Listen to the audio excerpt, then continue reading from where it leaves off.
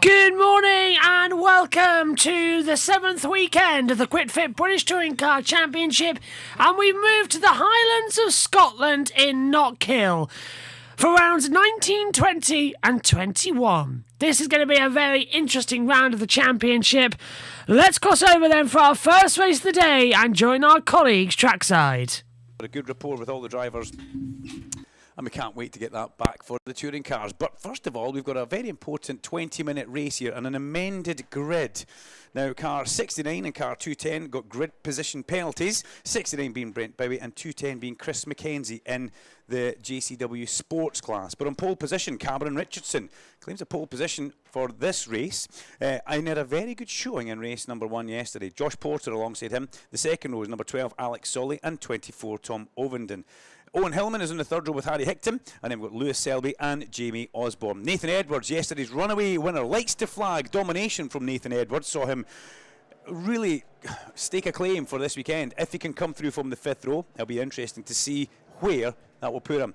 Charlie Hand alongside him, then Harry Campy and Jerry Henry, local hero from the Fiestas, on row 6. Row 7's Max Edmondson and Jacob Hodgkiss, with Ned Anthony, who broke a fuel tank. They managed to repair and change that fuel tank, but he had all sorts of issues yesterday, with Alex Brandham, who is there in the development JCW car. And on the back row, as we mentioned earlier on, after a bit of a penalty, Brent Bowie. But then we go back to the JCW Sports class.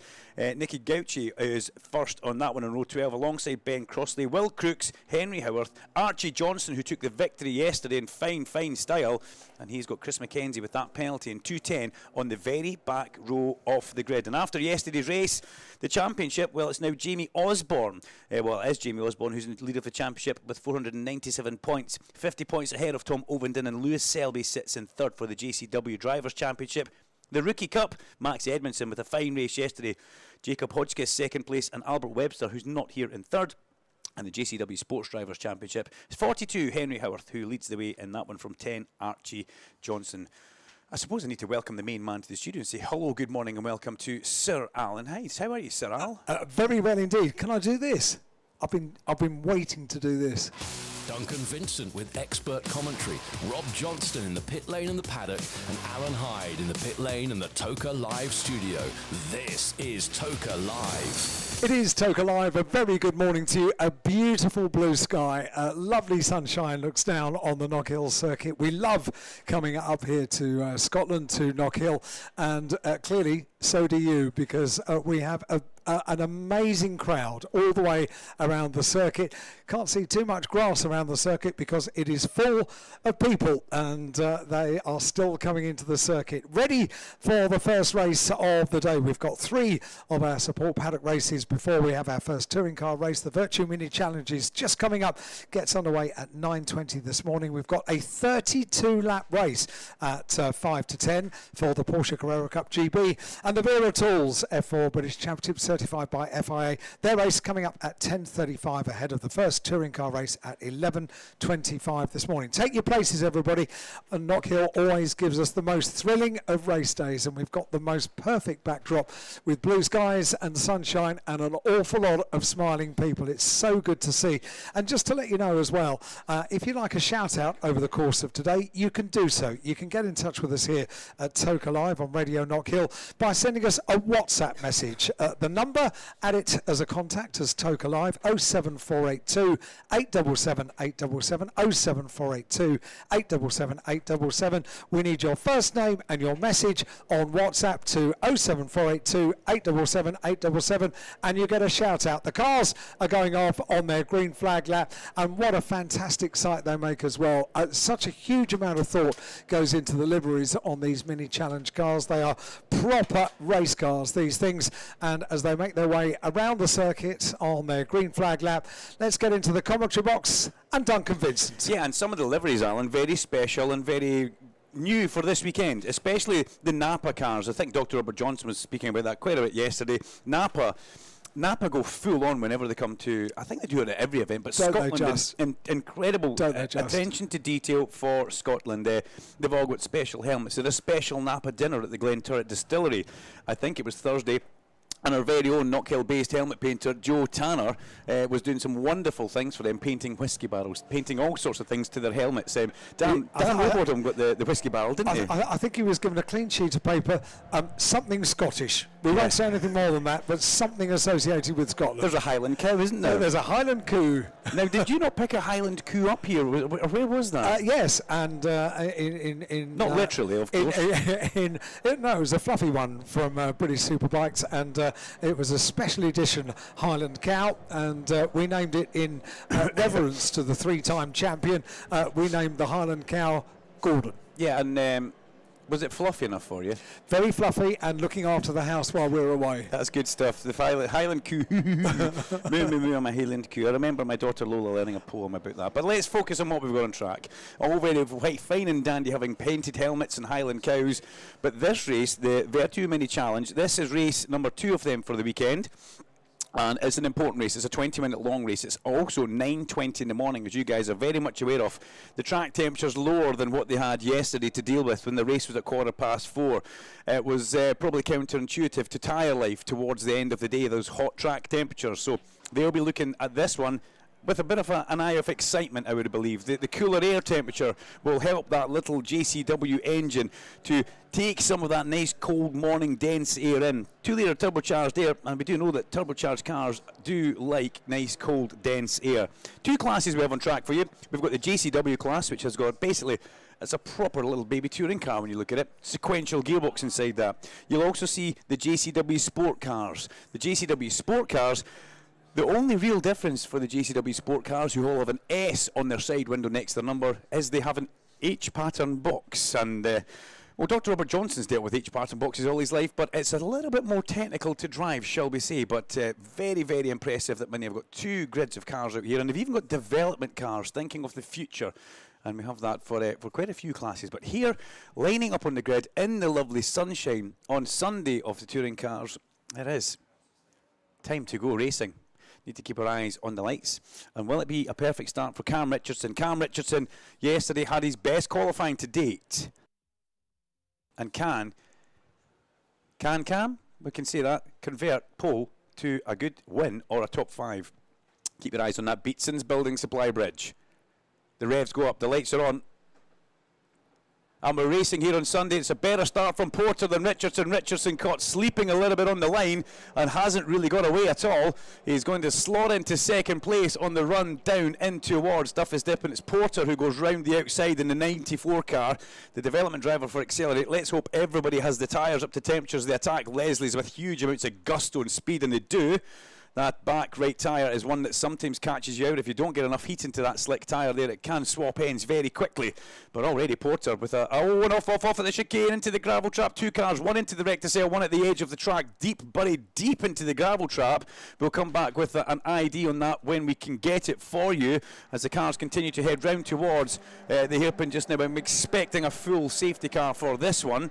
As we see, yep, safety car already deployed. Safety car lights, flags and boards have come out, and we'll now try and give you a bit of an update as to who's gone off there. 2 cars into one going through the one area. Did not seem to work, and it was never going to work, but it's 9:20 in the morning. The Mini drivers have only just woken up, and we'll have a little bit of a look just now. That's a big scalp that's just going into the gravel. That's Nathan Edwards, who won the race yesterday. That's a shocker. Lewis Selby as well, but Lewis has got going again, so Yeah, it's all kicking off here very early in the morning. We won't want much more of that, but one of them did make the wreck to sell. Let's have a little look and see if we can see.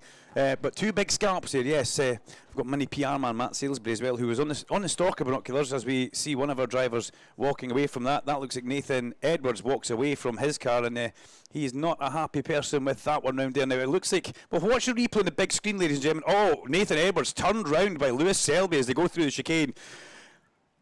That's going to run on. We'll just leave it at that, and we'll come back to what's happening on track. But a different view there. Well, there's two abreast through the chicane there.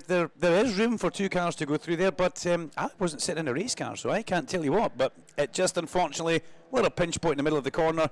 Yesterday's winner off into the tyre barrier, wreck to sell. Not too big a hit. And the man who finished second on the road yesterday into the gravel trap, but he has continued. Robert Johnston, you were very right. Two big scalps in the gravel. Yes, and the Napa team have sprung into action here in the pit lane, expecting potentially Lewis Selby to come in for a pit stop here to just check the car over, possible change tyres, but he hasn't arrived yet, but I'll keep you posted if he comes in. He's at the back of the pack, just coming through the hairpin just now. I don't know if he wants to come in the pit lane, to tell the truth. If he can shake the gravel out, there's no real reason for him to come into the pit lane. It wasn't a huge lock-up. He's continuing on just now. The dusty Napa car over the crest of the hill, sporting the fractured D on the side of the car, which is Racing for Dementia, which was a fabulous cause. And I mean, right now though, walking around the gravel trap at the Black Circle chicane, you got a feel for Nathan Edwards there. He didn't really do too much wrong. Sorry, it's just one of these things. 2 into 1, a very narrow part of the track. We'll let the race control deal with that one. We're not stewards in the commentary box, but we did say that this would be an interesting race, especially with the fast guys starting in the midpoint of the pack. If you get through the first couple of corners, 9 times out of 10, if you get out of McIntyre's trouble-free, you're actually okay after that. But those two guys not willing to give each other an inch going through the Black Circle chicane. Yeah, it's one of these things when you talk to drivers who are used to running at the front, they dread having to start in the middle of the pack because they always say that's where all their trouble starts. And sadly for Nathan Edwards, drawing 9 on the reverse grid draw yesterday, that's exactly where it put him, and he's fallen foul of it, unfortunately.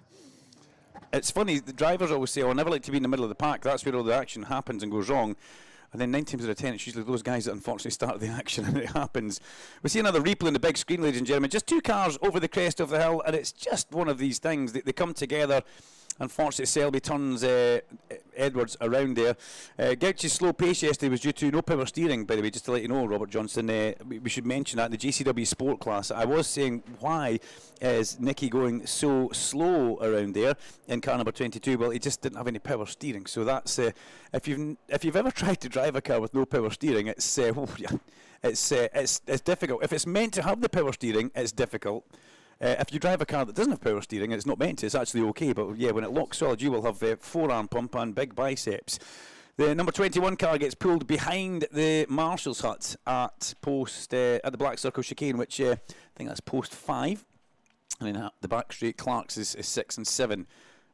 Yeah, I think the driver has left the scene in that one. Possibly a taxi bike or a lift back in the car to get himself back up into the paddock, and cooled down and calmed down by the team. He'll think he was completely in the right there, but it's one of these things when you go through that chicane 2 abreast. He was leaving room on the inside. That's what we can see. There was a little bit of room there, but unfortunately there's a wreck to sail barrier as well. And that wreck to sail barrier is there purely because, as Alan Gow was saying to everybody yesterday, the lights are still on the safety car, by the way, just to let you all know. As Alan Gow said to everybody yesterday, how many sports can you play and still be in play when you're outside the court? Think really hard. Yeah. There aren't many. No. I don't think there are any. If the ball crosses the line and it goes into the wrong side, the game stops. And you have these very sophisticated systems now whereby you can review footage to make sure. And we have here VAR, Hawkeye. We have got the same exactly that. CCTV, and we've also got everything that you require to keep you on the right side. But Lewis Selby will continue on. This will be a big drive from Lewis Selby. He's got to come from the back of the grid, and what happens here, the clock doesn't stop. We've got 14 minutes of this remaining, and it's Josh Porter after that great start off the line ahead of Cam Richardson. Unfortunately for Cam Richardson, he just didn't link it up. The rookie almost had a good start, but it moved, but then it almost like it bogged down a little bit for him. Then it's Alex Solly in third place. The safety car will come in this lap. And then Tom Ovenden with Harry Hickton and Owen Hillman. We need to keep our eye on the rookie battle in this as well, because Richardson and Solly are both rookies in 15 and 12, and also Hickton and Hillman, 64 and 70. They were locked in a battle yesterday, 4 cars altogether, and they're locked in a battle today as well, with a couple of cars between them. But the safety car lights have gone out. Scott Stringfellow leaves the hairpin in the Virtue safety car Mini JCW. He pulls down the Trioval, and it's now in Josh Porter's hands. When does he go? He goes now. He goes very early, and Cam Richardson's been caught just a little bit on the hoof there. He's not right behind the back of the number 94 car, and already he's starting to drop back into the clutches of Alex Solly as they make their way up and over the crest of the hill. Nobody can pass until they pass the actual start line at the top of the hill where the green flag flies. You can get close as Lewis Selby does. Lewis Selby pulls out from the slipstream, and straight away he gets past one car going in towards turn number 1, Duffy's Dip. So Selby on a bit of a march back through the pack. They come past the Black Circle chicane where we saw the incident on lap number 1 with Nathan Edwards and Lewis Selby. And it was great that Dr. Robert Johnson picked up on that so quickly for us, along with Matt Salisbury, giving us the information back here. And 2, as you rightfully say, big hitters in the championship out early doors. Time penalty for number 12, a 10-second penalty for false start. That's Alex Solly. So the man who sits right now in 3rd place picks up a 10-second penalty.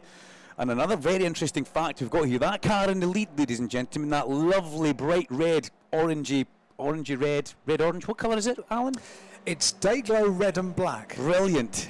Josh Porter's never won in JCW, so this is a big step up for him to be leading the race, to have all that pressure behind him.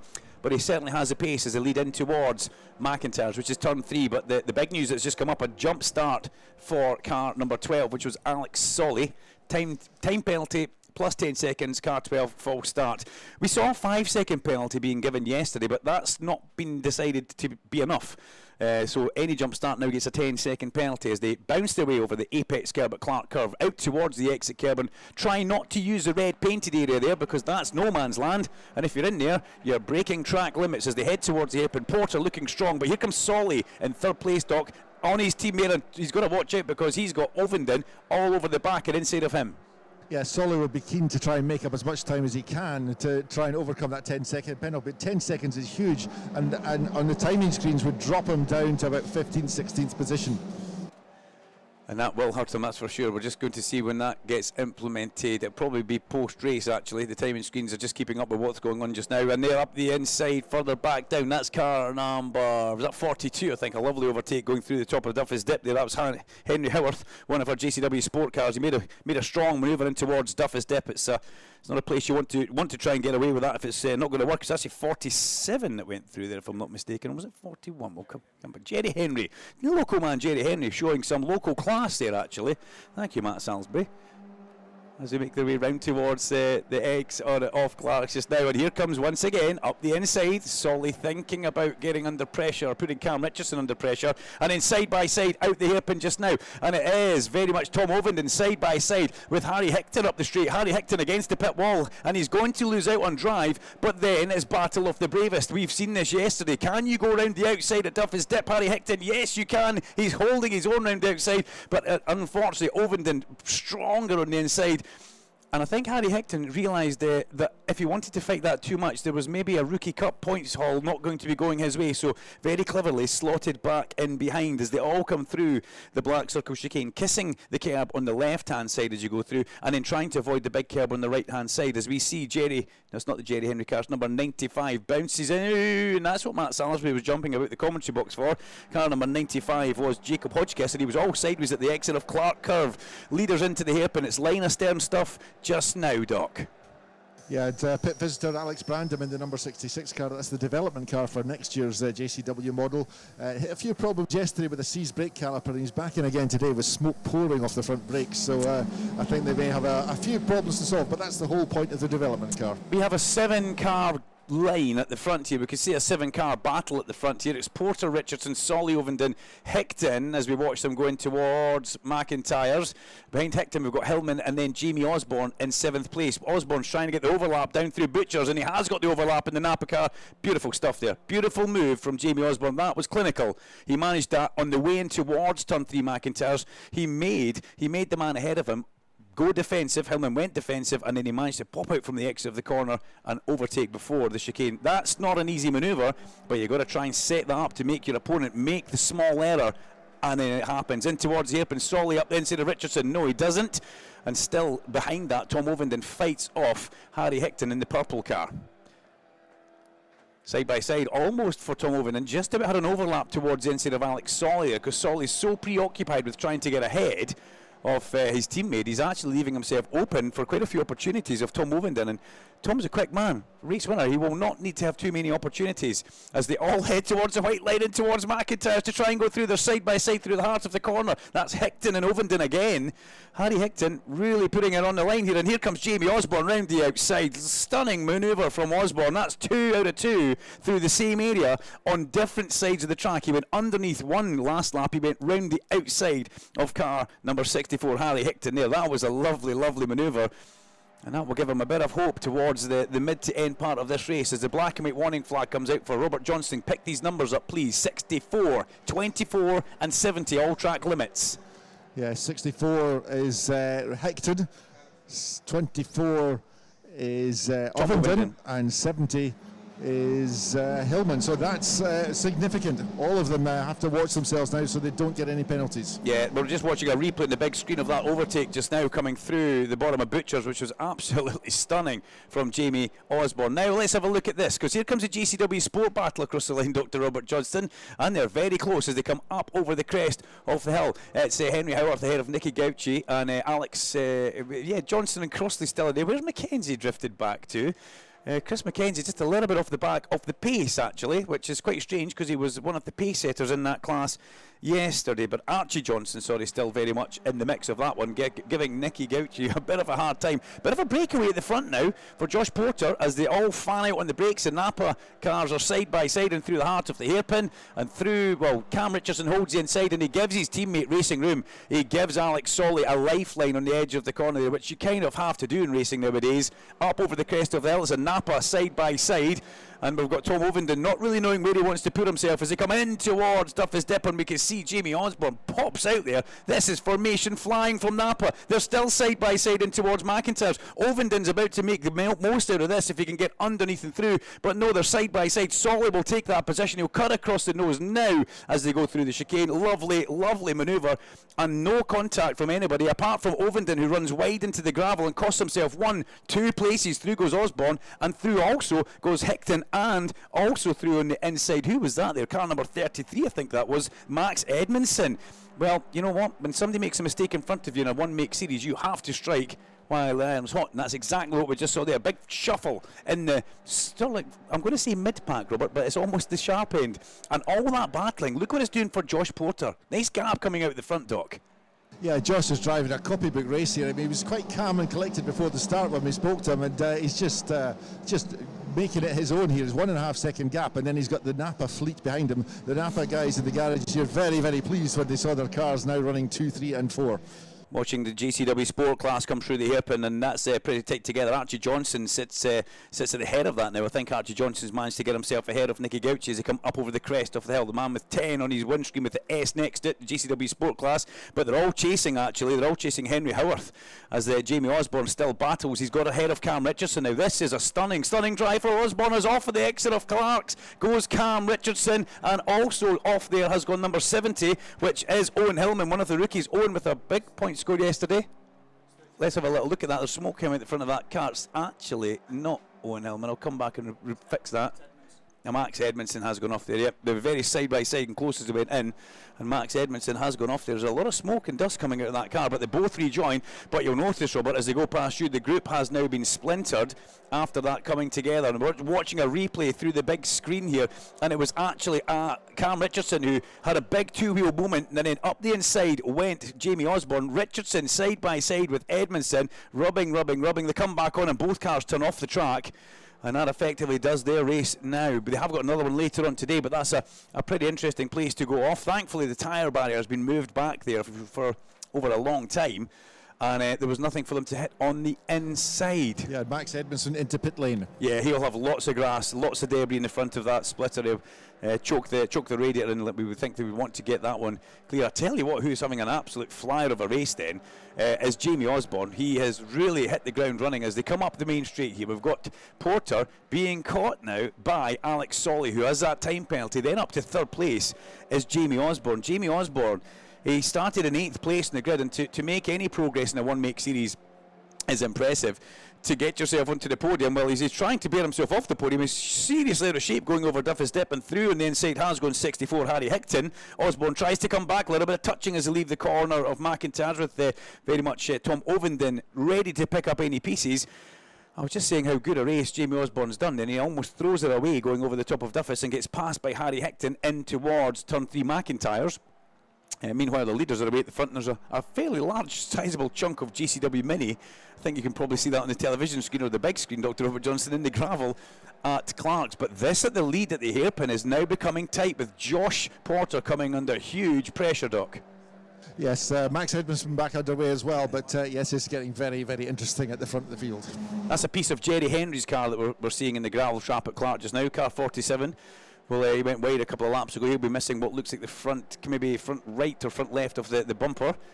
But Porter under pressure. 95 track limits and 10 track limits. 95 is Jacob Hodgkiss. 10 is Archie Johnston, the man who is chasing down Henry Howarth in the GCW Sport class right now. And he is in 16th overall. But just need to reset this one just a little bit with 2 minutes 40 seconds to go. Keep your eyes on the big screen for a replay. Bosh! In towards the hairpin. What was that all about? That was car number 50, 56, that Brian Crossley, just basically using Nicky Gauchi's brakes there. That's all we saw there.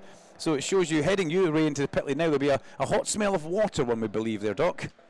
Yes, that was a fairly aggressive move into the hairpin, and yeah, he'd be very fortunate if he hasn't damaged the car. Well, I thought I saw a line of fluid coming out the car as he drove up the hill, to tell you the truth. I'll be surprised if he gets away with that one. We'll keep our eyes on the Crossley car. That was a fairly big hit into the hairpin. Now let's have a look and pick up our leaders as they make their way in towards McIntyre's. Josh Porter coming under huge pressure now as they make their way down through Butchers, and pressure as well for Harry Hickton, because Harry Hickton has got car 13, which is Harry Campy, all over the back of him as they go down through Butchers.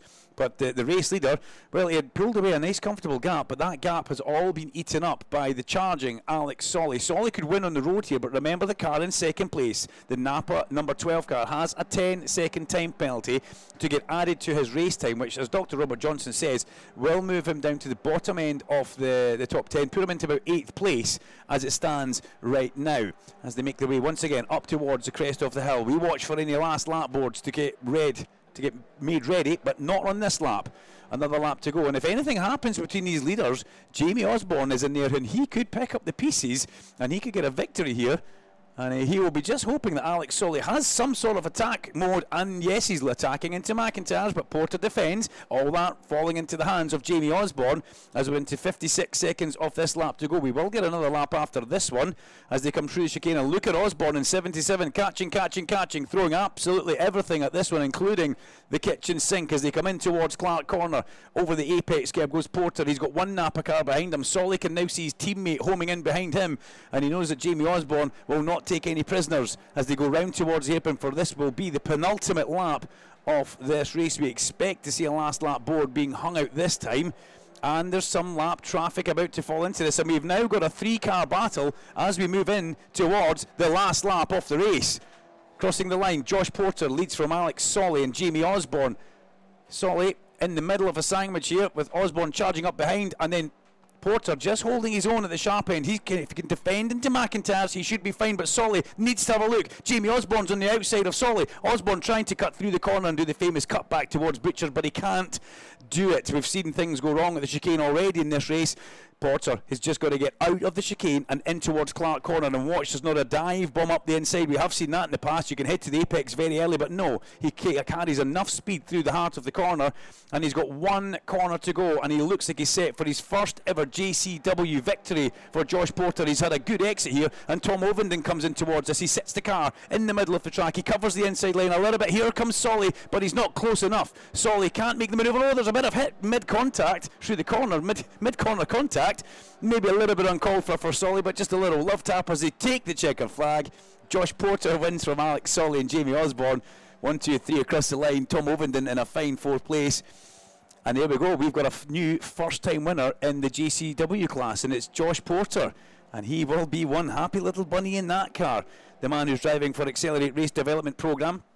Let's now look towards our GC Sport class. GCW Sport class coming out of the hairpin. Henry Howarth up towards the flag in car 42. This has been a very strong showing for the man in 42. He takes the victory across the line, and he'll be delighted with that one. And he takes the victory from yesterday's winner, Archie Johnson. Nicky Gauchi about to come across the line in 3rd place in car number 22 after being, shall we say, tapped by Ben Crossley earlier on. And Crooks and Mackenzie will round out the GCW Sport class. But it's a Josh Porter race victory from Jamie Osborne and Tom Ovenden as the correction now happens on timing. So Dr. Robert Johnson, 94 Josh Porter, 77 Jamie Osborne and 24 Tom Ovenden, your top 3 in the GCW class. The rookie class, well, 4th place for Owen Hillman ahead of Harry Hickton. And yeah, we've then got car number 13 in the mix today as well. We've got Harry Campy, which is fabulous stuff. So that's your 3 rookies as well, 4th, 5th and 6th. Then behind that, we've got car number 32, who comes home with Ned Anthony. A good result for Ned Anthony. And Lewis Selby got all the way up to 8th place after that first lap contact with Nathan Edwards. Alex Solly, on corrected time, goes down to 9th place, and he comes home just ahead of Cam Richardson, the pole sitter, who dropped down to 10th. The GCW Sports class, well, as we mentioned earlier on, it's car number 42, Henry Howarth, who takes the victory in that class from Archie Johnson and Nicky Gauchi. And with that, we'll pause for some breath because that was a proper, typical mini class. Let's head to Alan Hyde in the Toka Live studio. Duncan Vincent with expert commentary, Rob Johnston in the pit lane and the paddock, and Alan Hyde in the pit lane and the Toka Live studio. This is Toka Live. And it's great to have so many of your messages coming into the studio here. It's on WhatsApp, so you need to have the WhatsApp app downloaded on your phone, and you need to add 07482 877 877 as our number. All we need is your first name and your message, and it could be a shout out, could be a birthday celebration, could be the support of your favourite drivers or your favourite teams. Any message that you'd like to send in, all you need to do is to WhatsApp us on 07482 877 877. And as I say, we have had loads of messages that have come into the studio already. I'm going to try and get through as many as we can over the course of today, and also of course the post-race interviews with Rob Johnson. Yes, I've got Josh Porter with me. He's just got his helmet off. Thanks, Josh. We spoke to you before the race. Couldn't have gone better, really. Oh, exactly. We got a mega start, and somehow I managed to keep hold of it till the end. So I'm mega pleased. First win in the mini challenge and JCW series for me. Couldn't have gone better than that, really. Yeah, congratulations. And it was a real high pressure last couple of laps as well. Oh yeah, definitely. Yeah, tyres were off, and everybody was catching me at the end, but somehow I managed to hold them off. A little bit of damage at the end, but yeah, we did really well. Were you aware that Alex Solly behind you had a penalty? I wasn't actually, no. Because you were fighting against him, and I thought you could actually let him go. And, no, I didn't even know. Yeah, he had a 10-second penalty for a jump start, so he's dropped down the order, unfortunately for him. But fantastic race there, thoroughly entertaining. So we'll see you on the podium in a few minutes. Congratulations. Thank you. So Jamie Osborne was second. I'm going to see if I can catch up with Jamie just now. And we'll get the guys to the podium as quick as we can, Alan. But Jamie, that was a fantastic fight through from a lowly grid slot, and you almost made it. Yeah, I mean, I didn't realise that Alex had the penalty, unfortunately, and I was kind of being a bit of a team player at the end, just letting him have a little battle with Josh. But to come from the back there, and some of the battles I had with some of the people were incredible. A little bit of an iffy start, but after the safety car, we managed to really pull it out and show them that Knockhill's not just for the brave Scottish, it's also for the Yorkshiremen as well. Yeah, some tremendous creative overtaking from you. It was brilliant to watch. Oh yeah, definitely. Usually it's the last corner, but I like to just do it wherever. Well, it worked fine, so congratulations. A good second place for you there. And Tom Ovenden, you got up to third place at the end. Very, very hard scrap, though, to get there at 20 minutes on the clock. Yeah, I can't really tell you what happened, to be honest. I forgot. There was too much going on. Yeah, unfortunately, I made a little mistake kind of in the middle of the race and went off in the gravel of the chicane, which kind of put me back to like P7. So to end up on the podium after that little error, still happy. Obviously, we really needed to beat Jamie there, and he did a great job coming through to 8th to beat me there. But we just got to keep pushing, and hopefully it will come to us soon. Yeah, I'm sure it will. That was a fantastic drive. Well done. Thank you.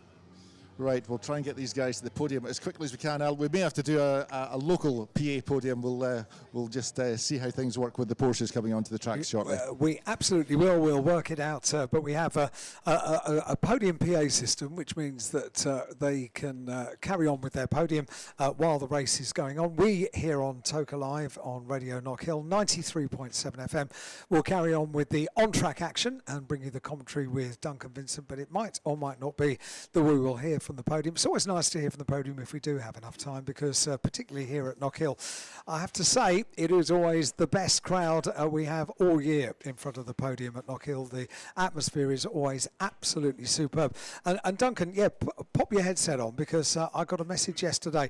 Do you remember we showed, we talked about a photograph that we got sent into us on WhatsApp yesterday of a big sign on the way into the circuit saying good luck to Jake Hill and to Josh Cook over the course. Looked like it was in a street in Dunfermline, actually. Yeah. On the way into the circuit, and we mentioned it and said it was a really good effort. David Addison from ITV sent us the picture in, and Nikki Shields, who takes over from Steve Ryder presenting ITV's coverage, sent me a message last night, and she said, first of all, she did the pleasantry. She said, we enjoyed listening to you today, so that was nice, Duncan. Thank you, Nikki. But she then goes on, apparently you mentioned someone who had created a big sign. The chap in question came up to me and told me his name was Donald, and he wanted to say thanks very much for the mention. Well, it was attention to detail, Donald, and top work as well. Donald, where's your sign? That's what we need to know. Oh, that's good. Just like that. I haven't got it. I You can't haven't play got the it. song? No. But I mean, Donald, that to me looked like you were maybe, there's a village down the far side, I can't remember what it's called. It's on the way towards Rosyth, or from Rosyth towards Kincardine. It looked like it was in that area there, but maybe somewhere else. But I love how they've got a whiteboard, they've lent it next to a lamppost, and they've populated it with some touring car love. It was superb, absolutely superb, Donald. Great to have you, and well done for meeting Nikki yesterday on her day before her first race day on ITV. I'm sure she will do absolutely superbly. I worked with her on her first ever motorsport event, which was at Silverstone, ahead of the launch of Formula E many years ago, and Nikki has been presenting Formula E ever since and doing a jolly good job, which I'm sure she will do for touring cars as well. Yeah, here. Good luck, Nikki. I worked at Ignition Festival of Speed in Glasgow many years ago with Nikki, and she'll be absolutely fine. Professional presenter and knows motorsport. That's a good thing about it. Knows the ins and outs of racing. And is a very qualified scientist, biologist, or something like that. Yeah, so she was presenting before she came into motorsport. Wow. She's been on the BBC presenting a sort of sciencey programme. So she's very clever as well. She's very clever as well. More cleverer than us. She's got the full set, that's for sure. This one, a little message from Debbie and Annalise, loving Knockhill. First weekend here from South East London, following F4s for every race, so a shout out to them. Debbie, Annalise, where in South East London? I'm from Orpington. I wonder if you're from the same neck of the woods. I don't live there anymore, but originally from Orpington in South East London. Great to have your message. Porsches are out on the circuit. I think you can all hear that. It might be that Dr. Robert Johnson will be doing his mini podium on his own. I think it's almost certain, Alan, because I haven't got all the drivers here yet, so I'll leave you to enjoy the wail of the flat six Porsche engines. Listen to that lovely noise, Duncan Vincent. He closes the window because it's just a little bit too noisy in here. Well, you did a lap in a lovely Porsche yesterday. We've got a bit of time here because you've got 2 warm-up laps and I could do the grid, but tell me about the lap you did with Mr. Gow himself.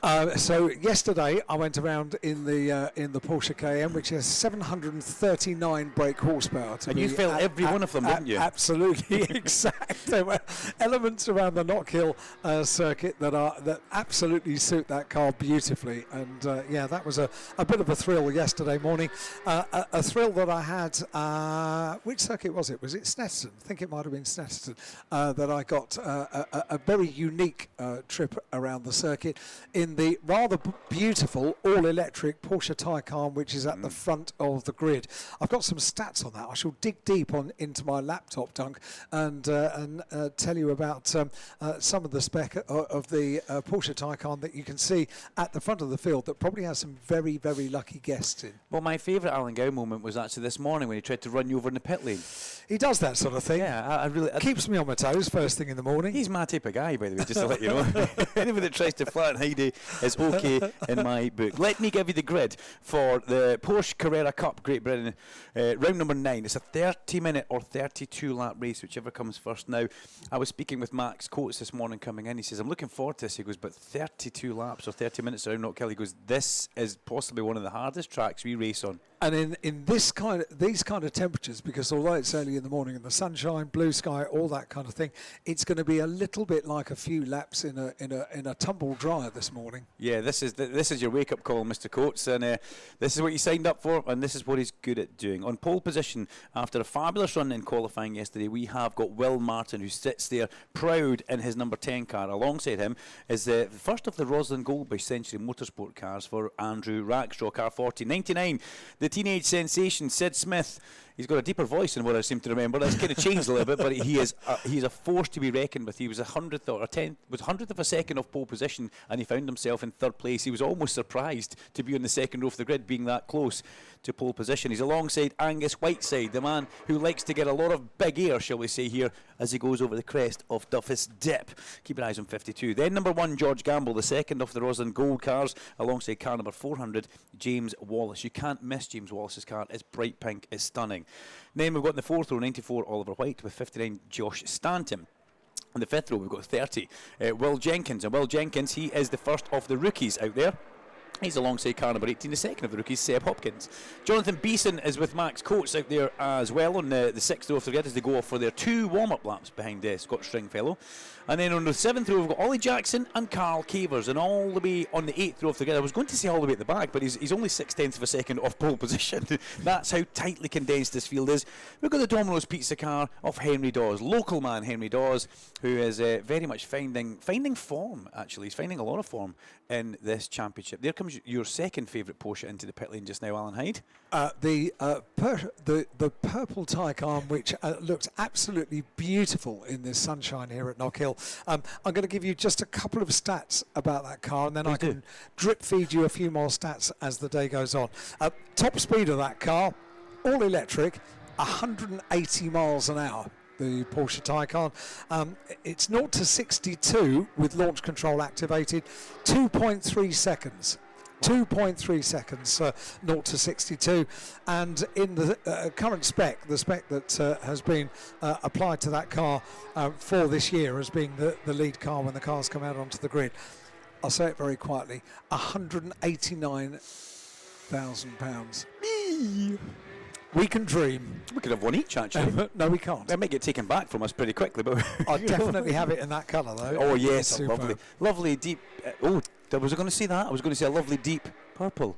I have got songs that would fine. be appropriate. We'll pick up on that later on. It is called Purple Sky Metallic. Porsche have a way of picking colours that are slightly maybe unusual but work. Yeah, work. Does really that well. right? Did you get me right there? Yeah. And I've always been a fan of Porsches. I said to you, I think I've said to you before, I was working in the pit lane at Le Mans, and somebody's gone off on the warm-up lap down towards Butchers. Is that Henry Dawes having a moment down there? A huge plume of gravel, and it was. Henry Dawes goes off on the warm-up lap. Look at the cloud of dust at the exit of McIntyre's. He didn't just drop a wheel in either. That was a full-on off-track moment. Yeah. I took a video of a Porsche pit stop at the World Endurance Championship, and it's had over 750,000 views. Oh, wow. And I don't speak in it. That's maybe why it's got the views.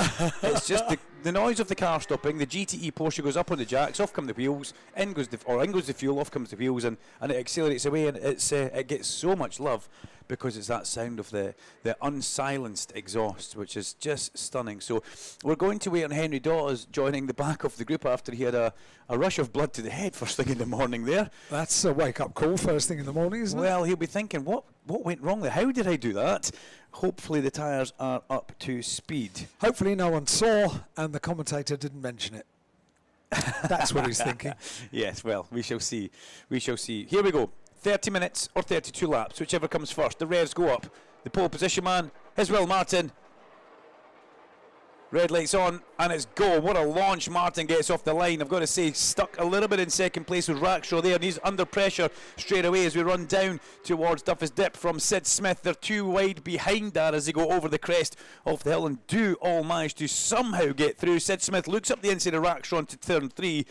but is unable to make that manoeuvre happen, and George Gamble slots back in behind Jamie Wallace just now. Angus Whiteside, who we mentioned off the start, watch out for that man, he's in 4th as they all come through the black circle chicane and climb up towards Clark Corner. Bit of a lock-up on the way in there. Who did we have that from? Was that Whiteside? I think it was Whiteside, just tagged a wheel and locked it up a little bit on the way in, but Wallace under huge pressure now from George Gamble in the Ruslan Gold Century Motorsport car number 1, as they head in towards the hip, and he tries to go underneath but is unable to do so. He can already see a little bit of a gap opening beside or in front of him from Wallace up towards Whiteside as they head underneath that building supply bridge, the Beatson's building supply bridge, and start lap 2. That's how quick a lap goes here at Knockhill in the Porsche Carrera Cup. It is extremely, extremely fast as we watch them all make their way down and in towards McIntyre's. Nobody really having too much of an attempt this early in the race, which surprises me a little bit, because this is the chance for you to try and stop somebody getting into the rhythm and try and have a little bit of a stab up the inside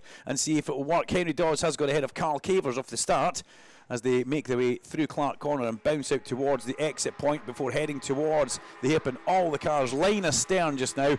And this has been the perfect execution of a start from Will Martin as he comes out of the hairpin from behind the big screen that shows you the far end of the track when they're down there, and Martin putting a bit of time between himself and Andrew Rackstraw. Sid Smith sits pretty in 3rd place ahead of Angus Whiteside. Whiteside then has Wallace, Gamble, White, Stanton and Hopkins, the first of the rookies. Jenkins has dropped down to 11th place, so our first rookie in the top 10 just now, and he finds himself in 9th as they make once again a few overtaking manoeuvres in towards McIntyre's. That looks like Max Coates was under a bit of pressure there. He was from Seb Hopkins. Oh, side by side contact through the chicane. Somebody's not making that. Over they go and bounce. That's Ollie Jackson involved in that. You can take the boy to touring cars, and he's got a problem now. He's got a front right problem in that car, whether it's got a wheel broken or he's got a puncture. But Ollie Jackson and all sorts of problems heading round towards the hip, and I'll keep my eyes on him, Dr. Robert Johnson, as everybody else makes their way up the straight. Yeah, Jackson's wheel on the front right pointing across the nose of the car as he drives in a straight line, so not working at all for poor Ollie. They're 3 wide up the straight. Look at this as they come up the main straight. 3 wide over the crest of the hill. This is a tight one as they come down to Duffus Dip. Henry Dawes, Carl Cavers in the middle of this as well. And Jonathan Beeson, as they all manage to behave themselves, and thankfully the Porsche Spares department sit down in the back of the truck as they manage to get through. But that was 3 wide. These are fairly sizable cars around Knockhill anyway, but when you put them 2 wide, they take up a lot of track, but 3 wide, they completely take all the Did track. you hold your breath? Well, I was holding you. I did. I was actually holding you. You were actually. Ollie Jackson has retired into the pit lane after that, coming together at the chicane. The front right damage on Ollie Jackson. It looks like broken a toe link or something. The wheel was pointing the opposite direction from where it wanted to go. Will Martin crosses the line, and he has got now an 0.8 of a second lead, but Andrew Rackstraw in number 40 in 2nd place has just put the fastest lap of the race in, a 48.045.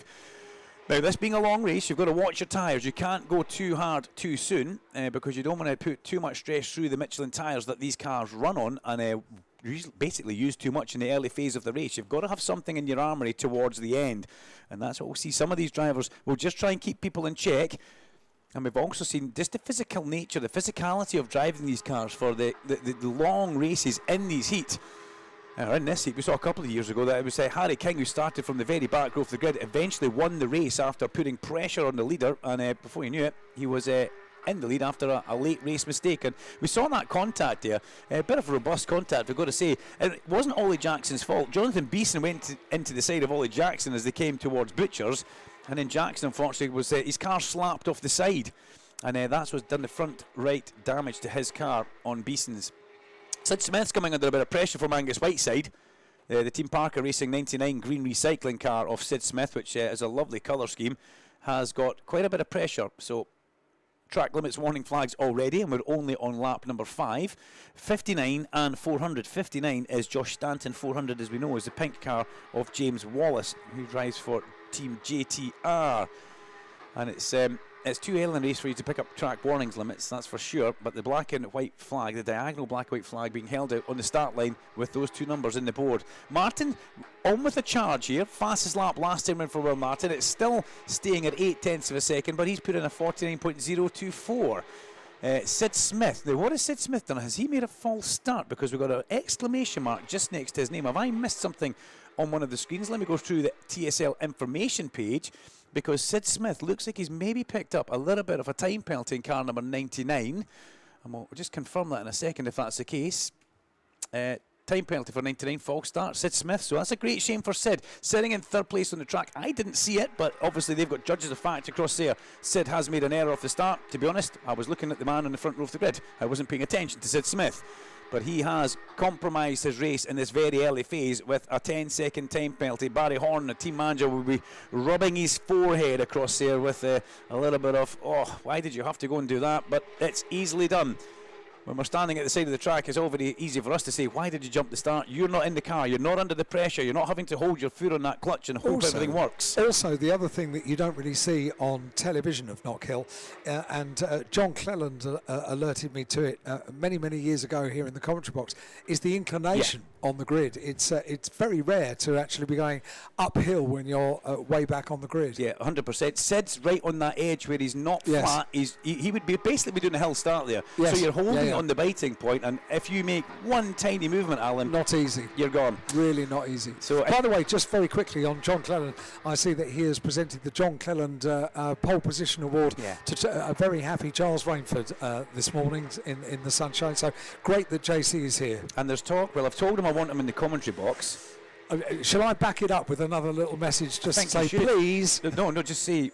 Make it happen. Be here. Yeah, tell him I've got him a present. He'll be running over. Oh, okay. Tell him it's an brown envelope, and Cleland he'll be here before the message is finished. There's a little bit of an overtaking manoeuvre in towards McIntyre's turn 3, and that's looking at the Pro-Am battle of White, Stanton, Coates, Jenkin and Dawes just now, as we're on lap 9 of 32, or 30 minutes, whichever does come first. And Will Martin, he's streaking away with this one, but I've got to say, Andrew Rackstraw is doing a fabulous job of not letting that gap at the front build up too much. It's 1.1 seconds as they make their way onto lap number 9 in this race. And Sid Smith's managed to regain his composure. He will know that he has got a time penalty. Team Parker Racing very much up on this, and they'll be giving Sid the updates of what's actually going on.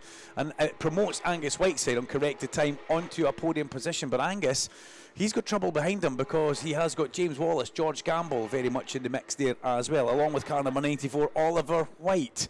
But we're being treated to a bit of an epic Porsche race at the front here. There's 2 cars just starting to pull away, and this is going to come down to a battle of who can hold the car together and the tyres and hold up with the physical demands of one of these lovely Porsche Carrera Cup cars as they come in towards the hairpin once again. Through the hairpin, they'll accelerate up to Dr. Robert Johnson, who has completed his mini podiums, because there's quite a few of them, Doc, but welcome back to the Porsches. Yes, back in an exciting race by the looks of it as well. Just arrived back in pit lane now with crowds of mechanics round the monitors and things. It's a great place to watch a race because you see the emotion in the teams when their cars gain or lose on track. Well, Sid Smith has picked up a time penalty, Robert. You probably heard us saying that. That's the car who sits in third place on the road just now, car number 99, the Greens recycling car. And I would imagine that Barry Horn will be very much aware of what's going on in the pit wall, but I would maybe not approach that team just now, just kind of let them get on with exactly what they are up to and what they're doing just now. But Martin has got 9/10 of a second in his pocket over the Andrew Rackstraw, who is very much still on a charge. That 9/10, it has been fluctuating. It started at 8/10, it went up to 1.1, it came back down to 9. So Rackstraw is not letting him get away from this one at the front. He's keeping him very honest, and he's the Roslyn Gold car, number 40 by Century Motorsport. He has got a teammate out there. The teammate is George Gamble, car number 1, who puts increasing pressure on James Wallace as they go underneath the Beatson's building supply bridge towards Duffus Dip. Now, Robert, you've got a sheet. And it's probably perfect time to start talking about some of the actual speeds in these cars. We see a huge lockup going in towards turn number 1, but managing to get away with that. It does always look dramatic when they lock up one of the front wheels in these cars, because it then the smoke gets pulled underneath the car and fired out the back of just the way the ground effects work. But that was a fairly sizable lockup. We'll give you the number of that car when they come through Clark Corner. But what's the top speed going in towards Duffus on your data sheet that you have, Robert? Well, it peaks in 5th gear at 138 miles an hour just before they hit the brakes for Duffus, and that's the fastest point of the track for these guys. The one that always gets my attention is the speed through the chicane, which is 80 miles an hour as they come over the top of the chicane. Well, I think that was maybe Will Jenkins who had a bit of a lock-up in towards turn number 1 there, to tell you the truth. I'm going to push Charlie over towards his radiator here, so I'm not pushing him walking around him in circles. But the 138 miles per hour, the thing about your braking zone in towards turn 1 Duffus Dip, it's not a billiard smooth table. You've got natural undulations in the tarmac there, which these cars deal with in different ways. Some of the Porsches, you see them actually almost physically bouncing on the brakes on the way in there. Porpoising is a good word to use. And that's where you can then lock that wheel. When the car goes light and you're increasing that brake pressure, it just snatches one of the wheels. 9 times out of 10, it's when you've put a little bit of steering lock on as well. The weight transfers across to one side of the car, and you can see a lock-up. But doing it on lap 13 of a 30-lap race, that will have the driver being that little bit worried, because they'll feel that lock-up as well. And that's where, Robert, if you flat spot in this race, you're in trouble. Oh, yeah, it's a long race, so you've got to look after the car, you've got to look after the tyres. And that sequence you talked about, Duncan, going through Duffus and then into Leslie's. Leslie's is still a 90-mile-an-hour corner for these cars. So after the gymnastics of coming down the hill and bouncing around, they're still doing 90 at the apex of Leslie's. It's phenomenal. As we just keep an eye on what's going on just now round the back of the circuit. This is a major part of the race now. With 19 laps to go on this race, we have got Will Martin leading the way from Andrew Rackstraw and Sid Smith. Once again, though, back in towards your vision, that lead at the front very much being kept honest. Yes, there's no easy escape for the leader here. It's 1.2 seconds, but we've still got 18 minutes to go. So as tyre performance and air temperature and things ebbs and flows, then it still could change. And yeah, exactly. Ebbing and flowing is what this is doing. Sid Smith's coming under increasing pressure now from car number 52, Angus Whiteside. And Whiteside, well, he knows he's already on the podium, one would imagine, but he'd like to try and make the manoeuvre on Sid Smith.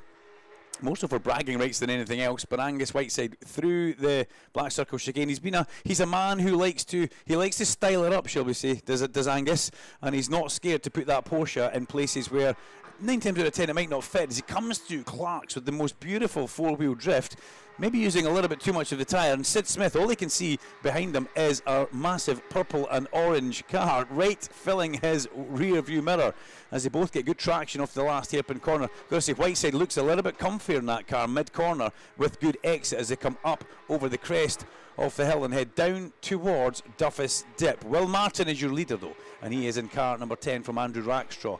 They're the guys that lead the Pro class. We've got the Pro-Am, which is headed right now in 7th place by Oliver White. Pro-Am class, you'll see those drivers out there very mixing it with all the Pro drivers as well. Leading the Am class is Jonathan Beeson right now, and he finds himself in 12th place. Then the top rookie in the class, Seb Hopkins, in 8th place. Car number 18, holding his own out there. And again, the rookies, well, they can be as fast as the drivers who've been in the championship for maybe 10 years. Because it's always good when you see a rookie, Dr. Robert Johnston, mixing it with the more established stars. Yeah, and some very good rookies that come through this class. Of course, there is this Porsche Scholarship as well, which James Willis is the custodian of at the moment, but they're looking for a new Porsche Scholarship driver for the next 2 seasons. So that shows how this is used as a training ground for professional GT and long-distance endurance drivers. Just keeping an eye on the back of the circuit just now, Doc, and it's great to see so many of the racers, they're obeying track limits. And this is something we're not used to, Alan, because they're actually really obeying track limits as they come through Clark Corner. They're trying everything in their power not to head out to the red. The first 2 go through there, and Sid Smith, Angus Whiteside, James Wallace and George Gamble, beautiful bit of driving there. They've obviously listened to... They look like they've had a bit of a chat after maybe Tuesday or Friday. The chat, yes, exactly. Well, the chat... A persuasive chat. The chat was more of a listen, lads. Or it might have been, they watched touring car qualifying yesterday and realised the BMWs that avoid the curbs and keep it all very smooth are on first, second and third places on the grid. You know what, you're absolutely right. They've possibly thought, well, maybe we're actually overdriving the circuit here. Rear-wheel drive cars. Let's rein it back a little bit. Yeah. And also, it's great to see that nobody's cutting the bottom of Duffus Dip Leslie's as much as they were during the testing week. As this is Oliver White making his way through the Black Circle chicane, the car which, there wasn't much left on the plate for Oliver White there. That was all the green and just blowing his tyres through the gravel, shall we say, at the edge of it. But this is the car that has some of the cartoon characters that I believe Dr. Robert Johnson was talking about the other day. The number 94 car, blue and green. It looks like sky and a grassy field as the leaders make their way down in towards Duffus Dip, and then we look back to see Sid Smith. Sid's put a little bit of time now in between himself and Angus Whiteside, so it's like he's regrouped, and that's good to see. as behind Oliver White, well, we've got Max Coates. Let's have a look at the Duckham's car, because that's always a favourite of ours. The Duckham's Yuasa Racing by Graves Motorsport, the man who sits in 3rd place in the Pro-Am class, makes his way in towards McIntyre's. Behind him, he has got Jenkins and Dawes, with Beeson right in the middle of that as well. I'm surprised that Jonathan Beeson's actually okay after that big side-to-side contact he had with Ollie Jackson, who, Doc, you're in the pit lane, you'll see Ollie Jackson's car there, the yellow car, broken front right suspension of some sort with that car after a big slap going through the Black Circle chicane, 2 abreast. Yeah, that's quite a manoeuvre to attempt actually in a car the width of a Porsche. You can see it sometimes in single-seaters or in Legends cars, but 2 abreast of the chicane on a car this size is unlikely to work. Now the multicolour car of Carl Cavers heads towards the apex of the hairpin. He was almost Henry Dawes at the Clark corner. Henry looks like he's struggling for rear end grip actually. He's got all sorts of sideways manoeuvres in that car whenever he tries to light up the power that this Porsche has got. Remember, this is a 4-litre flat 6 Porsche engine giving you 510 horsepower with a 6-speed sequential gearbox. If you stand on the loud pedal just that little bit too aggressive on lap 20 out of 32, you're going to spin those wheels, and that's Henry's just getting a little bit, I think he's trying to get past Carl Cavers and trying just that little bit too hard, almost overdriving the rubber he's got underneath him. But a man who's not overdriving the rubber underneath him, but there has been another time penalty given to us, and it's car 58 who's picked up the time penalty, and it's Henry Dawes. So Henry unfortunately gets a track limits warning and a 5-second time penalty added to his time. But a man who's having no such problems now goes through the Black Circle chicane, and it's Will Martin. He just looks in fine form in the Eden Motorsport 911 GT3 Carrera, and anything that he wants to do, and you know what? Alan Hyde's probably hit the nail on the head. They probably watched the touring car qualifying and thought, look at the way those BMWs are avoiding the curbs, and look how fast they are. And that's exactly what we're seeing right now. 2 options: we can go viral, or we can win a race. Yeah. Which do you want? Ash Sutton went viral. He did, yeah. And yeah, Charles Rainford. That's very well put, Alan Hyde. I like the way you said that there. We just saw a replay of the big screen, as you could see Max Coates coming in just now in the Duckham's car with Yuasa and Graves Racing. Graves Motorsport. It was the Vera Tools car who was almost into the back of him, and that was Will Jenkins. Will Jenkins was still breathing on that brake pedal like his life depended on it, going towards the apex with lots of smoke coming off the car. Lap 22 of 32, and Will Martin accelerates from the chicane towards Clark Corner. He's been in majestic form in the number 10 green Eden car. The lovely two-tone green, the lime green and the dark green, just works perfectly with the Union Jack flag on the side. Andrew Rackstraw has kept him honest and tries to do something towards the back end of this race, but it does look like it's going to be possibly a bridge too far. Sid Smith is 3rd on the road in the 99 Team Parker Racing Green recycling car, but he's actually got a time penalty, so the corrected time will have him dropping further back into the pack, which will put him, where will it put him now actually?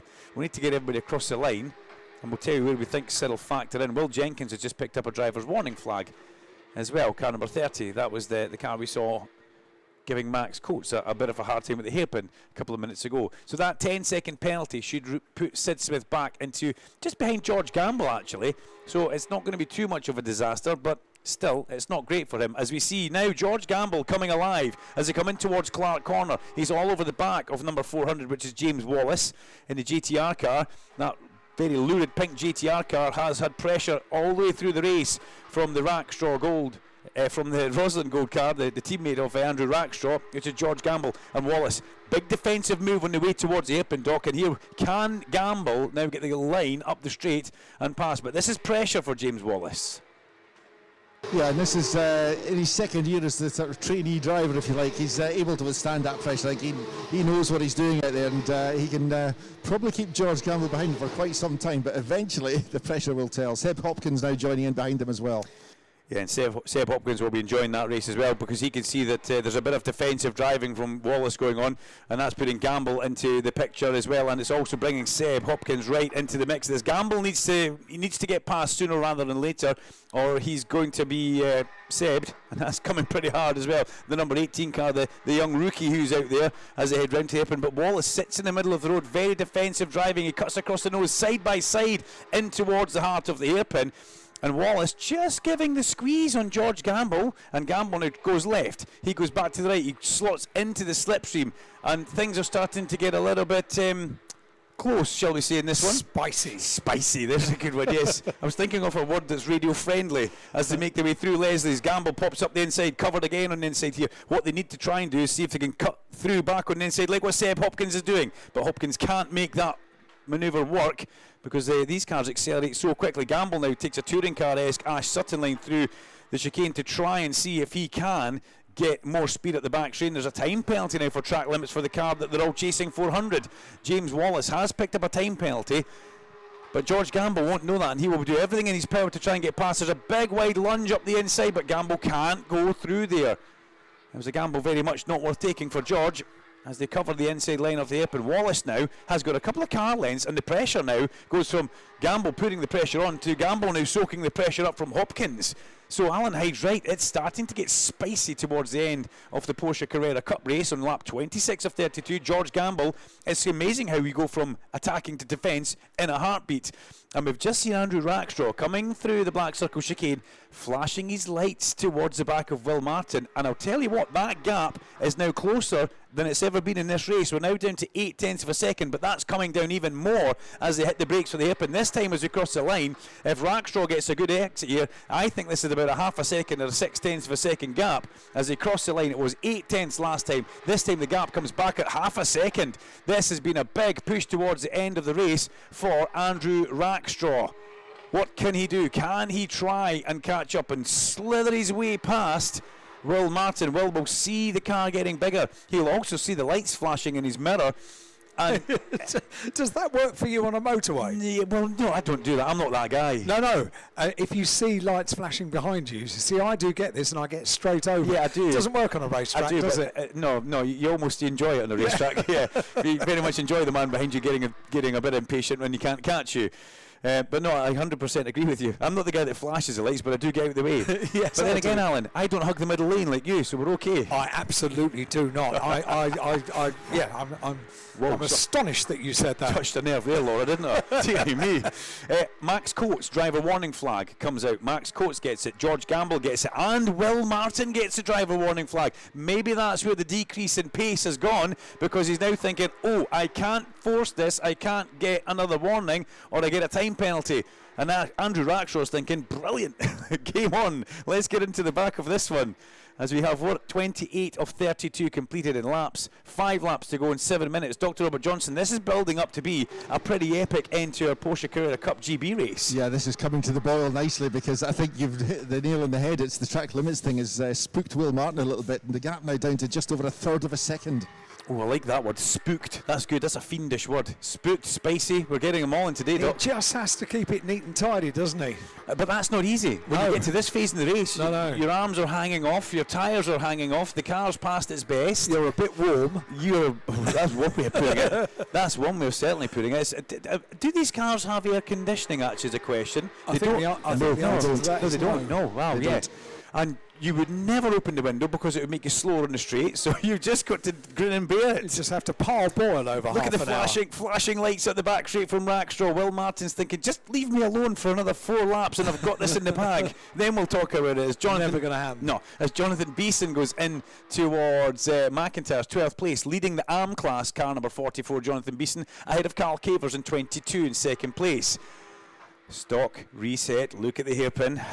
This is going to be a good couple of last laps as Will Martin is under pressure. He crosses the line. His last lap was 1/10 of a second slower than Andrew Rackstraw. Whenever you see Rackstraw, he's constantly on the high beam button or whatever he's doing to try and put off the man ahead of him. And the Rosling Gold car by Century Motorsport now all over the back of the Eden Motorsport car as they come down through Butchers over the crest of the chicane. And watch the headlights as they come through the chicane here just as you land. Will he be on the flashers again? No, he's not. He's just focusing on being right in the back of this car. He'll be able to now pick up, his senses will be heightened. He'll be smelling the exhaust fumes. He'll be smelling the catalytic converter, the brakes. He'll be smelling the tyres as well. It's incredible how heightened your senses actually get as they go in towards the hairpin. Lap 30 of 32 about to be complete, but Andrew Rackstraw is running out of time as they come up the crest of the hill past Dr. Robert Johnston. Will Martin, Alan Hyde said it, he's just got to keep it clean, and that's exactly what he's doing just now as they go over the crest of Duffus Dip. I haven't seen Will Martin abuse track limits in the last 4 or 5 laps ever since he got that warning. And he's noticing this himself as Rackstraw also is keeping it nice and clean and tidy, but he can possibly throw a little bit more caution to the wind. Lap 31 of 32 in towards Clark Corner. The gap stabilising at 0.4 of a second. If this is Will Martin controlling this race, Alan, this is an absolute masterclass in dealing with pressure. And all you have to do, very simple, don't make a mistake. Yeah. How simple is that? I love it, yeah. It's pretty easy when you see it, to actually execute that in front of this bumper Under crowd. that pressure, it's a hugely difficult task. It's me, you've got everybody watching you as well. Aidan Moffat highlighted that yesterday as we Yeah, go across the that's true. line. Final lap of the race. No board on the start line, but this is the final lap, we're being told on the television TSL timing screen. 1 lap to go. Has Andrew Rackstraw got anything in him? Hopefully the team have communicated that with him as he makes his way down through Butchers up towards the crest of the chicane. And this is where Will Martin just looks so neat and tidy. He carries his speed well through the chicane. He doesn't run wide. He breaks for Clark Corner using all the track and just not a little bit more actually. So neat and tidy the Clarks, as both the drivers are, and they head round towards the apron. This is the final attempt to try and squeeze past on the inside as they come to the apron. Here goes Rackstraw from a long way back, but it was just, if anything, to show Will Martin that he was there. As we come up, the checker flags made ready, and Will Martin takes victory in the Porsche Carrera Cup from Andrew Rackstraw, and that was a beautiful race, controlled and dealt with the pressure so well. Sid Smith finishes third on the road, which will put him back on corrective time, and Angus Whiteside will step on the podium with third overall. James Wallace comes across the line in fourth, and George Gamble in fifth place, and Seb Hopkins, best of the rookies, and up there in fifth place. The Pro-Am battle will be finished off by Oliver White, who finishes sixth, and he'll be delighted with that one, ahead of Wallace and Smith as well. Wallace being put back into seventh place after his time penalty on corrected time. But it's all about Will Martin, who wins that race, and he does it in style, soaking up the pressure, and he also takes the fastest lap of the race with a 49.024 from Andrew Rackstraw and Angus Whiteside. The Pro-Am race, well, in sixth place, car number 94, was Oliver White, and he takes Pro-Am winning honours ahead of Josh Stanton and Will Jenkins. Stanton and Jenkins 9th and 10th, so yeah, a little bit of a jump there for Oliver White. And the Am class was won by Jonathan Beeson in car number 44 and 12th, ahead of Carl Cavers in 13th place. But that was a fabulous race. The only non-finisher, unfortunately, was Ollie Jackson after a bit of side-to-side contact going through the chicane. Fabulous. Hats off to Will Martin. Alan Hyde. Absolutely superb. What a brilliant race. 32 laps of absolutely thrilling Porsche racing. And the great news is we've got another one of those to look forward to at 3:15 this afternoon. I don't know about Will Martin. I'm done in with the pressure that he was under, and I wasn't even in the car. He was under a huge amount of pressure. Rob Johnston will be there in a couple of moments in Parc Fermé to get the thoughts and reflections of the drivers. Let's see if the championship standings come up on the screen for us as well, because that'd be something that would be a pretty good thing to cover. Max Coates will be happy finishing in 11th place in his Duckham's Yuasa Racing by Grays Motorsport, just ahead of his teammate who took the AM class honours. But the Porsches, well, yeah, the championship standings now see Will Martin with a 4-point lead over Andrew Rackstraw, so that has closed in quite considerably for the pro standings. Will Martin, Andrew Rackstraw and Angus Whiteside. So it's all closing up at the top there. The AM division, Max Coates with a 1-point lead over Oliver White after that race. Oliver White winning that one, will be delighted with that. And the AM driver, Jonathan Beeson, with a 17-point championship lead as they head into the next round, round 10 at Knockhill. As we now look across to see our holding area filling up with F4 cars and wait for Dr. Robert Johnson. Yeah, just making my way around. That was an epic race finish. It really was. Porsches always deliver here at Knockhill. Rob Johnston will get the reflections of the drivers down there in Parc Fermé in just a couple of moments here on Toka Live. Expert commentary, interviews and behind-the-scenes insights. This is the sound of the BTCC weekend. Toka Live. And as we wait for the drivers to get out of the cars down in Parc Fermé, Rob, interrupt me as soon as you like. Well, I have Andrew Rackstraw. He's just getting cooled down after getting out of the car. Andrew, that was so close, but so far. Yeah, it was super close. At the beginning, Martin created the gap. We couldn't have an answer to that. But then more midway through the race towards the end, we were, I think, had the stronger package. We just couldn't make it the pass. It was super close, but I'd rather take the points than do something silly, and we'll see next race, give it all over again. Yeah, and car lasting well, tyres lasting well through the distance in this heat. Oh yeah, it was great. I think the driver less so, but I'm used to South African heat, so this wasn't that bad for me. But yeah, thank you to the team. They did an incredible job, and we'll see what the next race has. Yeah, well done. A good podium position. It kept us on our toes when you got within a third of a second just at the closing stages. Good. I'm glad I'm making it fun for the spectators. That's obviously the most important thing. So hope everyone's having a great day. Yeah, I'm sure we all are. It's fantastic watching you guys out on track in these cars. Well done. Appreciate it. Thank you. Right, so that was Andrew Rackstraw. So Will Martin is the next guy we need to quickly speak to.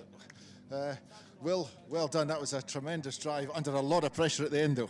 Yeah, definitely. I think I used most of my tyres up at the start to go and get fastest lap and a bit of a gap. But, you know, it obviously paid off. Just had to keep it consistent at the end so Rackstraw couldn't get through. We saw the black and white warning flag for track limits coming out just before the end. Was that a bit of a distraction for you? Yeah, definitely. I definitely played it a little bit safer after that. Obviously, that would have helped Rackstraw catch up. So, yeah, all in all, really happy with how that went. Let's see where we are for the next one. Great stuff. Well done. And we'll look forward to seeing you in race 2 later on. So next man to speak to is going to be Angus Whiteside, who is going to be third on the podium. He's in the number 52 car. Angus, slightly distant to the leading battle, but you must be happy to be on the podium.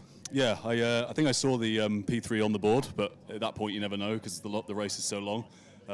Smith put up a good fight, and I wish I got him. I almost did, but he didn't make any mistakes. Or if he made a mistake, I made one afterwards. So, yeah, well, it's not the way I want to win, but hey, we're on the podium, so you got to count it. Well, you kept it between the pipelines, so that's what it's all about. Yeah, exactly. Thank you very much. Yeah, well done. We'll see you on the podium in just a moment. We'll get these guys dragged along there. But that's the top 3 overall in the Porsche Carrera Cup GB race. First of 2 races for the Porsches, and I'll get back to you very shortly, Alan, once we've got them herded towards the podium. Thank you, Rob. We've got plenty to keep us busy here on Toka Live because your messages on WhatsApp have been coming in all morning, and I'm going to try and get through as many as we possibly can today here on Toka Live on Radio Knockhill. Gary from Halifax is a huge Charles Rainford fan. Looking forward to seeing what he can do from pole position. First time here, and wow, what a circuit. Gary, it's great that you made the trip up here to Knockhill. Every year I try and encourage people so much to come up to Knockhill, and with sunshine and weather and the beautiful scenery that we have, what a day to do it. So Gary, you are more than welcome.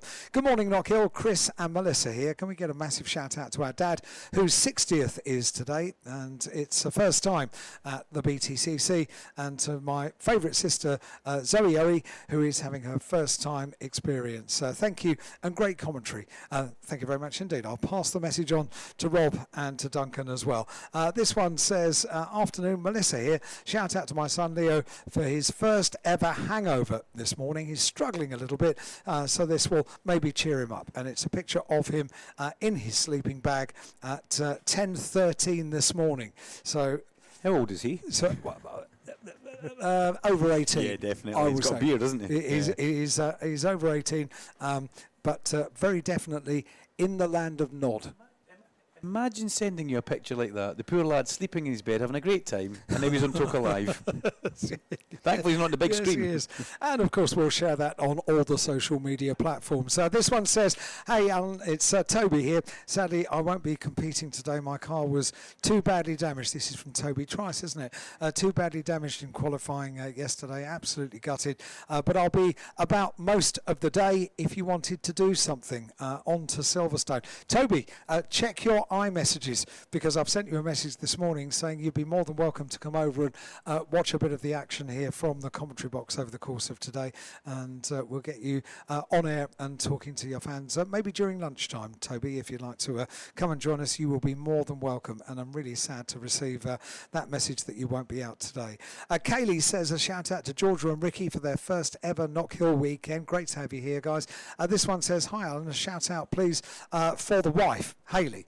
We've travelled up from Bedfordshire yesterday to see our Napa racing team. Come on, Ash Sutton. Thanks from John. Well, I'm pretty sure that you saw plenty of videos of Ash Sutton from qualifying yesterday. It was an explosive moment with him up on 2 wheels, looking for all the world like he was riding a British superbike here at Knockhill. And then Ash was able to, during an interview with Louise Goodman for ITV's live stream was shown the replay, and even Ash's eyes went a little bit wider down in the garage as he reviewed what was actually happening from outside the car rather than his point of view from inside the car.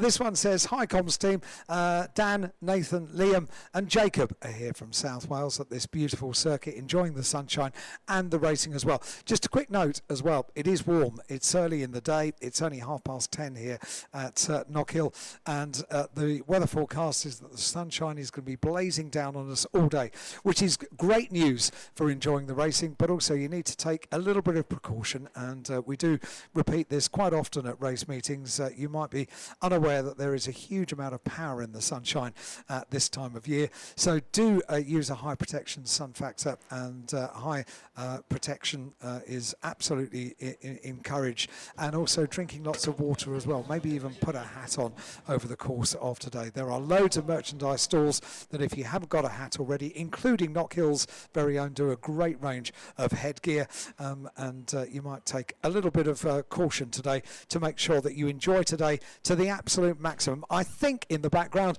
we're ready with a podium and Rob Johnson. We'll see if we can fit this in live, Alan. You can correct me if there's any cars coming on track. You'll be fine. Live. So first of all, we'll get up on the podium and we'll welcome to the podium the head of motorsport for Porsche Cars UK. So James will do the presentation honours, and we'll start with presenting the awards to our AM drivers. So winning the AM class today was number 44, Jonathan Beeson. If Jonathan's around anywhere.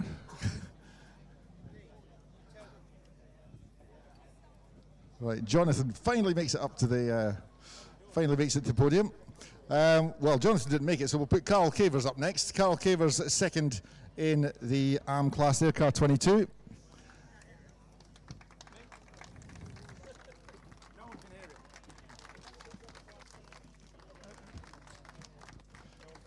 Right, we've got a, would you believe we've got a technical problem? Yes, we've got it now. Right, the podium is switched on so we can actually hear now. So Jonathan Beeson and Carl Cavers first and second in the AM class.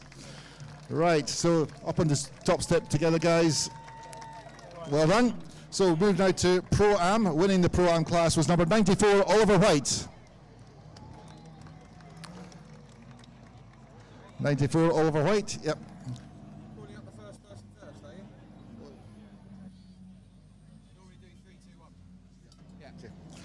Right, apologies folks. Right, Pro-Am, number 30, Will Jenkins was in third position.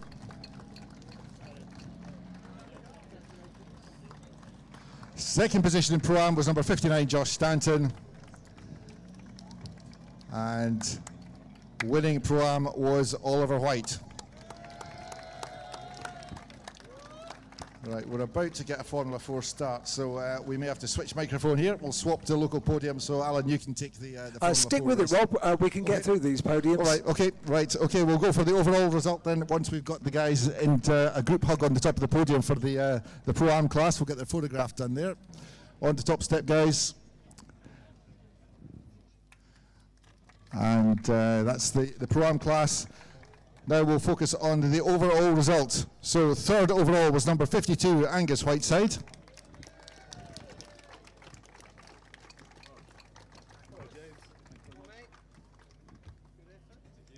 Second overall was number 40, Andrew Rackstraw.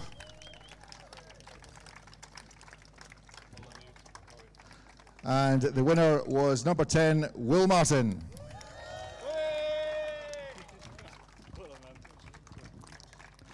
Will's fourth win of the season as he takes the top step of the podium, receives a trophy, and then we'll get the winners picture together on the top step, and that completes the podium presentation. But we've got one important job to do, which is to draw the grid for the final race. So the race winner will make the ball draw here. So it's Will Martin will choose where he's going to start, and it could be 4, 5 or 6 coming out the hat, and it is 6.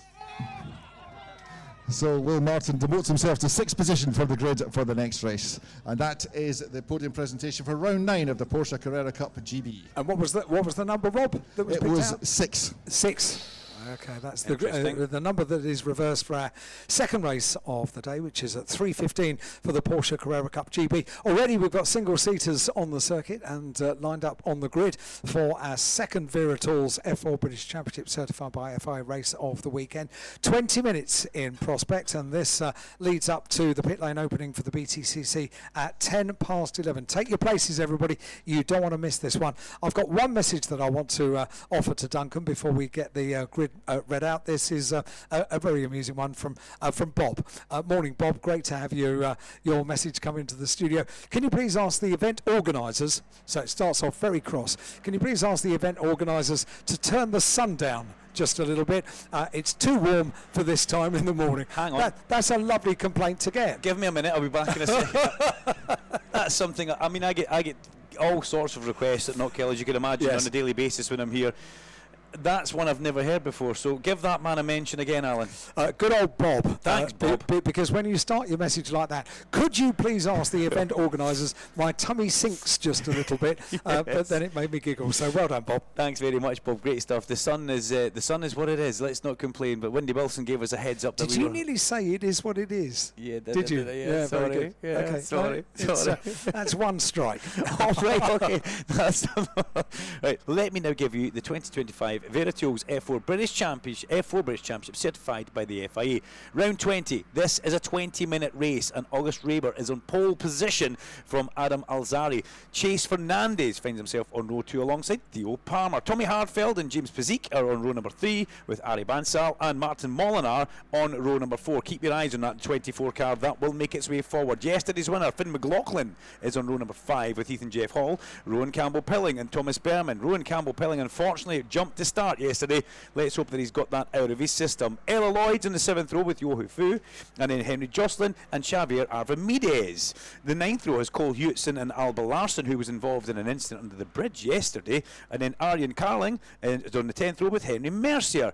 Hameen Sadiq is alongside Guy Albag, and then Joe Smith on the back row off the grid in his high-tech TGR number 2. Yes, that's one strike for me. You were, I think yesterday at this point, you were already up at 3, if I'm not mistaken, but it was for something else. You took strike 1, I took 2 and 3 within because of moments of each other. this race. Because of this race. Because there's somebody in this race with a brother. Who has a brother in Formula 1, yes. Who will remain nameless until lap 10. And the brother who drives in Formula 1 is not driving in British F4 this weekend. His brother is. And he's also not in my phone book, as you thought he was. Yeah. Very good. As you thought he was. 20-minute race, so can Finn McLaughlin do exactly what he did yesterday and take a very, well, I'm saying a dominant victory, but it was actually, it was a tricky race because there was a long hold with the red lights at the start of it, and unfortunately Rowan Campbell-Pilling just disappeared when the red lights were still on. And the thing is, a jump start's a difficult thing because the emotions that go through the car can creep forward as well. Even when the clutch is fully engaged, they still have a little bit of creep, and you can't pull the revs back because if the lights change and you're not on the revs, you then become a sitting duck, and also there's a possibility of stalling, and we don't want anything like that happening. So let's hope we get a nice clean start for round number 20 of the Vera Tools F4 British Championship certified by the FIA. And here we go. Finn McLaughlin just in the wrong place here, rolls back out of his grid slot and then tries to almost come back. Look where Finn McLaughlin's got to start from. That's a proper hill start in that Red Bull car. It really is, and single-seaters are notoriously not that simple to get off the line. Oh, so here we go. We get the revs up. Red lights on. Long hold. And away we go. It's a long hold, and it's not a good start from the pole man. It's a terrible start from Raber, and it's Alzari who will lead down towards turn number 1. James Pizik also was a bit slow off the initial get-go for that one as they make their way in towards turn number 1 and 2. They've already gone through Duffus Dip Leslie's into McIntyre's. There's somebody across the grass. Oh, there's contact on the exit of turn number 3, McIntyre's. And that was 2 cars at the back. I think there's 3 cars involved in that. One of the cars is definitely Alba Larson. It's our camera car, typical our camera car, unfortunately there.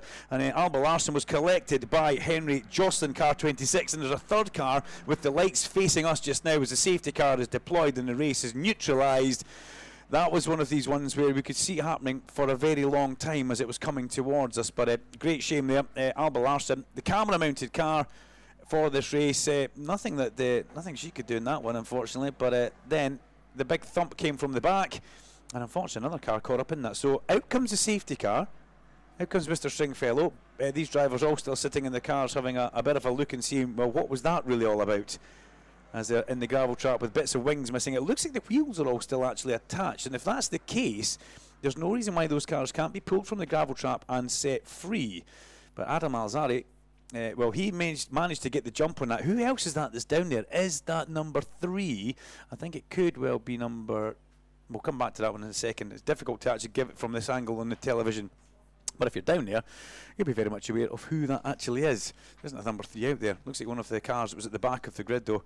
Let's hope it's not Joe Smith who was on that last row of the grid. It's car number 7 actually. It's Thomas Behrman who's down there as well. So Thomas Behrman's been involved in an incident through no fault of his own. He's been collected in that, Dr. Robert Johnston and Alan Hyde, and Thomas already out of his car. So great shame for him. Here's a bit of a look and sees what's going on. I would imagine we will pick up a replay on the big screens for you guys around the track side in a minute or two. We're just signalling a lift is required there. The Chris Dittman Racing blue car, the number 14 car of Alba Larson. Alba's still sitting in that car because thinking, well, maybe he could get out the gravel here and get some mileage ahead of the next race that we will have today.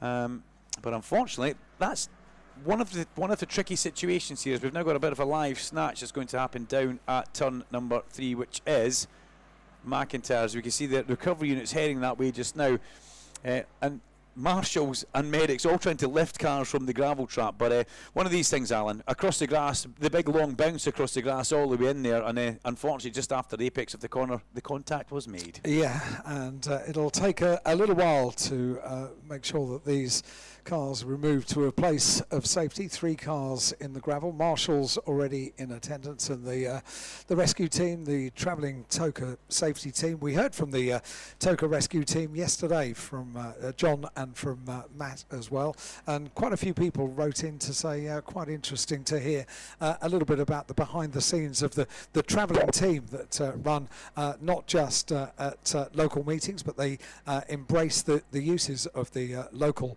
rescue teams, but the Toka team that travel up and down the country under the control of Martin Hunt with the rescue side of things, and Dr. Paul Trafford, the Toka medical director, and they travel to each and every one of the rounds of the BTCC for all of the touring car races and all the support races as well. Huge amount of equipment travels up and down the length and breadth of the UK to cover all 10 meetings for the BTCC, and they do a super job. So they're in attendance. A few more messages are possible to get on air in this brief safety car interruption. Another great day with my daughter Ava.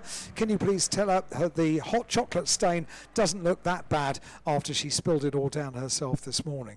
I'm sure it doesn't look too bad. You're getting Duncan a replay. Yeah, replay on the screen. This is Alba Larson. Keep an eye on this. Is her camera mounted car in towards McIntyre's area. She goes over the crest of Duffus Dip, doing nothing wrong, through Leslie's. You can see somebody down the escape road. The accident's now happening behind and about to get collected here by an incoming car. Great shame. No fault of the Chris Dittman racing car, but one of these things. The replay again on the big screen. You'll be able to see it all unfolding in front of us here. I want to know how Thomas Behrman was involved in this actually. Does Behrman get caught initially? Does he get caught first? No, Behrman incident was completely separate from that one. Behrman tripped over somebody all by himself on the exit off that corner, so he wasn't actually involved in the 2 cars which came together in the gravel trap. So great shame for Thomas there, Alan. So easy to happen when it's all happening around you, isn't it? And that's exactly what we've just seen. It's one of these things, especially with single-seaters. Now, just have a watch of the screen again. You'll see the bottom down here, the Thomas Behrman incident, as he actually gets through past the incident. He's coming through the heart of the corner now on the outside of one of his teammates. I think it's a teammate, just trips over on the exit. So.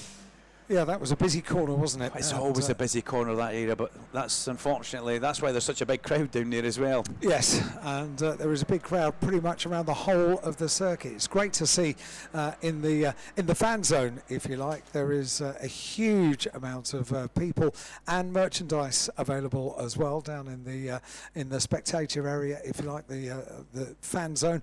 And exactly as Duncan predicted yesterday, cars parked up on the grass of Knockhill as far as the eye can see. The Knockhill team doing a great job to get all of these cars and vans and campers in and get them all neatly parked up today. And in the sunshine, don't they look cool? And it's great to see an absolutely bumper crowd here at Knockhill. If you are just arriving, a very good morning to you, a very warm welcome to Knockhill Race Circuit for 3 rounds of the Quick Fit British Touring Car Championship and all of the support races as well. You can get in touch with us on WhatsApp on 07482 877 877 with your first name and your message to 07482 877 877 on WhatsApp only for that number, and that's a direct line into the studio. And what this does, Alan, while this safety car is still on track with Scott Stringfield at the helm and a lovely Lotus, the clock doesn't stop. The clock remains, so we're probably going to get a 10-minute dash at the end of this one, which will take a lot of these youngsters back to their karting roots, and that's exactly where they've all come from. You know, in the F4 paddock, there's such a great camaraderie because a lot of these drivers have come from karting where they've raced together. They've maybe done a bit of Genettas in the past, but they all find themselves in F4 and they'll know each other. They'll have raced each other for so many years in karting scenes. And the teams are like that as well. You know, these are proper teams that we have here. And it's great to see the camaraderie down there in that I'm going to say other paddock 2. They really do enjoy this. But this 10 minutes that I think we'll be left with will be a fairly interesting and frantic battle. We have a very well-respected listener today listening to our coverage of the F4 race. And it says, thank you for blessing me with your commentary today. That comes from Abby Pulling. So great to have Abby listening. Hey, Abby. And thank you very much indeed. Abby knows exactly how to get on air. Make a compliment. Yeah. It's as simple as that. And Abby, who is doing great things in her motor racing, having competed in British F4 and doing great things, and now competing on the international stage. And great to have you listening. Hi to Abby and to Alice as well. This one says, just want to give a shout out to the Chris Dittman racing team. Good luck to you all, as it's my drop round, taking advantage of a bit of sun in Zante, but still listening in, from Charlie. Thank you, Charlie, and family as well, and good to have your message coming in on WhatsApp. Please can I give a shout out to the Clark family from Nottingham, having a great day in the sunshine. That's Ethan, Isaac, Leanne and Anthony as well. And this one says, could we have a shout out for the A team from Comrie? We've had a cracking weekend camping. Massive thanks to all of the Knockhill staff and volunteers who make this event happen. Now come on, Jake Hill and Robo, we're a little bit divided, but okay, well, you can cheer for your favourite drivers this weekend and offer your support on Toka Live as well. I saw both of those gentlemen this morning. Spoke with Jake very quickly and Robo as well. I think Robo's trying to put behind the disappointment of yesterday, Al, and he needs to do that as moving in towards the touring cars, which you know, we've got F4, then BTCC pit lane opens for the Quick for British Touring Car Championship race after this Vera Tools British F4 Championship race. So don't go anywhere, stay trackside. The lights are still on the safety car. We are almost completed with our clean-up down there at turn 3 McIntyre's, which is great to see as we look across there. Fabulous work from all the marshals and the recovery teams in that area. Thank you very much for the marshals and the recovery teams for being here.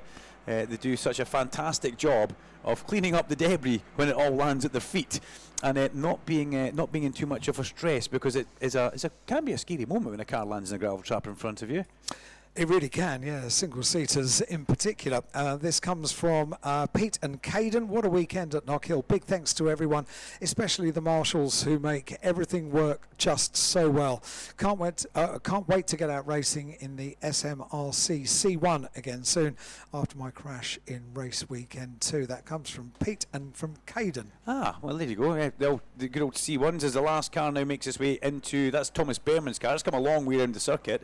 He's now into the rallycross loop on the inside of Hislops. Now, the safety car lights are off. The safety car has gone. We're now under the control of Adam Alzari here at the helm as he weaves in towards the hairpin. Now, this is how a safety car restart should be. This is how cars should look as they make their way in towards the hairpin, Alan. Nose to tail, not an inch between them. Absolutely brilliant. And they come through the corner, and Adam drops the foot onto the loud pedal, and away he goes. And it's a line astern as we get into the last 9.5 minutes of this race. This, ladies and gentlemen, will be a bit of a firecracker as we go in towards Duffy's Dip. It's Adam Alzari who leads from August Raber, and then Chase Fernandez in a very, very looking aggressive third place. Tommy Hartfeld with James Pasique in there as well. Let's hope they all get through turn number 3 this time, and they do.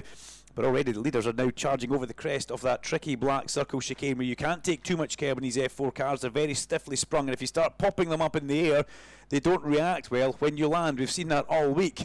And track limits, well, that's clearly just been forgotten about by everybody in the F4 Championship, as they're using as much of the curb coloured red as they possibly can, heading round towards the hairpin. But here we have the end of the restart. It is still Alzari who leads at the front up towards Dr. Robert Johnson in the pit lane as they all fly past line astern. Yeah, tremendous noise as they go over the brow of the hill. Time screens watching the TV coverage, because of course, as you said, Duncan, this is the very short dash for the cashier. 8.5 minutes left on the clock. This is where they actually have to be well and truly up on it here.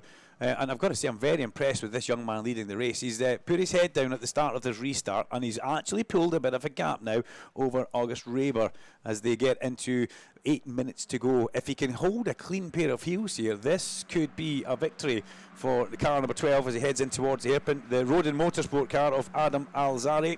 Looking strong as they come through the hairpin. Let's have a little bit of a look for Finn McLaughlin as there's a change of position. I think that's Jimmy Pezik who's gone underneath Tommy Hartfeld as they come through the apex of the hairpin. And look at that, nose to tail. That is what we class as bump drafting up the main straight, and that's not advisable in F4 cars because these front wings and nose boxes aren't the cheapest thing to have. But Hartfield very much pushing all the way up the hill there, and Hartfield and Fernandez it was changing position actually as they make their way now down through the twistier part of the circuit. And this is Ella Lloyd that we're looking at, the McLaren backed car. Ella Lloyd finds herself in 11th place just now, up 2 places from the start. Ahead of Ethan Jeff Hall, who's actually dropped 2 places. The Mercedes junior driver in a little bit of trouble and strife, hasn't had the best of second races. The first race was good, but the second race at Knockhill this weekend, not so on Sunday morning. It's starting to close up a little bit at the front though. Raber getting his head down, getting his teeth into the back of Alzari, and Hardfield, got to say, very impressed with the Hardfield overtake, and Fernandez. Then we've got Jimmy Pezik ahead of Arne Bansal, Theo Palmer, and Martin Molinar still in 8th place, and Finn McLaughlin down in 9th place just now. McLaughlin in 9th place, started in 9th, and I'm pretty sure he's not going to finish in 9th, but he won't want to risk too much. Yesterday's race one winner as they're side by side through the apex of McIntyre's turn 3. Somebody decides to run all the way down the gravel trap and rejoin, and that's Joe Smith. Joseph back on the track now. That was a manoeuvre up the inside, then run out of road on the second part of McIntyre's. A very brave manoeuvre through Leslie's, up the inside, and actually locked a wheel up on the way in, bounced over the apex sausage curb, and that made the car just kind of bounce its way off the track, almost walked off the track from wheel to wheel into the gravel trap there. You will certainly feel that one inside the car. 6 minutes to go. Fastest lap of the race, Adam Alzari with a 49.041 from August Raber and Tommy Hartfield. Chase Fernandez in 4th, Jimmy Pezik in 5th place, Arne Bansal, the 46 car in 6th. Martin Molinar and Theo Palmer, well, they're swapping positions as we have a look back towards the replay on the big screen. A huge lock-up further back down, and that was Martin Molinar. With that lock-up on the front right wheel, he then tries to, even though he executed the overtake, tries to cover it on the exit, as we see Finn McLaughlin side by side in the braking zone in towards Clark. He was just a little bit back. They're not quite side by side, but putting pressure on Rowan Campbell-Pilling at this point, and that's because Rowan Campbell-Pilling is now ahead of Finn McLaughlin. McLaughlin back into 10th place. Campbell-Pilling with the huge lock-up in towards the hairpin on the front unloaded wheel this time, and all these drivers snatching wheels. Mind you, it's not a long race. Black and white flag for car 2 and car 24. 24 is Martin Molinar, and car 2 is Joe Smith. So they've used too much of the track limits as McLaughlin tries to push the Control-Alt-Delete button, tries to reset because he's dropping positions here, now down to 10th place. And yesterday's winner, well, in that Red Bull backed car, he'll be trying to get himself further up, but with only 4 minutes to go, or 5 minutes to go in this race, he's starting to run out of time, and he's coming under pressure now from Ella Lloyd, and Ella in a strong 11th place, and then it's Ethan Jeff also. Yeah, in a middle pack of very fast cars, it's where Finn McLaughlin is just now. But Adam Alzari at the front has put a bit of time now into the chasing car of August Raber. It was 0.8 of a second across the line. It looks slightly bigger than that now as they go across the line. Yes, it's 1.1 seconds. So Alzari, Dr. Robert Johnson, has managed to put a good lap in there, even though the fastest lap of the race goes to Tommy Hartfeld last time round. Yes, interesting that the top rookies way down in 8th position. When you look at the quality names that are in the rookie class here, and the top one's only 8th, this is a different result from what we saw yesterday, very much so. Yeah, Theo Palmer, the first of our rookies, finds himself in 8th place, and remember Theo was started 4th on the grid, and he's just the shuffle has been pretty strong at the start of this race, which puts him just out of position a little bit. A lot of people are starting to take liberties through the black circle chicane. They're starting to use more and more curb because they've probably just realised there's a huge lunge at the hairpin. That's Tommy Hartwell goes up the inside. And he's making all his manoeuvres at the hairpin. That was a strong one. He goes into 2nd place. Tommy Hartwell goes past August Raber, but they're realising they're running out of time, so they're starting to be brave going through the chicane. And Hartwell, though, that was a very, very strong manoeuvre. I think we'll see a replay on the big screen. He came from a long way back. I think he basically caught August Raber napping at that part of the circuit. He was maybe more preoccupied on making sure the downshifts were working on making sure he was on the perfect line. And out of nowhere, Hartwell comes up the inside, everything locked up, heads to the apex and block passes him. Lovely manoeuvre, actually. Thankfully, the Raber saw him coming in. But watch the big screen just now. Look at this from absolutely nowhere up the inside. And that's exactly what we've just said. It was a nice manoeuvre. And then he managed to defend that towards Duffy's Dip.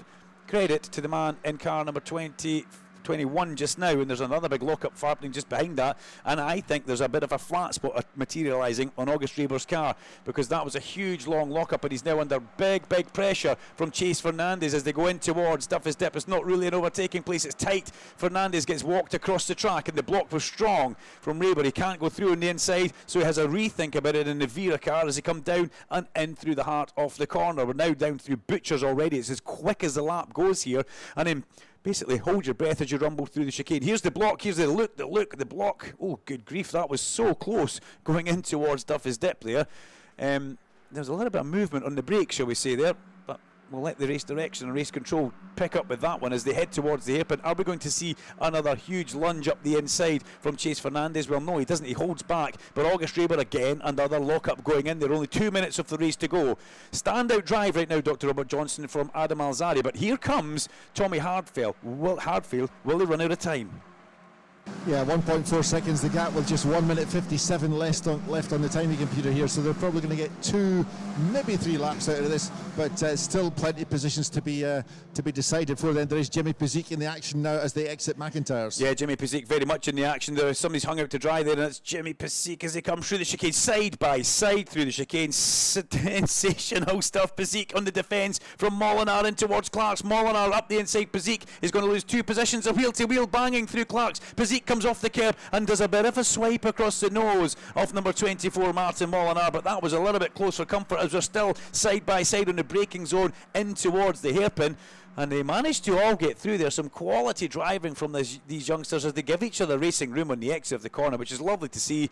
But now you have to hold your breath at Duffy's Dip because they're heading your way with a minute off this race to go. Puzik withstood that, but then they're side by side. It's car number 23, Theo Palmer on the outside. Up the inside of Theo Palmer goes Rowan Campbell Pilling, and he makes that manoeuvre work on the brakes going into Duffy's, which is incredibly brave.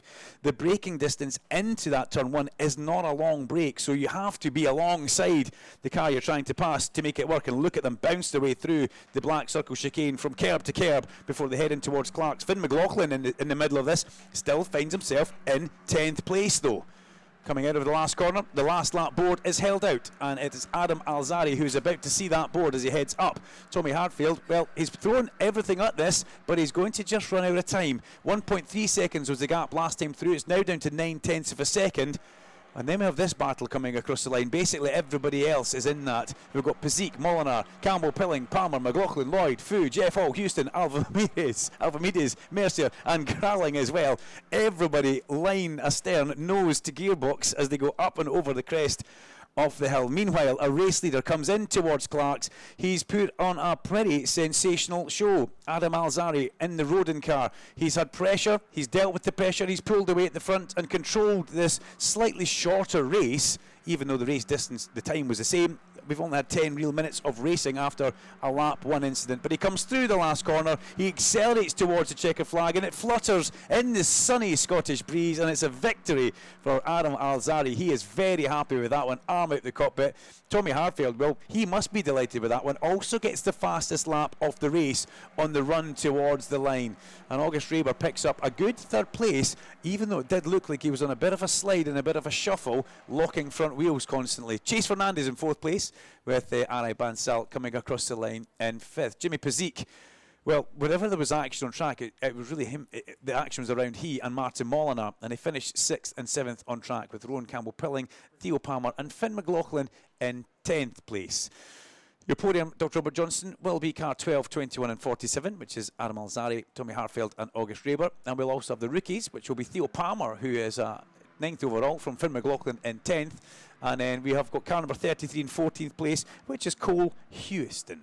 And we've also got the other class, which is the Challenge Cup out there. Tommy Harfield, 2nd overall in the Challenge class. Ari Bansal, he comes home in 2nd place in Challenge, 5th overall. And Ella Lloyd comes home in 11th overall to get 3rd place in the Challenge class. That was a classic Vera Tools F4 British Championship certified by the FIA. Slightly shorter than we normally expect, Alan, but still, it was packed with excitement.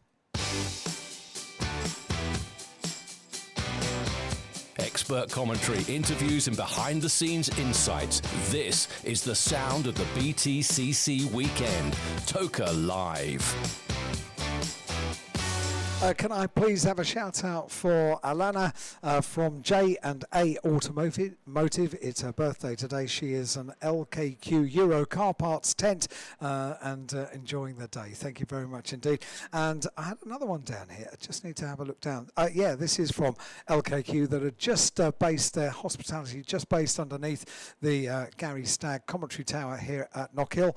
And it says, "Hi Alan, it's Jody from LKQ Euro car parts. Could you please do a huge shout out to wish Bob Moffat a big happy birthday for Tuesday from all of his family and everybody at 21 again, times 3 in brackets. Please encourage everyone who sees him to wish him a happy birthday. And that's for Bob Moffat, Aidan's dad, who is a huge character, a much loved character around the paddock here in the BTCC. And so if you do bump into Bob, then wish him a very happy birthday for Tuesday, and that will, I reckon, make him a very happy Bob, and we like a happy Bob, that's for sure. Hi Jody, and thanks for writing in. This one says, in fact we've got loads of them coming in as we speak. Majorly impressed so far. First time here, and what a circuit this is. Come on down Rowbottom. Thank you very much indeed to Charlie for that one. This is a shout out to Elaine, Kerr, Heather, Emma, Liam and Katie, our 2nd year at Touring Cars, enjoying another great weekend.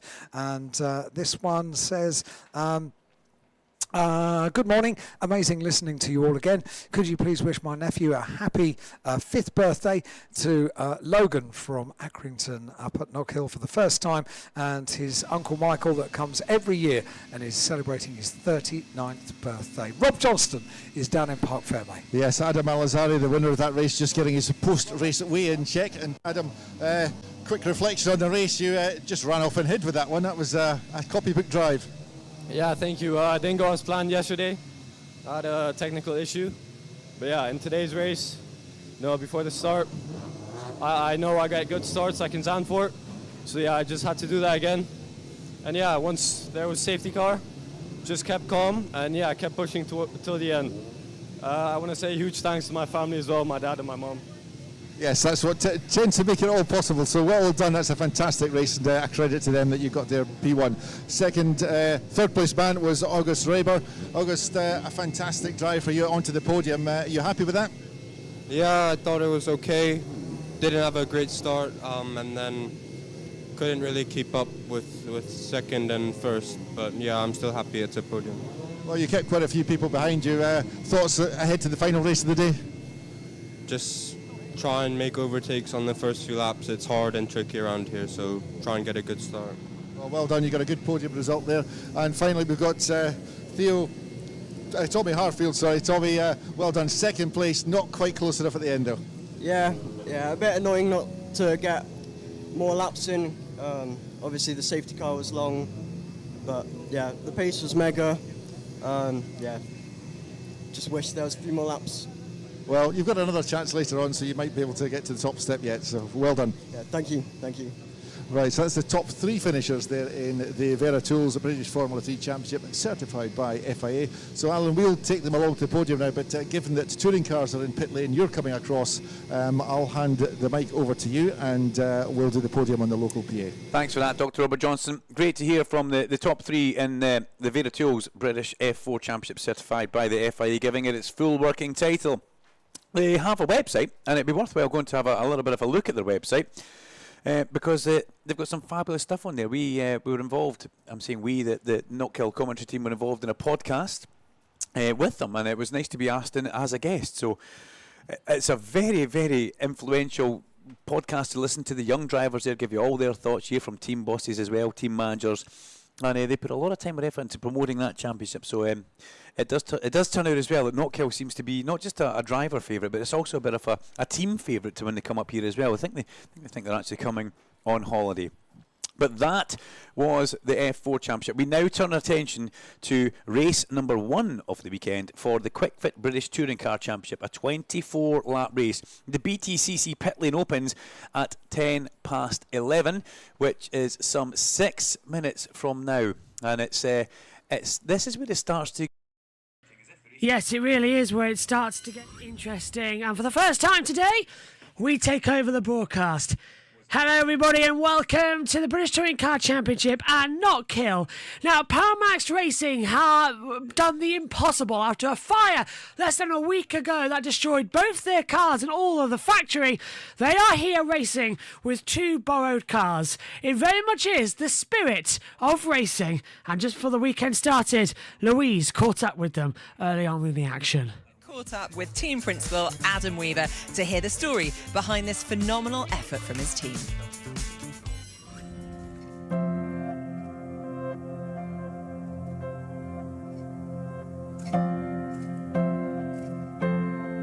What a week you've had. Just sum it up for us in a few words if you can. I don't know if there's any words that can cover it, Lou. I mean, I think in some ways we probably had the worst week of our life and the best week of our life. You know, we've gone from a catastrophic fire to seeing the best in humanity, really. I was getting a lot of telephone calls and messages saying there's a fire near your work, and after I'd got 2 or 3 of these, I thought I'd better jump in the car and go and have a look. But as I got closer and closer, I could see that it was actually us that was on fire rather than the fire near work, so that was pretty horrific to witness. To watch sort of 20 years of our working life burnt in 20 minutes was pretty painful, to be honest. The first thing that said, right, how do we get to Knockhill? You know, it was just a case of, for Mikey being back in the lead of the championship again, the Independence Championship after Croft, it was a case of we've just got to keep this going, we've just got to find some way of getting to Knockhill. Just started racking our brains as to where we could get cars from, and first one that sprung to mind, Roddy Patterson had told me that he'd bought the Scott Sumpton car from last year, and it was sat in his garage, and so that was my first telephone call, and without hesitation he was absolutely come and get it. The second one was Unlimited, and we managed to come to an arrangement where they'd actually effectively stand their car down and allow us to use it for this weekend. So ended up within a matter of hours and days back to 2 cars racing at Knockhill, and then worrying about where we find all of the kit to actually work on these things. We've had guys here till God knows what time. I think last night was probably the latest. I think I actually managed to get into bed about 2:15 this morning. Alarm went off just before 6. The effort that everybody has put in to get here, and I mean everybody, is just incredible. We've still got some learning to do. Cars are new to us. We've obviously had the Astras for some time. But yeah, let's not, you know, joke about it. We would like to be successful. I knew it was going to be emotional anyway, seeing the cars go out and sort of run for the first time, and they were all wrapped and looking pretty, but every single team owner, it looked like, and lots of the mechanics and the staff of the teams all came out and lined the pit wall and lined all the holding area, and were watching the car going round, and they were playing music to inspire us to cry, I'm sure, over the tannoy, and everybody was sort of clapping and cheering. It was very difficult not to shed a tear. Well, it starts me off just even thinking about it. I'm adamant, Lou, I'm not going to cry for anything less than a win.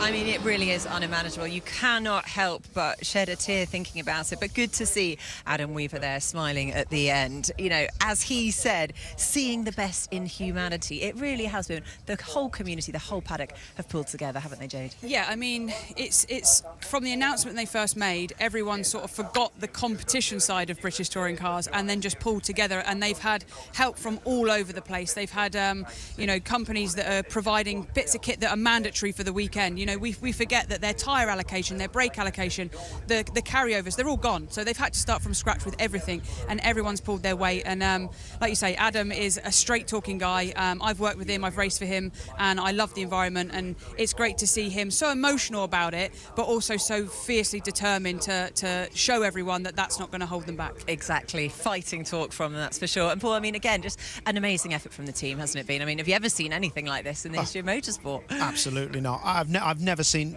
devastation like it. It's just horrific. But what I've got to say is the way everyone's pulled together kind of doesn't surprise me. But when you get into the intricacies of it, like Jade was saying, that's where I'm very surprised, because these are competitors as well, you know, that are trying to beat them. And to have that new Cupra car on the grid in a short space of time, get it to Knockhill in Scotland is unbelievable. A completely different car than the Astra. Yeah, well, this is the question, isn't it? It's all very well, they've got the car, so that's, you know, they've got a starting point, but at the end of the day, you know, even I was saying they've got no parts. They don't have a garage to operate from. How difficult is it for the team to get those cars in the right operating window, particularly at a track like Knockhill? Yeah, exactly that. Me and Jade were just talking off air. You know, I've been here as a one-off substitute driver in a car I didn't really know, and it is so difficult. Jade will tell you, you need the car, absolute trust in any circuit and the car, but here, where there is no room for error, you've got to be 100% committed and know what's going to happen with the car. And I've got to say, Doble did a brilliant job yesterday. That was a proper effort. If they get a reverse grid today, I will cry again. We're ready. We'll get the Kleenex tissues ready for you. It really is. We do wish them so much success this weekend. The points will hopefully come for them, and thank you again to the whole community and Paddock to getting behind them. Now, after the break, don't go anywhere, because it is, of course, our first BTCC race of the weekend. You'd be mad to miss it.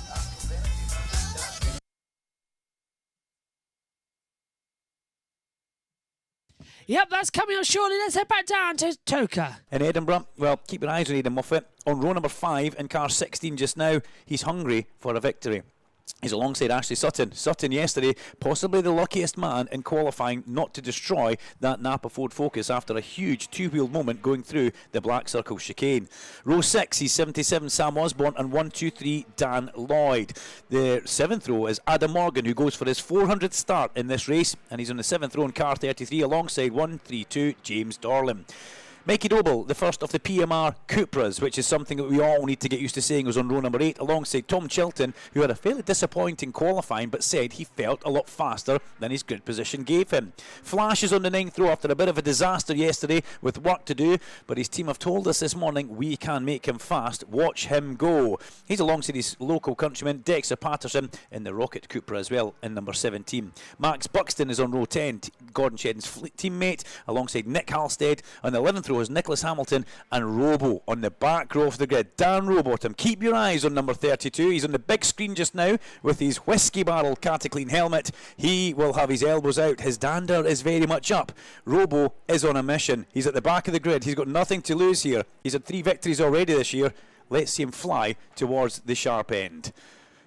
The grid now starting to populate with the cars as they make their way up, and a huge amount of guests also across there. And somewhere in the middle of that, ghosting his way down the pit wall, I can see in a white shirt, is none other than Toka Live's very own Alan Hyde. On his little legs, making it down the grid. I'm not going to start at the front of the grid because Charles Rainford will appear there. His twin brother, who looks like Charles Rainford so much, is already there and beaming from ear to ear on Charles's first. What he told us, he never got a pole position in Porsches, did he? And his first professional car racing pole position for Charles Rainford today. The BMW's had a quite super qualifying, and Charles goes past me now in his BMW. Jake Hill weaves his way through the centre of everybody, and so too does Darryl De Leon, who had a superb qualifying yesterday.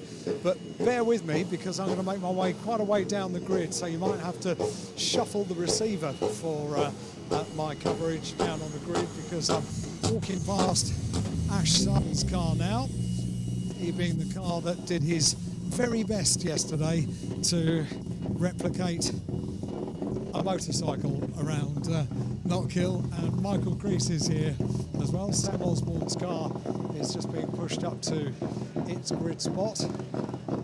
And you are a long way down, aren't you? You're at the pit entrance. Keep going up. I'm going to be just in front of the Knockhill hospitality area, and I know exactly where I need to be.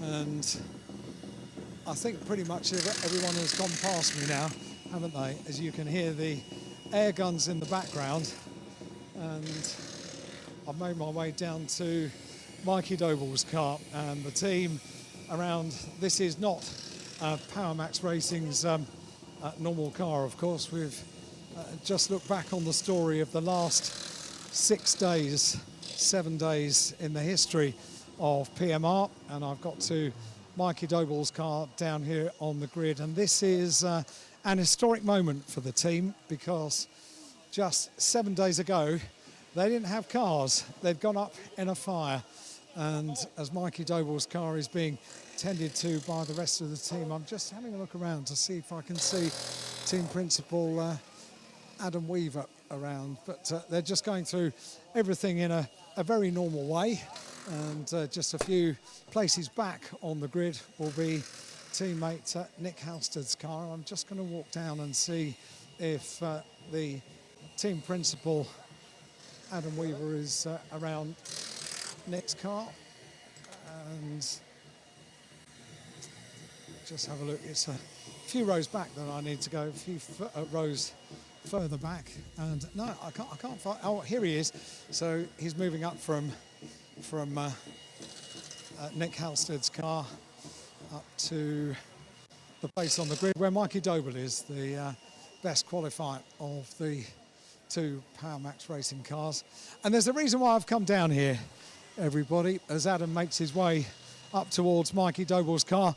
And with a bumper crowd here at Knockhill, I need your help on this one, because yeah, well, they'll have to have the help here, but let's head down to the grid then and rejoin Louise, who's down there. Thank you, Nikki. A beautiful day here today at Knockhill. A few better places for a motor race than Knockhill on a day like today. It's absolutely gorgeous. Front row lockout, in fact, front three places on the grid locked out for BMW. And it is Charles Rainford who took pole position. I'm happy to report that standing over there, you'll be happy to hear, is not Charles Rainford. That is his twin brother, James. You cannot tell them apart. But this is the racing driver, the one here in the car, taking his first ever BTCC pole position. I mean, Charles, you won. First time out at Brands Hatch. What's taking you so long with the pole? You know what? It's one thing winning a race, but to get a pole position is quite tricky in this championship. You know, you can sometimes get lucky with the way the cars fall to you. But yeah, to get a pole position, you've got to do that on outright pace. All right, I have full boost, but certainly I'm going to take it for my pole position. No, listen, it was an absolutely brilliant job, and you not only got the Goodyear Wingfoot Award for your pole position, you also got a very special trophy because you did your pole here from a very special friend. Just tell us about that. Yeah, you know, John's amazing. He's such a great friend, so it's an honour to get the John Cleland Award as well. It's going to go pride of place on the Mantle show. Say, John and I, he's been friends with my dad for years. We shared a car together at Goodwood many years ago, so to win that award from him and try and follow in his footsteps is, yeah, incredible. Something very special. Of course, the trophy that you really want, though, is another victory. I mean, you've got teammate alongside you, teammate behind you. What are your thoughts? It's going to be really about just keeping it clean for the opening laps whilst you get your tyres up to speed, isn't it? That's it, yeah. In that case, we'd say to keeping the tyres up to temperature, I'm in a fairly safe place, which is nice. I shouldn't be under a threat from a front-wheel drive car so early on. I think it's going to be a race of attrition, this. You know, 24 laps around here, you've got to go and jump through that chicane perfectly 24 times. So we'll see how it goes. I mean, the idea is hopefully we can get a BMW 1-2-3. That would be the goal, and just all the boys and girls, that would be a nice thank you back to them for all their hard work. Good stuff. Well done you. Well done for yesterday. Right, let's wander on down. So past Mr. De Leon, who had a fantastic yesterday. I mean, he was really quick, Darryl. He just didn't manage to get all of the sectors together. So, but he has got the The other place on the front row, and both of them have out-qualified their very illustrious teammate Jake Hill, who I'm happy to say is recovered, repaired.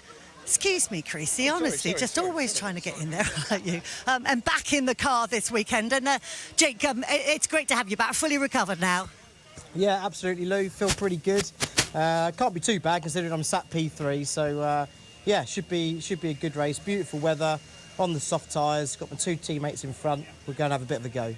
Tell us about that, because as you say, you're on the soft tyres. I think it's 6 cars in this race on the soft tyres. The youth from BMW's Senna Proctor is the only other one in the top 5. So that's, you've got to make the most of it, haven't you? Yeah, for sure. I mean, we did sort of call it that Tom would probably go on the medium. If I was in his position, I would do the same, you know. But right now, for me personally, we're just looking for a good result. So just got to go try and get it. Fingers crossed for you. Hope it goes well. Right, let's go over and have a word with Tom Ingram, who kind of got lucky yesterday. Obviously had a great qualifying. Ended up P5 initially, but he then benefited from the penalty for Robo. Further benefited in a way in terms of the championship by the fact that Ash is down in P10. And I mean, at this stage in the championship, it's all getting quite key, isn't it? So having that advantage over Ash in this race is good. Yeah, I didn't catch all of what you said because I've got the air conditioning on, you see, so I didn't catch everything. Yeah, I think we're obviously in a fairly good shape today. I think we've pulled a bit of a blinder with obviously coming the medium tyre for this first race as well, which looks like a lot of the rest of the grid have done as well, bar these top 3 and then obviously Sen as well. So yeah, we're in good shape at this one. I think it's nice to be sort of on a tyre similar to the others. So we'll see what goes on, but you're absolutely right. We could do with a good point scoring day today, and just maximise our opportunity really. So yeah, nice place to be, and the sun's out. What more could we want? What a miracle here in Scotland! It's absolutely lovely. The harder of the tyres that we have here, obviously the BMW is on the soft up ahead. How your tyres are going to come in quicker, so. Can you know, how important is it to maximise that advantage that you have, or is that negated by the fact that you're on a different compound now? Oh. You were caught in the fishing net. We caught you. Yeah, I think there's obviously 2 ways to look at this as well. We know the softer tyre will be the faster tyre over the race distance, and especially in this heat as well, they'll be in fairly quickly as well. So, you know, with the amount of boost that I've got to be slightly tactical with when I use that. But ultimately, we're just looking for a good, solid result this one, just to kick the day off. I'm after sort of minimal drama if I can avoid it. So we'll see what goes on. If there's a chance of sneaking a podium, obviously I'm never going to say no to it. But I think the pace that these guys have had so far over qualifying and stuff like that, I think they've got a little bit in hand. So not ruling anything out. I'm going to try our very best. We'll try our very best as Team Virtue, as we always do. And if there's a result to be had, we'll sure grab it. I'll let you get your head down. Minimal drama at Knockhill. We'll find out after this break. Thank you very much, Louise Goodman. And now it's time to introduce our commentary team. Tom Cairns is on his way into the booth, but here at the moment, it's Josh Turner. Hello, JT. How are you doing? Nope. Maybe. Try again. Look, to prove it, he's pressing the unmute button and it won't work. Right, can I unmute him myself? Hello, we can hear you. Hello. First of all, I hope everybody likes the new presentation screen with the logos at the top and the bottom. It makes it look a bit more cleaner. But JT, welcome. We've missed you, my friend. So here we go then. Round 19 of the series here in Scotland, and this is always going to be a fun race to call. Yeah, absolutely. And well, if you ask Sutton, you might need to be a little bit careful today. But yes, there is complete proof that I'm not being stupid, and I am indeed pressing the buttons. He is pressing the buttons. It's just coming out of absolutely nowhere for a reason that we don't know why. And it's not doing it. So, here we go then. Just a reminder, by the way, that live on JB Motorsports 2 right now is the Moto 2 race with commentary from Gavin Emmett and Michael Laverty. We will have the MotoGP following this broadcast as well. But let's talk. There you go. Let's talk qualifying. It's working now, Jesse. Disqualified, of course, for a technical infringement of ride height. Dan Rowbottom, sent towards the back at Knockhill. That's a hell of a charge that he's going to have to make to come back up. Yeah, absolutely. And, well, it was The absolute uproar of it everywhere, because it's always that Dan Vobottom. Why don't you pick on someone else? Well, if the other drivers did something wrong, they probably would have done the same thing. It's just always Vobottom Getting in who the way. unfortunately is at the end of the all of the wrongdoings. It maybe Napa just go, yeah, and they focus on the other 3 cars sometimes, which is a shame. But hopefully Napa can turn it around, and hopefully Napa can actually make a car which is legal for Dan Vobottom for. That's a spice controversy going into it, isn't it, as well? The car wasn't legal. No, it wasn't legal. It was anything but legal, actually. So they need to make a car which is legal. They do indeed. i.e. driver weight and ride height. It was one of the two. It's going to be an interesting weekend here for the QuidFit British Touring Car Championship. We've already had 2 races so far today. The lunch break comes after, I believe, the Virtual Mini Challenge race that follows us here. And then the lunch break will have the Paddock walkabout, followed then as well by all the action from the second touring car race of the day. We're live for all of them here on JB Motorsports, so stay with us throughout the day, settle in and have our timing commentary screens alongside the ITV feed as well, and we pleasure to have you all with us here as well. We are getting all set then for this race of the day, so we'll open up our graphics, which do look slightly different, and people have asked me, oh, why have you changed the graphics around and why are you doing it? 2 things. 1, we're trying to make it look simpler and cleaner and easier for all the commentators to be able to pick up the JSON file and use it immediately. And 2, the text we use, now that we've upgraded the coverage, looks a bit dodgy. So we've removed that and just put it all basically into images and browser sources and making it look nice. So, yeah, but it's looking fun. And JT, at least it's going to be simple for you and Omi, because you're always like, oh, where's the font? Oh, where's the hashtag? Oh, where's this? So now it's all nice and simple and clean. Do you like it? We have never been, oh, where's the font? Oh, where's the hashtag? Because you only have to download the font once, which we did last year. And the hashtag is we edit it ourselves because it's a text file. Thank you very much. Apart from Omi, whose IndyCar one looked a bit bizarre. And that's actually what triggered it all, because IndyCar was a nightmare to bring it in. So we'll have a standardised one soon. We don't talk about your touring car file yesterday. No, the touring car file was in there because it was open. The drop-down menu was open. But I just had to point out, I've cleaned up this JSON file. I did it yesterday, so it's now ready, perfect, to send back to you, JT. Ready to go. So, here we go then. It's time to head back down to ITV and Nikki. And welcome back. We are poised and ready to go racing here at Knockhill. And hopefully the commentary team are as well. Let's go to the dulcet tones of Tim Harvey and David Addison to talk us through our race 1 action. Nikki, thanks very much. We're looking forward to race 1. It's a gloriously hot and sunny day at Knockhill, and the action around here, Tim, always is well worth watching. And with all these BMWs at the front, we're in for a fascinating race. We are. I like the expression minimal drama from England. We'll see if that plays out. I somehow doubt it. Here's your starting grid then for today's race. Charles Rainsford has his first ever pole position. Alongside him is Dal de Jong on row 1. Row 2 sees Jake Hill alongside Tom Ingram. Watch out for the championship leader to blast ahead of Jake Hill, who returns after a bout of indigestion illness. Row 3 is Senna Proctor alongside Dan Camish. Then it's row 4 with Aaron Taylor-Smith and Chris Smiley. Row 5, Ash Sutton alongside, of course, then Aidan Moffat. Row 6, Sam Osborne and Dan Lloyd. Row 7, Adam Morgan and James Dorlin. Row 8, Mikey Doble and Tom Chilton. Row 9 then takes us with Gordon Shedden and Dexter Patterson. Row 10 sees Max Buxton alongside Nick Holstead. And row 11 sees alongside Nick Hamilton and Dan Rowbottom.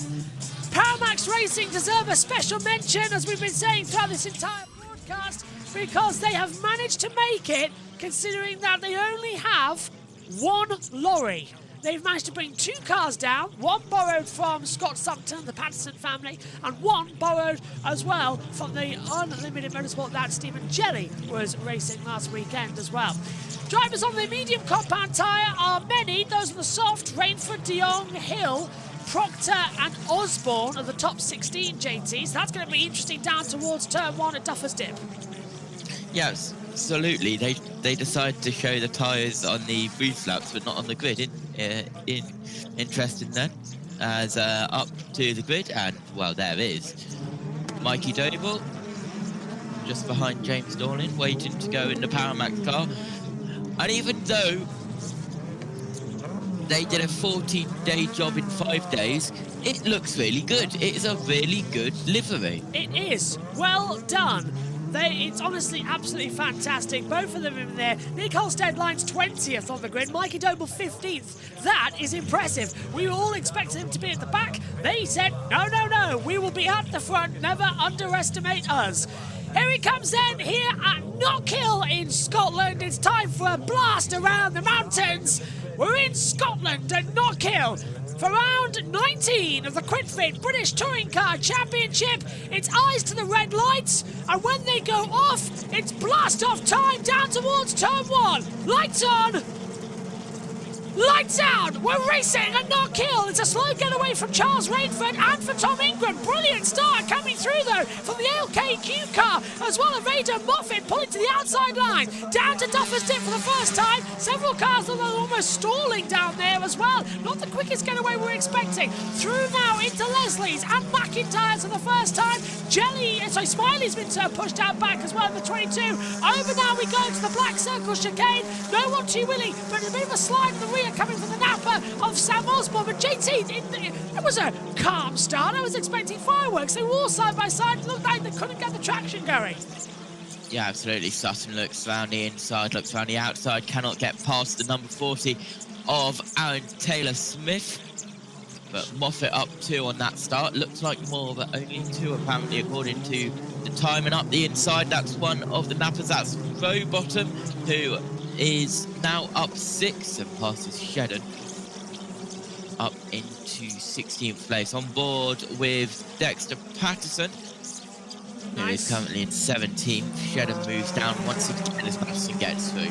Chilton's under pressure now. He's cutting the grass, trying to go on the outside. Dan Lloyd in towards McIntyre's. Can't find the acceleration at the exit. Up the hill we go to the chicane. Robo's already up 7 places. So started 22nd up to 15th. Maybe you can overtake at this track. It's not that hard to do, it seems. Rainford leads. 51.346 is the fastest lap as things stand. That's caught us by surprise as the action continues on. There's Ash Sutton. He's running in 8th position, trying to go around the outside of Aaron Taylor-Smith in the Toyota Gazoo. Can't get a traction out of the Taylor's hairpin, and down now towards Duffer's Dip. On to lap 3 of the race as well of 24. Already some drama action, JT.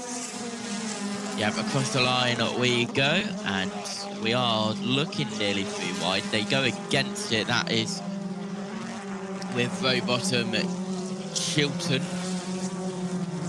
with Dan Lloyd in front. See, I'm surprised here. I was expecting a crash bang wallop race, and already we just had sort of a calm start. Is this because, you know, they're not used to the roll, they're not used to the conditions? There's very low wind out there, it's bright sunny conditions. We don't get this at Knockhill, ever. Yeah, as up the inside, that is Proctor on Ingram down at the hairpin, and move is complete for Senna Proctor, who has been absolutely flying since he joined the championship a couple of rounds ago. Yeah, Proctor has been the star of the season, in my opinion. He's been surprising everybody returning. I think Louise caught up with him in our pre-show to this part of the programme as well, that he's got it. And there we see Robo on the inside line making another move, this time on Dan Lloyd. He got through on the inside line at Duffer's Dip, down in towards McIntyre's, hooks the inside line. But that napper we saw yesterday, Jade Edwards told us that when Ash Sutton went 2 wheels in qualifying, he was actually on 2 wheels for 70 metres. That's an insane amount of time to spend on your 2 front, back and wheel tyres as Hill looks now onto the attack. Hill looking to win his first race back after missing Croft for a sickness bug and a viral infection. He's right behind Dal Dion with a gap 8/10 of a second. This is Chilton though, round the outside, I believe, of Lloyd into the braking zone. And this is how I believe it's going to be. Is it going to be 2 into 1, JT? Have a look at this. Yeah, he's got through Chilton, then he'll get through Lloyd. Wonderful sort of pushback on the inside line. Catches people by surprise, that one. Senna Proctor ahead of Ingram still, but the top two, top three starting to break away at the front. Gap between them all is 1 second. Tingram, though, will have the championship lead still over Sutton as things stand in the championship because of how this is playing out. What a race. This is it's a calm start to the weekend. Come on, Knockhill. Do something more entertaining. Give us a crash bang wall that we were expecting. Morgan's on the inside, Sam Osborne on the outside line. Smiley's going to get mugged here. I think even Adam Morgan's going to do that inside line job. He's going to get 2 into 1. That inside line, JT, and Taylor's have been incredibly powerful. And I think the softer tyre compound's working out better. Yeah, absolutely. It was the 33 up the inside. The 77 tried to go around the outside of Osborne. He will now a little bit of a lock up from Osborne. Smiley trying to defend Osborne. Oh, up on 2 wheels. Way more than everyone else, as at the top of the chicane. At the bottom, not so much, as Daniel Rowbottom, his teammate, who is behind him. Still going to be in a battle on lap 6 of 24. It's only taken us 5 minutes to complete that distance. I told you it was a fast, exciting battle as they come now over the hill and far away. Jake Hill has definitely come to play here in Scotland. It's a BMW 1, 2, 3 as they come through Duffers Dip, through now in Leslie's and McIntyre's, down at turn 3, right-hander, right coming through Butcher's, back up to the Black Circle chicane at 5 and 6 and throw the car up. And Hill's got a great run, but Ingram's got a track limits warning and he's got a black and white flag as a result. So he's had to back off a bit. Hill's going to be on the charge. Top 4 on soft compound tyres. Ingram's on the mediums right now. Osborne softs as well, so it's not all about the tyre strategy that we've got to work out so far today, but this is certainly going to be a dramatic race if they have to keep it together. Yeah, absolutely, as we head down to the hairpin once again, and that was 3 wide, and just like that, Smiley is dropped down to 13th, and the 2 nappers go ahead. Osborne in front of Rowbottom, but Rowbottom looking to change that as they head down the straight one more time. Do you see the lights flashing as well for Robo to Sam? It's like, look, we know, look, Sam, I'm your teammate here. You're not our fastest driver. Get out of the way. As, oh, Dal de Jong's picked up some grass and there was some dust in the air. So that radiator duct for the race leader is going to start cooking, and Rainford leads this race. So what's happened there? Hang on a minute. What's happened? Dal de Jong's gone through on the inside line, down at Duffers Dip, gets all the cut grass on his radiator grill. He's taken the lead away from Rainford, so Dal de Jong leads. Rainford in second, Hill third, but I think de Jong will have to get that place back because he did it by cutting the corner. That BMW is going to get cooked. That's so much grass in the inside front. BMW have got 2 radiator grills, but the first one is mainly covered up. That's to cool the and control the electronics of the Toka Boost. The engine actual radiator's down at the bottom of the car. Has it gone? No, it's just the camera. It's just camera angles. It's still there. Ash Sutton's on the back of Aaron Taylor-Smith. And look, Osborne's now flashing Morgan as Sutton pushes Taylor-Smith around Clark's. Really wants to have a traction back. Clark's, of course, named after Jim Clark. Rainford dives up the inside line until his hairpin. He's gone through. Hill's going to try and come back. So the 2 and the 1 battling. Hill's gone through ahead of Dal de Jong. Is Proctor going to come into the mix as well? Yes, I think Dal de Jong's trying to get that grass out because he was weaving down the straight, but Proctor's taken third. The alerts will be flashing like crazy for Darrell. 19 and 99 track limits and black and white. So does Hill start this off?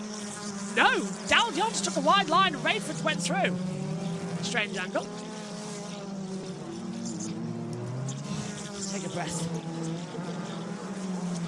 It's a good race, this one, because it's slowly building up to something. As Sutton has now passed Taylor-Smith. Osborne wants through as well.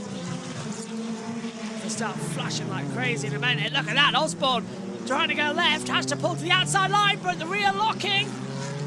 Aaron Aaron's got the defensive line done. He's trying to undercut Sutton. He's trying now to also block Osborne. He does exactly the same thing. It's not going to work out there. Over the line we come then.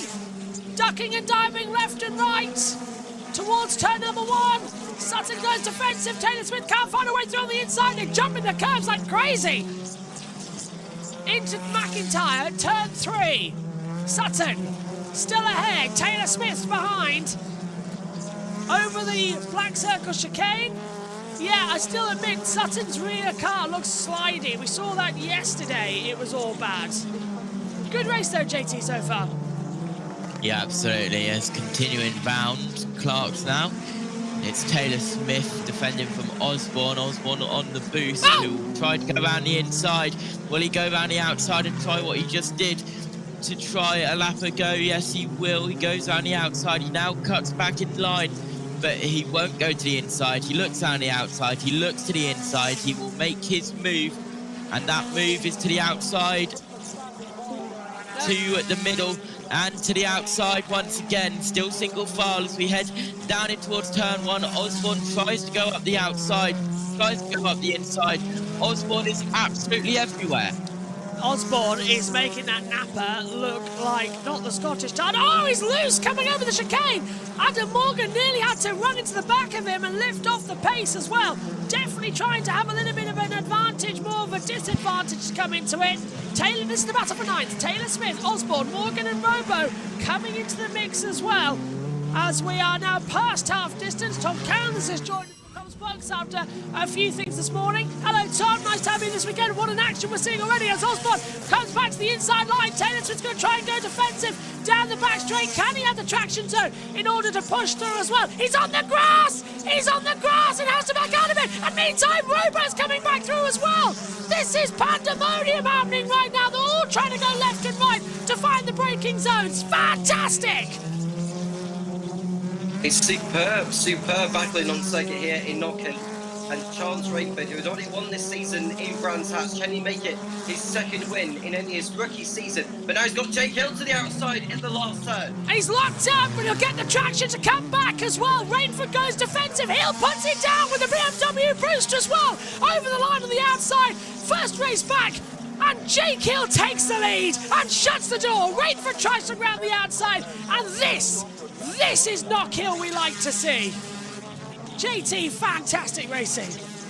Yeah, absolutely. Rainford had the fastest lap that time by, but Hill was just able to get the power down quicker, and he had the fastest last sector. This is Taylor Smith on the inside of Osborne. Once again, this battle has been raging on for so long. Osborne still can't get past. He'll go to the inside. Oh, he's gone into the curb. Way too much. That unsettles the curb. Absolutely body slams to 40. And I think something has broken on the 77 because he's slow and Morgan has gone up the inside.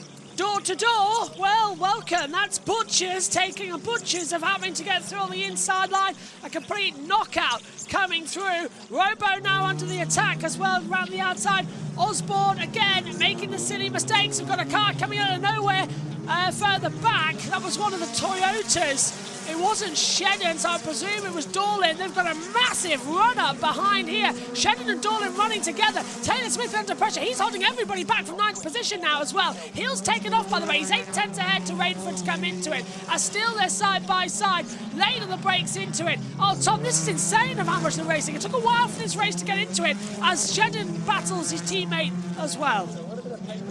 Yeah, absolutely. Hopefully you can hear me properly now over the mic. Yeah? Oh, okay. Come back to me then. Let's just see one of the Toyotas going through the gravel at the chicane. Dolly on the inside line, touching the side of Flash on home soil. Gordon still has to hold back as well, JT, and this is going to be a bit tight. Flash Gordon wants to have the opportunity to have it coming through, but this is not working out the way you want it to. Ooh. Yeah, absolutely. So Patson's getting knocked out. Patson really being pushed out by Smiley there, the exit of Taylor's. Over the line. How long to go? 16 and 24, half distance coming through. Oh, hello.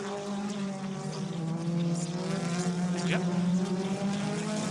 So So far, so good. The two nappers together now on the circuit. Robo needs to get ahead of Osborne. He was flashing his lights beforehand, remember. He desperately wants through. I think Tom as well, the independent, this is a battle as well, because Smiley for Patterson, Lloyd, Doble, Hamilton, Holstead, the independent race lead. This is going on now between the top three. Absolutely, I'm really loving the action we're seeing now. Hopefully the mic issues have been sorted out. No? Okay. Well, it'll do, we can hear you. You just keep going, we can hear you. Are you sure it's not your side, JB? Because I can hear Tom fine. No, it's not. It's his wrong mic. It's not the actual. It's his laptop mic, not his thingy mic. But we can hear you, mate. Go on, go for it. Okay, well, they're just going through turn 1 now, and it looks like Jake Hill has got a good grip on the race now because he's stretched out the margin to more than a second over Charles Rainford. And we're looking further back in the field. We're riding on board, down and up through the chicane again. With what looked like one of the nappers, I believe, that was going through there. Although now we're looking at the Toyota of what seems to be Aaron Taylor-Smith, who's going through the right and the left before the last corner of the lap. And we are treating some fantastic racing here in the gorgeous sunshine here in Knockhill. And there we see, that's down to Leon, running in 5th position, ahead of Dan Camish. Super drive from him. Runs off with the grass as well. Still coming in as well. Camish has done an amazing return as well, as you say.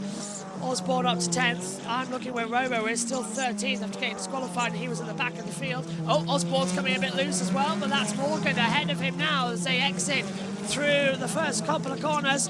Up now into the black circle chicane, taking a bit more exit curve. Osborne's got a lot more traction. Robo is out of his boost. He's used all 7 laps as we're now on lap 19 and 24. So JT, that incredible start now has an explanation, but he's going to struggle and hopefully get it better in race 2 and hopefully reverse grid pole. Yeah, absolutely. As continuing round we go, as we look now at the 27 of Camish in 5th, who has just overtaken Dow De Leon for that 5th place. So De Leon, who was once in the lead but then he was in 2nd, he made a mistake, got tons of grass in his radiator, but put him up to 1st, and then, he became a sitting duck with all that grass in his radiator, and now he's down to 6th. Battle for 10th, Morgan in front of Osborne. Morgan 7 out of 9 laps used of his boost. Osborne 11 out of 12 on his boost. Osborne taking way too much curve and just taps the gravel. Yeah, and Tom, that's going to be a problem now as well because Morgan's dropping back. He's on the medium compound tyre. Compare that as well to Osborne, who's on the soft. So it's, even at this stage of the race, soft tyres are better than mediums. It feels that way, and especially during the hard braking zones, especially the last Holstead. corner, that's where the stop. Holstead spun coming out of McIntyre's. So that car, the Paramax Racing, which is running the Cupra, has now spun and it's lost drive. Now, this is with Jake Hill just ahead of him, and Hill's hit him! Hill's hit him! The race leader has hit Holstead. Well, Jake, if you want to be unpopular, nerf the car that has literally got no spare parts. What on earth was Jake doing there? Safety car's going to have to come out because that car's in a dangerous position. And that'll end the race as well. It is safety car. And it is safety car. Wow, this changes the complexion completely. Safety car deployed. And JT, we now back up the field with hopes that we get racing again. Mad.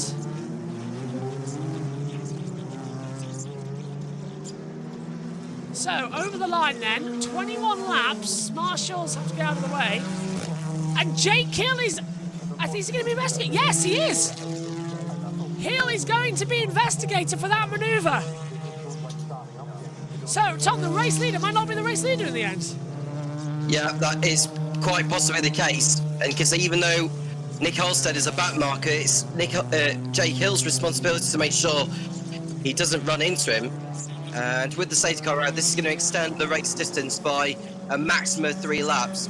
So the fact that the field is going to bunch up behind Jake Hill, Hill could end up going down as far It's even outside the top 10 if he's unlucky. Oh, go on, Marshals. If Halstead's kept that Cooper engine going and we keep this race on, I will be immensely proud. Come on, Nick. The whole touring car community is behind you, my friend.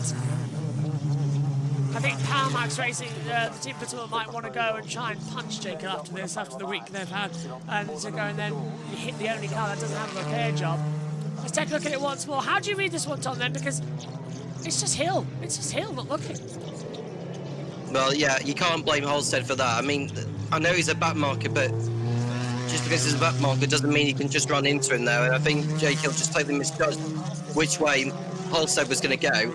It's resulted in disaster for the pair of them. And it's going to have massive ramifications. He's just waiting for the field to go past so that Halstead doesn't read up into the path of them. But it's going to go on to the end of the race now, and Jake Hill's season is going from bad to worse potentially. Right, we've now extended the race to 25 laps. What this usual procedure is that they have the option to restart the race, but if we go beyond the 24 laps, the race will be extended by additional lap, and then the red flag will come out to stop the race. That's the procedure we've seen in years gone by. So if we get beyond lap 24, we haven't restarted, the race will be stopped. So that, sadly, might be the end of the race, but let's hope we can just end this one. Well, this is the restart from Robo. This is the lights out moment down towards turn number 1.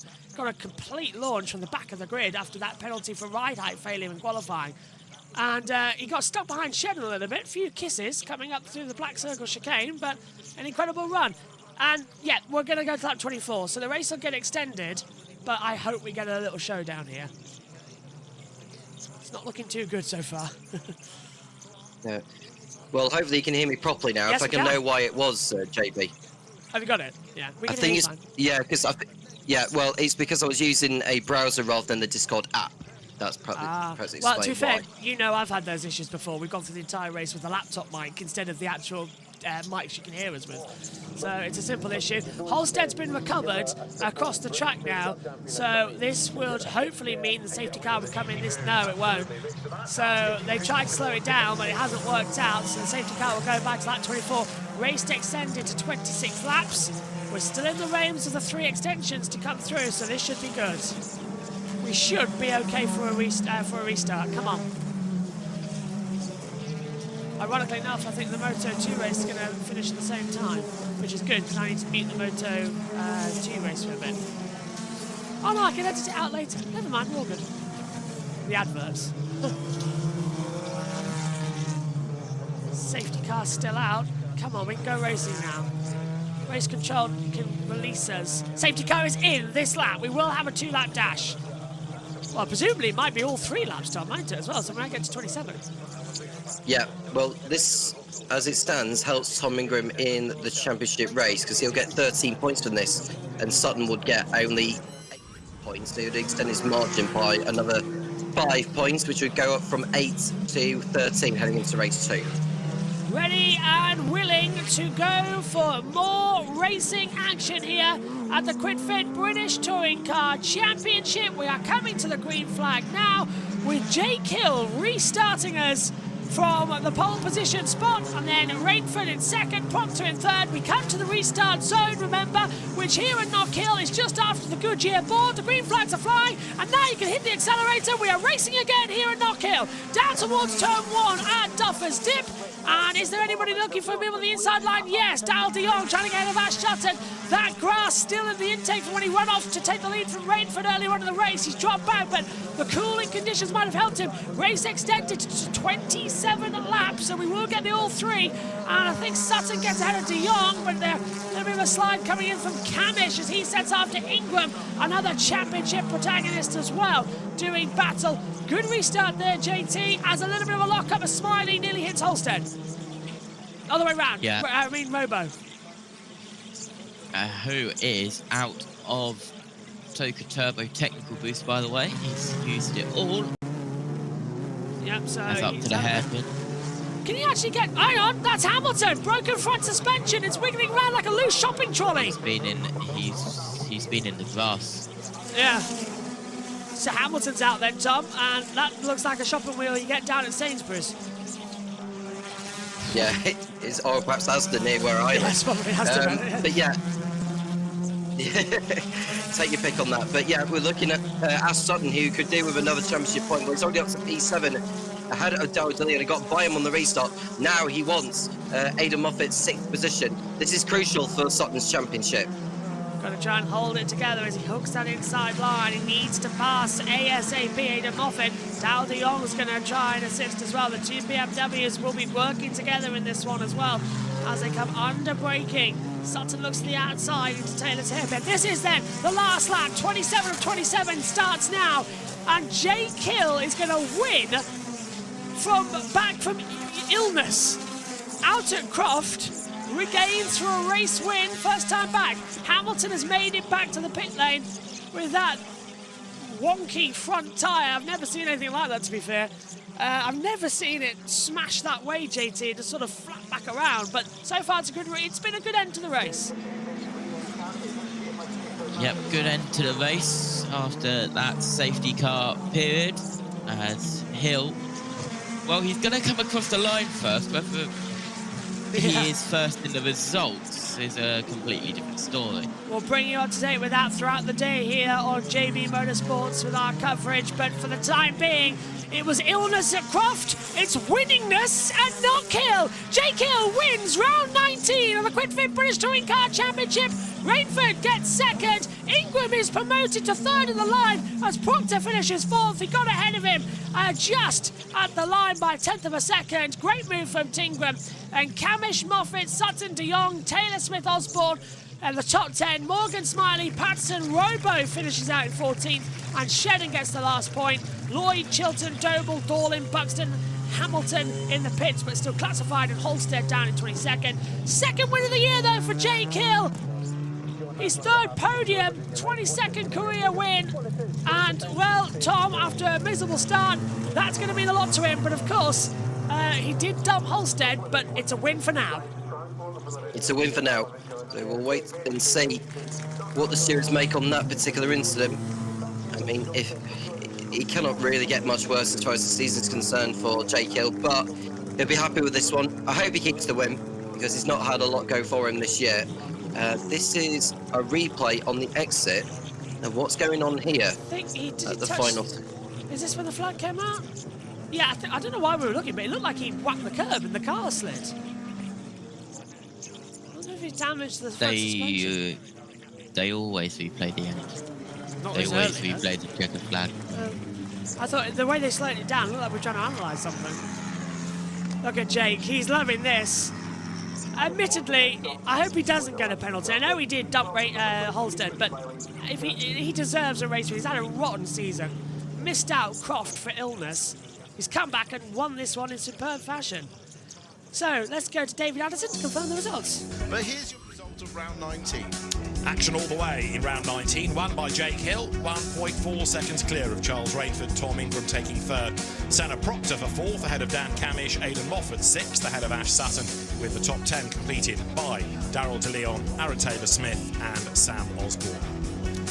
11th, Adam Morgan. 12th, the independent winning Chris Smiley, ahead of Dexter Patterson, second in the independent. Dan Rowbottom dropped to 14th, though, in the end, after a good push early on. Then it was Gordon Shedden for the last championship point. Dan Lloyd, third independent, ahead of Tom Chilton, who didn't really make progress. Mikey Doble, 18th, then James Dorlin and his teammate, Max Buxton. And the two that we lost were Nick Hamilton and Nick Halstead for differing reasons, but both in effect had to do with damage. And of course, in Nick Halstead's case, it brought out the safety car. So a really lively first race, and fascinating now to see the way the teams are thinking long-term about the championship, which now looks like this. 14 points the margin between Tom Ingram and Ash Sutton. Dan Rowbottom is still third, but he's only 3 points ahead of Dan Camish, who's been a big winner against his teammate in that race. Jake Hill's back up to 5th, ahead of Adam Morgan and Tom Chilton. Charles Rainford is 8th, ahead of Chris Smiley. And then Josh Cook here, but not racing again, sadly, is in 10th place. And let's have another look at Tom Ingram then, coming out of the hairpin. To be fascinating to hit the radio traffic. Yeah, actually brake lights on Senna Proctor's car, and he moved across to the right to make it very obvious that he was letting his teammate through. Yeah. So Tom Ingram takes third. Right, so that was why Ingram got third. Proctor let him through. Makes a bit more sense. Let's get final thoughts then from the team before we head down to ITV for the interviews and the World Feed. Tom, what do you make of race 1, mate? Good job from Jake Hill, minus the incident here with Nick Holster, but I'm happy for Rainford to have done well after getting that pole yesterday. Ingram getting the podium, which helped him in terms of the championship. Race 2 to come later. JT, what about you? What do you make of that ring race of the day? There we go. Yeah, good race, as we see Jake Hill just having the final checks of tyre pressure. Really good race 1, and I expect to see more of the same a little bit later on. So we're not going to head down to ITV, we're going to head down to our trackside team as well at Toka Live, as ITV are going to go to some ad breaks. My thanks to Tom and to JT. We'll see you later for race 2. Let's head back down to Toka Live. Already some of the team, not all of the team, have made it over to Parc Fermé to welcome him back, but it was a loving tap on the roof for Jake as he got out of the car. He takes his gloves off. I wonder, ITV in a break, or are we going to be able to go in and chat? I've got a feeling that Louise Goodman is going to go straight in and chat to Jake Hill, and yeah, he's hot and bothered, that's for sure, but he's got a huge smile on his face. And Louis having a chat to Jake, and I'll chat to him as soon as he's finished his ITV interview. And what about this man? Pole position yesterday, finishes on the podium in second place. There's going to be an air of disappointment about that as a racing driver for Charles Rainford. However, it's a super effort for Charles Rainford, who brings his BMW up towards the number 2 board in Parc Fermé. Daryl De Leon is standing by to offer his he's delighted. I wondered if he was going to be disappointed or delighted. He's always smiling. He has a hug with Daryl De Leon down in Parc Fermé, and no, he's delighted and runs over to the team and gets engulfed by 3 of them, who all put their arms around him and gives their pole position star from yesterday a big hug. So too his twin brother, who offers his congratulations, and Charles just taking his gloves and helmet off, and he'll give them, I think, to his brother. And seeing double, says Charles, and an opportunity of a quick photo with his brother. And we won't be chatting to Charles. He'll be going over to ITV. And Jake has got his little boy in his arms while he's doing the television interview, which is lovely to see. And his little boy is looking at Charles coming over to the interview area for ITV. And Tom Ingram arrives at board number 3 down in Parc Fermé. And I'm not going to be cheeky and jump in and chat to Charles Rainford too early, because that will rather spoil the order for ITV. But as soon as Jake has finished chatting to Louise, who's got, I think, maybe one more question, as Tom Ingram opens the door on the Hyundai and clambers out. This is going to be his 13th podium in 2025. Gets a cheer from the crowd in the background. You can hear them. The assistant team manager, Sandra Humphreys, indicates that behind them is Senna Proctor. And Tom, you might want to say thanks to Senna, and he came over. The 2 of them had a hug, and yeah, that was good teamwork, wasn't it? Now a hug with Charles Rainford and Jake Hill. Jake hands his little son back, and his father is here, his partner is here, the family are here, the team are here, and a hug with Simon and Jake as well. A big lad-dad hug, and congratulations from the former racer, Simon Hill, and Craig Paulley, who is Jake's engineer. Big hug between the 2 of those, and yes, we do love a feel-good story. Alex from the team comes over to offer his congratulations, and the rest of the team as well. This is emotional stuff, and Carl, the team manager, I know you're hot and bothered, but this is a wonderful moment for you. What a way to come back, Jake. Not bad, Al? It's not bad. I'm so proud of all the team, MB Motorsport, Laser Tools Racing, all the West Surrey guys for their hard work on developing the car a bit more. And yeah, it's nice, even if we're back for just a round, it's nice to have a really competitive car today. I didn't know how quick Tom was going to be. I know he was on the medium, and then obviously Senan got behind, and he's driving well in that Hyundai. Really well, yeah. So, you know, I just never knew I didn't quite know what I was going to have. But I was just biding my time. Thought it was going to be all over when Darrell and Rainford came together, and I was sort of in the middle. But just played the game, used my experience, and yeah, got it at the end. I'll tell you what, 2 weeks ago, disappointment, unbelievable disappointment. You were on the A1 driving south on a Saturday of a touring car weekend. How that turns around for you, eh? 100%, you know, I mean, it was just a worry, you know, I didn't know the full extent of what was wrong with me, and, you know, it wasn't even until 3 days ago where I started to feel completely normal again, so I was worried, you know, I was worried, can I still do it, you know, am I still going to be quick enough, but I'm proud to say the answer is yes. The answer is a very, very definite yes. You'll be on the top step of the podium. Jake, I'm delighted for you. Well done. Congratulations. Tingram is just chatting to Louise Goodman, and I'll have a quick chat to Charles Rainford, who's beaming from ear to ear. You know, I didn't know if you were going to be slightly disappointed it wasn't a win or jolly happy with second. You're jolly happy with second. Yeah, it's more so, you know, the boys work so hard for us, you know. It's not just my sponsors on the car with LKQ Euro Car Parts, you know, Cognition Land Award, Thames Material. I have to thank all those guys, but, you know, my boys there in the light blue, they work so hard, tirelessly, so to bring home a 1-2 with Jake is just amazing. I overused the boost at the start, I recognise that. There was no point fighting Jake, because otherwise I'd make my life very tricky towards the end of the race with obviously some very quick Hearn days and a rapid Tom Ingram on some medium tyres. Oh, Charles, delighted for you. See you on the podium in a couple of moments, and that's Charles Rainford, who took pole position here. Tom Ingram is still doing his ITV interview, so I'll tell you what we're going to do.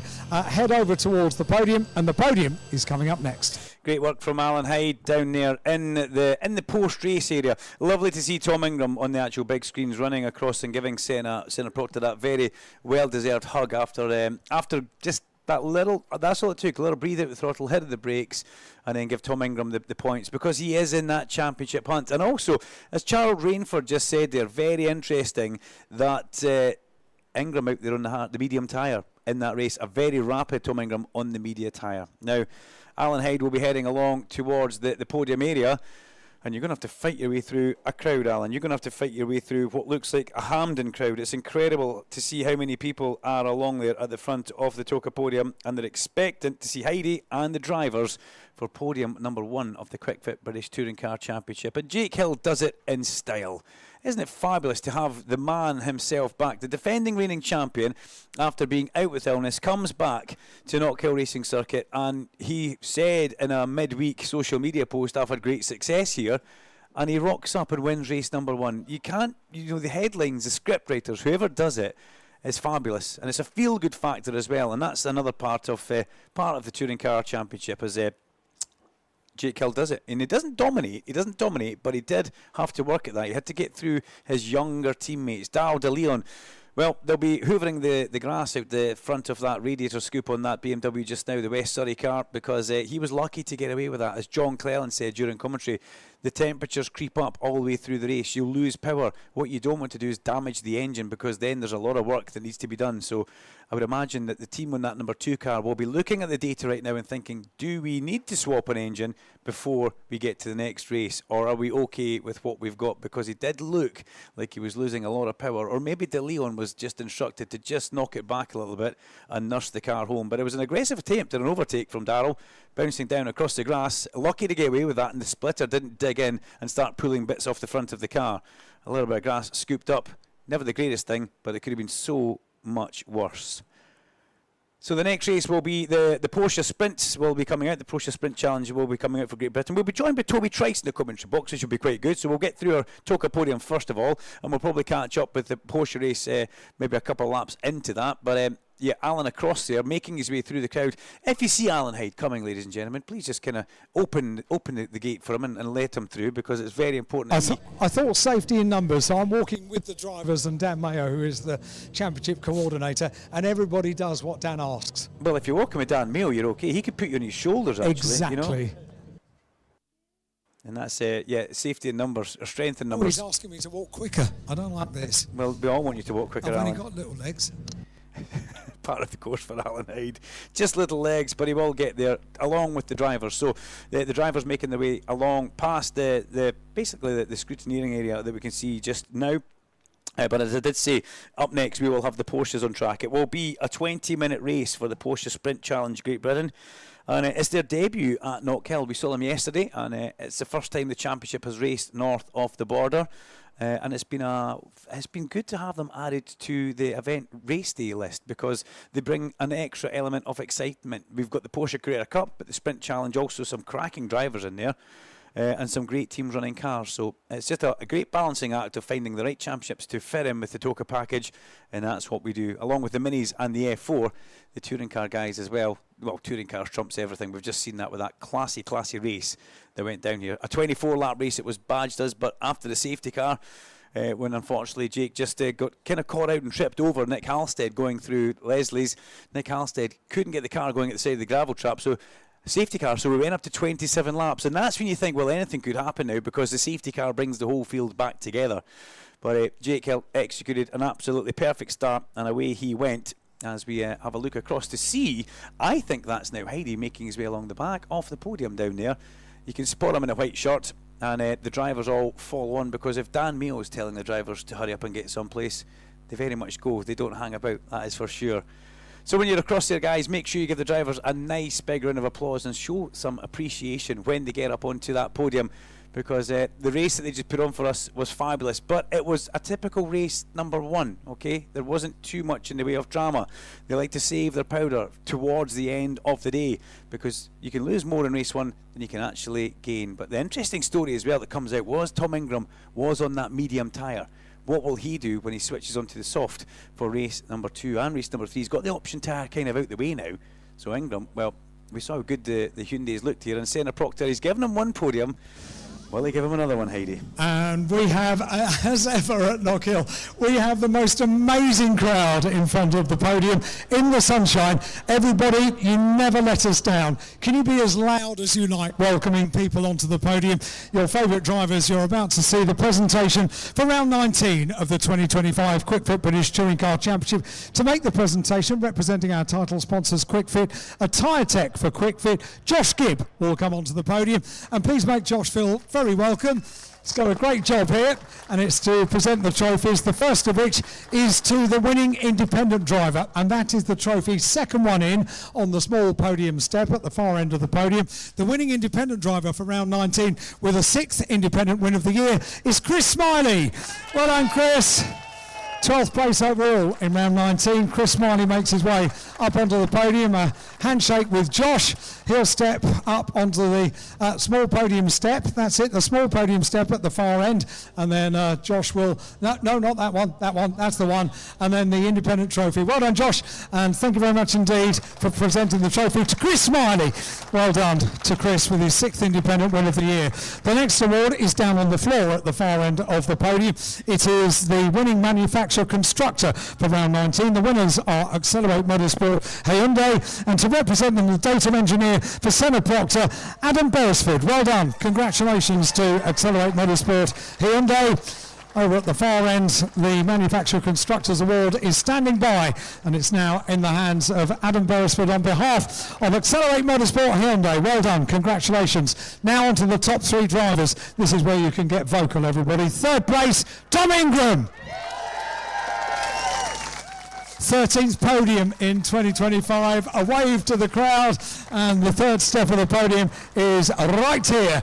A handshake with Chris Smiley, and Tingram steps aboard the 3rd step of the podium. And Josh, do you want to come down and make the presentation on behalf of Quick Fit? Well done. Congratulations to Tingram, everybody, on the 3rd step of the podium. 2nd place, pole position yesterday, and a 3rd podium of the year for Charles Rainford.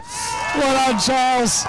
Always happy, always smiling. A handshake with Tingram, a handshake with Josh from Quick Fit, and with Chris Smiley as well. And Charles Rainford about to get the 2nd place award. Well done to Charles Rainford. And what a return for the reigning champion. 1 week off sick, and he returns here at Knockhill with a win. Jake Hill! The reigning champ makes his way up the podium steps, takes the applause of the Knockhill crowd in the sunshine. Everybody shakes his hand as Jake makes his way up towards the top step of the podium for a 2nd win of the year. The winner is Jake Hill. And now, the national anthem for the winning driver.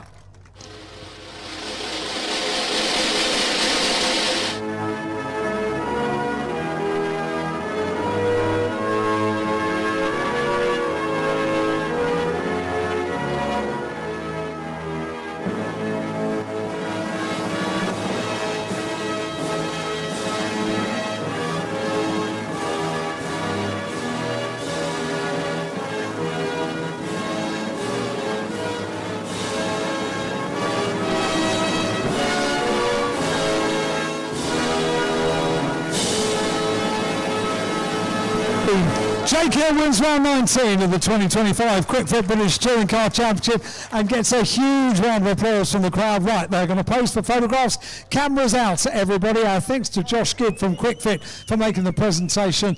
The 4 drivers all bunch up together on the top step of the podium. Cameras click away, and then the next thing they're going to do, if you don't want to get wet, go away, because they are about to celebrate with champagne.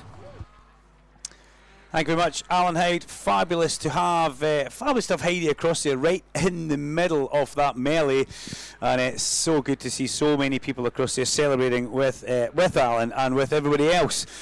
Right then, we have now got the small matter of Porsche Carrera Cup sprint race that we're about to do, and we're going to see if we can make up Toby Trice for this one. I'll put this on, I'll lift this over here, and I'll say, Toby, these are headphones. If you put one on one ear and another one on the other ear, this should work fine.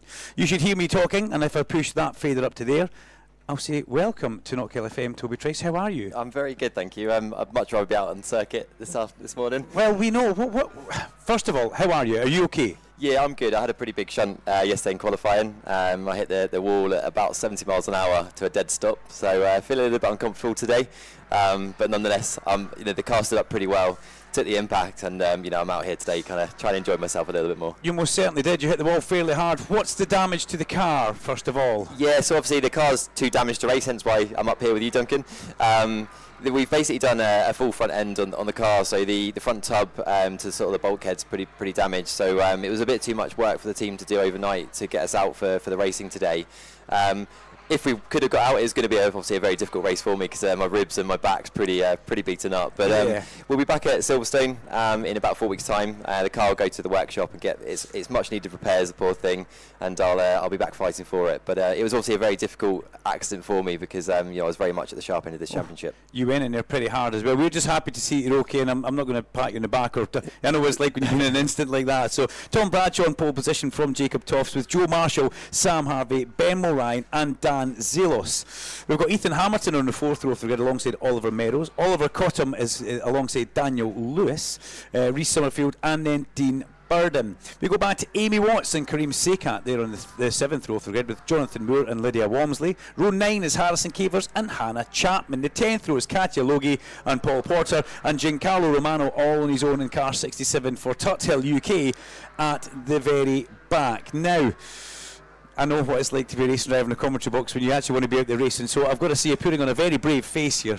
Toby, but I mean, it's difficult for you, isn't it? Because you think, I need to be out there, I want to be racing, I'm hemorrhaging points, so bear with me for this one, okay? We'll enjoy the race, and hopefully it does go pretty well for us. Alan Hyde will make his way back across, but he's got to go the long way around. He's only got little legs. He's got to walk all the way along over the bridge and back in here. I do hope you manage to make it across the track. It's a feral trick up this way, isn't it? Certainly is. Okay, so here we go.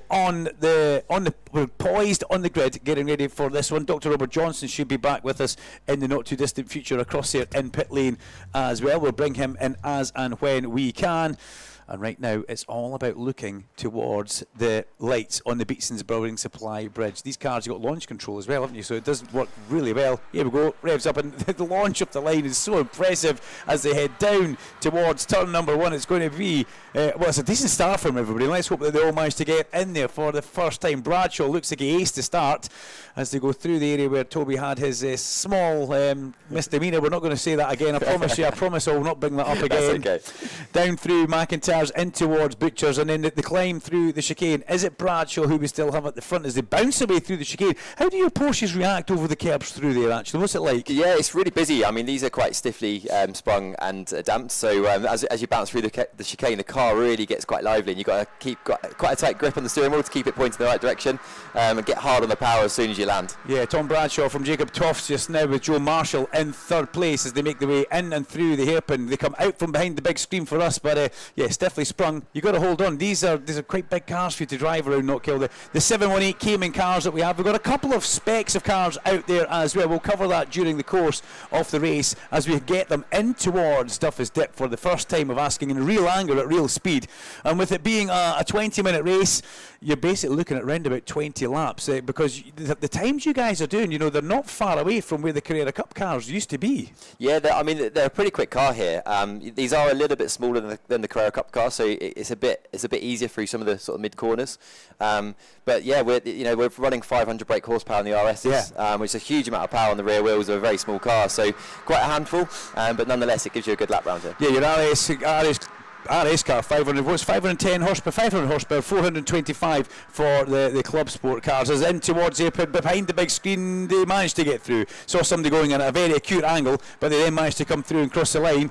As feel free on you go, just talk. Don't feel that you don't need to talk. It's quite fine. Joe Marshall trying to go around the outside, but unable to go around the outside there as they go in. It looks like he led across the line, Joe Marshall, but Bradshaw very much has his own just now as they go in towards Duffus Dip. It's Toft who leads at the front, and this is kind of what we saw yesterday.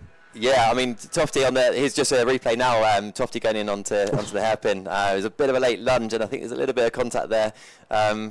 Put yourself in the other driver's seat there. What are you thinking about? Yeah, I mean Tofty's committed himself pretty early. It looks like he's alongside. Obviously, Bradshaw's tried to close the door, but there's a bit of a pinch point there. That'll be one for the GSO after this race, I think. I love how you're sitting on the fence here. Get off that fence, man. If you were Bradshaw, you'd have a whole red mist up the main straight after that one. Tofty, as you're going to have to call him, he's going to have to get his head down and try and pull away now because there's a crosshair locked in the back of his car.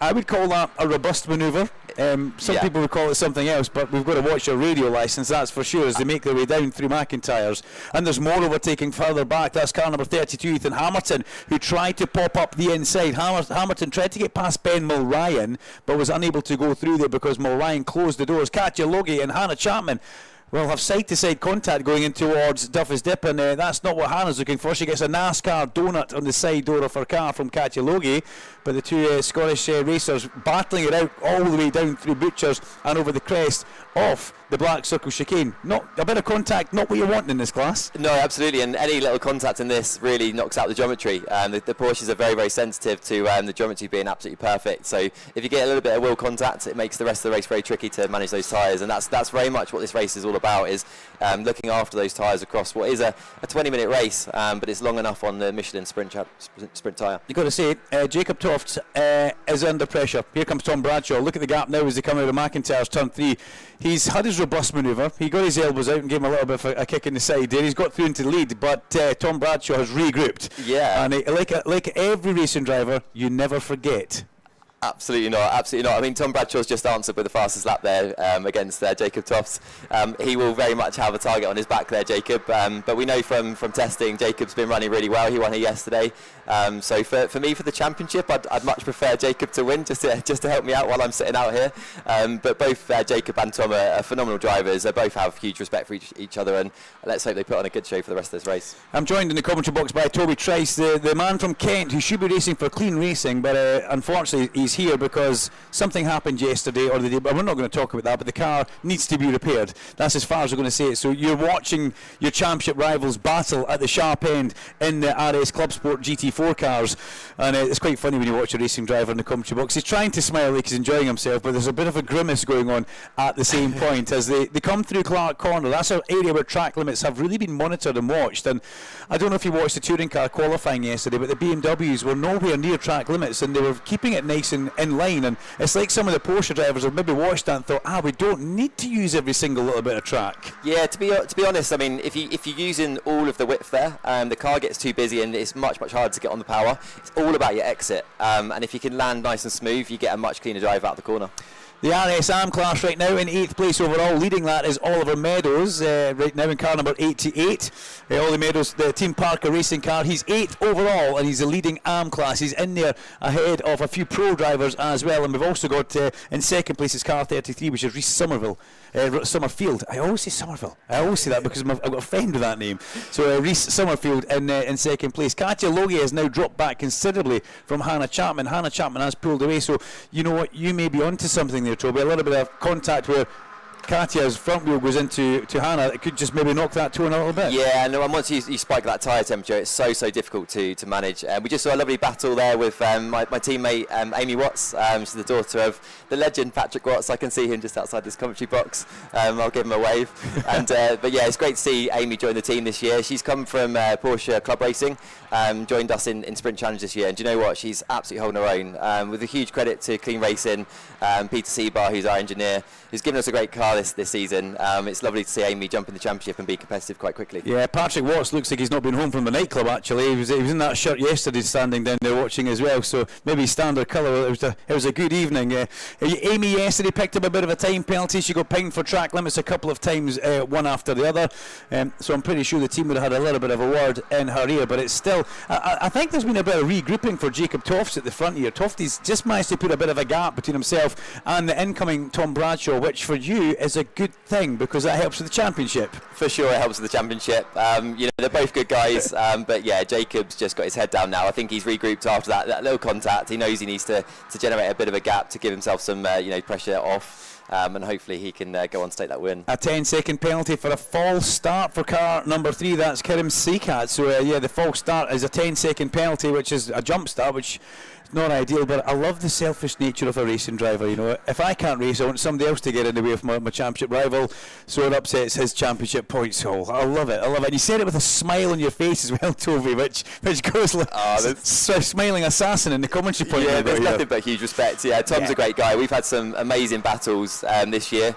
That's Kirim Sekat up the inside. The man has just picked up a time penalty. Into Amy Watts. Into Amy Watts, side-by-side contact. A bit of contact there, yeah. Hopefully she can regroup and take that position back. If not, you'll have yourself or Patrick Watts after him in the park, the podium, the park Fermier, sorry, I should say. 12 minutes of this race to go, 20-minute race round here.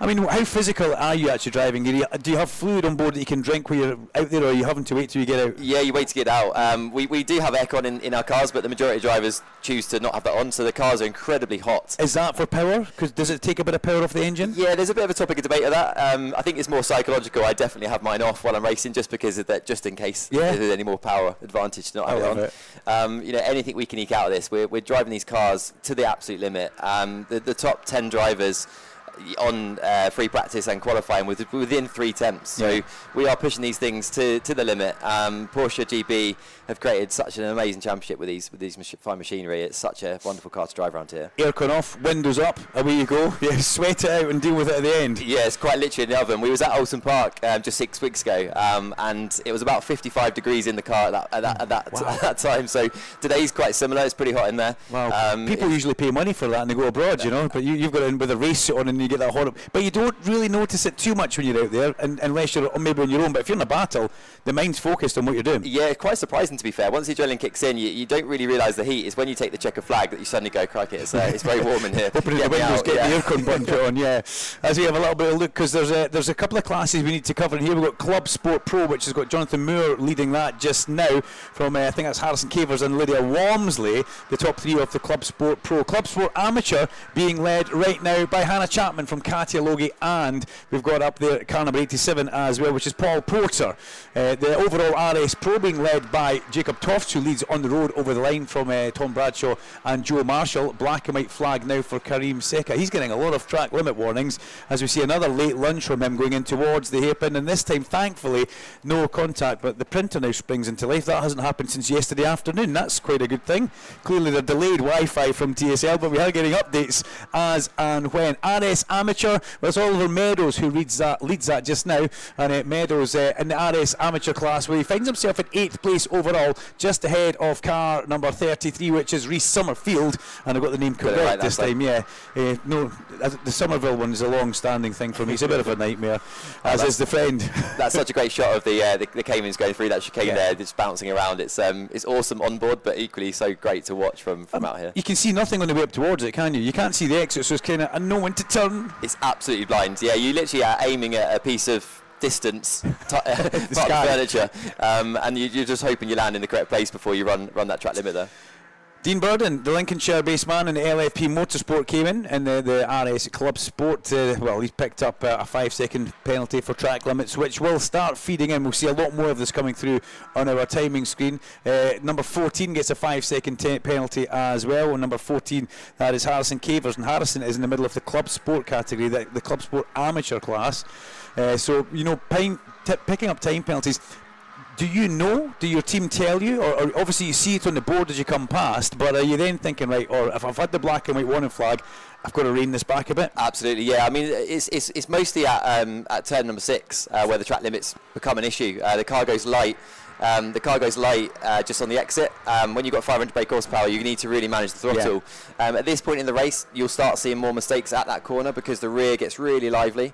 Of course, we get an in-car display that tells us we've got a black and white warning. As soon as you see that flag up, obviously the paranoia then of making sure that you keep within track limits, because the penalties are pretty steep. Once you start exceeding those limits, it starts getting very, very difficult to manage the tyre, keep the pace of the car up to be competitive, but also not get that penalty. Well, Toby, a 5-second penalty can very quickly become a 10-second penalty, can quickly become a race over move, and you know, then you do yourself no favours whatsoever. As you see an overtake further back down at the hip, and that's Katja Logie going down a lap there as our race leader goes through and inside, and Katja made that nice and easy, got out of the way as Tom Bradshaw though, hello, I'm coming, the lights are flashing, hello, it's me, Katja, please move, because that's the thing at Knockhill, if you get stuck in the wrong place behind a lapped car, it can hurt you for 3/4 of a lap. Yeah, you can see him flashing there down the start finish, because he knows that once it goes through turn 1 and he's got a car in front of him that's much slower, it's so difficult to pass. It's very much single file right through to the chicane before he'll get some fresh air to kind of get past it. So yeah, he was angrily flashing his lights there to obviously try and make his way through. Remember what I said about your teammate Amy Watts? Did you just see on the screen that she's picked up another time penalty? I have. Yeah. We'll be having a chat with her, I'm sure, after this race. But you know, nonetheless, obviously, with track limits, Amy's still finding her feet with this championship in this car. She's very much doing very well. These cars are very, very tricky, and she's in amongst the field that have got a lot more experience than her. She's just getting her money's worth and covering as much ground as she can for her entry fee. That's one way we're going to have to look at it. I guess so. That's one way of looking at it. But yeah, one time penalty can lead into another. So there's a 5-second penalty board. We can see that being held out with the flags. It's good that you get that on your display inside the car, though. That's modern technology. We still need flags. We still need flag marshals, but the modern technology, how they can communicate with you in the cars, I think is a huge step forward as we catch up with our leaders with 6.5 minutes or so to go in this Porsche Sprint Cup race here at Knockhill Racing Circuit. Katja Logie in the middle of it being just put a lap down, but doing the right thing, not trying to jump off the racing line. Let the faster guys find a way past you. We actually saw that in the touring car race where Nick Halstead was a little bit caught between a rock and a hard place, didn't know where he wanted to go, and Jake Hill drove into him and spun him out in the actual race, which caused the safety car. So yeah, let the faster cars find a way past you is what we do try and say, as we see Daniel Lewis, I think that is, in car number 19, the man who, in the race cars consultant car, just trying to squeeze up into the inch. There, yeah, it was nice, yeah. It was, Rhys Summerfield's defending very hard. This looks like this is building to quite a nice race, and look, he's about to take a lunge down the inside of the hairpin. Yeah. I think he's going to make this work. He's just about to stop the car, but Sekat's also down the inside. Rhys Summerfield losing 2 places there. Yeah, Sekat with a nice, that was opportunistic. You could see what was going on there. Rhys Summerfield, if I'm not mistaken, from Ginettas in the past? Correct, yeah. I think he's been Ginetta Super Cup for many years. He joined us in Sprint Challenge, I think, a couple of years ago now. Top guy. He's got a lot of experience in these cars. But I spoke to him before this race, and they did do some setup changes. He did mention that they had a bit of a tricky time with the car system in the last race, and perhaps he's got a similar issue in this race. I don't know. Yeah, but good to see him out there. I recognise the colour scheme because he had that in Ginettas as well, and obviously the name sticks out. That's for sure. As well as we look to see a couple of cars coming through. The heart of McIntyre's turn 3 just now. That's car 14. Harrison Cavers. We've already seen Harrison pick up a time penalty, and then going through we've also got car number 82 as it makes its way up the back. So that's Lydia Walmsley. And I always say credit to Lydia, because it's not a huge team, and Lydia manages to make her way through. She's come from Minis now into Porsches, and a fabulous little setup that her and her dad and the family are all involved in, because you know how difficult it is to get on the grid, and credit to you all for being out here. Yeah, I mean, anyone that's on this grid, it takes a huge amount of work. You know, we're all raising quite large budgets now, and the grid's as big as it is. All the hard work that goes on to be here is fantastic, and Lydia's done a great job to come from Minis into Porsches, and again, she's very much holding her own. It's great to see her out here. Oliver Cotton, we just see sliding past Katja Logie there. Oliver in 9th place. He's got quite a comfortable buffer in front and behind, unfortunately, so it's looking like a bit of a lonely race with 4 minutes to go. But that's when you need to concentrate as a racing driver. That's when you can just start to, look at the size of that crowd. Well, that's a nice car. Before you know it, you've made a mistake. So this is the key part of the race for you towards the end. Yeah, these last 4 or 5 minutes is where you're, again, really hanging on to the tyre now. The brakes temperatures are through the roof. Through turn 1, you'll probably actually see the fronts glowing going into turn 1 there. They're really hot at this point of the race. Tyre management, again, if you've driven a fairly fast but carefully run tyre management race, you'll find that you'll have a bit of tyre left, but if you've been really aggressive on those fronts and rears with the loud pedal, you'll be struggling now. What do you like looking after tyres, Toby? To be fair, I think my tyre management's pretty well. We only get 8 new tyres across the weekend. I concentrate a lot on my accuracy in the steering input and my progressiveness through the throttle. I always find that gives me the edge into race 3 when we're left with whatever rubber we've got at the end of the weekend. But it's tricky, and the more you're getting pressured, the more you squeeze that loud pedal a bit quicker to a bit of urgency. The panic, the stressometer kicks in and you get on the gas sooner, you go oversteering before you know it, you're ruining your tyres. Absolutely, yeah, and the surface here is quite abrasive. This is my first visit to Knockhill. Did a track walk on Wednesday evening, didn't realise quite how abrasive it is, and our Michelin does overheat very easily. Once it peaks, it's very hard to get back down. This surface, very similar to the same surface that's on the Silverstone Grand Prix circuit, a pre-mat surface. It's a very tightly knitted together with quite a high bitumen content, so it does give huge grip back in the wet and in the dry. So there's a tip for you. It's not going to help you anywhere on the track whatsoever. There's a bit of debris actually on the surface just going in towards the hairpin there. I can just see it's maybe just been moved off the track, but with only 2 and a bit minutes off this race to go, Jacob Tofts has put together a seriously good race. Bradshaw right now, live championship standings, 21-point lead over some guy called Toby Trice. Does that hurt or is that okay? I must admit that seeing my name there in P2 stood up here in the commentary box, it just shows what a good job I've done this season. I've not started yesterday's race and today's, and I'm still second in the championship. Fair point actually. When Alan said that you texted and you were coming over, I was actually quite looking forward to that, because I would have liked to have a chat with you off air about what happened down there, but you actually told us on here the mistake that actually went on. But I think that's right, because you have, points for the win. You've hemorrhaged a huge amount of points here this weekend, and you're still P2 in the championship. Yeah, it's a great place to be. Yesterday when I had the crasher, I said to the team, that's it, I'm jacking in, I'm done. But that was only the adrenaline talking. We've all heard that before. I woke up this morning with a much cleaner head, and actually a lot of positivity. One small incident at turn 1 can't define me as a driver. I've had a great season so far, so when I'm back at Silverstone, I'll be fighting very, very hard to take that second spot at the end of the year. Other people will have bad luck this year. Correct. You've had all yours at one weekend and not kill. You have to look on the bright side. You're still here, the car will fix, you'll move to Silverstone. Other people will have bad luck. Absolutely, and that's testament to motorsport, really. It really challenges you both in, just not so much in the car, but it's a hugely difficult sport to kind of keep your head in the game. Optimism is so important, and it certainly teaches you a lot of lessons this Put it this way, you've had a lovely holiday in Scotland in the sunshine.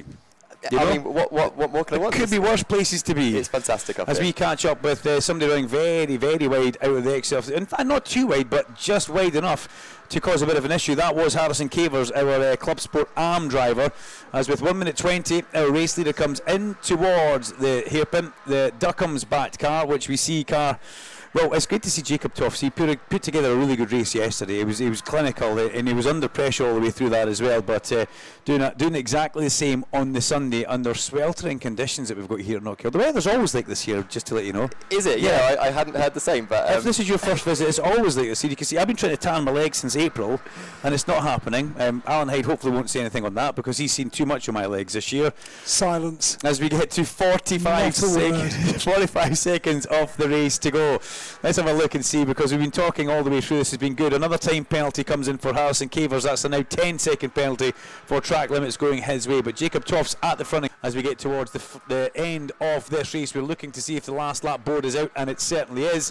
We try and catch up with our main man as he has put together a sensational performance up towards the crest of the hill. He comes now, he goes across the line, and the last lap board flies for Jacob Tufts, and this is what you want to see, isn't it? This is where you think, right, okay, one more lap, that's all I've got to do. Yeah, that last lap ball is sometimes a hindrance though, because that's when you can start, and someone's gone off there. At Clark Corner, they've nestled themselves in towards the recticel. Let's see if we can see who that is. It's car number, it's Dean Burden, unfortunately, who's gone in there. Car number 56, we'll get a replay of that just now. You talk us through it, Toby. Yeah, so it looks like Amy's gone down the inside, but I think he's just outbraked himself, going into Clark, and he's just lost the rear, and unfortunately tried to outbrake Amy, but she was already downside. Perhaps he just got a bit distracted in his mirrors and just missed his braking point. And with all that, the yellow flag, that takes away an overtaking place for Tom Bradshaw, but he's not going to manage to get anywhere near Jacob Tufts, who comes through the hairpin for the last time of asking. The checker flag is now unrolled.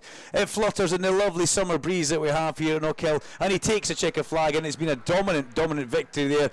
There was a little bit of rough and tumble at the hairpin at the early start of that race, but you've got to take your hat off to Jacob Tufts. He's done you a favour out there, taking a few points off Tom Bradshaw. And Joe Marshall comes across the line in third place. They're all part of the RS Pro category. RS AM category, well, that's been won in 8th place by car number 88, which is Oliver Meadows. Oliver Meadows will be delighted to take that 8th place and the win in the AM category. And we'll wait for Daniel Lewis to come across the line in 10th place. He'll be second in AM. And then it's actually Karim Sekat who comes across the line and takes the 3rd place podium for AM, as the names all then change about with the time penalties that get put in. For Club Sport Pro, Jonathan Moore takes that from Lydia Walmsley and Harrison Cavers, and Hannah Chapman wins Club Sport Amateur from Katia Logie and Paul Porter. But it's all about the man at the top, Jacob Tufts from Tom Bradshaw and Joe Marshall. Thank you very much to have Toby Trice. Wasn't it nice that Toby popped over here and gave us some expert commentary? I'm not going to let him go, because I'm going to talk about his motorsport journey in a couple of minutes. Oh, well, what, the one from there to here? A bigger one than that. Okay. It's a fascinating story. Yeah, that's good, because we now rock and roll into what is a bit of a lunch break here on Toka Live. I've got a hospitality chat to do with Flash at Lockring. I can only imagine how that's going to go. I'll be away for maybe 10 minutes, then come back. But I'm not sure you'll be 10 minutes, will you? It might be short, actually. It might be really, really short, but we'll look forward to it. But no, thank you very much, Toby. We hope you get the car fixed. We look forward to seeing you back at Silverstone, back with these guys at the sharp end where you should have been. Absolutely, yeah. Thanks for having me up here. It's great to come and see the circuit from this view. Of course, yeah, I'd love to be back out there racing, but yeah, Silverstone, I'll be back fighting very, very hard. No problem. Thank you very much. With that, we'll pause for a quick break on Toka Live. Live at tokalive.net on FM radio and around the circuit, this is Toka Live. And a very good afternoon to you in the sunshine here at Knockhill. Beautiful scenes, a huge crowd, and already a huge amount of action this morning with Mini Challenge, with Carrera Cup, with the British F4 Championship, the BTCC, and Porsche Sprint Challenge GB for this afternoon, for this morning, and of course this afternoon everything repeats. So we get to see everything we have already seen once again this afternoon after our lunch break. And Toby's going to sit down and make himself comfy. We're going to have a little chat to him about the various things that he's involved with that surround his racing career. That will be in a few minutes' time after we've heard from Rob Johnston down in Parc Ferme, and hopefully we can speak to a few of the drivers. Yes, I'll be right with them now. I'm just there's one or two getting their pictures taken and things, but hopefully I'll get with Jacob Tufts in just a moment, because he's about to step out the car, having dropped his helmet and things. So hopefully we'll get straight in. Jacob, quick word for the commentary. That wasn't quite as straightforward as the last one yet. A fairly aggressive overtaking the hairpin, but happy with the win all the same? Yeah, well, it didn't start out that aggressive. I mean, we can't be moving under the brake in at a hairpin, so I don't think that's up for debate. It's a shame. I know Tom's really clean, so I'm sure it was just a misunderstanding. Well, yeah, I didn't imply it was a deliberate, but yes, it's one of these things where there'll be two different versions of the story. But yes, it was a well-taken move, and yeah, you just managed to dominate from there, managed the tyres, and no problem. Yeah, it was. Once we were past, it was fairly easy, to be honest. Yes, and tyres, it's getting very hot. Is you quite comfortable over the race distance, or have you got some lessons to take into the final race? No, we're comfortable. The car's mega. Graves has done an amazing job. I don't know what we should change for the next race. Well, nothing, I guess. Just keep doing the same thing. Thank you. Well done. So that's Jacob Tufts, the winner of that race in the Duckham's liveried number 27 car. Second place went to Tom Bradshaw in the 43 car. So I'm looking around to try and find Tom now. There he is. Tom, you'd be delighted with that. Another podium. Yeah, exactly. It's what I need at this stage. Just keep consistent finishes. Yeah, kicking myself a little bit. Obviously, I'd like to come away from that with a win, but yeah, solid points. Yeah, good solid points. We'll get you to the podium just in a short while. I think there'll be TV interviews we'll need to weave in amongst as well, but we'll try and catch Joe Marshall now. He's just standing quietly in the corner here. Joe, looking hot and sweaty. That's been quite a workout. Yeah, it's hot in those cars. We don't tend to run the aircon because apparently it's slow on the straight, so I never run it. Yeah, it was a decent race. We had good pace, but as soon as we caught the back marks, we just dropped off the front two a little bit, and then it was just trying about managing the tyres. Really. Yeah, that's the critical piece, I guess. But it got you home on the podium. What you'll need to do for the next race now is repaint the car in silver instead of matte black. Yeah, I don't think I was painting that black, but no, I will have a look at some data because I don't think the car wasn't too bad, to be honest. It's just catching the back marks in the wrong places, and because we're all so tightly closed around here, it's like as soon as you lose half a second, you won't be able to make it back up unless they make a mistake. So. Yeah. Well done. You got to the finish in the top three, so that's a good haul of championship points. We'll see you on the podium very shortly. Thanks to Joe Marshall there. And we'll try and catch up with some class winners if we can. But Alan, you keep doing with what you need to do at the moment, and I'll just interrupt as and when. And also, I think we'll do the podium on the... No, we've got loads of time, so you can make sure that everyone around the circuit can hear the podium. Excellent. Because there are plenty of podiums for the Porsche Sprint. Yes, Challenge. that's the most complex one of all, actually. Multiple categories, yeah. So 4 podiums in total, Yeah. but we've got time. We're in the lunch break, everybody, and there are plenty of places to eat here at Knockhill and drink as well. Probably worth mentioning.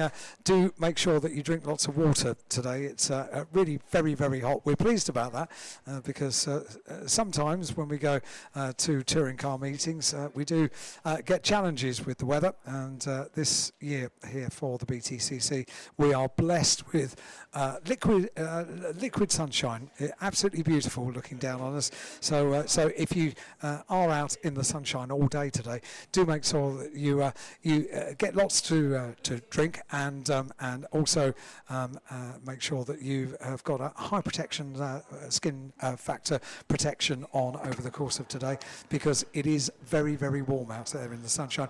I can tell you, I know, because I was out in it, and I'm still recovering, I have to say. Rob's still down there. Yes, I'm working my way through the class winners now, and the biggest cheer when we get to the podium, I'm sure, is going to be for Hannah Chapman. Your 8th class win of the season, 2nd one this weekend out of 2. You must be absolutely elated. Yeah, so far so good. I had another terrible start. I don't know what's happening, but you can't get it wrong in these cars, but somehow I'm just losing it at the start. So dropped to 2nd and was just trying to work hard to get past 1st place, which I managed after a few laps. So yeah, I couldn't be happier that I've managed to get in the lead again and have another win. Yeah, I know we've got a new sponsor on the car this weekend, so it couldn't be going better from that point of view. Yeah, I was very nearly not racing this weekend, so the sponsor, Monete, just stepped in at the last minute to save the day, so I'm so grateful, and to be able to reward them with good results I couldn't ask for better. You reckon you'll do a 3 out of 3? That's the plan. Well, not putting you under any pressure, but let's see. We'll wish you the best for the race day, and we'll see you on the podium in a little while. So I also saw Katia Logie walking past, but I think I might have missed her for an interview. She's disappeared. So. Yeah, she's vanished. So I'll try and find the next one, Alan, and I'll get back to you. Inevitably, in a few minutes, they will all be corralled together and taken over to the Toka Mobile podium, which is right in the heart of the paddock. And having just been on the podium for the BTCC podium, I can say one of the biggest crowds I've ever seen in front of the podium down there in the paddock, cheering the drivers on for our first touring car race of the day. So you can maybe go down and offer your support for our Porsche Sprint Challenge drivers as well over the course of today. Now we've got a few people that are maybe not looking after themselves in the sunshine as much as they should. So at the risk of repeating myself, can I please say this again, because it is jolly warm today. It's August, it's the height of summer, and although we maybe don't always have this high temperature and sunshine here at Knockhill, it's very welcome this weekend, so long as you are sensible and look after yourselves, and that includes if you are sat out in the sunshine. Don't sit out in the sunshine all day. Do seek a bit of shade over the course of the day. Drink lots and lots of water. Do make sure that you've got skin protection on. High factor is probably around about 50 is probably welcome today, and then you'll enjoy the whole of today. But we've got a few people already that have fallen foul to the hot temperatures that we've got here at Knockhill today, and I'd like to say that's a nice problem to have, but it isn't. We'd like you to enjoy the racing today and look after yourselves as well, so that you can enjoy the racing right the way until the end of today. And of course, our final British Touring Car Championship race gets underway at 5:25 this afternoon. And if you're going to be in the sunshine all day, then that's quite a long time to be exposing yourselves to the sunshine and the high temperatures. So do take care, everybody. We do want you to have the best day possible here at Knockhill, and to do that you need to take care of yourselves. Loads of your messages have been coming in. We got over 300 in the studio yesterday, and we're getting a huge amount today, so we might not get to each and every one of you, but we will do our very best. Matthew writes in and says, I wouldn't say we're blessed with the weather. I'm desperate for one of the BTCC race weekends where it's not baking hot. Bring on a nice overcast 15 degree maximum race weekend. Matthew, I understand what you're saying. When you deal with some of the rainy weekends that we have to deal with, the sunshine is very nice for us. So it's quite nice for the teams as well, not have to worry about putting on wet tyres. But I know what you mean. 15 degrees and overcast is probably the most perfect of days. This one says, hello from Toby, aged 9 years old. Please give Toby Trice a big hug from me.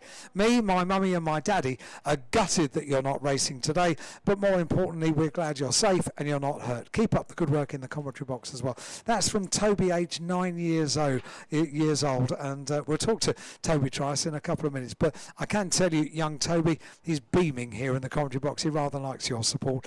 Hi, can you give a shout out to Natalie and Watty? They say, come on, Tingram.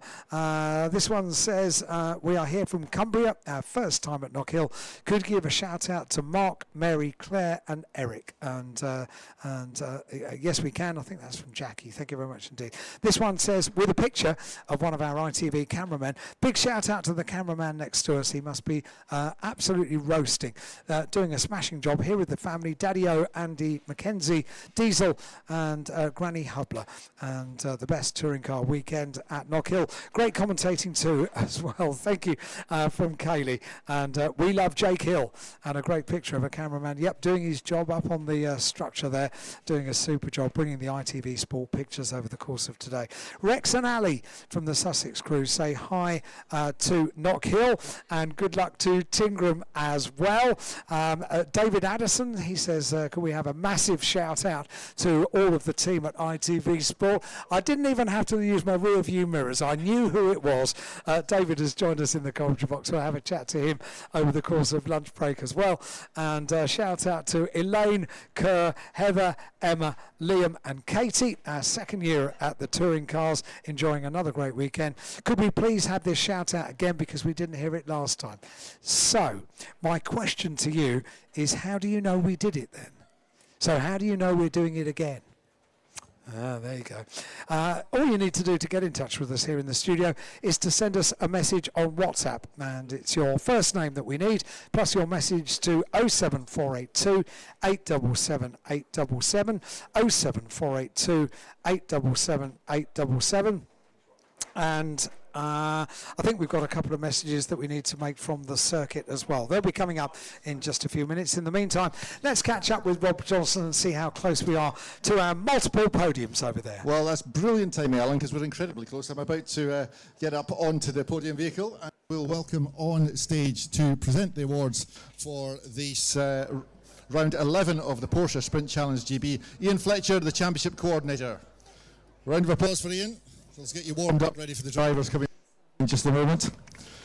So let's start with the Club Sport Amateur competitors, and third in Club Sport Amateur was number 87, Paul Porter. This is Paul's 11th visit to the podium this year, so he's having a good season in the Club Sport Amateur class. Well done, Paul.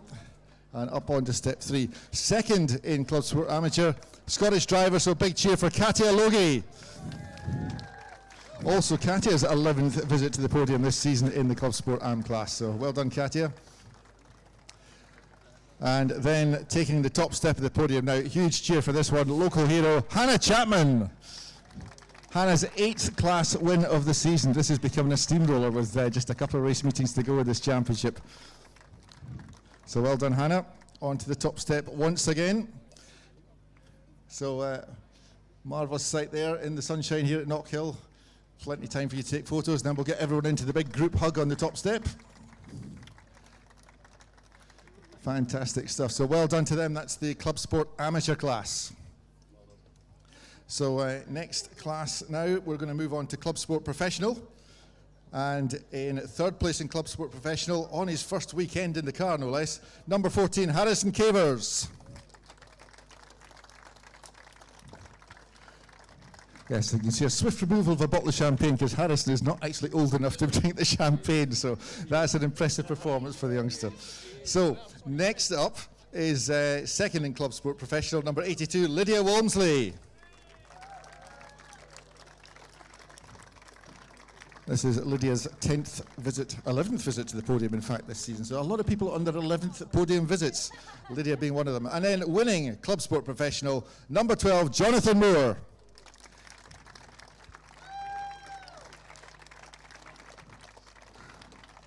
Yeah, Jonathan, 8 class wins from so far, but this adds to it. This is his 9th. So well done to them. That's the that is the Club Sport Professional class, and we'll get you all on the top step then, guys, and get the big photo done. And that's the second of the 4 classes. So that's the lower performance car is the Club Sport car. Now we go into the Club Sport RS car, and in the RS Amateur group, third position went to number 33, Rhys Summerfield.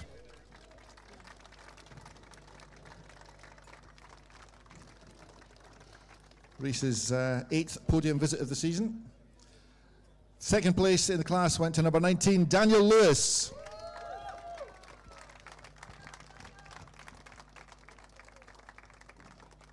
This is Daniel's 4th second place of the season. He'd just be itching to get that first win, but another second place is no disgrace. And winning the class is number 88, Oliver Meadows. So Oliver winning RS Amateur, and this is the 5th time he's won the class this season. So chance for all the photographs once again, then we'll get you gathered together on the top step. And that then just leaves us with the overall and the RS Professional class, the top performing class of the championship. And first of all, third place in the Vera Tools back car, number 99, Joe Marshall.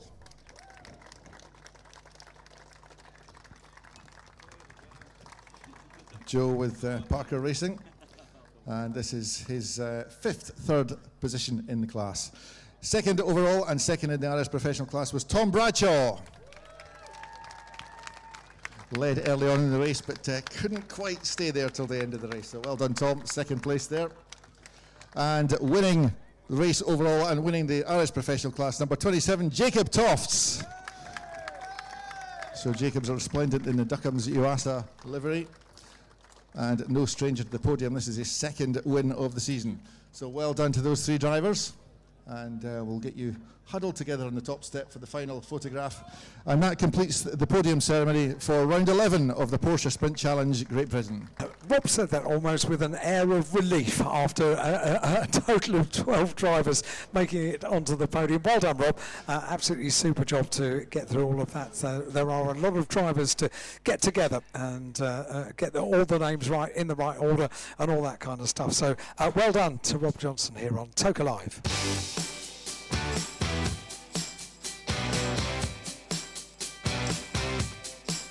You're listening to Toka live from the BTCC weekend. We had a great message earlier on to Toka Live. It was from Bob. David Addison from ITV is here, and he'll understand this. When you start a message that sounds quite official, it's all a bit of a worry. And it came in and it said, could you please ask the event organisers to turn the sun down a little bit? It's too warm for this time in the morning. Well, Bob has written back to say, hi there, it's Bob here again. Just following up on my heat request for Knockhill event staff to turn down the sunshine earlier on. I think they've turned the temperature dial the wrong way because it's getting hotter and hotter. I don't want to be that guy, but I think I'm going to have to escalate this. So as a very disgruntled Bob, Bob, make sure you drink lots of water, get a bit of shade over the course of today, but count yourselves lucky. You're out in the sunshine, enjoying the racing, looking after yourselves, hopefully. Toby Trice can tell us the sort of temperatures on a day like today you would deal with in a car. It's difficult.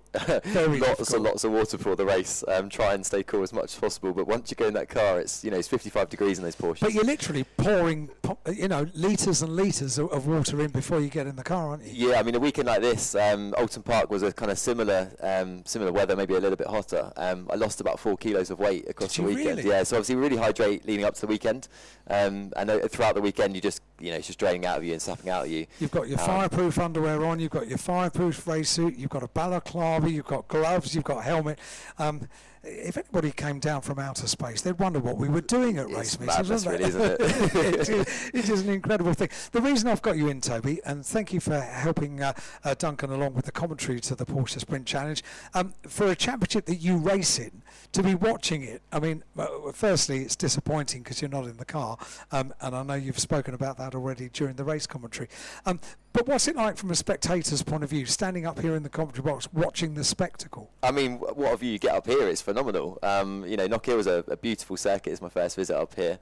As much as I can say I enjoyed watching the racing, I think I'd be lying. I'd much rather be in the car and competing for the championship. But those Porsche Caymans around this circuit just looks absolutely stunning, and seeing them come through the chicane as they are bouncing around, it's it's a rocket ride as it is in the car, but it just looks awesome from the outside. You've got a Porsche Cayman owner sitting just behind you, David Addison, and a very nice one it is too, it has to be said. Let me just ask Toby a few things about yesterday, and then we'll get it out of the way. It looked to us to be a very, very big hit that you had in that car yesterday. Yeah, I mean, I'm certainly not shy of big hits. I had a huge one at Silverstone a couple of years ago, and that made a 53G 135 mile an hour crash, which all my friends and family joke that is the running joke that I always talk about it. But that was almost like a life-ending accident. This one was a little bit less. I'm not entirely sure on the G, but yeah, it was a huge sudden stop. Turn 1 here in a Cayman is about 95 miles an hour. I felt the rear go quite light onto the dirty part of the circuit, and I've been doing that throughout testing. I was probably one of the quicker ones through turn 1. Everything felt fine, and I must have just touched the rear left on the dirty part of the circuit, and that was it, fired round. I knew I was going to be hitting the wall. Everything in your mind tells you to steer left and steer out the way of something that's coming towards you at 70, 80 miles an hour. But I realised that I was going to hit something, and I was trying to hit it square on, and I saw the tyres and thought, that'd be the softest thing to hit. But it wasn't. Presumably at some stage you take your hands off the steering wheel and you just let the car do what it's meant to do. Well, you're supposed to, but I held on tight all the way through to the wall, and I was running about 188 bar of pressure on the brake pedal trying to stop the car, and I've actually bent the brake pedal on my left foot. I must have the world's strongest foot. Left foot. My left foot's absolutely fine. It's bruised, but it's fine. It's the second brake pedal I've bent in a Porsche, so I think I might take the world record for the most brake pedals bent in a race car. What are you when you put a race suit on? Something like the Incredible Hulk or something? Still boots. I think the team asked me to go faster and put lead in my boot, but perhaps I put it in the wrong one. It's amazing. I'm really pleased that you're okay. Thank you. Okay, you're a bit shaken, as understandably you would be, because presumably at some stage you thought, here we go again. Yeah, it very much was that. I mean, this accident was incredibly frustrating. Any accident is in motorsport, but I'm at the very sharp end of this championship, fighting for the lead for this series, and to bin it off in qualifying. I mean, the lap I put previous to that was enough for P2 at the time. The car felt great. Clean Racing have given me an amazing car. I'm working with an engineer called Peter Seabar, who's an absolute legend in the sport, and to throw it away like it did is tough. It's a bitter pill to swallow, not just for me and my family and my sponsors that have made this race campaign work, but all of the work that we put in this week to get a great car together and fight, and just watching that race just then, there's nothing but absolute envy inside me knowing that I could also win that race. But racing has its challenges, and I've had many of them, and that's kind of what I love about this sport, is that the lows are very low and the highs are very high, and when you get the highs, they're incredible. And today's just a reminder of actually that we will come back to Silverstone. The team and I have already collected about what we're going to do moving forward, and there's nothing but excitement moving ahead, really. I love the fact that you've come up to the commentary box. I've been trying to get you up here from the start of the year because I was absolutely delighted at the start of the year that after your come back to racing after following the big accident at Silverstone, you have come back this year rejuvenated, regenerated. Everything has been going really well up until this point. And it made me feel good because your story of getting into racing is lovely. You're here with your family, and they're busy playing cars on the with floor, cars on the floor of the commentary box. But that was all part of your journey into motorsport, wasn't it? The family. Yeah, it very much is. I mean, you know, I talk quite openly about how motorsport saved my life. You know, I very much wear my hand on my heart, my sleeve. You know, throughout everything I've done, and I took up go-karting in my late 20s purely because I was going through a really, really difficult time as a fertility patient. Katie and I had been suffering fertility treatment for a number of years and had a number of losses, and it was really, really difficult. And kind of men's mental health, typically I was one of those guys that didn't talk and suffer in silence. But taken to a karting track, I went to Butmore Park in Kent. Good choice. Great circuit. And just went month on month just to go and let off some steam and just enjoy doing something for me for a change, rather than just trying to think about the next appointment and, you know, the next test, etc. And I can honestly say it was a complete breath of fresh air for me, because it gave me an opportunity to let all my anger and frustration and all that built up energy into just racing. And I realised, concentrate on one thing. Exactly that. Yeah, I remember one particular race at Butmore Park that I won. It was only about 3 or 4 meetings into this championship, and I learned pretty quickly. There's some great drivers back then. And I remember crying over the finish line, thinking I've actually achieved something. When in my personal life, dealing with fertility, I just felt nothing but a failure, because we wanted to have a family and we were at a point where we couldn't. And obviously that was very difficult news to take. So when I became a racing driver, I got an opportunity in 2019 by a guy called Vince Caldecott of Premier Contract Supplies. Gave me an opportunity to race in the GRDC, the Ginetta Racing Drivers Club. Was a dream come true. It was at the year that we decided to take a break from fertility and actually, you know, start racing competitively, which was mad, because I'm, you know, 29, jumping in a race car for the first time. I could not believe it. You know, I've spent many years with my grandfather watching the Touring Car Championship, and here I was kind of lining up on the grid of a support series of that, and it was just a very much pinch me moment. But it was at that time, Alan, that I created a campaign called Racing for Fertility. I wanted to just not go racing because of I could go racing and raise the sponsorship, but actually I thought this would be a great opportunity to raise awareness of fertility treatment. You know, 1 in 6 couples around the UK, and we've got, you know, tens of thousands of people here today that might well be in the same boat as Katie and I.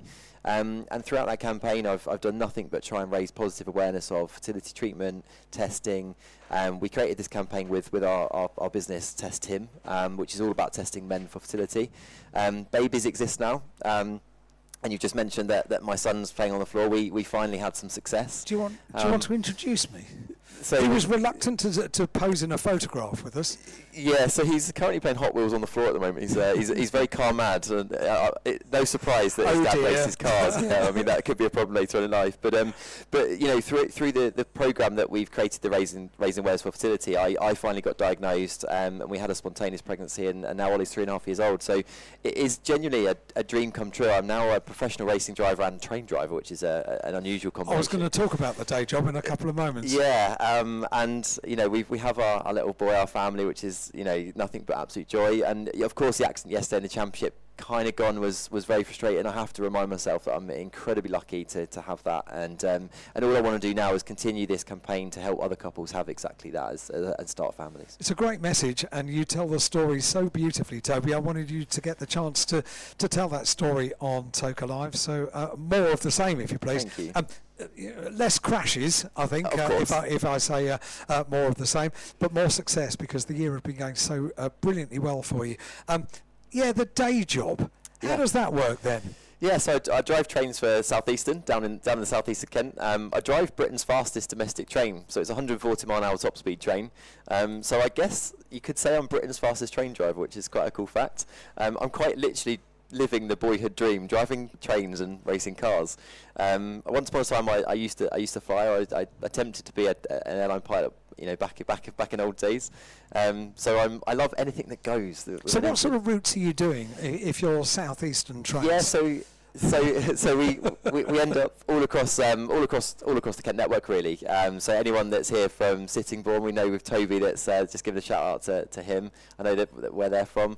We end up at London St Pancras, and we just travel all around the southeast. So as an Orpington boy for many years, I was on the Orpington to Charing Cross line. Is that something that ever would tickle your fancy? I used to drive that route. Did you? Yeah, Did you I used really? to drive that route, yeah. You could have been a train driver for me. Possibly 8 years ago, maybe. Yeah, easily. There you go. Well, perhaps I've driven you into London. Well, maybe. it's lovely to meet you, Toby. At last, I met my train driver. It's a very reliable service, I have to say. Good to hear that. Did you want to be a train driver when you were sort of Ollie's age? Well, I've always been involved or interested in vehicles. You know, from a young boy, it was always planes for me. That was my Right. passion. It's partly why I love Donington Park so much, because I get to race cars And then while you look staring up at in the sky and yeah, seeing the yeah. fine aircraft. I'm with you on that. But trains was a kind of second once the airline career kind of failed. Just shortly in my late teens, so I kind of just fell into it just with interest, the fact that I just love vehicles, and then I've stumbled into being a racing driver at the same time. So. It's amazing, and you're a lovely guy. I've met your family now. You're a lovely little family. I think there was was there a Lightning McQueen down there as well? There is did I Lightning spot? McQueen. Yeah, He absolutely loves Lightning McQueen. Very good. You need to take him along to watch Legends racing. There's a little Lightning McQueen that races in Legends, and he's doing rather well in the championship this year. Toby, thank you very much indeed for joining us. Absolutely super. Have you been asked to come up and join us again in the commentary box? Because I think you got the job, to be honest. Have I? Thank you. Yeah. We'll know you as 3 Jobs Trice. He's a racing driver, a train driver, and also a commentator on the Porsche Sprint Challenge as well. Toby Trice, thank you very much indeed for Thank you joining so much, us. Alan. It's been great to join with you. There we go, Toby Trice here, everybody, on Toka Live here at Knockhill on 93.7 FM. With all the latest BTCC news, action and insights, this is Toka Live. We can be quick, David Addison. We will have a little catch-up. David Addison, ITV Sports, David Addison is here in the commentary box. We'll have a very quick chat to him as well, because he's been patiently waiting in the background. Toby Trice is an interesting character, a train driver, Porsche driver, and a would-be commentator as well now. You can go off people that are good at lots of things, can't you? Come here, taking our jobs, I don't know. So, coming in here to the commentary box was a bit of a joy with the family, because the story, the backstory. That's a great story. So many racing drivers have got a little backstory, and if we can do something to let everybody know the person behind the wheel. It's not only a good story, but the fact that Toby's prepared to talk about it rather than sort of hide it away, and as he rightly says, make people more aware, because there are lots of other people going perhaps through the same process, underlines that it's nothing to be, perhaps ashamed of or worried about, and other people are going through it. So yeah, it's a great story, and with a happy outcome as well. A very, very happy outcome that Toby is now cuddling as they make their way towards the stairs of the commentary box.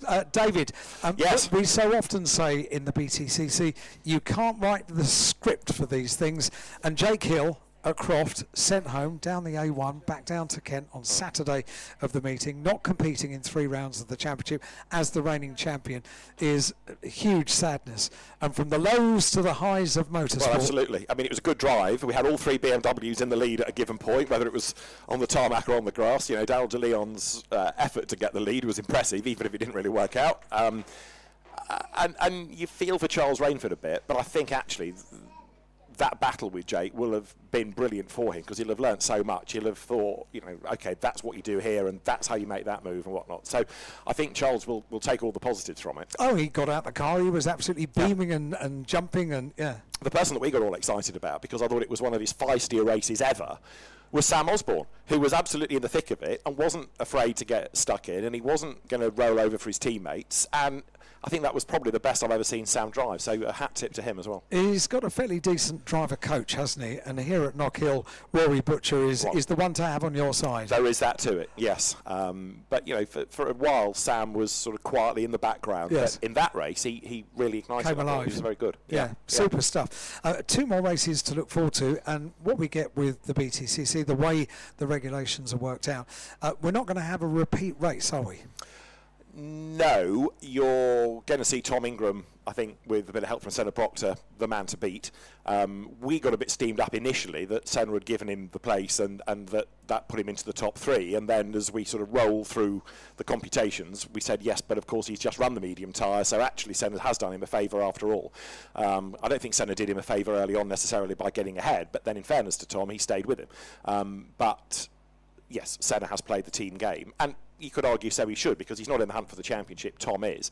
And it's all very well saying, well, you know, Senna has his own sponsors and wants to do well, but if it comes down to missing the championship at Brands by a point because they could have made that reversal and didn't, then the team would feel pretty silly about it. So I think that was the right thing to do. I'm not a fan of team orders, but I do understand that they're important. And yeah, Senna has done Tom a big favour in that. The other one to watch is going to be Ash Sutton, to see what further progress he can make. You know, because even if he's being outscored by Tom, he's got to make sure he's being outscored by as little as possible. Yes, keeping a harmonious garage is a good thing to have within the team, with 3 meetings left to run, as well as this one here at Knockhill. Yeah, because it's only going to get more competitive from here on in. You know, you've got the other, apart from Ash trying to win the championship, you've got the other inter-Nissan fight of the 2 Dans, with that margin having come down to about 3 points now, because Dan Rowbottom got himself up to 12th and then dropped back. I need to find out why, but he lost a couple of places and the progress didn't continue. So that was a good win in that term for Dan Camish. And actually, when you consider how many races we've got left, he's still not out of the hunt either. Far from it. No one is. Let's remind ourselves, we go to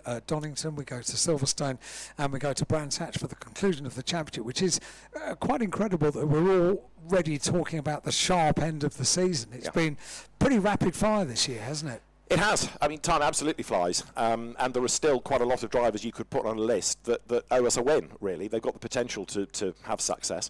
So I think there are still going to be a few more subplots before the end of the year. We might, you never know, have another good news story come the end of the day. You know, wouldn't it be great to see, I don't know, Restart Racing take a victory outright on a reverse grid, or a podium for Mikey Doble after all that PMR have been through this last week. And that's the thing about the championship, and you rightly say, just when you think you've written the script, something else appears.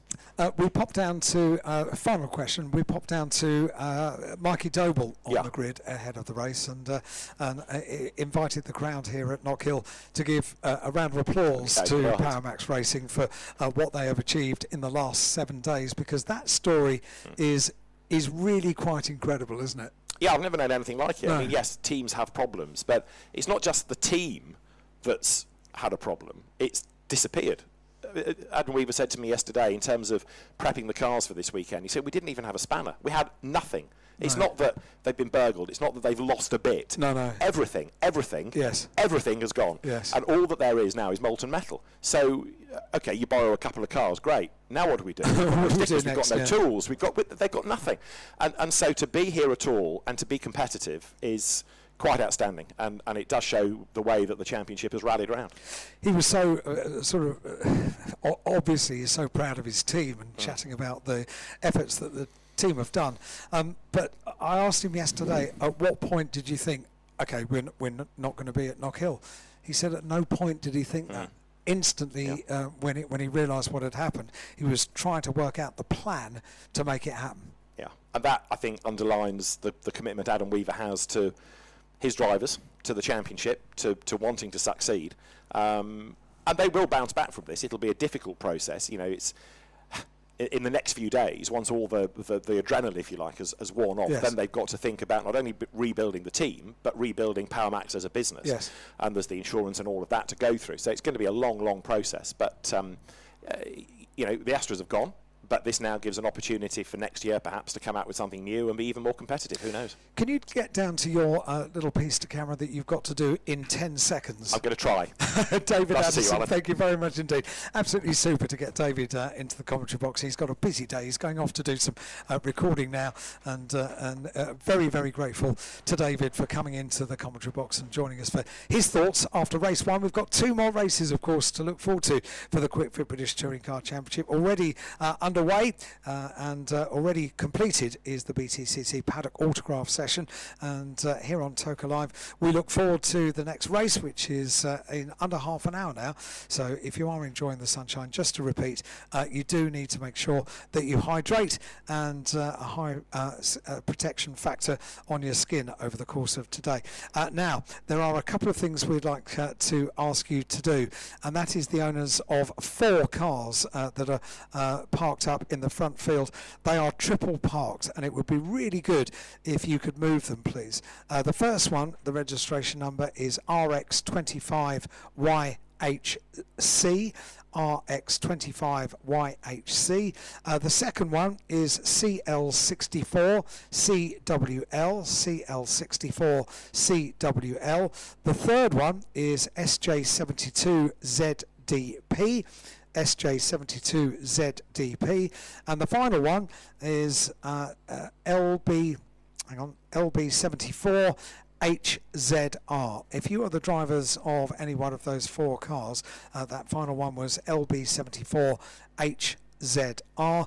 If you could go and move the cars as quickly as possible, please. They are triple parked, and therefore they are blocking it in at least one car. So if you could get over back to your car and get it moved to a place that the Knockhill staff will be very happy to tell you where you can safely park. That would be absolutely brilliant. This message into the studio, we are taking messages. WhatsApp is the way that you get in touch with us, not text. On WhatsApp only. The number is 07482 877 877.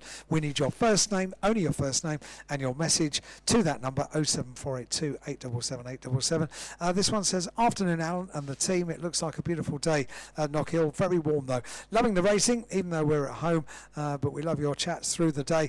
Keep hydrated and cool if you can, and that comes from Sue and Mark. Good advice, Sue and Mark. Thank you very much indeed for listening. Wherever you are, you can listen online at tokalive.net. This one says, having the best day in the glorious sunshine, loving the racing, and still married. Thanks to all the staff at Knockhill for the best times, and you and your guys for keeping us all informed and entertained. That's from Christine and from Lindsay as well. And this one says, from Ali and Adam in Newcastle, shout out to our sons Ben and Harry. It's our first time at Knockhill, and it definitely won't be our last. We're having the best weekend ever, and we hope you all are too.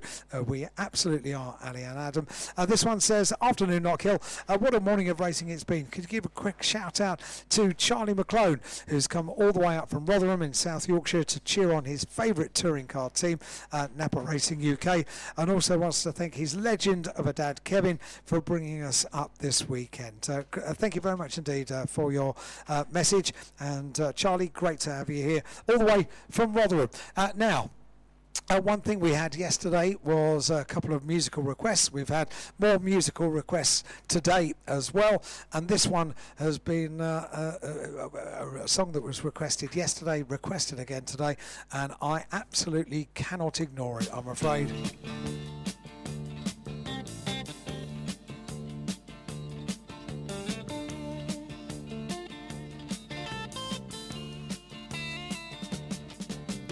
Shiver in the dark, it's raining in the park, but meantime,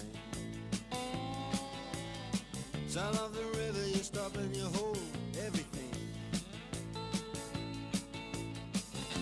A band is blowing Dixie, double fall time. You feel alright when you hear the music ring.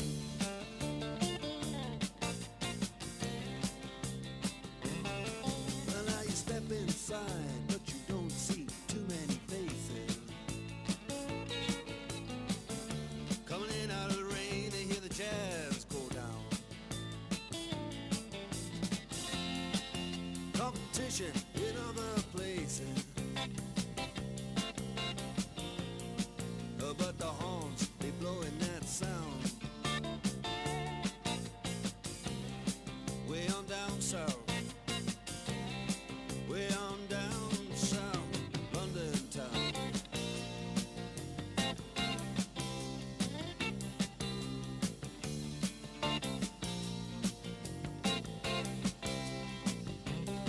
You check out Guitar George, he knows all the chords. When it's strictly rhythm, he doesn't want to make it cry or sing. If then an old guitar is all he can afford, when he gets up under the lights to play his thing.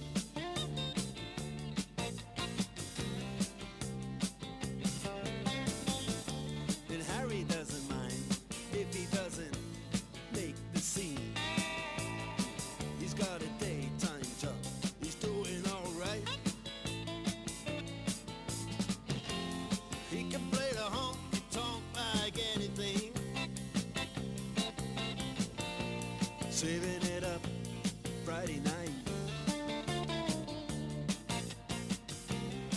with the Sultans, with the Sultans of Swing.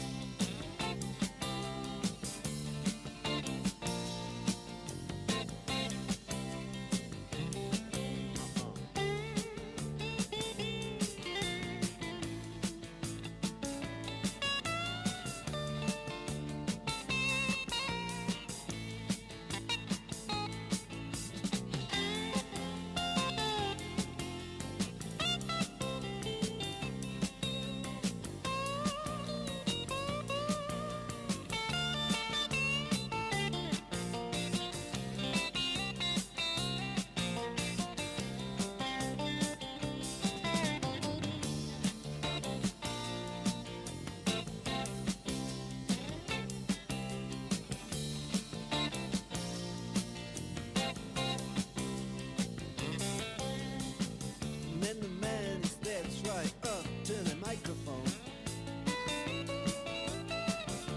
and says at last, just as the time bell rings, good night, now it's time to go home.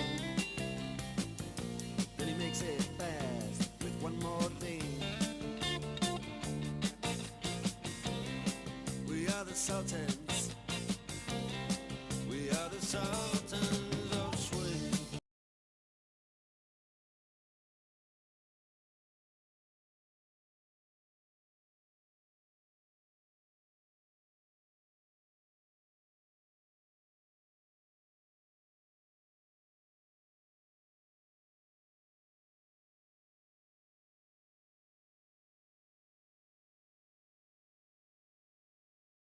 Send us an email, studio@tokalive.net. This message says, hi Al, Duncan and Dr. Robert, I'm Liam, I'm 17 years old and I want to be a commentator when I'm older. I wish I could come up to the commentary tower and watch you guys do your work because you're awesome at it. That's a very good way of getting a wish granted. I'd love it if that could happen. I'd like a shout out to my grandfather George who brought me here. P.S. If you three were songs, you'd be You Can Call Me Al by Paul Simon, Vincent by Tom McLean and Dr. Robert by the Beatles. That's very imaginative. Liam, I wonder where you are. Where are you in the circuit? Are you in the centre of the circuit? Are you around? Are you waving to me at the moment?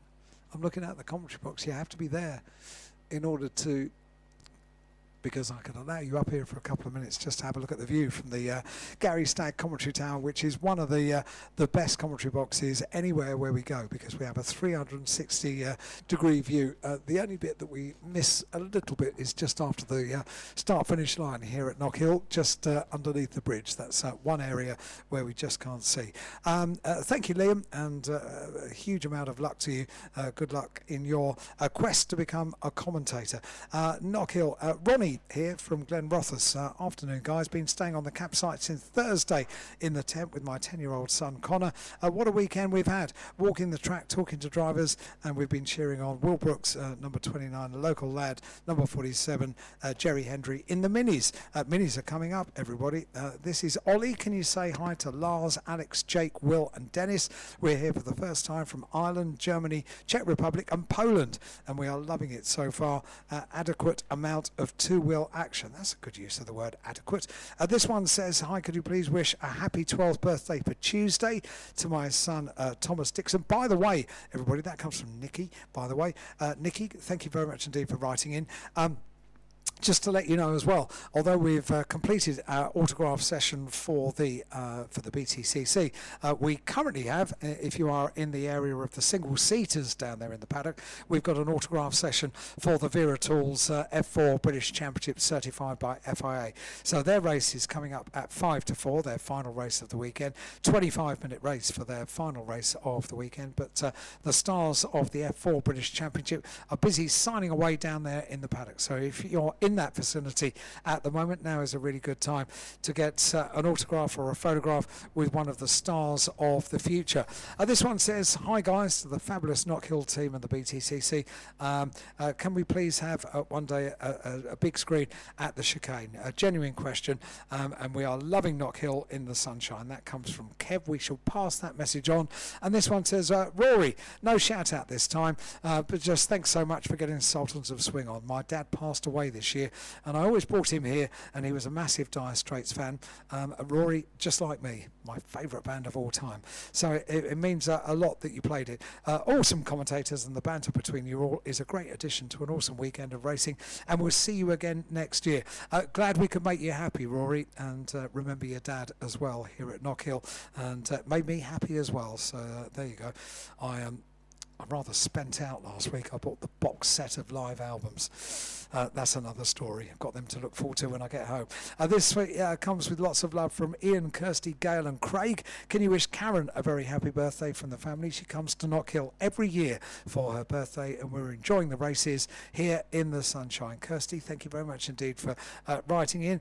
This one says we travelled from Derby to escape the heat wave in England, only to find there's a heat wave in Scotland as well. Loving the racing and the wonderful Knockhill circuit. Will definitely be back. That comes from John, Tom, Emily, and P.S. happy 20th birthday to Emily for next Saturday. You know, we've got a few minutes before we get the commentary team back together, get the band back together. Got time for maybe one more song.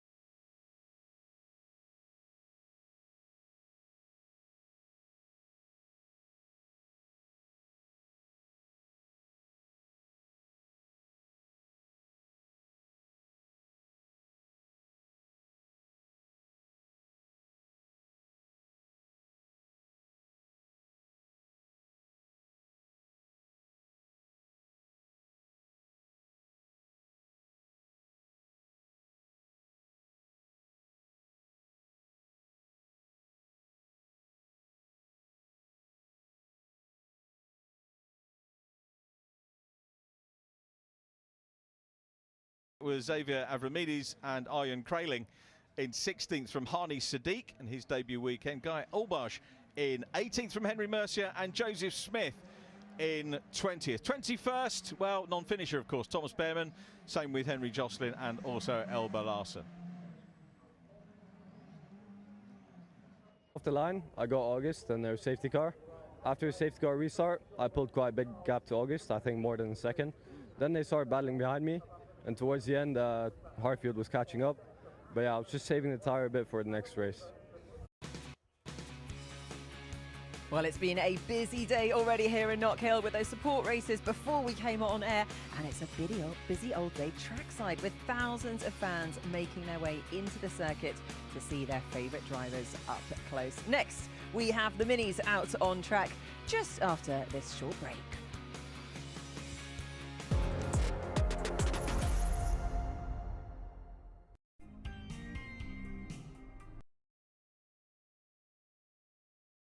Special move.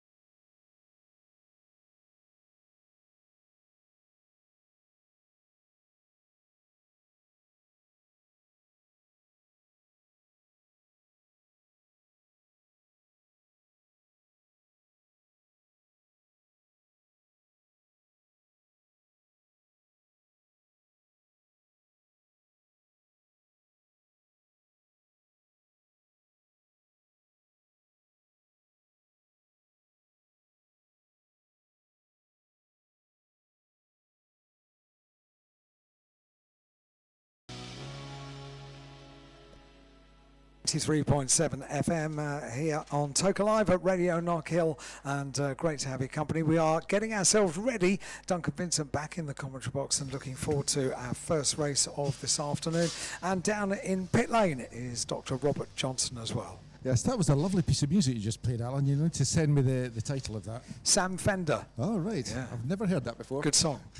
Fantastic. So, a performance tip for any touring car team here that's got a place in the garages in the pit lane. The garages are full of tyre racks, as you'll have seen when you're across here, Alan. If the heat in the sun is such that if you just wheel the tyre racks a little bit forward in the garage, you'll get the sun on them and you'll get preheated tyres. There was a team many years ago, and it was here at Knockhill, because tyre warmers are not allowed in the regulations in the BTCC, but it was probably 20 years ago that a team that was starting at the front of the grid, the very last minute, we got a bit of paper brought over to the commentary box that said that the cars that were starting at the front of the grid will be starting at the back of the grid because they had made improper use of tyre warming before the cars went to the grid. And what they actually did was, you know, when they scrape tyres, they scrape that top surface of a tyre. They did it right at the last minute, and you do it with a heat gun. So therefore, it was a very, very clever way of heating up the tyre without actually specifically heating up the tyre. They did not get away with it. Nothing gets past the technical team here at a BTCC meeting, and the cars were put to the back of the grid, and that was at this very circuit probably 20 years ago, probably a little bit more than that here at Knockhill. Right, we're about to get racing back underway. Thank you for your messages. Keep them coming in on WhatsApp. We'll get to as many as we possibly can over the course of this afternoon, but the start of the racing action for this afternoon is about to get underway. It's a 25-minute race, slightly longer this one, for the Virtue Mini Challenge, and in the commentary box, in position, poised and ready, is Duncan Vincent. You never said sweaty, though. I'm surprised at that, because I've ran back from the Lockring hospitality with Gordon Shedden. You don't look in the least bit hot and sweaty. No, looking perfect. I see you look hot all the time, Al. Thanks. Oh, okay, there's no people are going to worry about the compliments are not coming back from Hyde today. It's quite fine. It's not a problem. Okay, let's give you the grid for round 13 of the 2025 Virtue Mini Challenge, a 25-minute race. This will be taxing for them. This will be a bit of a test.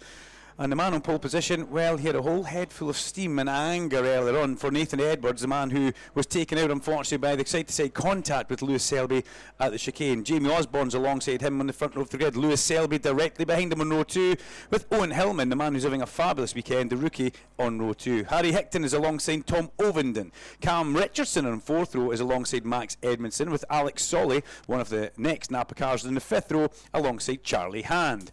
Harry Campy is on the 6th row of the grid alongside Jacob Hodgkiss, with Josh Porter alongside Jerry Henry, the local hero, in 47. Ned Anthony is on the 8th row of the grid in 32 alongside another local hero, Brent Bowie, in 69. And then Alex Brandham, who's in the development car, finds himself on the 9th row. We then go back into the GCW Sport class, and Archie Johnson's having a fabulous weekend in car number 10, and he's on pole position for that grid. Alongside him is car 42, the winner of the earlier race number 2, Henry Howarth. Chris Mackenzie starts third in 2:10 alongside Nicky Gauchi, and then Will Crooks and Ben Crossley round out the entire grid of JCW sport cars. Championship points coming in towards this as we head into round 13. Jamie Osborne has a championship lead, 54 points over Tom Ovenden now, with Lewis Selby in third, then Josh Porter. We have to see Nathan Edwards down in 7th place, but he hemorrhaged an awful lot of points in that race number 2. The rookies, it's Max Edmondson who leads that in car number 33 from Jacob Hodgkiss and Harry Campy. And the JCW Sports Drivers' Championship, car 42, Henry Howarth has that championship lead, but it's a slender lead over Archie Johnson of 18 points. And Johnson, as I said, has got a whole head of steam this weekend. And speaking of a head of steam, across there in the pit lane will be a man who I would think is trying to live in the shade, will be Dr. Robert Johnson, because the temperature's rising. Yes, it's very pleasant and warm out here now. Really enjoying the sunshine here.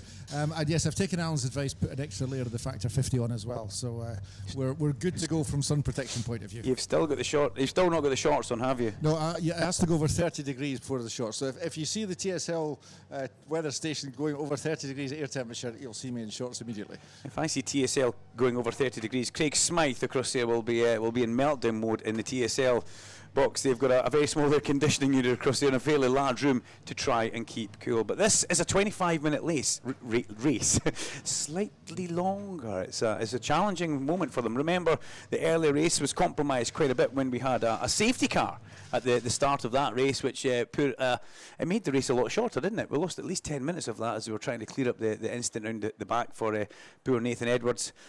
Yeah, the good thing for Nathan, though, is that he's starting on pole for this one because of this race is determined, or the starting order of this race is determined by the qualifying positions, fastest qualifying laps from yesterday. So that bounces him straight back to pole despite his unfortunate demise in the previous race. I can see you standing in the middle of pit lane, shading yourself in the garage. Now, if you see yourself on the big screen, ladies and gentlemen, give yourself a wave.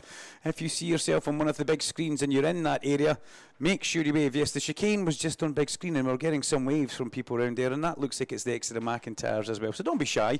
If you're on screen, give us a wave. Alan Hyde, loving watching you guys waving at him just now, as he's been very busy through lunch break. So what we do is we put Heidi on rest just now. He manages to get a half a sausage roll and what looks like a quarter of a chicken wing there, and he'll be fine for the drive home tonight as well. But a very busy studio is Toka Live. It's great to catch up with Toby Trice. I mean, I had him for the race and I thought he was fabulous.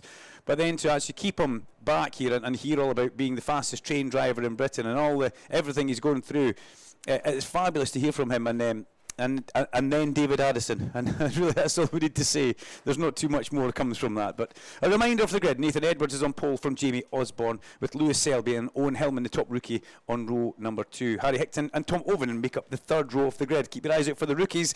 They'll be pushing forward in this race, Hillman and Hickton, and they'll also have their own little internal battle as well. Cam Richardson, another rookie for Napa Racing, as Max Edmondson, Alex Solly, Charlie Hand, Harry Campy and Jacob Hodgkiss. That's 3 rows of rookies. 3 rows all the way back, 4, 5 and 6, all rookies. Josh Porter and Jerry Henry make up a row 7 with Ned Anthony and Brent Bowie, Alex Brandom, and then we go back to the JCW Sports class, where Archie Johnson has been in a fabulous class with Henry Howarth this weekend. Chris Mackenzie in 210, Nicky Gauchi, the local man, Will Crooks and Ben Crossley rounding out the entire grid that we have here today. Whoops, sorry, but that's walking backwards and crushing into people as we do. So let's see how this one goes. The Virtue Mini Challenge just about to get going for us here, as we're under beautiful sunny skies at Knockhill Racing Circuit. A couple of warm-up laps, and 2 warm-up laps, Robert, because it's a short lap here at Knockhill, and we've seen drivers caught out with this before, even in lovely conditions. Yes, the front-wheel drive cars with close to 300 horsepower or more that these cars have got, they heat the front tyres very quickly, but there's not a lot of loading on the rear tyres, and so that heat imbalance is very tricky in the opening laps of the race. So the second lap here gives them a little bit more time to get the heat balance sorted out between the front and rear tyres. And many a time we have seen a car with slick tyres going through the bottom of Leslie's, which is turn 2, which is a left-hander where you really lean on that back right wheel, and all of a sudden if the tyre's not up to temperature, it gets a little bit messy down there. That's all we're going to say. So, and it's a safety thing more than anything. Let's give them 2 laps in the short lap to build up more temperature and A, the brakes, and B, the tyres, so they're ready for the perfect start. One thing that Nathan Edwards will not be wanting to have this time is contact on lap number 1 with Lewis Selby. That's a must. but he's got a very hard-charging Jamie Osborne alongside him in the front of the grid. Alan, this is poised to be a bit of a firecracker. And I can just introduce you to Liam, who is 17 years old. He wants to become a commentator. He wrote to us on Toka Live over the course of the lunch break and said, could you please come up and have a look from the commentary box for a couple of laps. So he is my guest. You didn't take money off him, did you? Certainly not. That's good. It's not like you. That's just now. Welcome to the commentary box. Half a sausage roll, maybe. Stand there with this man. This is Matt Salisbury. He will tell you everything you need to know as well. Liam. We will get this race underway. So here we go. Matt Salisbury, the PR man behind Mini Challenge, gives us all the information pre-event and also keeps us up to date during the actual event as it goes along. We're now ready. We're poised. The cars are all in their grid slots. Red lights are on. And away we go. It's a good start from the front row of the grid, but it's an even better start from Jamie Osborne on the front row of the grid. He will take the lead as we head down and in towards Duffus Dip for the first time of asking. Osborne and Edwards. Edwards can't afford to lose more points at the start of this one as they come through just now. And Osborne sneaks his way through towards the front as Nathan Edwards straight back up the inside and manages to come back across. No, there's side-to-side contact, and off goes Jamie Osborne off through the quick fit branding, and he comes back onto the track at the chicane. He's got to try and filter in now. That's not an easy thing to do, but a little bit of barginess with Nathan Edwards on the run down in towards Butchers. So Osborne having to take evasive action as they go through there. And Lewis Selby now finds himself up in the back. Yep, finds himself up behind the back of the leader just now as they come through. And as they accelerate round towards the hairpin, we lost somebody at Clark there. They're just about to rejoin in the background.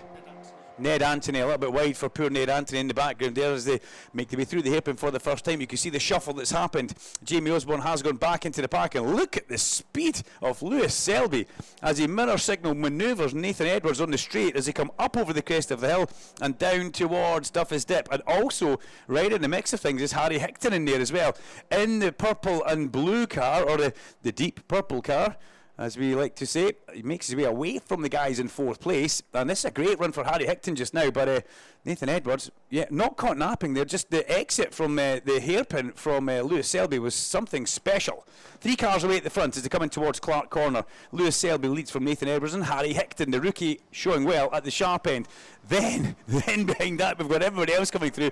Owen Hillman, Tom Ovenden, Max Edmondson and Jamie Osborne on the recovery drive as we come round and in towards Knockhill's very tight hairpin, and it's side by side at the sharp end here, and this is not going to be an easy race for Lewis Selby because here comes Nathan Edwards side by side at the main street. He goes back to the front as we pass Dr. Robert Johnston. Yeah, Nathan Edwards almost lost it completely on the run into Duffus last time because he was almost squeezed off the track. It's exactly the same again this time, but he's just about holding position. However, he's getting dive bombed down the inside as they go down the hill at Leslie's. They've both gone wide, and through to the lead goes the rookie with an absolutely sensational manoeuvre there. Number 64, Harry Hickton, goes to the sharp end. The man from Kimpton in the Manpower Motorsport JCW car. He may be a rookie, but that was a wise head on his shoulders there. He could see what was unfolding in front of them with the two more experienced guys tearing lumps out of each other. And he says, on you go, I'll now just sneak past the pair of you. And into the lead goes car number 64. First time we've seen Harry Hickton leading at Knockhill. And he looks so comfortable there. And you've got to look at the man in fourth place because it's the other rookie of Owen Hillman who's in the car with the very lurid green wheels just now, or yellow wheels, who'd like to be involved in this and catch up with his fellow rookie because not only are they going for overall championship, but they've also got the rookie championship in here. And Owen Hillman will not like to see Harry Hickton leading the actual race overall as we make our way in towards Duffus Dip again. Side by side, Nathan Edwards manages to hold Hillman at bay. Then behind Hillman it's Tom Ovenden, then Max Edmondson. Watch the replay of the big screen just now. Side by side through the top of Duffus. They're bumping into each other. And look at that lovely manoeuvre from Harry Hickton there. That's just class. He could see what was happening. He knew what to do and he didn't panic and didn't overreact. Before they then all ended up coming into McIntyre's, but by that point, Harry Hickton just starting to maybe edge away. Let's see what the young rookie's got for race paces. Off in the background there. That's not Owen Hillman. It was a car a couple of places behind Owen Hillman. Max Edmondson, starting to get my colours and my numbers right. Myself and Matt Salisbury said that at the exact same time there. As they come back in towards the hairpin dock, it's all change.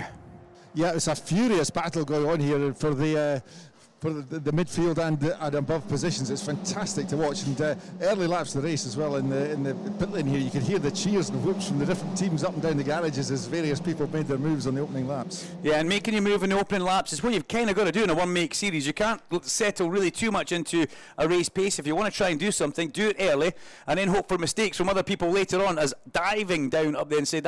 I don't like saying the word dive bomb, but that was a bit of a move from Charlie Hand. Another one of the rookies, Charlie Hand, sliding through on the inside, up the inside of our local hero Jerry Henry, as they managed to get through. The top two in sport cars just going through the chicane as well, as they come through Clark Corner and get past the debris which Max Edmondson brought onto track the last time. Remember, we have got two classes in here. Oh, the two sport classes having a bit of contact. Bounce, bounce, bounce. Front splitter off, back splitter off as well. And that's not what they're looking to do as they head round towards the hip. But the two sport class racers tearing lumps out of each other, Johnson and Howarth, as they now go into the hip. And so that is going to have a bit of a negative effect on the handling of the car. For, I think, was that Archie Johnson? Let's have a bit of a look through the stalker binoculars as they come up the main straight just now. It was Archie Johnson, front splitter and the back bumper hanging off that car now, as the black and white diagonal flag already comes out. And guess who it's for? Well, car 70, first of all, and then our good friend Chris McKenzie, who's been getting a lot of driver warning flags through the course of the weekend. Car 70 is Owen Hillman as well, so Owen Hillman on his charge into fourth place to try and catch up with his other rookie racer at the very front. Harry Hickton has picked up the driver warning flag, but things just calming down a little bit in this race as they come in towards the hairpin at the end of lap number 5, about to start lap 6. Harry Hickton, what a drive so far at the front, Doc. Yeah, that was a fantastic move he made, and he's just managed to maintain that gap. He's not put a wheel wrong so far, and he's just building and building a little edge over Edwards behind him. Just half a second advantage, but it'll eke out maybe a 10th here, a 10th there. He could do something special here. Nathan Edwards into second place. Is this the moment where he starts to get the screw tightened on Harry Hickton at the sharp end? Nathan, he didn't finish race number 2 after being removed or being bounced off or having a contact with another car together through the chicane. It's not fair to point blame on one driver for that. They were both on the same part of track and it happened. But is this where we start to see him increase the pressure and come up towards the back of Harry Hickton? Hickton has not put a wheel wrong thus far. He's looking very much in control. But the pace of Nathan Edwards, he just put the fastest lap of the race in a lap or so ago with a 55.8.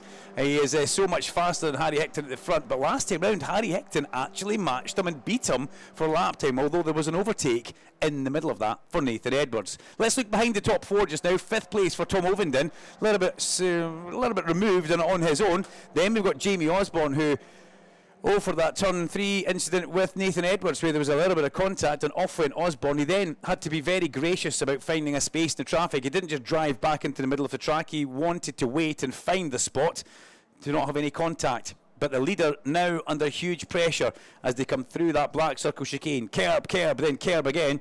And it's all about surviving yourself all the way through the back there. Jerry Henry in the pit lane, he's been off on the grass, so they're clearing a load of vegetation out. They've got the engine cover off, trying to get the temperatures down as well. So that's the 47 of Jerry Henry, temporarily out of action, but I think he may rejoin. Vegetation, I like that one. It's a new one. I've never heard that word before in commentary. At least it wasn't pink vegetation today. That's that was good. superb. Look at this at the hairpin though. How tight do you like a mini race? The JCW is giving us exactly what we want here. As is that Jamie Osborne in trouble heading round towards the hairpin? It certainly is. Jamie Osborne in all sorts of trouble. Is that something from the earlier moment where he was in the grass? Has he got a radiator inlet full of grass, and is he overheating as he heads in, or has he got a puncture in front of that car? It's very low. Only time will tell as he's heading your way now, Dr. Robert Johnston.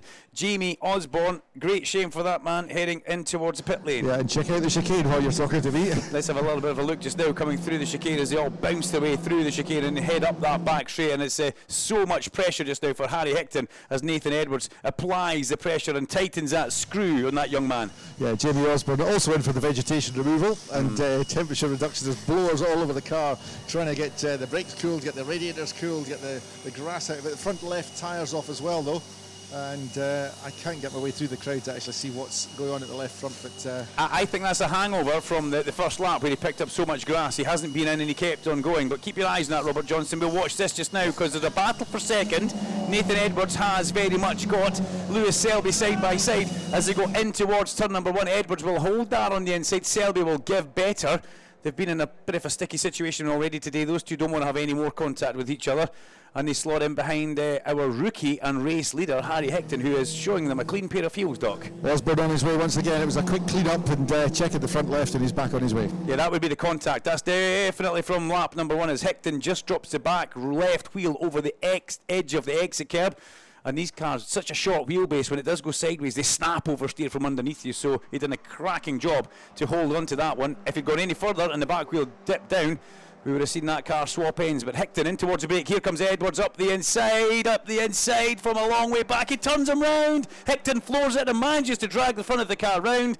But Nathan Edwards didn't need to do that, and he's now in a world of trouble because he's bent the front of his car. It's going to be a double DNF. He needs to get across to the pit end if he can. And in your way comes the man who was just going for the race lead, Dr. Robert Johnson. Nathan Edwards in a world of trouble.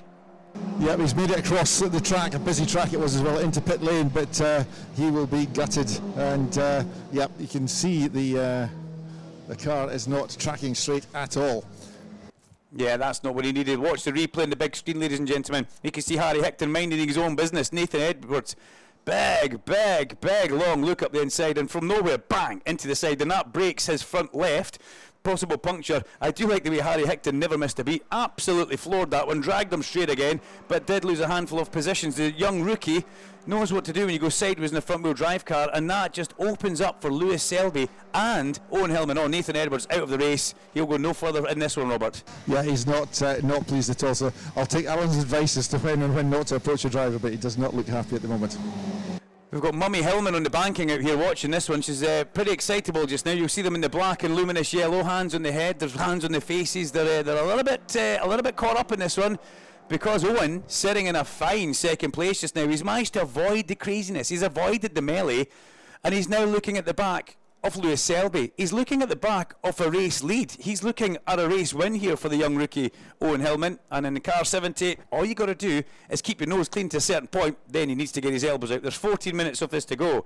Let's hope that Mum can survive another 14 minutes in the banking to the right of us just now as we watch the cars coming round towards the hairpin. It's Lewis Selby who does lead the way. Then the two very similar cars of Hillman and then Edmondson, car 33 behind that. But we need to say what a great shame it was for Nathan Edwards. He did have a shot there, Robert. He tried very hard, but it was a move, a bridge too far, and then the damage to the car. A double DNF is not what he was wanting to have north of the border. Yeah, and it all started so well with the race win as well. So, yeah, not what he was planning. But meanwhile, Selby leads from Hillman, Edmondson, Ovenden, Hickton, Solly and Hodgkiss. It's funny, you can hear the leaf blower still in the background, still on, just in case somebody does come in and suddenly needs one.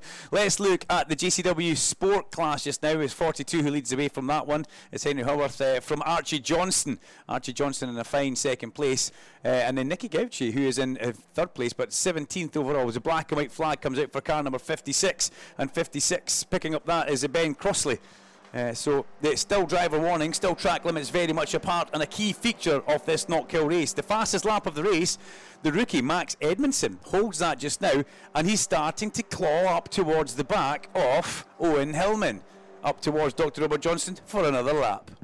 Yes, exit speed of the hairpin really vital in this battle to get into the toe of the car in front, and Hickton is under some pressure now because he's towing that Napa car, the number 12 car, along the straight. It's closing in the draft, but I don't think close enough to outbreak this time. You know what's really cool, Robert? The guys that are sitting in second and third, they're teammates, and their mums are standing watching each other in the banking down here, and there's a few more grey hairs coming with each lap in each corner, which is, well done ladies, just sit down. That's the best thing you can do out there as the boys leave the boys to do what they do, because they're doing it so well, these two rookies, as they put Lewis Selby under all sorts of pressure at the front. And this is where Selby's got a decision to make. What does he do? Does he keep this pressure going at the front to try and make sure he gets a victory? Well, Lewis Selby finds himself third in the championship. He's going to be taking good points away from Jamie Osborne and Tom Ovenden and anybody else behind him, but he's got these two little rookies who are just a bit of a pain in his side right now, and they want to try and get their victory. If they can get near him, they will, but he's got to try and hold that tiny gap as they cross the line. Half a second, not a comfortable buffer for him to have in his pocket there, Doc. No, not at all. The slightest mistake and that's going to come down to almost nothing. And very easy in these cars to have a little slip or a slide or a mistake around Knockhill. These are challenging cars to drive, and these guys make it look easy, but this is a handful for them, and it's a tremendous display from these leading 3 drivers breaking away from the rest of the pack. And the races are this race is 5 minutes longer. It may not sound like a lot, but when you're in the temperature of a race car, the cockpit's incredibly hot in there. That 5 minutes will feel like a long time as we have a huge grass tracking moment for somebody joining back down there. That's unfortunately the local hero, Jerry Henry, who's now lost a splitter and picked up a whole lot more stuff as he goes in there. Change of second place though. Change of second place as Max Edmondson comes up the inside of Owen Hillman. There's a tap on the shoulder from the mums. It's okay, they're not touching each other. Everything's fair in love and war as they come over the hill. Max Edmondson into 3rd place. Can he have a run at Lewis Selby now? Is that what we've got here? Is Max Edmondson got a little bit more pace in the car, the number 33 car, very similar to Owen's car, Owen Hillman down the hill there. The difference, look at the leading edge as they come towards you. One has green accents, the other one has blue accents as they come into the hairpin. This was a lovely move. It was almost a move where Owen Hillman thought, it's okay, it's not a disaster for me, I can make this work. We'll go through and we'll see what happens towards the end of the race, as a good replay on the big screen there as we come back to live action coming out of Clark Curve. Off the end of the exit curb is Lewis Selby. Big fan of the Napa paint scheme they've got this weekend, doing an awful lot for Racing for Dementia, the fractured D on the car, and Max Edmondson's pulling away from Owen Hillman. Owen Hillman doesn't seem to have the pace midway through this race. Edmondson, let's keep an eye on the gap, Doc. It's a second right now, and fastest lap of the race still to Edmondson. In the pits, Josh Porter is in the 94 car. He was pointing towards the front left as he came in, but the mechanics are investigating, trying to work out what's gone wrong for him. They're jacking the car up now, but he's already about to go a lap down. This morning's race winner, Josh Porter, retires with Dr. Robert Johnson into the pit lane there, so great stuff from Doc. Terrible for poor Josh Porter. That was the luminous Dayglow pink and black car, as Alan Hyde called it. I did ask for one single colour, but I got a double colour thrown at me, and I couldn't really cope with that. You have to be specific with your Pantones. Well, you know, Seafoam, Aquafoam, Fresh Green for the Gibson guitar was always a favourite that you came out with. As the leaders come off the end of the exit curve at Clark just now, and round towards the hairpin they come. Lewis Selby looking commanding right now. Max Edmondson has wriggled away from Owen Hillman. The gap at the front was 1 second across the line. As Lewis Selby managing to hold on to that, only time will tell. Remember Harry Hickton? Remember him at the early part of the race? Well, Harry Hickton is behind Tom Ovenden, and he's the next car in line. It's a great shame. He was leading the race, and he was leading it well when, unfortunately, Nathan, in car 21, Nathan Edwards, had a bit of a moment and locked up into the side of him at the hairpin. But we need to keep our eyes on that, see if Harry Hickton has got pace to catch back up with Tom Ovenden, because Harry, the rookies, really, you've got some seriously fast, talented rookies in this class. When you look at them, they were leading the race. They're up there on the overall podium as well. And I've got to say, I think Max Edmondson is starting to close in on Lewis Selby as they go through the chicane in towards Clark Corner. It was a second. It's now 9/10 of a second as they come off the Clark's exit curb. That looks like it's a lot less than 9/10 of a second now. And it's game on for Max Edmondson as they come round towards the hairpin. And the other mum's now come alive because she's realising what's happening out here, that the other son is looking good. Through the hairpin they come. Get on the power, but get on the power softly. Try and straighten up the wheel. Use as much of the exit curb as you can to use all the track and traction as you come up over the crest of the hill. What's the gap now? 7/10 of a second. He's taken 2 and a bit tenths out of the race leader in the last lap. Last time round, Max Edmondson 56.1, Lewis Selby 56.3, so he's 2/10 of a second faster right now. And Max starting to catch up towards the back of the race leader. Catching's one thing. Passing certainly another, as we hear so many times said in races. With 7 minutes of this race to go, Robert, this is starting to get rather exciting. It is, yes, and the battle for 5th, 6th, 7th as well is raging down through Butchers and up through the chicane as well. Somehow the 64 car of Hickton is still there ahead of Alex Solly, but how he's done it is beyond me, because he's been under so much pressure all the way through just about every corner he's challenged, but he's still hanging on there. We're about to have some lap traffic. Look at this coming past you now. 1, 2, 3, 4. We've got Nicky Gauchi involved in that, the head of that, and then at the back of is Jamie Osborne. The race leaders are going to catch that in a couple of laps. Then it becomes to who can get past and through the traffic best. They go underneath that Beatson's Building Supply Bridge. Let's look back. There's Tom Ovenden, a fine, safe 4th place for him. Then it's Harry Hickton. Behind Harry Hickton, Alex Solly. Behind Alex Solly, we've got car number 95, which is still Jacob Hodgkiss, as they have a stop for Jerry Henry, who stopped round the back there, unfortunately. Jerry Henry.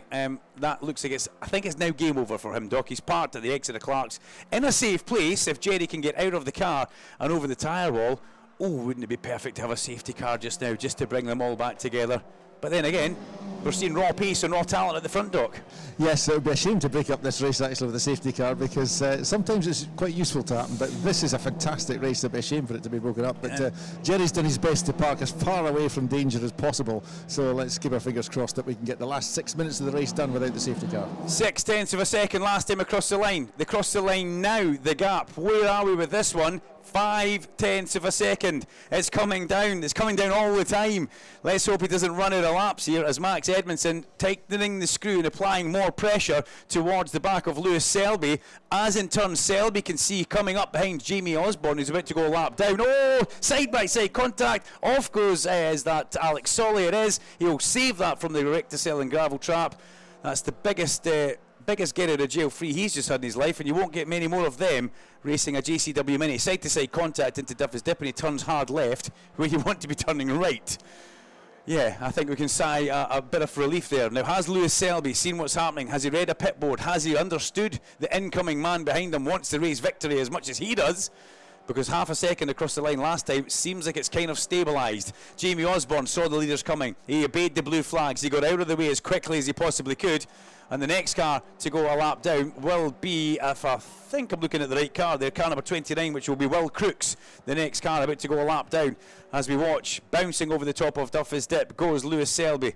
And he takes in towards McIntyre's with him. Now they're all starting to catch up. This is a disaster for Lewis Selby catching these cars in this area. Anywhere in the twist area is not where you want to be catching cars. And this is giving Max Edmondson free time as he comes through the chicane. Edmondson with a whole heap of speed. He's looking to think about the inside into Clark's. No, Selby goes dive bombing up the inside of Crooks. And watch Edmondson here. He's got the better line. He's going to have more speed. He goes to the left-hand side. Edmondson about to take the lead of this race. The rookie's alongside. He's got his nose in front. He's squeezing Selby to the inside. He just doesn't have the straight line speed, but he'll once again pinch Selby to the inside. He'll try and get the drive through, and this could be another classy overtake towards Duffy's Dip. He's got the cut back. That was a stunning move. Does he have the pace and power in this car as they go side by side up over the crest of the hill? The answer will be yes. He will be brave enough to hold this on the brakes as they go in towards Duffy's Dip. This is a big moment in the race, and through into the lead goes Max Edmondson.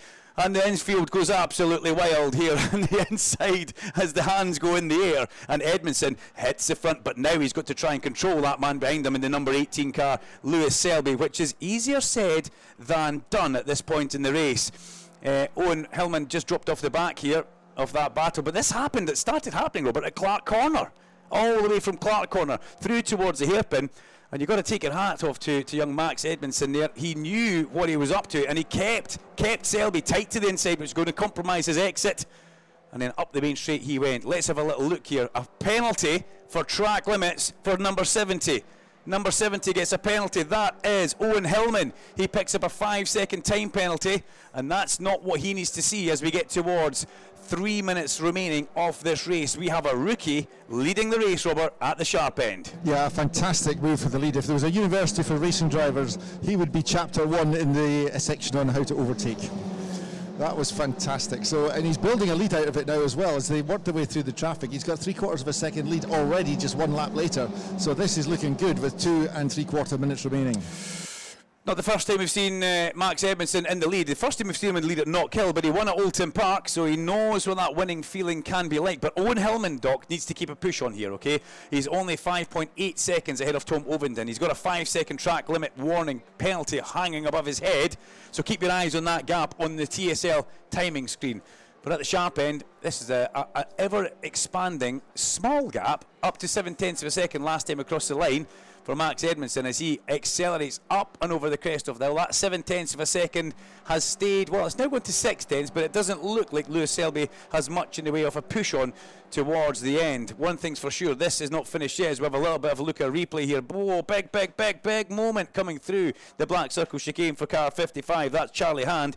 Managed to get away with that. It was almost a high side that you see in a motorbike the way that came through, but he managed to get away with that and keep it on the black stuff after using some of the gravel and some of the green. 1 minute 52 left of this race, and your leader comes through Clark Corner.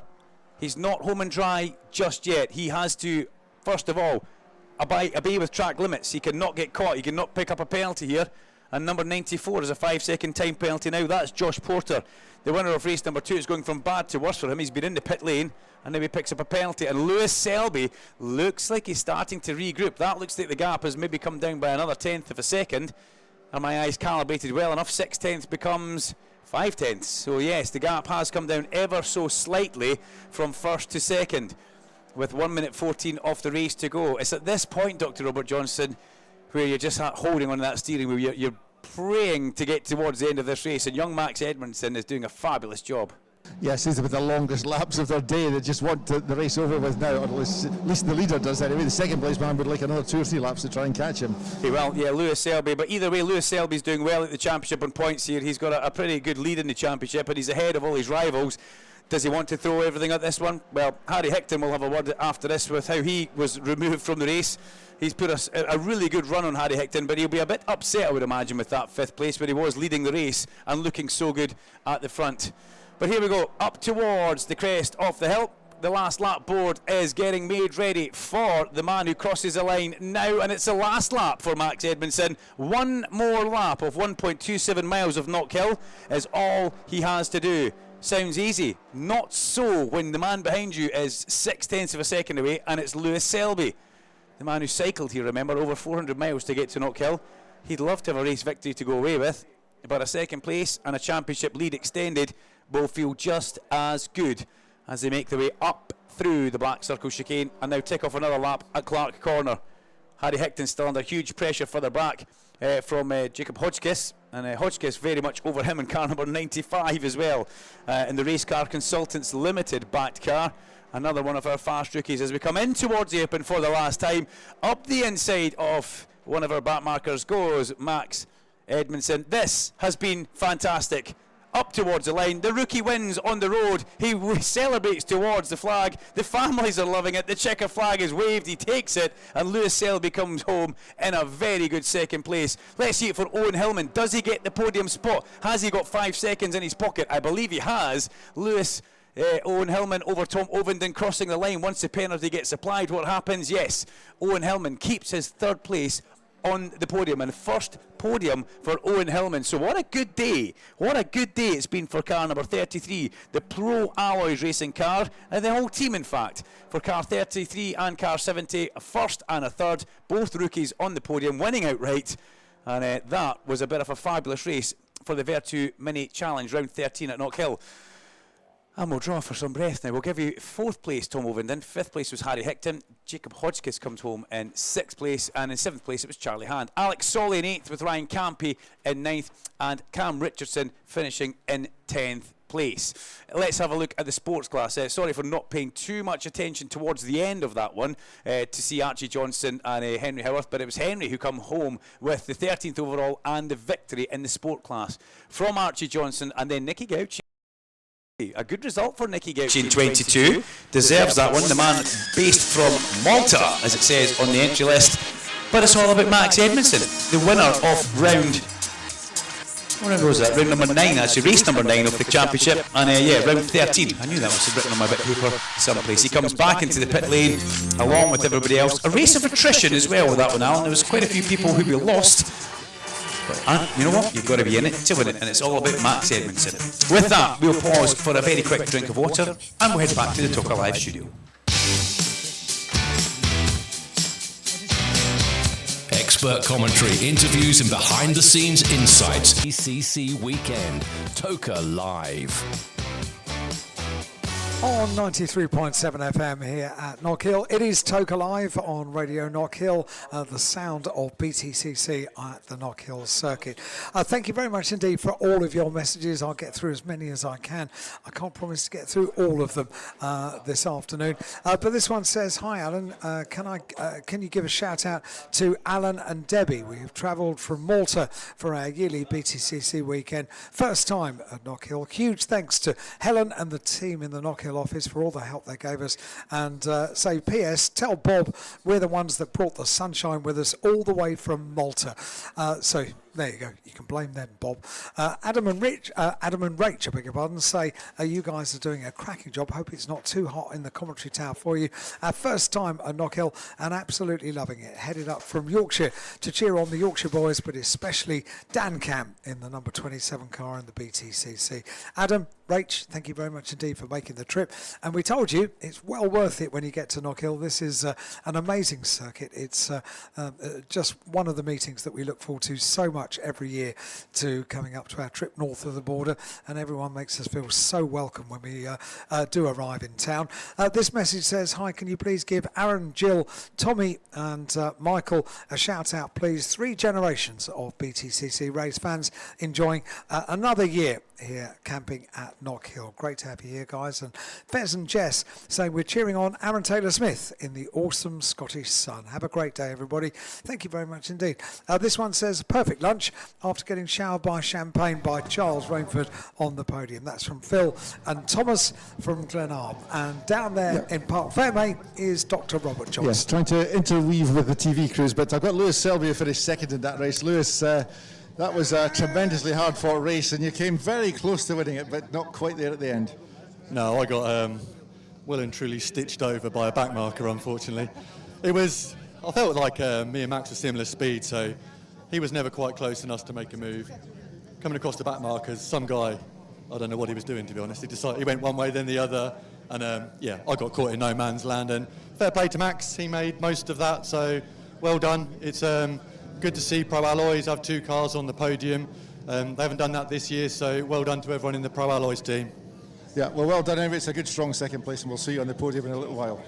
So that was Lewis Selby there, finishing second in the Napa Racing number 18 car. And we'll have to wait patiently, Alan. You know what it's like trying to weave in amongst the TV folks, so we'll pick up who we can when we can. Takes a while, doesn't it? And of course I'll be making my way down to the grid in due course, so it might be that you conduct your podium for mini challenge as Alan Gow's rather beautiful Porsche in the sunshine. Boy, does that look nice, doesn't it? 739 brake horsepower in that Porsche Cayenne that takes its place at the front of the field. Rob? Yes, I've caught up with Henry Howarth, the number 42 car. That's in the JCW Sports category. Henry, H-Pat and gearbox hasn't slowed you down. You're still quickest of the group. Yeah, no, definitely. It was a really tough race. Had a good 5 Archie. It was unfortunate the contact we have. It was just a bit messy from both our ends, unfortunately, which led to some damage on him, which is unfortunate. But we still had a really good battle, and yeah, I'm happy to take the win. Yeah, hard work round Knockhill in this weather. You'll be glad that's over, are you? Oh, definitely. Yeah, I was sweating in this car. It's like being in a sauna. Honestly, it's tough work, but yeah, it's so rewarding when you get the results you want. Well done. You can go home happy with the class win. We'll see you on the podium in a little while. And next driver is.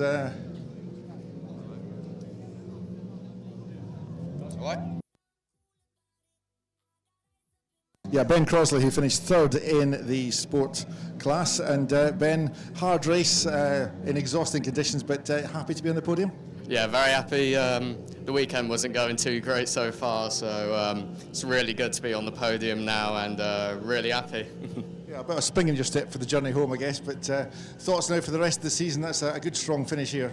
Yeah, very good, strong finish here. So I managed to finish the other races, so still strong for the championship. Hopefully we can do well at the other rounds as well. Yeah, great stuff. Well, we'll look forward to seeing how you get on for the rest of the season. And, yep, next we've got Archie Johnson. Archie, second place again. Happy with that? A little bit. I mean, I started on pole.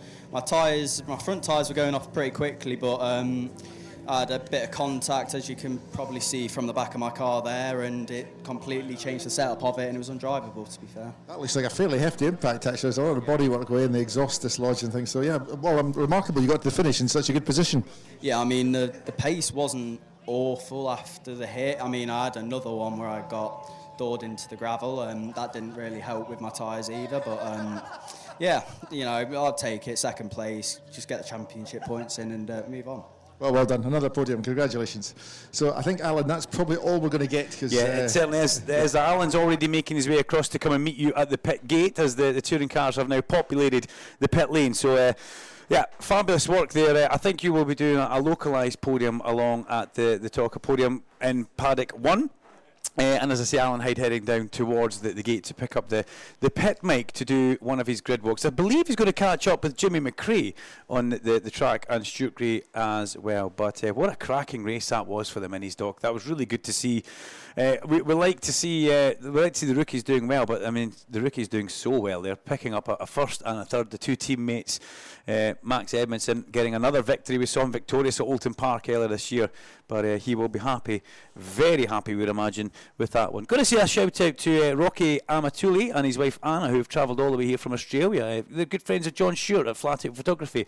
And I also need to thank and give a shout out to Colin Thompson as well from V9 Photographs, V9 Photoworks. Go and find him on Facebook. Colin caught all the action from Ash Sutton yesterday at the chicane. He's working for Knockhill Media Team this weekend. Oh, used to be part of Power Images, he and Ian Struthers back in the day. There's a big blow-up dinosaur slowly making its way to the grid. You think you've seen it all at touring cars, and then that person must be about 500 degrees inside that suit. It must be unbearably hot. But there we go. You think you've seen it all, and then that happens. But yeah, good to know that Rocky Amatuli is here, a good friend of John Stewart and his wife Anna, all the way from Australia. So they're probably the people who have travelled the furthest to get here. Now, the touring cars are in the pit lane. The touring car pit lane is due to open, just to let you all know, at 14:20, which is 5 minutes exactly from now. So we'll get Alan on the mic, and I'll quickly run through the grid as well. And then if there's any dignitaries across there who would like to have a bit of a chat with Alan, that's always going to happen as well. As I look across there, I can see at the pole position area just now, having a bit of a chat, is Alan Gow and John Cleland. They're just running through probably old memories of how much Alan actually took out of John's pocket for driving fines back in the day, which is always quite a funny thing. But John Cleland, former double British touring car champion, who joined us in commentary earlier on, which was great to have him here. And Alan Gow with his lovely Porsche sitting at the front of the grid there, basically ready to go for the installation lap, as Alan Hyde now walks across the grass to meet Graham Bodell, who is in the middle of the track. And then Heidi will be live with another one of the I'm going to say world famous grid walks that we've had for so many years. Did he just bow for you? You know what? I think he did. I think he's had too much sunshine. By the way, did I hear you mention a rather large inflatable dinosaur? Yes, you did. Yeah, he didn't have the correct accreditation. He was refused access to the grid. Well, it's not every day you see that, is it? No, it really isn't. He said, could you help get me on the grid? And I said, I'm sorry, no, I can't do that. I haven't got any spare passes or anything like that. But yeah, Alan and John are just having a conversation at the front of the field, and I might see if I can get a word with the two of them down here. Let me see. Alan Gow, I have met John Cleland. I'm coming to him in a moment. Hey, but you shouldn't call him a has-been. No, I wouldn't dream of it. Why would? No. That is such a terrible thing to say about a double champion in our championship. Well, harsh but fair. Harsh but fair, yeah. Can I just talk about the story that we had? Poor old Jake Hill, our reigning champion 2 weeks ago. Croft had to go home poorly. Yeah. What a way to come back on the top step of the podium, eh? It is, and the BMWs always do well around here, so if Jake is on form, there's no reason why he shouldn't have been doing what he's doing today and yesterday in qualifying. So it is a great story. I'm sure he would have preferred not to sit out that race meeting, but it is a great story, and equally we've got that other great story down the back, Mikey Doble, so we just got to hope that he comes forward a bit in this race. You know what, there could be another story that evolves over the course of today. I'd love him to get into the top 12. We all would. At least he'll be part of the draw. So, you know, there's some really good stories up and down the grid. I know there's more than those two cars and two people, but they're the story of today. It's nice to see you catching up with John Cleland. No choice. No, it's not true. I'm not going to believe it for a moment. But are you going to give him a lap around in the Porsche? I've already done it. Oh, you've done it. Oh, in which case, marks out of 10 for artistic interpretation, John. Well, I've never been sure about Alan's driving anyway, but I'm even less sure now. There's a lot of people on the grid I wouldn't take a lift to the pub with, and I think Alan currently tops the list on that. I'll tell you what, it's an amazing bit of kit, though, isn't it? Yeah, I'm driving a Porsche myself, and this thing Alan's in is just a rocket ship. But I own my car, and I don't mind not abusing my car. This one belongs to Porsche. I've taken a note of the registration number in case I end up buying it. It's a very good point. It's lovely to have you here, John. And I'll tell you what, for someone that's been coming here to Knockhill, you know, for many years, you had the Knockhill logo on your helmet when you were competing in the BTCC. To see a crowd like this enjoying a day's racing. Yeah, it's fantastic. I mean, not very often do you come to Knockhill and it's sunny like this, but when it's beautiful day, it's not a cloud in the sky, it's brilliant for the spectators, because with such a short lap, and if you stand in the right place here, you can nearly see all of the lap. Yes. But you are much closer to the action here than you are at most other tracks in the country. And if you want spectacle, you go down to the exit of the chicane or the exit of Clark's. And both those corners are ones that the drivers absolutely really mutilate them. So it's very spectacular circuit. It's mega to have you here, John, and always lovely to see you. Do you know, my overwhelming memory of coming here to Knockhill for the BTCC for so many years was when you were piped onto the podium for your final lap of honour, if you like. Yeah, that was good. That was 1999, but that was a long time ago. So it was, and it feels. I keep watching the grid. I keep watching the races. It's in black and white, wasn't it? It was in black and white television, and they had solid tyres in them days as well. Don't believe a word of it. It feels like only yesterday, I have to say.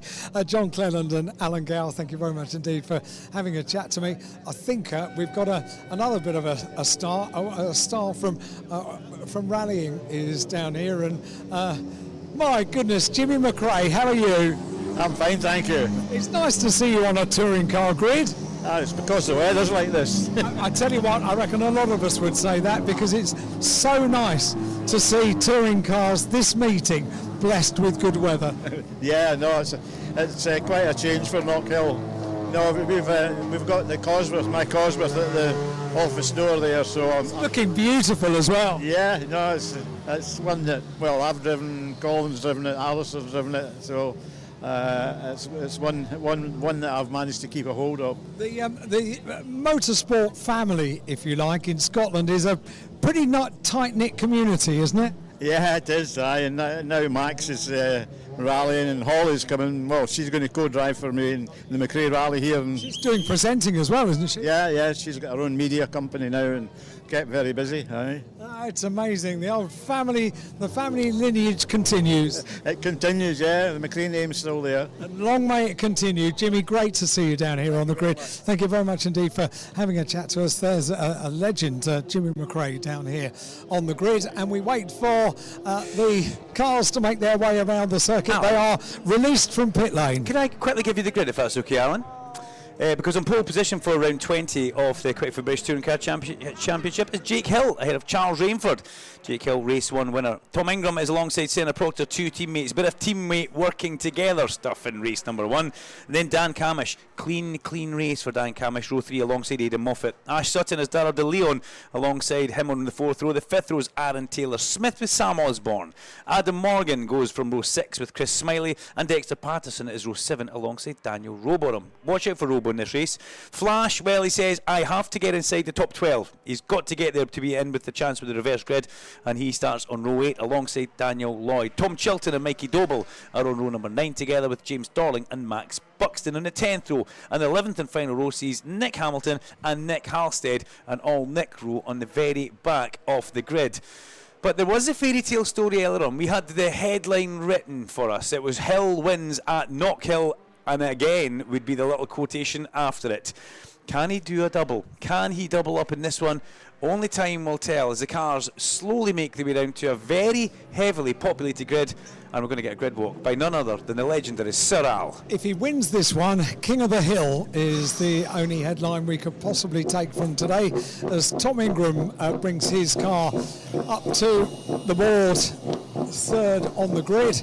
Everybody else is going to thread their way through, and it's just after all the cars are in place that eventually the teams will swap the tyres around. The cars will go up on the jacks, and we get the chance to maybe get a word or two with some of the drivers. So Charles Rainford brings his BMW into place, and Jake Hill threads his way through. By the way, everybody, it is a beautiful livery, isn't it? The Laser Tools livery on that BMW, calls it the Laser Beamer, and just a quick thing, if you're taking photographs trackside, you might want to focus in on the quick fit, essentially where the registration number would be, but the quick fit decal on the front and the back of the car for the champion is always in gold, and it looks absolutely superb in the sunshine on Jake Hill's car. He of course took his first championship title last year at his home circuit at Brands Hatch, and he now brings his car to a stop,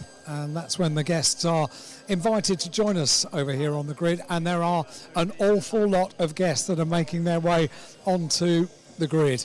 Let me carry on walking down and walk past Charles Rainford's car and Tom Ingram's car as well. We didn't get to chat to all of the drivers in Parc Ferme after race 1. We will do our very best to talk to them all after race 2, but Louise Goodman, I'll have to sort of interweave with Louise and ITV's coverage. She's having a chat at the moment to Senna Proctor, and Dan Camish is next on the grid. He's got silver foil on the front of the car to try and reflect as much heat away from the interior of the car, keep it as cool as absolutely possible for Dan Cam. See if I can squeeze in and have a quick word with Dan Camish. No, he's got to go to. He gives me a knowing look. He's just been told on the radio to fire up the engine. This is all part of the build up to the race. They have to go through a little cycle, but he said, no, wait here. I'll be with you in a moment. Hey Dan Cam, you're smiling. I'm pleased to see that. Yeah, how are we doing, Alan? It's why is it so warm in Scotland? I didn't realise it got this hot. We've just been unlucky in the past. It's normally like this.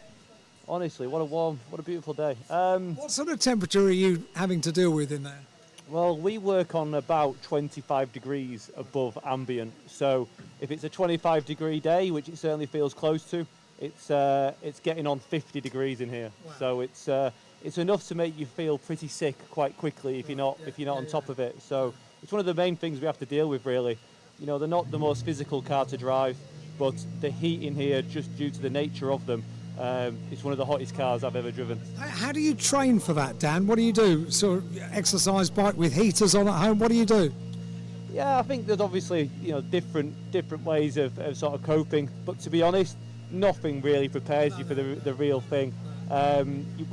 We only really have to do it a few times a year. This year maybe a few more. We've had some really good weather.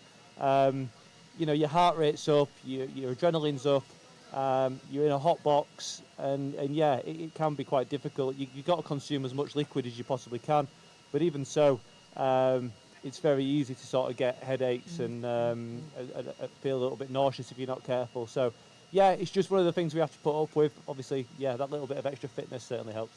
Right, thoughts about this one? Yeah, race 1 was a little bit lonely for me, but good finishing position with P5. Now and I was on the medium, so now I've got the soft. I've not yet seen what everybody else is on. I know that the top, at least the top 2, will likely be on medium. So yeah, let's see what we can do. I'd like to think we can come forward. We've made a lot of changes to the car. Let's see if it's got a bit more speed in it. Dan Cam, good luck. Thank you very much indeed for having a chat to us. Dan Camish down here on the grid in one of the Napa racing cars, and Ash Sutton is just behind. He's got a very smart gentleman holding his grid board just in front. Tartan trousers and the Napa tartan for the weekend, and the chap holding the grid board is almost certainly one of our military friends here this weekend, as Pete Osborne, the team principal, makes his way over to Ash Sutton's car, where already Louise Goodman is having a chat to Ash inside the car. So I'll carry on walking down, maybe get a very quick word. The driving position on the BMW is on the left-hand side of the car, so I might see if I can squeeze through all the people. It's a very, very busy grid, this, and see if I can have a chat to Darryl De Leon. Dick Bennett's is coming over for his chat. He rather takes precedence over me having a chat with Darryl De Leon, but he's popping a clipboard in for Darryl to explain who around him is on what tyre, and Darryl De Leon on the soft tyre. Dick, can I have a quick word with Darryl? Is that possible? Thank you very much indeed. And Darryl, just a couple of thoughts following race one. It was lovely to see you come into Park Fairmay and offer your congratulations to Charles. Yeah, it was race one. We felt really good, but yeah, I had to go for the overtake, and unfortunately it didn't pay off. But it's nice to see that we've all got some pace in WSR. You properly go for manoeuvres, don't you? Yeah, I mean the gap opened up for me, and I probably sent it a bit too hard. So I'll learn from it moving forwards, but hopefully I can have a clean race this time round. Top man, Darryl, thank you very much indeed. Thank you for chatting to me. Shall I leave the door open for you? I will. Okay, in which case... Oh. The car is coming down. Thank you very much indeed. One of the team has come over to hold the door. The car is being dropped down. Aaron Taylor-Smith is next.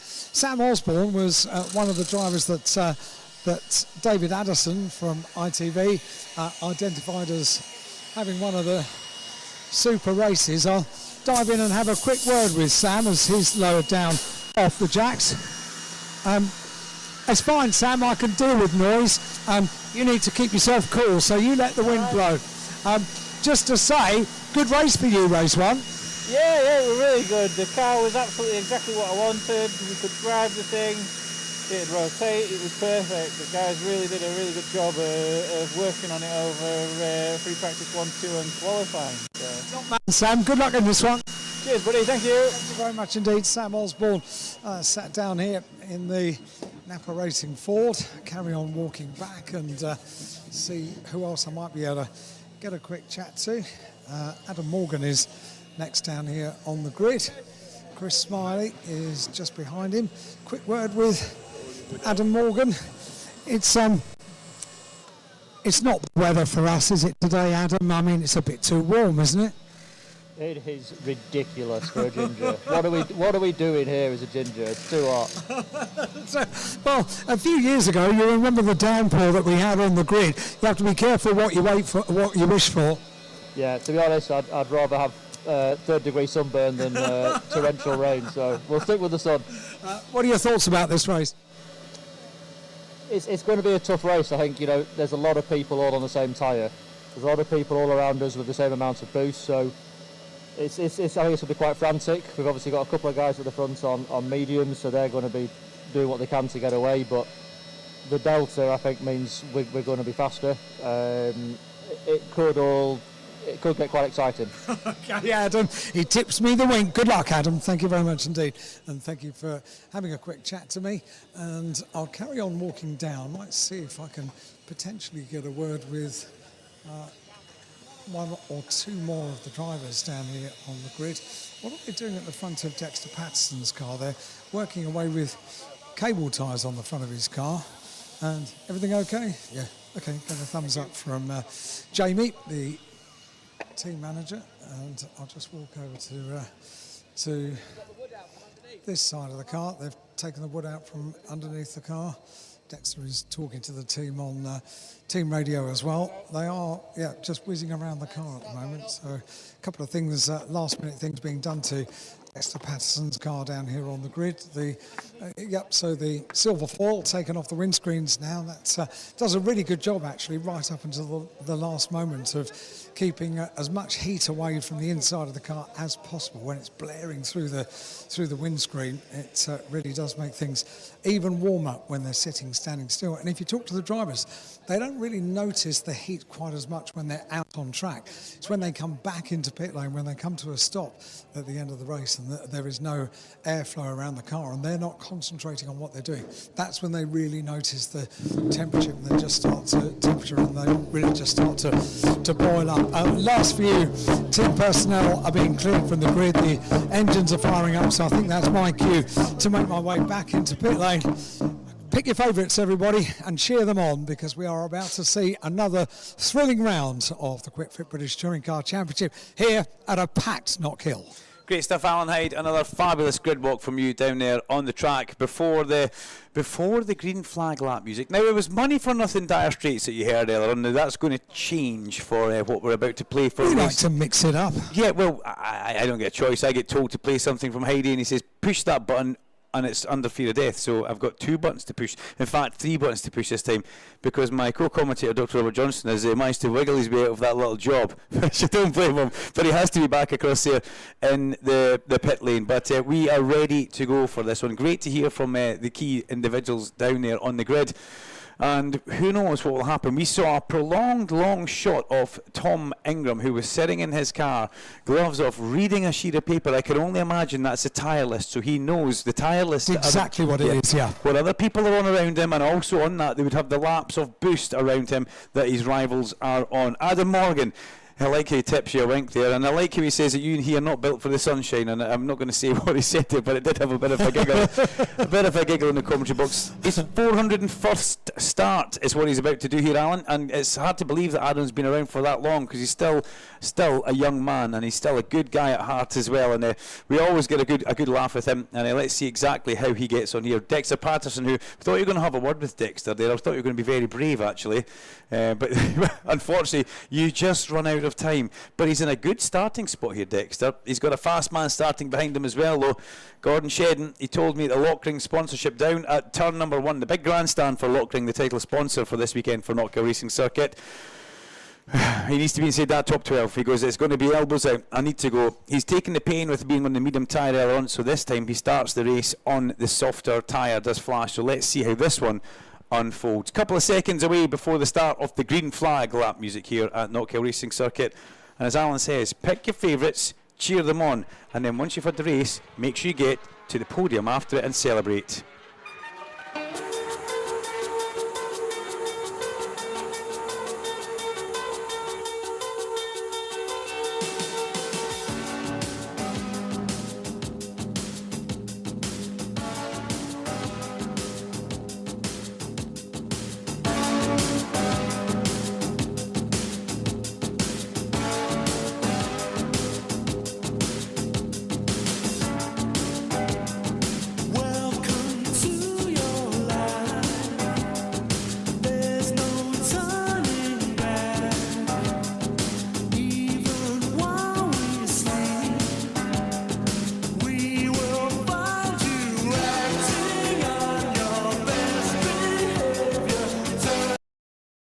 Cross over and listen to what's going on with Dan Rowbottom. And before we go racing, Dan, it was always going to be a tough day after being excluded from qualifying. How was race 1?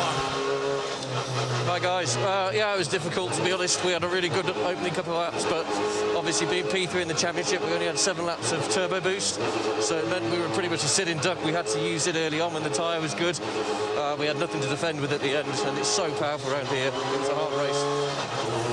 So now you've got to do the same all over again. The only good thing is you've got more boost for race 2. We do. Obviously we're on the soft tyre, but so is most of the grid now. So yeah, we've got an opportunity. We've got to just try and get in that reverse grid fight for a pole position and hope for the best and try and extract something this weekend. Yesterday was a bit of blow. We'll leave you to it. Good luck, Dan. Thanks, guys.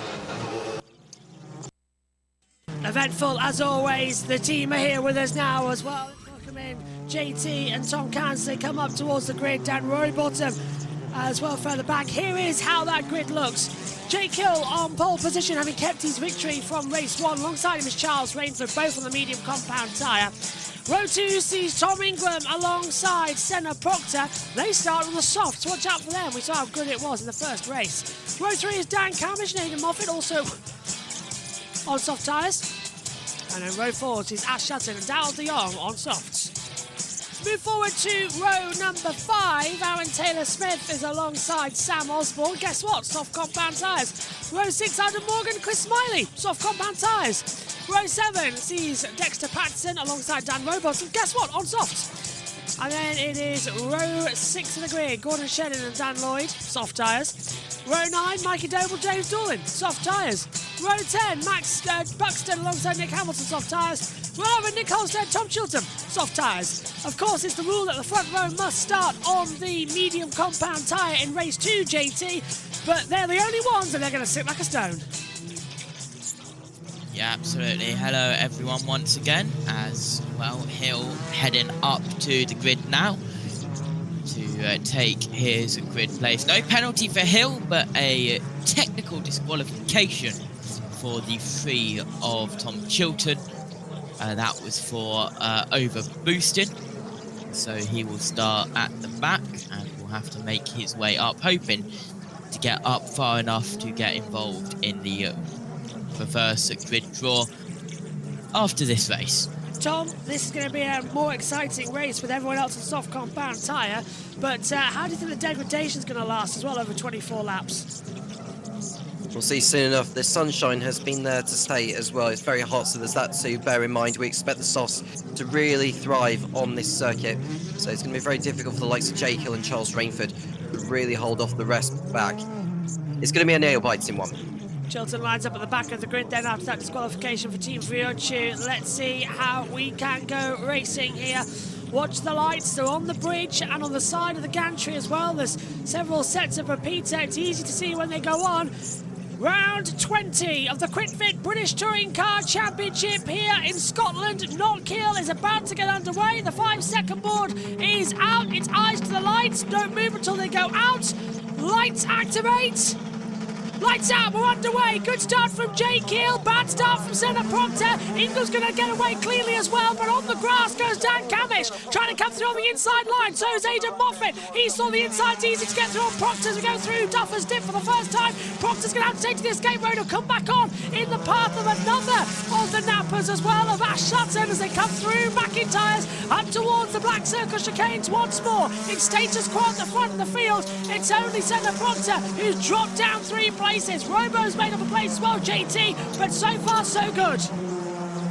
Yeah, absolutely is. Here we go. A little bit of too much curb for Sutton. That unsettles the car. Proctor will get the run on him as well, but this is Ingram on board round the outside of Rainford, and he gets the move done, but will Rainford get up the inside? A little bit of contact for the other LKQ car. That is of Aidan Moffat, and I believe that was Sutton going off into the gravel. Yeah, remember, of course, as they all get so close towards the exit curve, Proctor's taking them all ways, Tom, and they're all going left, right and centre. It's just a car parking towards turn 1 as De Jong gets ahead of Sutton. Yeah, so Ingram making that move around outside of Rainford. That was a superlative overtake there from the 2022 champion as he goes after Jake Hill now for the lead. It won't be too long before Hill has his mirrors full of the Team Virtue car looming in behind, and we're right on board with Dan Rowbottom behind his Napa teammate Sam Usborne on the approach to Clark Curvin. Rowbottom goes through it. That was a very nice overtake. So JT already a better start procedure than what we were expecting out here so far today, and it's all good so far, but Hill leading, Ingram's right behind him, and those mediums are not going to bite into the traction zone as we want them to. Ingram's going to have an easy run into Duffer's Dip. Yep, not the best tyres, the mediums, but get them out of the way and you have other tyres, better tyres for the other races. Hill over the curbs in turn 1. Now down we go towards the chicane. Ingram right on the back of the BMW of Hill. You'll be silly to go side by side through the chicane, and well, he'll be setting it up, no doubt, for haircut move. Never mind, just going up the inside down here at Clark's. And Hill side by side. Hill gets forced off the track. Ingram's trying to come through the traction zone. You're right, JT. He's going to line it up for the hairpin, but literally he's door banging out the way. Move over, Hill. I'm coming through. And Tingram takes the lead down at the island. Hairpin, that's unbelievable, JT. Again, another run, but Hill's going to try and get the traction up in towards Devil's Dip. Yep, and he'll try to go round the outside, now down to the inside. Still nothing in towards turn 1 though, Tom, and I suppose great move from Ingram, but now if those soft tyres can last the race, but Hill's going to be on the back of him the entire time. Well, if he can just stay in touch with him, then maybe the mediums could come into the fray towards the end, as those soft tyres, I can imagine, will start fading away at some point. Now we are looking, we've got an eye of the rear view angle of Ingram's car on the timing tower. You just see he's pulling away from Jake Hill. As we look at the Napa of, who's that coming through there? That is Camish, isn't it? Yeah, that's Camish going through on Rainford, the 3rd place. So Camish is also on the move from 5th position on the grid, and that's a position gained for the Napa driver. Right on board with Dexter Patterson, being overtaken by Tom Chilton at the last turn before the pit straight. and that is a good drive so far from Chilton, started from 22nd all the way up to 13th. Cautiously, wildly accelerating as Shedden gets through on his teammates, and they make contact. Doble hits the back of Shedden. Shedden keeps the loose, but he's got rear traction coming through McIntyre's. I wonder if he's got, as you say, a puncture or something, because he's just all over the place. Just got out-looped by Dorlin. And now the other one's coming in. Lloyd, go on, Tom. Yeah, I think it might be all right. I thought he might have a puncher for a moment, the way he went through turn 3. Here's a replay then of the two Toyotas coming together. And, oh yeah, he got quite a whack actually. I mean, he's lucky actually didn't pick up anything from that. We do usually see punches with contact like that at high speed sections of the course. But luckily the pair of them survived. That went. Hamilton's whacked the back of Lloyd coming out of Taylor's hairpin. So there's a bit of bodywork damage being flown up as Proctor, fast up of the race so far, 51.553 is under pressure. There's Doble getting through on Lloyd. And Doble's gone all loose, and now he's been hit by Lloyd. So that's similar to what happened to Holstead this morning. But he just didn't get spun around in the end. Just a nice little tap, not in a too bad a position.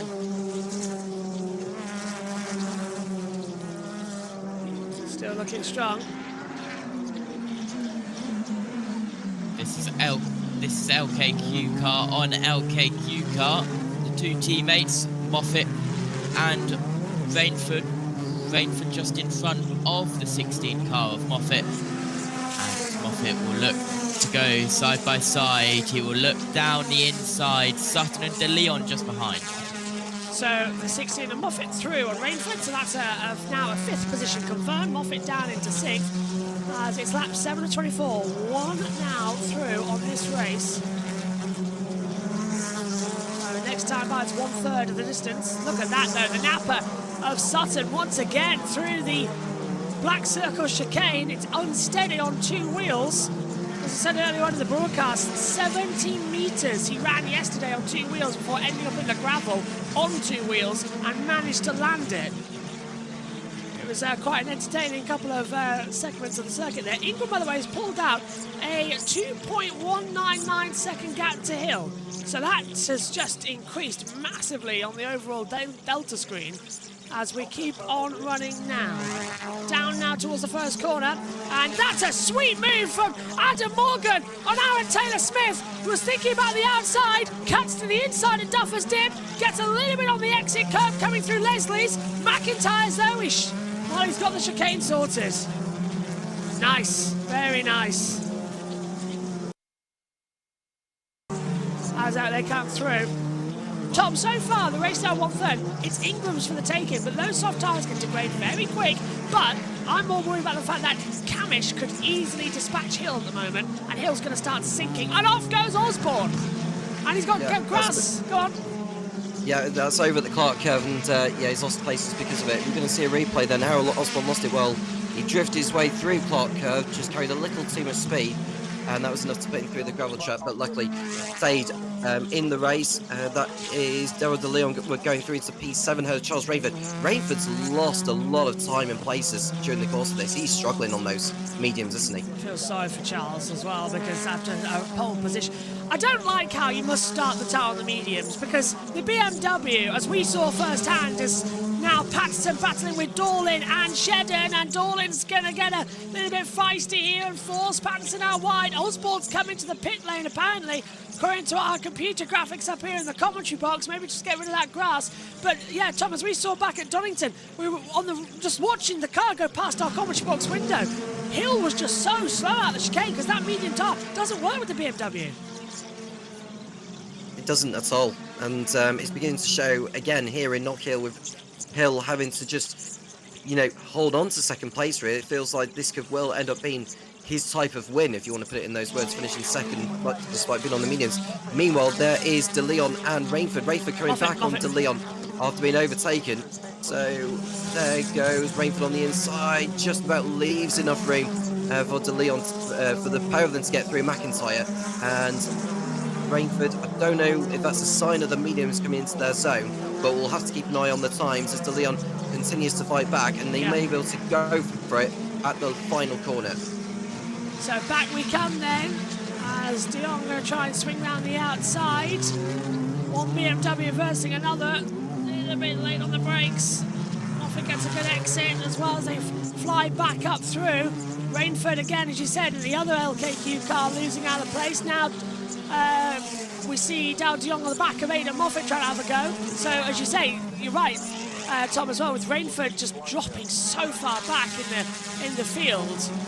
With those medium tyres, he did start front row of the grid. He's now dropped into 8th, and Morgan's right behind him. And de Jong dispatched with him easily, and then it's now gone after his teammate of Moffat. Well, not de Jong's teammate, Rainford's teammate is Moffat, the other LKQ BMW car. On board with Dan Rowbottom, though, up to 10th place in this one, hoping that he can get the reverse grid draw and work out well. And I want to thank Jake Sanson, by the way, who I think has just done a wonderful story of something.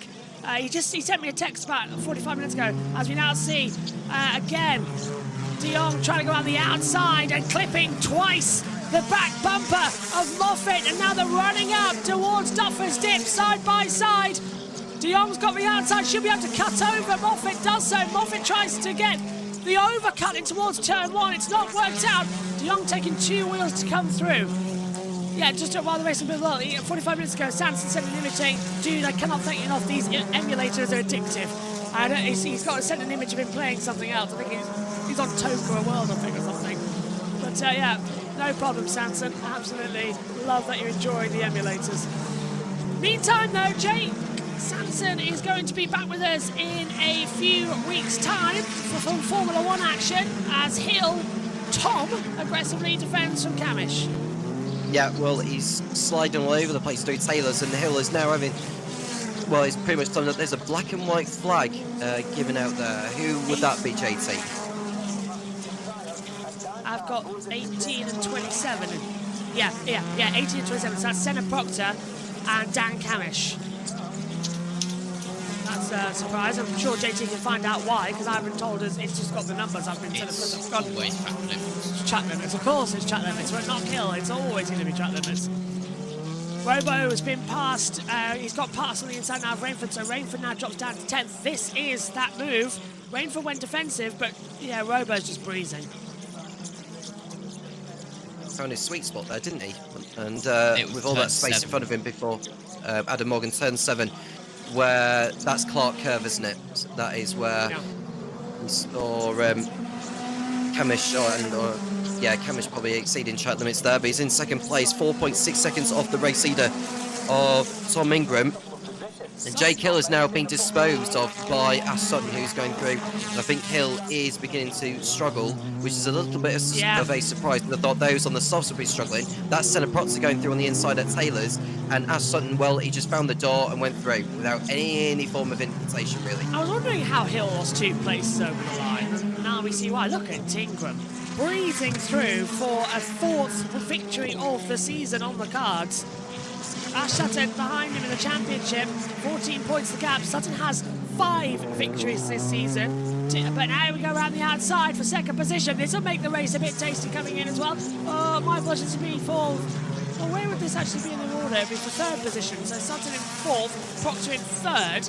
Camish just ahead of them now has got the advantage. Sutton's going to use the slipstream down towards Duffer's Dip, sticks to the outside line, almost collects Jake Hill, cuts underneath him, coming through into Leslie's, tries the outside line to McIntyre's got so much more traction. He'll get the undercut coming up now, through in towards Butcher's, going to force his way through. I hope Senna knows he's there. Sutton goes on 2 wheels through the chicane, side by side, and takes the position. Fabulous move from Ash Sutton, and now Jake Hill wants a piece of the pie to get through on Senna Proctor. He looks to the... Well, you're back with us now. Luckily, we've got a second OBS backed up. We've lost our main OBS. We'll get it back shortly, but do continue your point, Tom. Yeah, well, what I was going to say was that Sutton was able to put 2 wheels off the ground before they got to the chicane. And we saw that so many times over the course of the weekend with drivers leaping over that sausage curve, which I don't particularly find that great, in all honesty. No, I'm with you. But, you know, the drivers have got on with it, really, and I suppose that's put on some entertainment for the crowd anyhow. But there is Tom Ingram, who's only used one of his 7 allocated laps of boost. And to be honest with you, he doesn't really need to be using it right now. He's got such a healthy cushion over Camish. And Sutton, well, in a different livery. I think that's his 3rd different livery this season for Ash Sutton. Yeah. In that machine of Napa.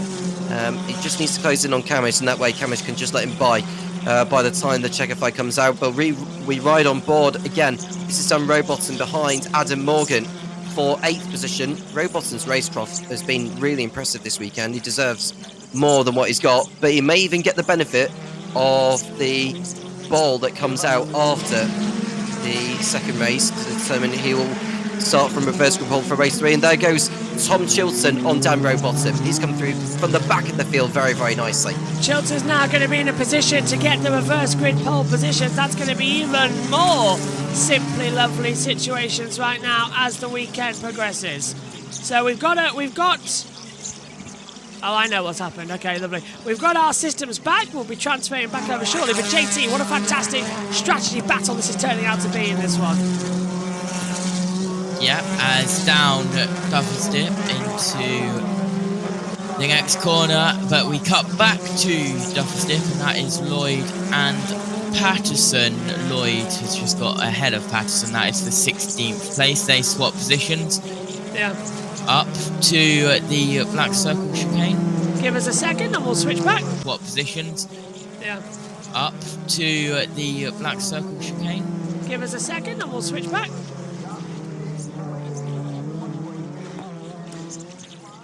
So this is Dan Lloyd now on a replay, JT, and this is the action zone that you were on about.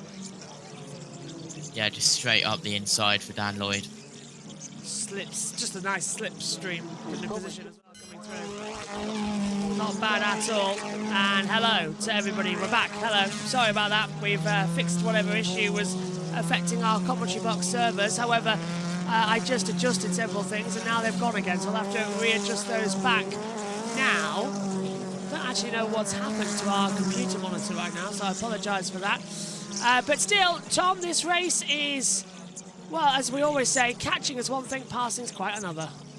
Yeah, and there we see an overtake from one of the Toyotas going to the outside of Charles Rainford for positions now to 14th. Wow. 14th is Charles Rainford after being on the front row. 20 of 24 then in this one. I don't actually know what's going on right now with our monitors appearing in the commentary box. I'll try and see what the issue is between the races, but we've got our cameras back right now. So, Proctor and Hill, and now we're going to see Dorlin side by side as well with the 99 of Rainford, so they're still there trying to get a slipstream run on the inside line. JT as we head down towards turn 1. It's a good angle, but Rainford's just lost so many places. Down towards turn 1, yep, as that's an easy pass.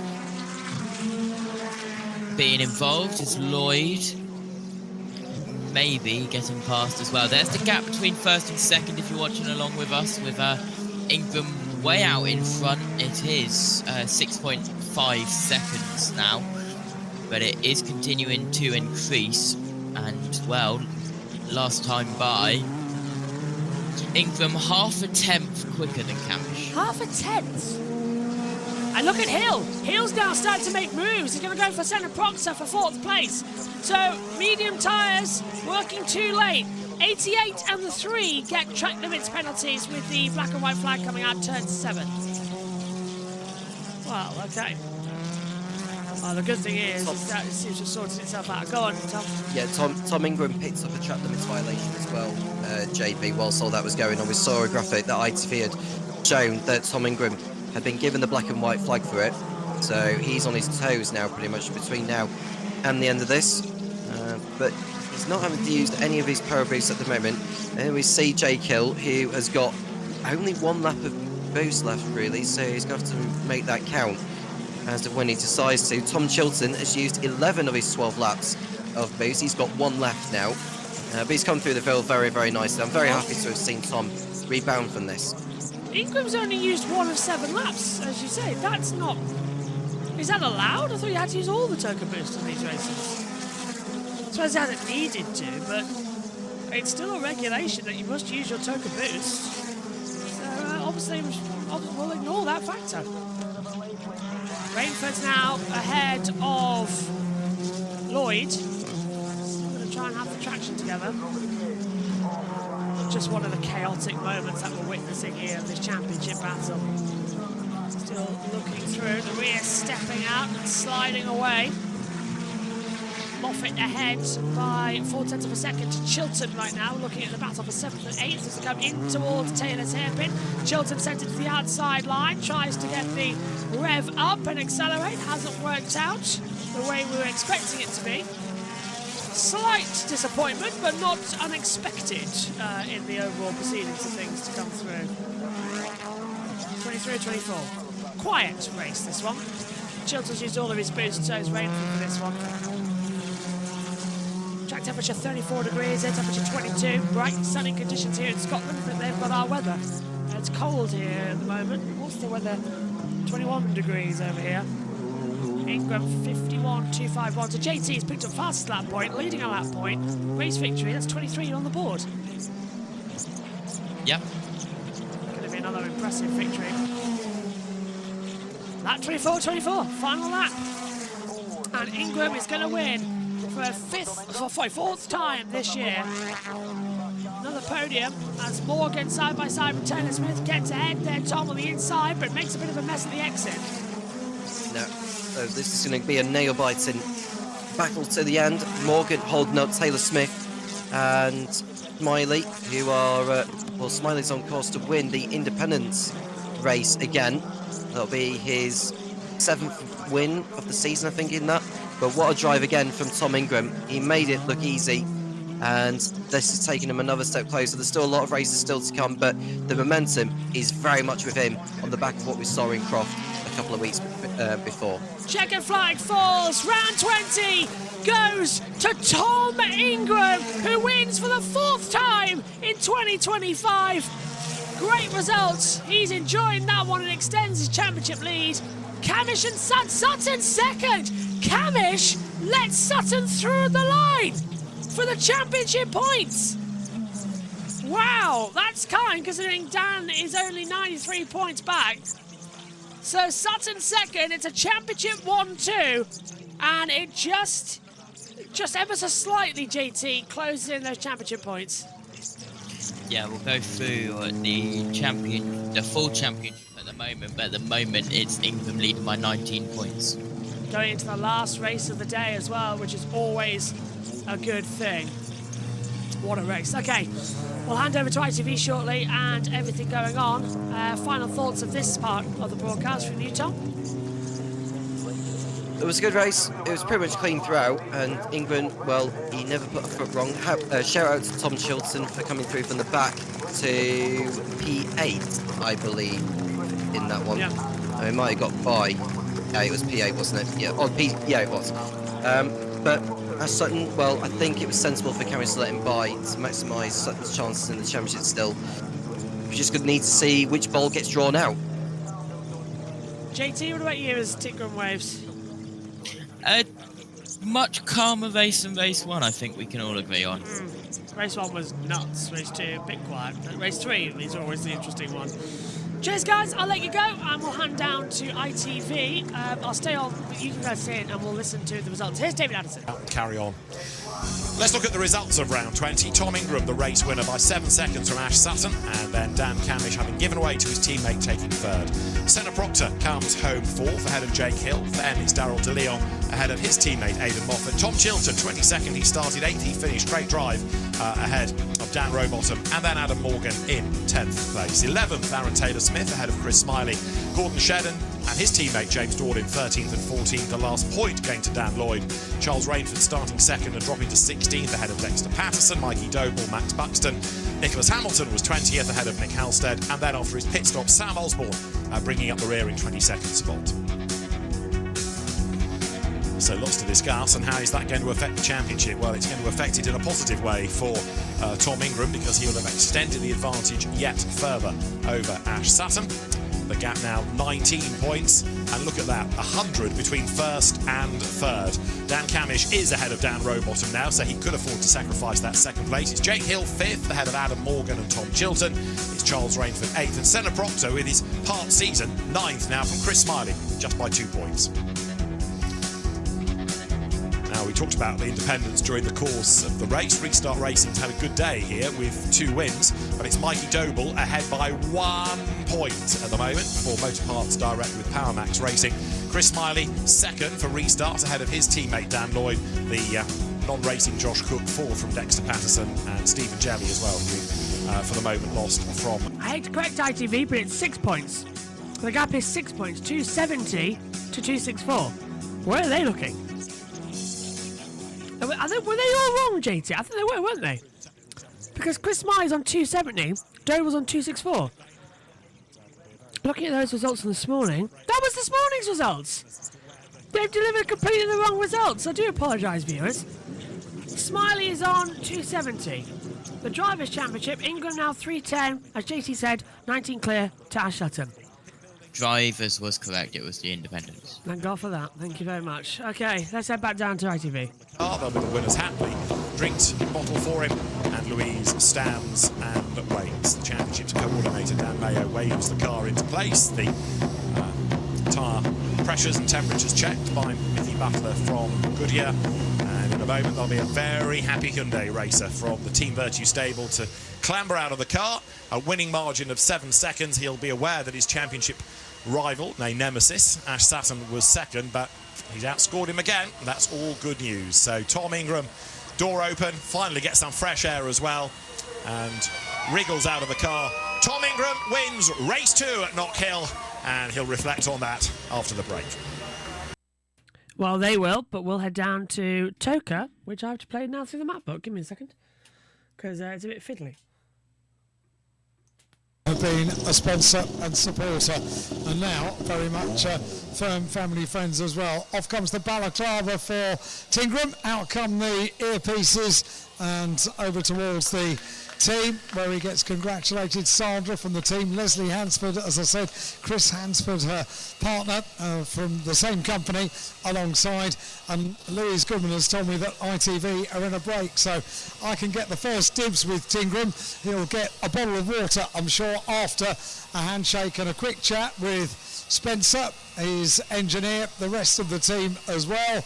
Handshakes or hand slaps, I'm never sure. What's the name for that when you do the thumb handshake? What's the name? Yeah, there is a thing for it. There is. What, a name? A word, an English word. Even Marvin Humphreys does the hand slap thing. It's the thing. I don't know what there is a word for it, because I've seen the cool kids of F1 do it.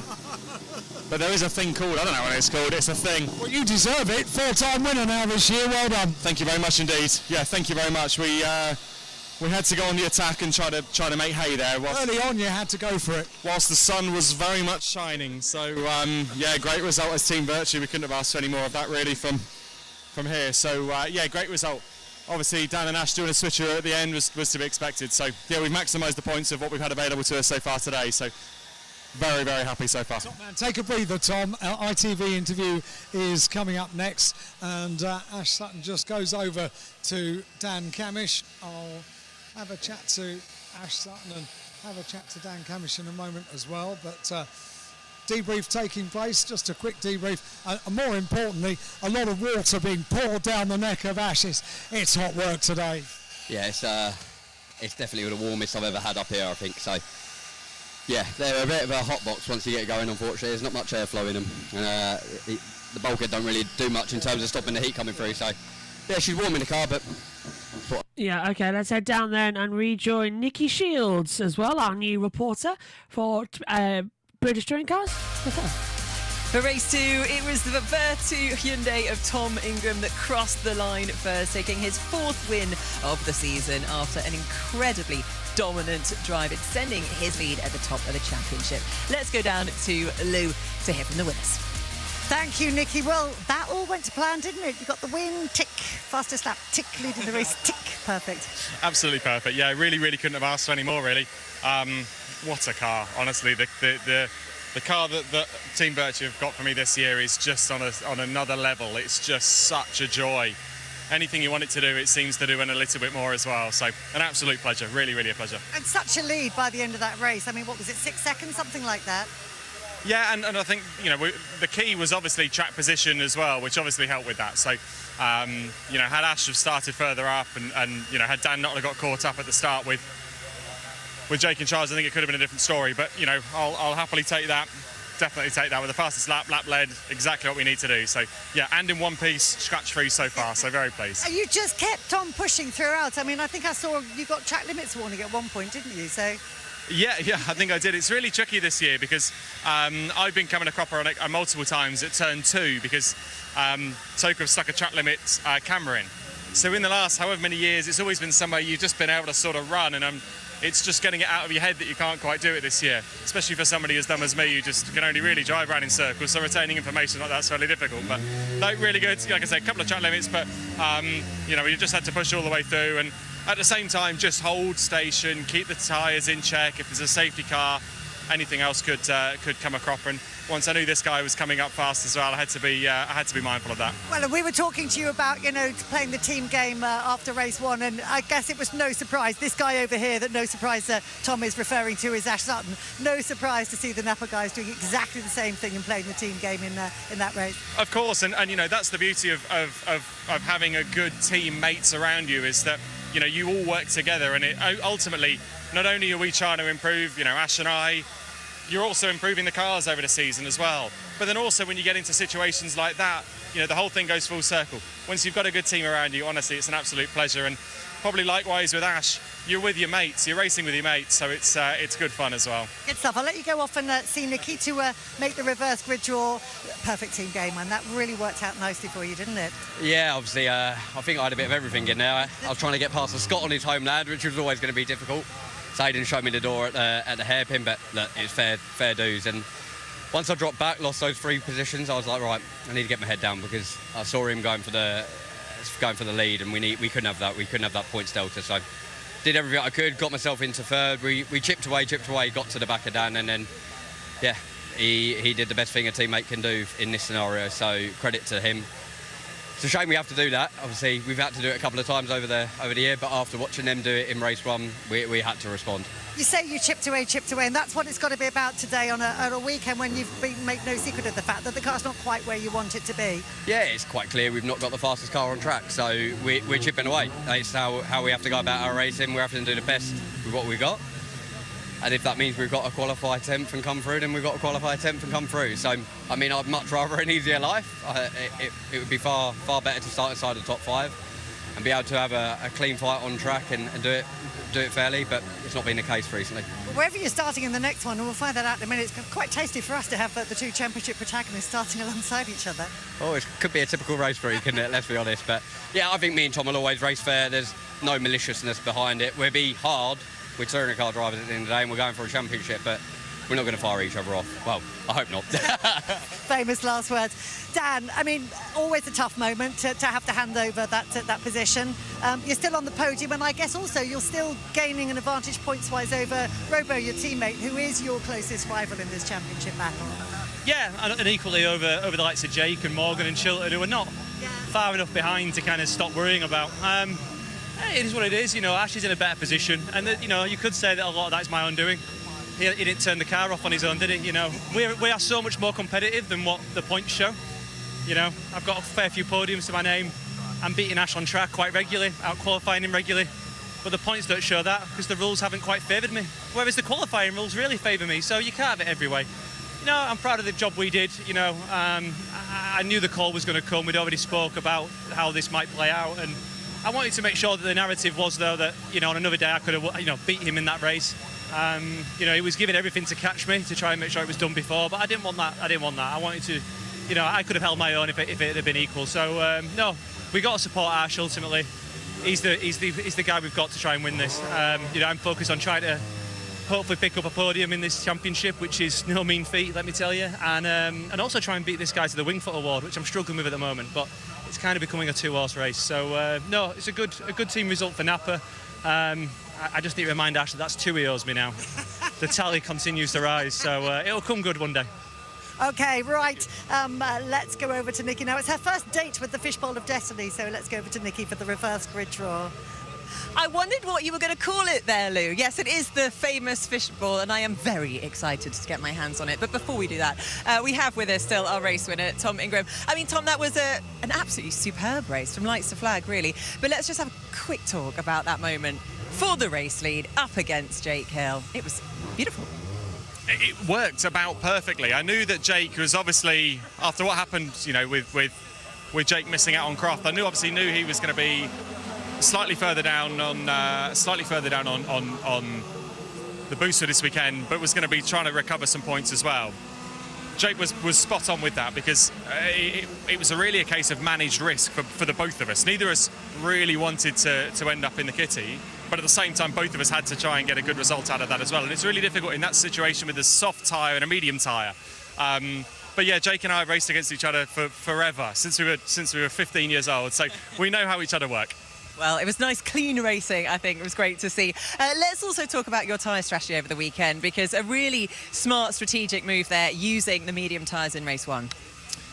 I think we've seen over the course of this year that it's sometimes not always about using the fastest tyre at the right time. Sometimes you do have to play a game of chess, and we've seen that with Ash and, you know, how Ash and Tony have played the Napa chess game, if you were to call it that, over the course of the year. So you do have to be fairly strategic. And with the medium tyre, we knew it's nowhere near as much of an issue that we've had with the hard tyre at other races. So you kind of could look at it to say maybe it's not going to be too bad for us. So we took a bit of a risk, not really knowing what anyone else was going to do, on the off chance that we thought the rear wheel drives would go soft. We probably wouldn't have a chance against those. So a little bit of a game of chess, but it's so far worked out really well and puts us on the soft tyre for the last race, with whatever number comes out of here next. Well, thank you so much for the cue. Shall we find out, Mr. Tom Ingram? Go on, take a lucky dip and tell us what number you have. We have got the numbers in a little ball, which I think you have to unscrew. Let's give it a whirl. If you can reveal. Ooh. Which way? Are we 6? 6. We are number 6. So Daryl De Leon is now on pole position. Tom Chilton was trying to bargain with me to try and get 8. So sorry, mate, I've messed up there. Okay, that's a great result, actually, for us. Sorry to Tom Chilton over there, but yeah, that is a brilliant result for you. So that is how the grid is going to line up. Jade, if I can get you to come and join us as well, we will have a little chat. Yeah, I guess we better send him off to work. He's still got some prep to do. Another race to go. But, you know, looking back on that performance from Tom Ingram, I mean, his 4th race win of the season, he extends his championship lead. I mean, untouchable, it's a bit too soon to say, but it's turning out to be a good race weekend. Yeah, I mean, 7-second win around Knockhill is no mean feat at all. And that's obviously credit to the team, credit to Tom. But for me, I just want these cars to be a little bit closer sometimes. And it's turning less into a 2-car battle and more Tom's to lose at this stage. So I know Ash is doing everything he possibly can, but I would love to just see these cars just a little bit closer in these final few rounds. And the fact that we've got Daryl Leon on pole position, how's that going to throw things up? I think he's going to do a good job. He was fast in both these races. Unlucky in race 1, he went for a move, ran wide. He obviously then dropped back, but he's a very, very good driver. Starting on pole with a BMW. I am assuming on the optimum tyre, but yeah, he'll do a good job and he'll be determined to get that win. Yeah, lovely stuff. Well, there is no rest for our commentators, because we are now straight into the action. The Porsches are on track. Let's go down to Tim Harvey and David Addison. Yeah, the Porsche is about to head out onto the circuit. Let's head down quickly. I think JT wants to do quick. Go on.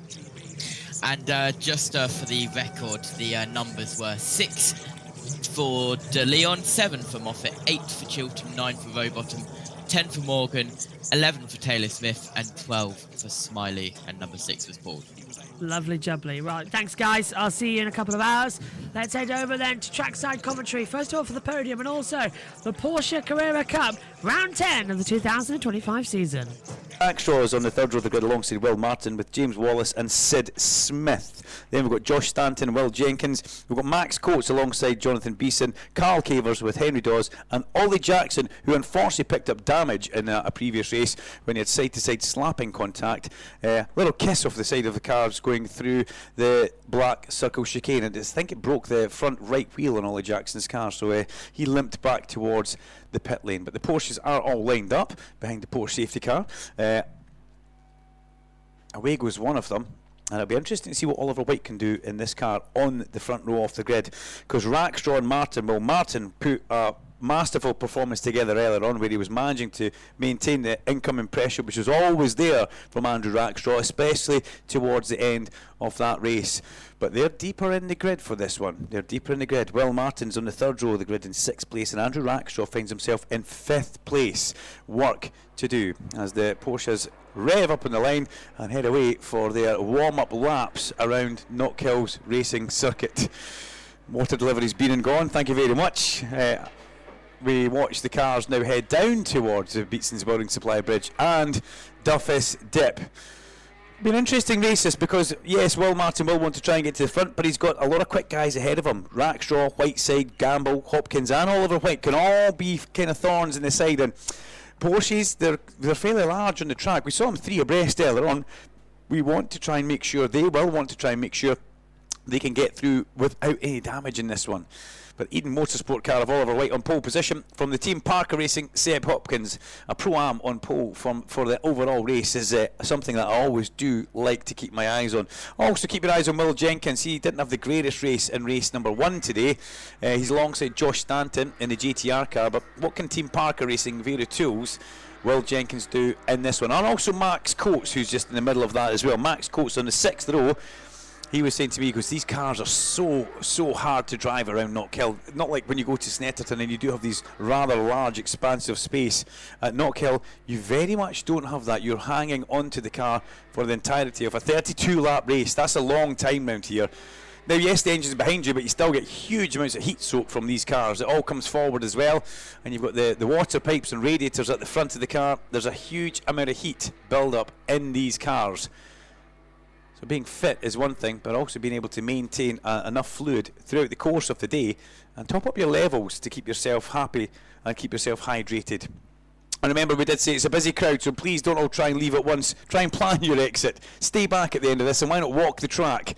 Cool yourself down and do some miles around the track with us, as Graham Bodell will host the drive time show. And just take your time. Don't get too annoyed if you're sitting in a queue. Another huge crowd in front of the podium, ready to welcome the drivers onto the podium for the presentation for round 20 of the 2025 Quick Fit British Touring Car Championship. And the rule is the same, everybody. You can be as loud as you like when we call the drivers onto the podium. First of all, you can warm up the old tonsils by welcoming our presenter, representing our title sponsors, Quick Fit, Alison McAllister, Regional People Advisor for Quick Fit. Onto the podium, over to the far end of the podium, and the first award she will hand out is on the small podium step at the far end. So the second trophy in is the winning independent driver, and for the second time today the winning independent driver is Chris Smiley. Well done, Chris, congratulations.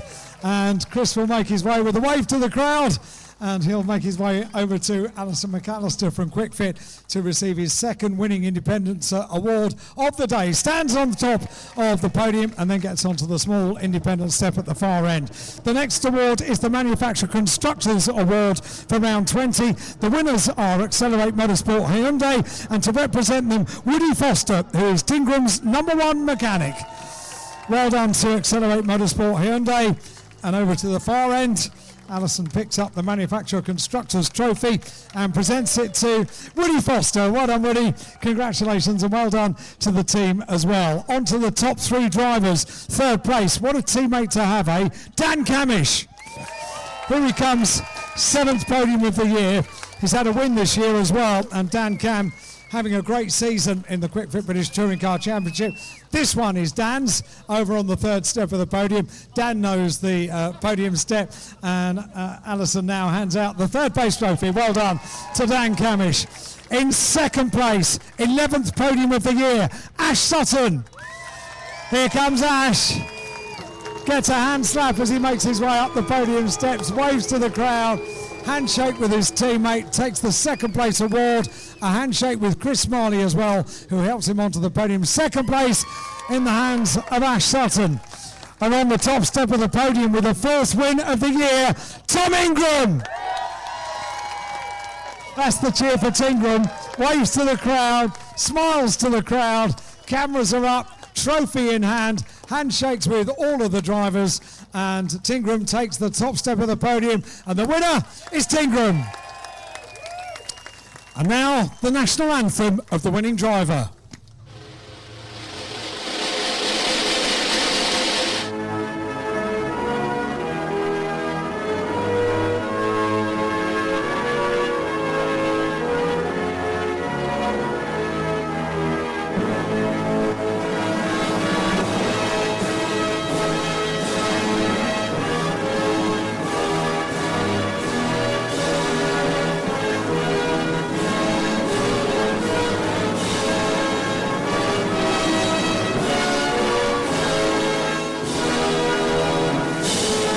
Tom Ingram wins round 20 of the 2025 Quick Fit British Touring Car Championship to a very appreciative crowd on the top step of the podium. Right, podium caps are on, the Goodyear caps are on, all 4 drivers bunch up together. Get your cameras out, everybody. This is the photographic moment for round 20, and as soon as the photographs are complete, they are about to celebrate with champagne.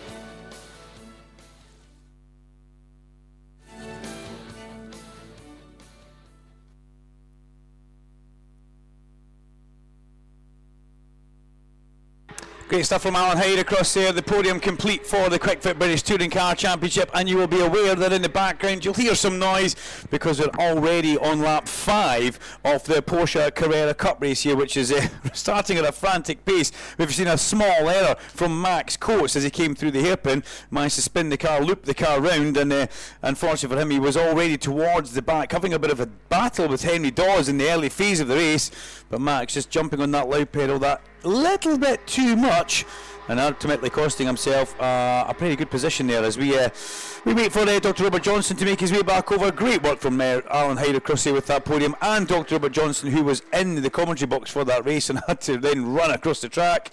A lot of miles covered here, but it's at the sharp end, leading the way and doing a great job of it is Oliver White. He has not put a foot wrong. Let's hope that's not the commentator's curse about to come and bite him. But he leads the way from Seb Hopkins. The black and white warning flag has just flown though for car number 58, and that's Henry Dawes at the back. Henry covering as much ground as he can. The fastest pizza delivery man around the UK is Henry Dawes, but covering just a little bit too much ground for race control's liking and getting a bit of a slap on the wrists. But yeah, Oliver White leading the way from Seb Hopkins. Then George Campbell, who's up to 3rd place. Andrew Rackstraw's got himself into 4th. Will Martin in 5th place, still behind Andrew Rackstraw, but will it maintain like that through the course of the race? The big loser at this has been Angus Whiteside. He didn't make a good start, Angus Whiteside, and we saw him turning hard right on the actual start to try and block anybody coming past him, and there was a little bit of squeezing almost onto the grass, but Angus finds himself in that 6th place just now. Considering he started P4, he's dropped 2 places. He won't be too happy with how it's going just now. Then it's James Wallace in car number 407th place, ahead of Josh Stanton and Will Jenkins in 9th. In 10th place, rounding out the top 10, is number 99, Sid Smith. So Sid with a little bit of work to do in the Greens recycling car for Stu Parker and Barry Horn for the Parker Racing team. But very impressed with how at the sharp end young Oliver White is just holding his own as they run round towards the hairpin. The man who is badged as a Pro-Am. There's a couple of categories in this. You get pro drivers, you get Pro-Am drivers, pro amateurs, and then you get amateurs, the Am drivers that are all very fast. It's just where they get put into what category, and a Pro-Am to be leading the way from Oliver White round Knockhill is a nice thing to see, and it shows that the divisions work really well, and everybody's trying to chase him right now. I've got to say, Oliver White holding his own at the front, showing Seb Hopkins a clean pair of heels, not wheels, as he makes his way down through the bottom of Butchers and crests the chicane. I've kind of fell apart there, sorry about that one, but we'll come back. When I said wheels, I laughed at my own joke. Dr. Robert Johnson sounds like he's back on the mic. We'll bring him back in just a second or two as the cars make their way round towards the hairpin for lap number 7. We're about to start lap 8. This is where Max Coates looped it earlier on, and round in the circle he went, but as we come up towards the crest of the hill, Oliver White heads towards you, Doc, and there's a move further back. Jenkins up the inside. Forceful manoeuvre from Jenkins on Josh Stanton. No contact, but through he goes. Yep, upper position for Jenkins. You said it was impressive that Pro-Am's leading. It's also impressive that our rookie's in second place. So it's a fantastic spectacle to see. George Gamble and Rackstraw third and fourth will, I'm sure, be going to be attempting to get the lead before we get to the end of this race. 22.5 minutes to go. Yeah, Seb Hopkins, the leading rookie in this race, looking strong, but looking also very much in control. We see that replay of the overtake on the big screen there from Will Jenkins. That was a good manoeuvre. So easy for you to just lock a front wheel in the last phase of the braking zone there, but he didn't. He didn't slide into the side. He kept it clean, and through he went. As we come back towards the hairpin, and we see Oliver White coming through with increased pressure from Seb Hopkins as they make the way up the straight. Then it's the two Roslyn Gold by Century Motorsport cars. It's first Gamble, and then it's second is Andrew Rackstraw. Then Will Martin just sits in the back and just surveys what's going on around him just now without putting himself under too much pressure to try and make any manoeuvres, because sometimes in these races, the long races, you could lose more with an overtaking manoeuvre that really wasn't on than you could actually gain. So, well, a seasoned professional in these cars will just be waiting for the right time to start to make these overtaking manoeuvres stick.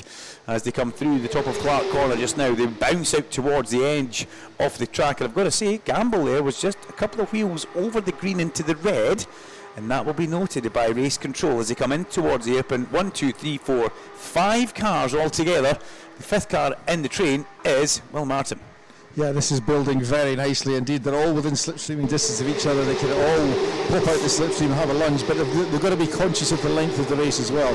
Incidentally, looking at the lap times, we've seen in qualifying how close they were, how evenly matched all the cars were. There's only something like a 0.8 second difference between the fastest and slowest cars on track per lap at the moment. Now, we've had an emergency message come to the commentary box. Alan's not here, so I'll need to read this one out. There's 2 cars that need moved from the 4x4 as soon as possible.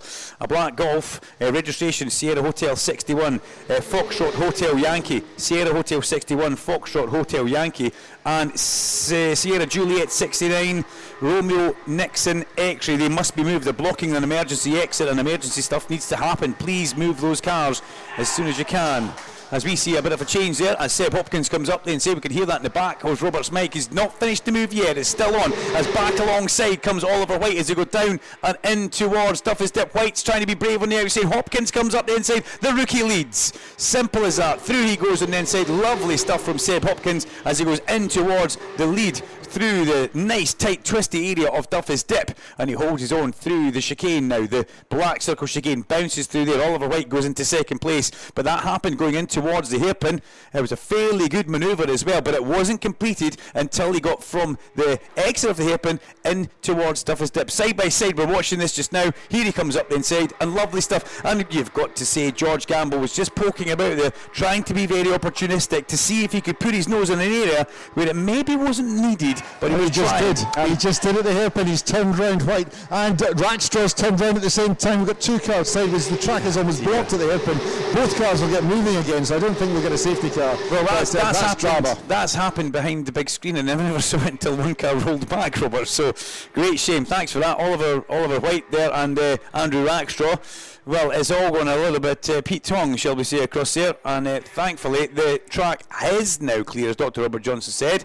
Track looked like it was blocked for a second, but yeah, from behind the big screen, 2 Porsches come into view, both facing the wrong direction, which is never the good thing. But what that's done is completely obliterated that leading pack, as you see the replay there, round.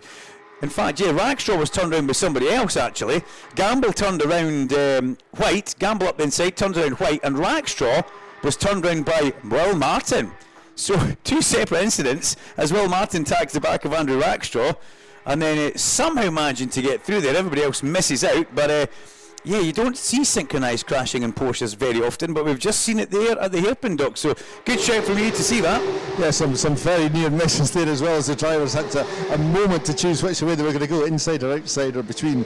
But luckily, everyone survived without major damage, although there may be a few frayed tempers, I would think. Yeah, frayed tempers, definitely. I'm surprised that Will Martin was putting his nose in an area where it really wasn't going to fit there. He turned round Andrew Rackstraw, considering those 2 were very close together in the race, number 1, and that's taken a bit of pressure off Will Martin now. Will there be any repercussions later on with the stewards? We'll let the stewards deal with that. We are the commentators, and we're not going to get too much involved in that. But what it has done is given Seb Hopkins a nice commanding lead from George Gamble, then Will Martin, then Angus Whiteside's come back into this. Now Angus has come back into this a little bit by default, other people having issues, but you know what? You've got to be in it to be able to win it. Angus maybe didn't make the first start perfectly in the first couple of laps, but he's managed to maintain a good strong pace in that car, which reminds me of a famous Wins sponsorship from many years ago, the purple and the orange sponsorship on that car. Angus Whiteside very much in the mix, and he will be thinking about a podium now. He'll have just seen the damage that Will Martin maybe is carrying. We'll see if that starts to fade and have an effect on Will Martin's car as they go into the latter part of the race, because Henry Dawes is not finished either. Henry Dawes is trying everything in his power to have goes at so many people out there, and that's Jonathan Beeson coming under the cosh of Henry Dawes at this point in the race, as Dawes, good friend of Robert Johnson, Henry Dawes, if I'm not mistaken there, Doc. Fastest pizza delivery man in the world. Yeah, and he does a good job of it as well, Henry, doesn't he? So we'll keep our eyes on that as we see a replay in the big screen of Henry going into the back of Jonathan Beeson at Clark's. Henry was actually out of control by the time he got there. He was already adding opposite lock by the time he got the back of Jonathan Beeson. But yeah, so much more can happen in this race, and it probably will as they come through the chicane. That's Will Jenkins we've just seen go through the chicane, bouncing from one curb to the next curb. As we have a bit of a look here now, did somebody pick up a penalty earlier on in this race? Was there something going on for, because there's a bit of a mark on the screen, maybe I missed that at the very start. Ollie Jackson has got the emblem next to him, which tells me he's got a penalty, a possible jump the start, track limits for Ollie Jackson. And you can take the boy out of touring cars, but you can't take touring cars out with the boy. And that's one thing I've said about Ollie Jackson 3 times this weekend, and I'll probably say it another 3 times throughout the course of the weekend as well. As Will Jenkins in the Veritu's car makes his way in towards McIntyre's. Will Jenkins finds himself in a good solid 6th place just now, in the second rookie overall.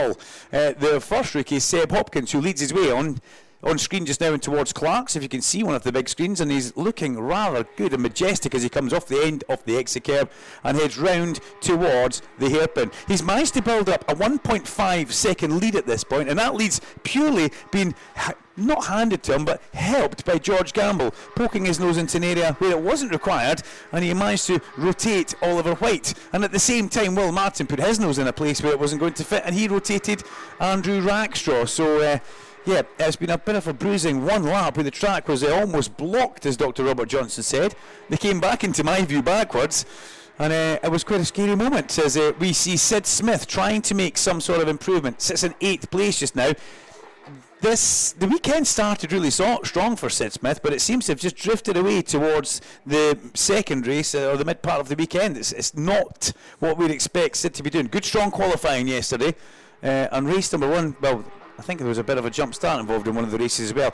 Has he lost a bit of the splitter off the front of that car as we come along there? No, it doesn't look like he has. Just a funny angle as they were coming through for me. But Sid Smith in the green recycling car heads round towards the apron. Ollie Jackson, the next car behind him on the road. As the leaders pass you, Doc, we are now on lap 19 of 32. Yeah, interesting watching White and Rackstraw down the back of the field now, because they're 2 of the quickest guys on track, you would think. And in fact, they are, looking at the times. But the times are so evenly matched between all these cars, it's going to take them forever to try and find their way back up through the order. It's very difficult to make up even a second to one of the cars in front. Yeah, and that's not easy. That's not easy at all. To try and bridge a half second in a championship is difficult. To try and bridge a second, I mean, one-make championships are... The teams are at the top of their game, the drivers are at the top of their games as well. We saw that earlier on, Robert, didn't we? When the pressure that Will Martin was under. Did he crack? No, he didn't crack. What he did was he went on and won the race, and he looked like he was in fine form. Will Martin now starting to catch up, though, as he puts a wheel in the gravel exiting the hairpin, but he's starting to catch up towards the back of George Gamble. George maybe starting to fade a little bit, maybe something from that earlier incident which he had on track is coming back to haunt him. But remember, another man with the same incident was right behind him as a track limits warning for George Gamble just flashes up on screen. He will get that notification given to him, and then what do you do, Robert? You need to be a little bit more cautious when you're on track, otherwise you'll get that time penalty like we've seen Ollie Jackson get, and that's not what you want to be doing. The leaders come through Clark, and we're on lap number 20 of 32. Seb Hopkins, the gap at the front, 1.2 seconds over George Gamble, so it's fluctuating between 1.5 and 1.2 over the course of the laps, but the fastest man on track is Will Martin. 47.9 last time, 49.7, sorry, last time through. Took 2 seconds off his lap time there. 49.7 last time through for Will Martin, and yeah, he was definitely the fastest on track, but this time not so, and that would have been after he put a wheel in the gravel trap at the hairpin. He's the only man in the top 5 to go sub out of the 49 second bracket into 50 seconds, Doc, and that's what it takes. It's just a little drop of the wheel into the gravel trap, and that loses your drive up the hill. Yes, exactly. You've got to be so precise, and because these cars are so closely matched, that 1/10 of a second, which is might be all he lost, is enough to make all the difference. There's only one car, in fact, that's not yet broken the 50-second barrier. That's Carl Cavers down in 12th position in the 22 car, but he's not at the back of the field. He's still charging on in 12th position in the ARM class. Yeah, good point. Charging on as you would expect. The Cavers name is pretty strong in both the Porsche Championships, as we talked about earlier on, and we'll keep our eyes on that as well. It's a name that I'm very much familiar with as well. As Carl Cavers, car number 22 right now, still to try and get below 50 seconds, but trust me, 50 seconds around here is very fast. 49 is just even faster. The rectisail block, I don't know if you can see a television screen, Doc, has been pushed back ever so slightly, and Will Martin now is starting to utilise that. Just because the block's been moved out of place, he's trying to get himself right up to the edge of it. And now Jonathan Beeson there coming through McIntyre's, a little bit wide in the Duckham's Yasa Racing Graves motorsport car.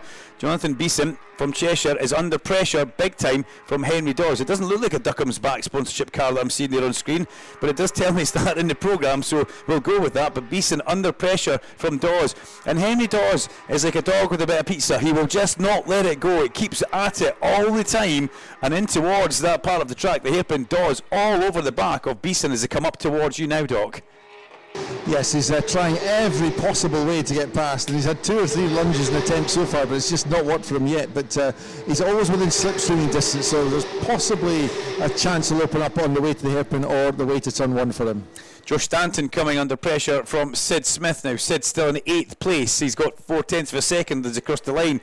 A disadvantage to Stanton, but I've got to say Sid Smith looks so much faster than Josh Stanton through the Black Circle chicane, but unable to, in fact not unable to, just didn't bother making the manoeuvre in towards Clark Corner. Decided that he wanted to stay exactly where he was and follow through. He drops a wheel into off the edge of the track at round about 140 miles an hour in towards the hairpin, and that's enough to get anybody's attention, but not for Sid Smith. He just completely dismisses that and carries on through the hairpin and up the main straight. They've got to watch though, because behind them both on the road is number 48, and that's Ollie Jackson. And Ollie Jackson, yes, he's got a time penalty for track limits, but it's not going to slow him down. Once he's got 1 penalty, well, Ollie Jackson just doesn't care.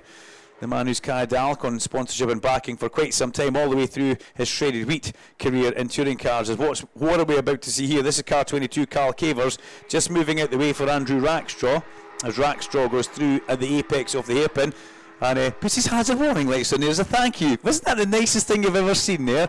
That, Dr. Robert Johnson, needs to happen more on the racetrack. Yes, that's very, very polite, that. And it's taken a long time though for Rackstraw to get there, and it's not because he's driving slow, it's just this is so competitive. So Rackstraw, though, up to 12th in his recovery drive from that earlier incident, but he's probably not going to get a lot further actually, because we've only got about 7 laps remaining. Yeah, but I like you put the hazards on. That's move of the day for me actually. There should be a trophy for that in Porsche land, and make sure that happens.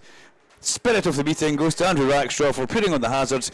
I mean, having the peace of mind to be able to find the button mid-race is something. Alan Hyde would still be driving around with the hazards on. He'd be scared to put them off. I have trouble at 35 miles an hour, I have to say. Hogging the middle lane. I've never done that. How dare you? Sorry, mate, sorry. Leaders in towards the hairpin. As Dr. Robert Johnson said, we're past the halfway point. We're on lap 25 and 32. About to start lap 26. And Seb Hopkins is still under a fair bit of pressure as they make their way up the straight. Here comes Sid Smith, though, looking up the inside of Stanton. Stanton covers the inside line with great ease and just can't let them get through there. Sid Smith then drops a wheel over the gravel on the exit of that one and just unfortunately loses a little bit of drive coming up over the crest of the hill. And in that moment, that's just where it just drops away from Sid Smith, and all that hard work he's done to catch up to the back of Josh Stanton. One wheel in the gravel trap and you lose all your momentum, and he's got to try and do it again, and you've seen him do that a couple of times. Now, team manager for the Carrera Cup side of the Parker Racing team, Barry Horn, tells me, look, Sid Smith's a quick kid. He has got what it takes to win, but he's just never lucky enough. He makes silly little errors now and again because he's a youngster, but just give him a bit of time. We will mould him into being a race winner. And that's trying to happen just now as they come in towards the hairpin, but battling for 7th and 8th place, these two guys, as the leaders all cross the line. The fastest lap of the race still sits and belongs with Will Martin in 3rd place, car number 10. The gap at the front, remember Robert, I was saying it was fluctuating between 1.2 and 1.5. Well, it's now 1.4 seconds, so it's still very much in that window. But it does look like Seb Hopkins is just holding this and controlling it at the sharp end. And car number 18, the rookie pro race driver, just holding his own all the way through this one. It's great to see. We did have Oliver White leading the race for quite a majority, the Pro-Am driver, until he was removed, shall we say, earlier on at the hairpin by, I think it was George Gamble, and yeah, that went a little bit horribly wrong down at the hairpin with a double spin with double contact from separate drivers. But penalty for number 58, 5 seconds added for track limits. That's Henry Dawes. Well, that's your pizza going to be late now if he's going to have to slow down and stay within track limits.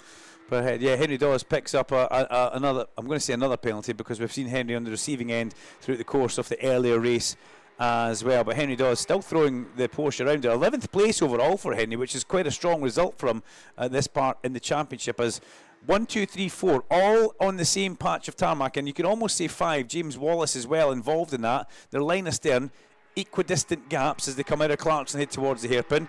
Formation flying by the Porsches. But Gamble would love to be all over the back of Hopkins like an irritating rash, rather than seeing him up the road just now with a little bit of breathing space. Look at this, so Sid Smith round to the hairpin, push, push, push onto the back of Josh Stanton at some 135 plus miles an hour. He's on the outside. He's going to try and go wide and cut back through the heart of the corner here. No, he's not, because Stanton knew that was coming and he just killed his mid-corner speed, and Sid Smith has to try again. But this is a really interesting battle between 59 Josh Stanton and 99 Sid Smith. Sid's getting a little bit impatient, and we know what happens when racing drivers get impatient. Yeah, it can sometimes be a little bit not cool, as Sid Smith all over the back of Stanton as they come in through McIntyre's.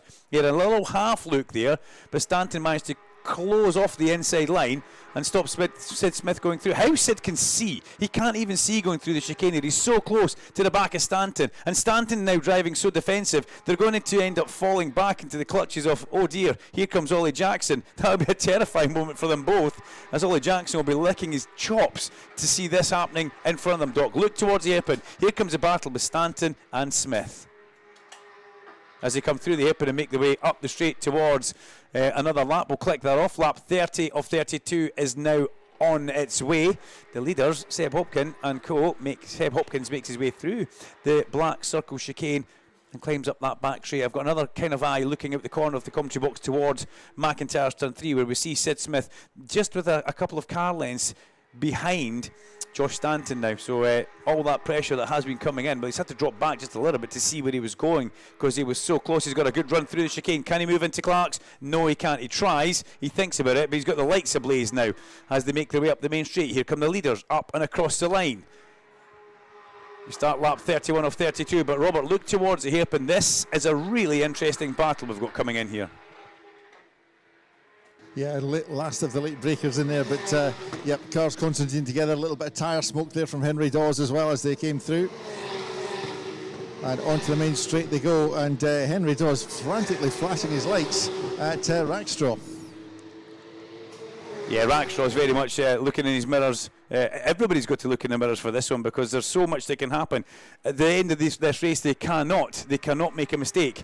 When you get this deep in a race, this is where fatigue starts coming into you, coming into the car. You start hearing things in your head. But as Seb Hopkins comes out of the hairpin and up towards the finish line, he gets the last lap board. This time we would imagine as we start lap 32, final lap. No last lap board in Porsche. They'll be told that from the team, and maybe hear it in the intercom. As into the hairpin again comes Sid Smith. He needs to make this happen now. Josh Stanton sits second in Pro-Am class. He's got Sid Smith directly behind him. Sid Smith is a pro driver. He wants to get ahead just for a position in championship points. But he's maybe going to have to wait, because Stanton is driving a really, really strong race as Hopkins comes up and in towards Clark's for the last time. This man in the number 18 car has been in sensational form. Team Parker Racing have got another star driver, and they're going to leave Knockhill with yet another victory. Stewie Parker, well, he'll go home. He'll make the drive down the M6 that little bit sweeter with some of Porsche's finest champagne and a lovely big trophy as they come up towards the checker flag. It's a win for Seb Hopkins, and it's a dominant win. George Gamble's in second place, and Will Martin crosses the line in third. Big shout out to Angus Whiteside, who recovers to a good fourth place overall, and he was not far behind the leading trio. And we get James Wallace in fifth place. Then Will Jenkins crosses the line in sixth place. We wait for Stanton and Smith. They cross the line together, as you would imagine. And Ollie Jackson was just a second or so back from that in... well, corrected time, it puts Ollie Jackson quite far back down, but he's only a second back on the road from Stanton and Smith. In ninth place, we have got the number 44 car, which is Jonathan Beeson, and he was under quite some pressure from Henry Dawes through the course of that race. Then we get Rack, Straw, Jackson, Cavers, White, Dawes and Coates to round out all the finishers. The top three in Pro will be Hopkins, Gamble and Martin. Your Pro-Am, Dr. Robert Johnson, will be Will Jenkins, Josh Stanton and Ollie Jackson. And your Am drivers, a good result for Jonathan Beeson. 9th overall for Jonathan Beeson, ahead of car number 22, which was Carl Cavers. Carl Cavers takes the second place in the Am. Only 2 Am drivers here at Knockhill this weekend. But it's all about Seb Hopkins. He takes the victory in the white, black and orange Team Parker racing car as he heads back in towards the pit lane. We will quickly pause for a small drink of water and hand back to the Talk Alive studio with Alan Hyde. Commentary, interviews and your views. This is Toka Live. In the sunshine here at Knockhill, Toka Live on Radio Knockhill 93.7 FM. Great to have your company, everybody, and as ever, you are a fantastic crowd. The podiums for the touring car races I have enjoyed very much, and of course we've got a podium coming up for the Porsche as they make their way down into pit lane. They will thread their way around and come into Parc Fermé, which the first of them are doing now. Rob will have a word with some of the drivers in a couple of moments and then officiate over the podium presentation. That's coming up in just a couple of minutes, and all day we've been getting so many messages in from you on WhatsApp. Thank you so much for making this probably the most messaged event of the year so far on Toka Live. 07482 877 877. All we need is your first name and your message to that number, 07482 877 877. And if you send your message in, who knows, we could get you a shout out on air. This one is from Roger and Jane. Glad to see Mini Sports Independent runner Ben Crossley do so well in the mini race. Well done to the Crossley family, and great commentating as well, lads. Thank you very much indeed for saying that. This one is from a listener to Tin Top Tuesday, Porsche, who says, "Hi Alan, could you please give a big shout out to the guy on the campsite that last night fell in a pond? I hope you're all right, mate, but it made our weekend because the splashing sound was incredible. Porsche, you're a terrible, terrible person. And we do hope he's absolutely fine. But yeah, comedic sounds do give a bit of a giggle on the campsite, that's for sure, at night time. But I do hope the chap's all right. This one says, can we have a big shout out to Paul from, oh, this is good. This is a happy story. Could you give a big shout out to Paul from LKQ Euro Car Parts for sorting me out with an injector, and Restart Racing number 22 Chris Smiley for lending me the tools to fix my van. It was a little VW Caddy. He's all the way over from Belfast and was asking if we could find an injector for the Caddy yesterday. That's a feel-good story. LKQ came to the rescue. Well, there was a battle, wasn't there? There was. There was a parts off because Napa Racing UK as well said absolutely fine. If LKQ can't help, then we can help, but if LKQ can do the job, then that's all well and good. So we were overwhelmed with offers of support, which is a real, as you say, Dunk, it's a real feel-good feeling. Now, they won't carry that injector around with them, but there's local branches, honestly, I'm about 5 miles from you, so they've got a phone call. Yeah, absolutely superb. And Chris Marley as well, and the team for lending the tools. That's very adept to be able to change your own injector. And Dexter Patterson probably did it for them. There you go. Well, he would have given the van a good polish up and a couple of new stickers on the side of it, that's for sure. Stephen says, I'm absolutely loving the racing so far. I have to agree with Bob to some extent. It's a bit warm here in Scotland, but also could you give a big shout out to Napa Racing, especially Ash Sutton, and also to the Orange Army, the Marshals. Down there in Parc Fermé is Rob Johnston.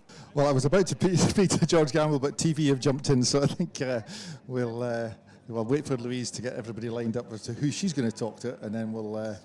yeah, so she's getting them lined up. I'm going to speak to Sid Smith, though. So, Sid, a quick word. That was a very hard-fought race, and especially the last lap, it got a bit sort of contact sport-ish. But how was it for you?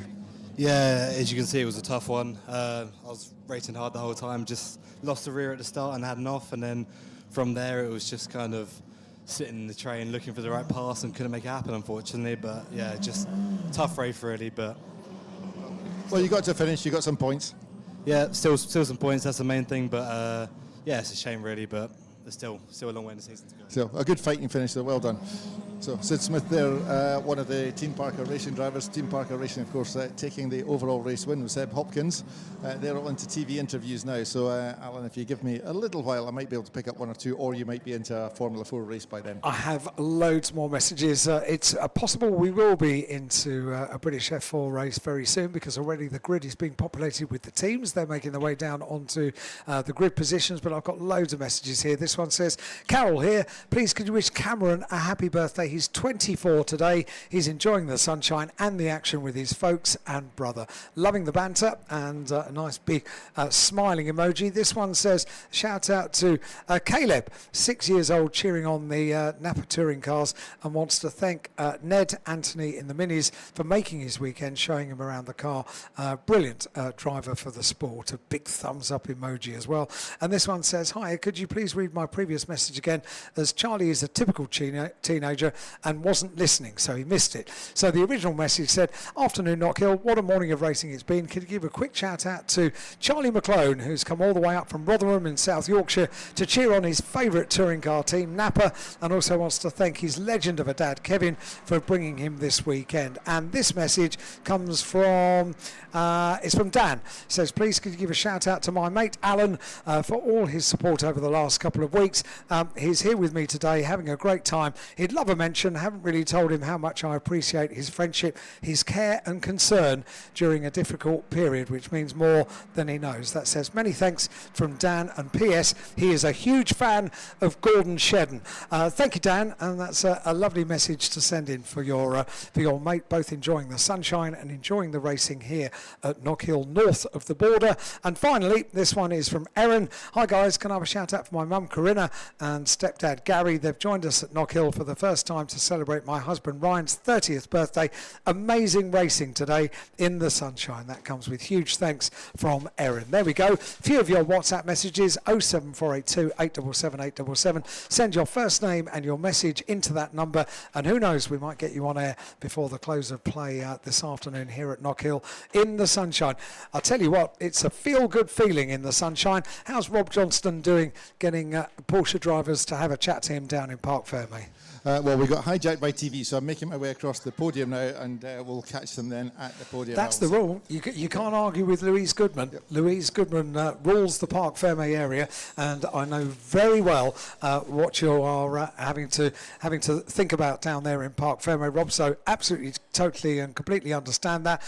Meanwhile, we've got Formula 4 cars on the grid. That means that Duncan can give out the grid for our next race of the afternoon, and don't forget, of course, we've got a third and final race of the day for the Quick Fit British Touring Car Championship. All of that's coming up here on Toka Live on Radio Knockhill. But let's get over to the commentary box and Duncan. Thank you very much, Sir Al in Toka Live studio. Thomas Berman is on pole position for this one after a disastrous race earlier on when he tripped over somebody's front wheel down at turn 3 McIntyre's, and we can see Thomas on the main screen there.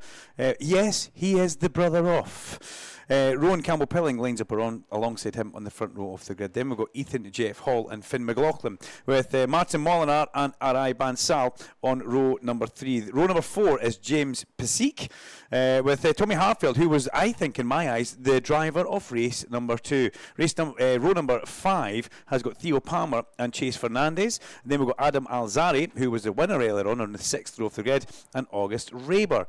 Ella Lloyd, who put up a great show, is on the 7th row alongside Johan Fu. And then we've got Henry Jocelyn and Xavier Arvamides on row number 8. Row number 9 is Cole Hewson and Alba Larson with Arjun Kralling and Henry Mercier all the way back there on the 10th row for Henry. Hamik Sadiq is alongside Guy Albag on the 11th row. And on the 12th row, we've got Joe Smith returning to the championship, and we'll be looking for a trouble-free run in this race if that is doable. But the Vertu... No, it's not. It's the Vera Tools 4 British Championship certified by the FIA. That many new names to say. They go away for a couple of warm-up laps around the circuit, and they have got one lovely pace car. That is a stunning, stunning little Lotus. And Scott Stringfellow goes from a Porsche to a Lotus to a Mini. He's got it all, hasn't he? He's got a little bit of fun all the time. And I'd like to also say that you know what, I'm not going to say that. I was going to say, no, it's probably best, you know what, Alan, I will. I was going to say we haven't seen. Are you self-editing? I was going to say yes. It's lovely to hear. I was going to say we haven't seen too much of Scott Stringfellow, which has been good. But now I've said it, the safety car has been quiet. No, don't say things like that. I said that. No. Yeah, self-editing. You see, Scotty, he's got his feet up in the car. Other than the green flag lap, which he needs to have his feet down on the floor. How does he do Ice that? creams, cups of tea, all that kind of thing. He's having a lovely day with Kieran in the car. Scotty too hotty behind the wheel of that lovely little Lotus. I don't know why I said that. I had 3 attempts and you were having a conversation. I did self-edit myself. It's good, that, wasn't it? It was great. Things that you shouldn't hear in the commentary point. Now, I've been asked to by the circuit as well, saying it's been busy to get everybody in, Alan. Please don't all wait and try and leave at once. You will take a while to get out of here. It's so busy. If everyone could wait for a little grey VW that's got a plane to catch, that would be really nice. And I'm going to ask the Toka safety team if I could borrow a little blue light. Is this for you? Yeah, I'd feel like Starsky and Hutch. I could throw it on the roof of the car. What time's the flight? 9 o'clock. I'll be fine. Oh, you'll be fine. You might have just got out of the main car park by that point. You can listen to Graham Bodell on 93.7. Well, I will be. And Dr. Robert Johnson doing a little bit of the drive time shows as we recap the day's events. But yes, guys, it's going to take a while to get everybody out. So pick a time to leave. Pick a time to leave. Be sensible about it. But please, bear with us. It took a long time to get you in. We have got a bumper crowd here at Knockhill. And you know what's great? It's great to see everybody enjoying themselves. There's a right family feel-good atmosphere. There's little areas where people are having little barbecues at the back of their car. They're having little food areas. It's like a festival that happens to have some of the greatest car racing you'll see anywhere in the world, in my eyes. Let's hope that Alba Larson gets further in this race than the earlier race. The camera-mounted car didn't get too much further than turn number 3. So only time will tell. We shall cover this race, and I think Robert will do a local podium across there just now for the Toka, or does he come back over onto our one, Alan? I reckon Rob will do a local podium for the cars that are currently in Parc Fermé and finishing off their ITV interviews, and we'll go on with the on-track action, which is the final race of the weekend for British F4. Great stuff. So we get the Vera Tools F4 British Championship certified by the FIA. The onboard camera, everybody loves an onboard camera, and it's on the car, which you see just coming into its grid slot just now. The lovely blue car. Unfortunately, Alba Larson didn't get too far in race number 1. That camera car was filled with dust at the bottom of the first corner. Let's hope it doesn't happen in this one. Car number 14. The Chris Dittman Racing Tatus 1.4 a Barth, as every car is. The revs go up. We're ready to go racing. Red lights on the Beatson's Bridge. Go, and a long hold. It was a long hold, wasn't it? Stalled, and this is going to be a tight one. Let's hope everybody avoids this car on the line here. Yes, they managed to, but what a long hold that was. That was pretty painful there, and thankfully everybody manages to miss Ethan Jeff Hall, who's stranded on the start-finish line. Alan, you're so tight like a guitar string. Yeah, and you could hear the engine notes being held for so long. It's within a period of time that the lights can go out, and it varies from race to race, so you've got to be ready to look at any amount of time within that period. It seems to be long holds for the F4. That was one of the longer ones, yeah. Yeah, I was questioning myself. You know, you look towards the lights, the cars, but the safety car has come out. The race has been neutralised. It's had to have been. It's a very nice safety car, isn't it? Yeah, well, there's Scotty Too Hotty doing a bit of work now. There he is. Yeah, you just said. Yeah, I know. Quickly throwing ice creams out the car and cups of tea. Quick, let's go. As the safety car pulls on in front of the pack as they make their way up just now. And it was, what a great shame about that flag coming out, the safety car coming out there, but it's what happens. There's not much we can do. Rowan Campbell-Pilling is the first car in line. He managed to get the jump. Alan, I'm sorry, I didn't even watch that. I was looking at what was going on in the start line there. I didn't even see what happened down with the lead changes. We have got a car in the pit lane.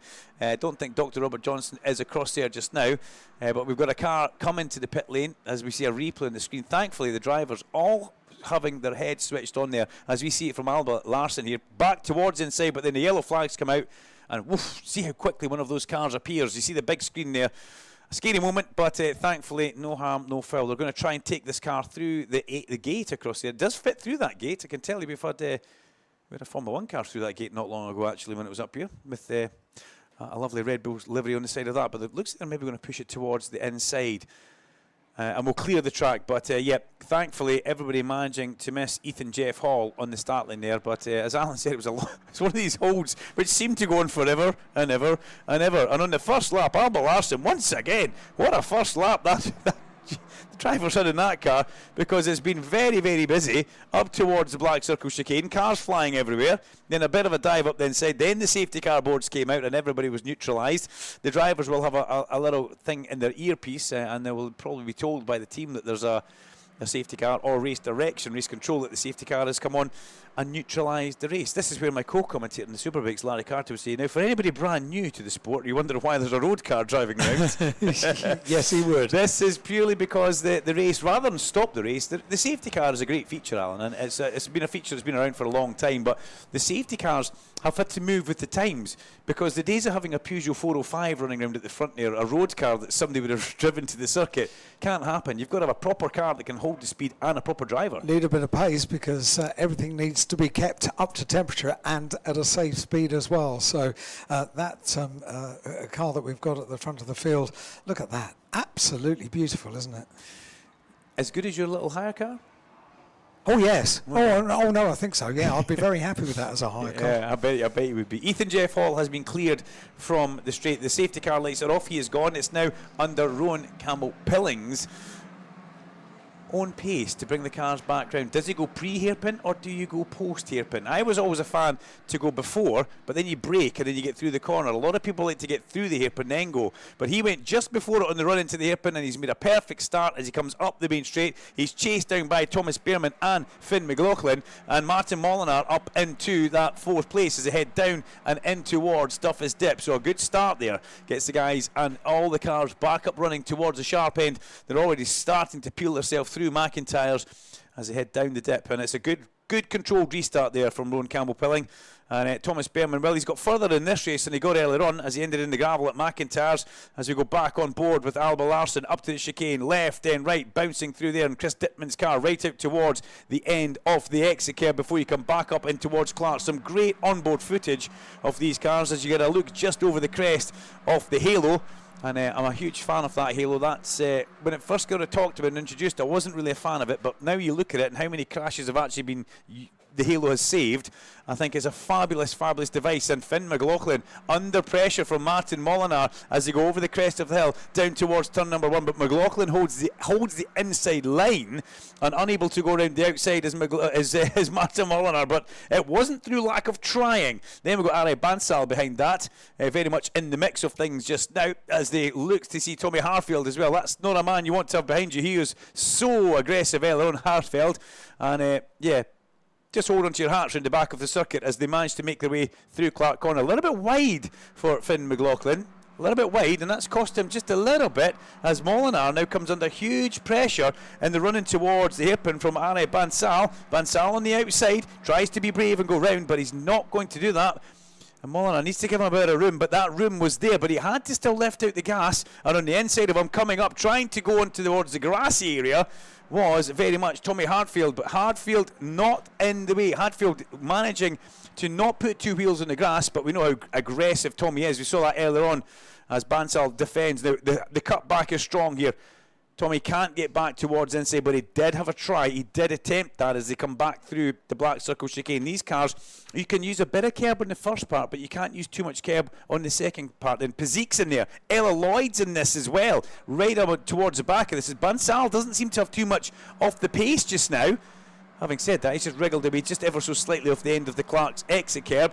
But that was getting a little bit tasty as Ella Lloyd up the inside of Pazik. Lovely stuff from Ella Lloyd. Sideways. Pazik doesn't give her any room. Tries to squeeze Ella at the apex. Does. But Ella, very well done going through there. Unable to make the manoeuvre work. But also doesn't collide with the car who was closing off the apex. That was a fairly robust bit of defensive driving there from Jimmy Pazik. I'm surprised at that because he had a lot to lose in that as Ella Lloyd was heading towards his side pod with a big front left wheel, and there's only one winner going to happen from that one, and it wouldn't have been Jimmy Pazik as they make their way over the crest of the Black Circle chicane and head up towards Clark Corner. From Clark Corner we get them back up and in towards the hairpin. Into the hairpin, these cars brake so late past the VIP Knockhill Marquee on the left hand side for their hospitality. Graham Bedell's been down there with a lot of guests doing interviews for a lot of the lovely VIPs today, and I'll be watching this F4 race certified by the FIA with great anticipation as they go underneath that Beatson's Building Supply Bridge and carry on. Look at this, hold on to your hats, crossing the line just now. This is a seriously busy part of the track here.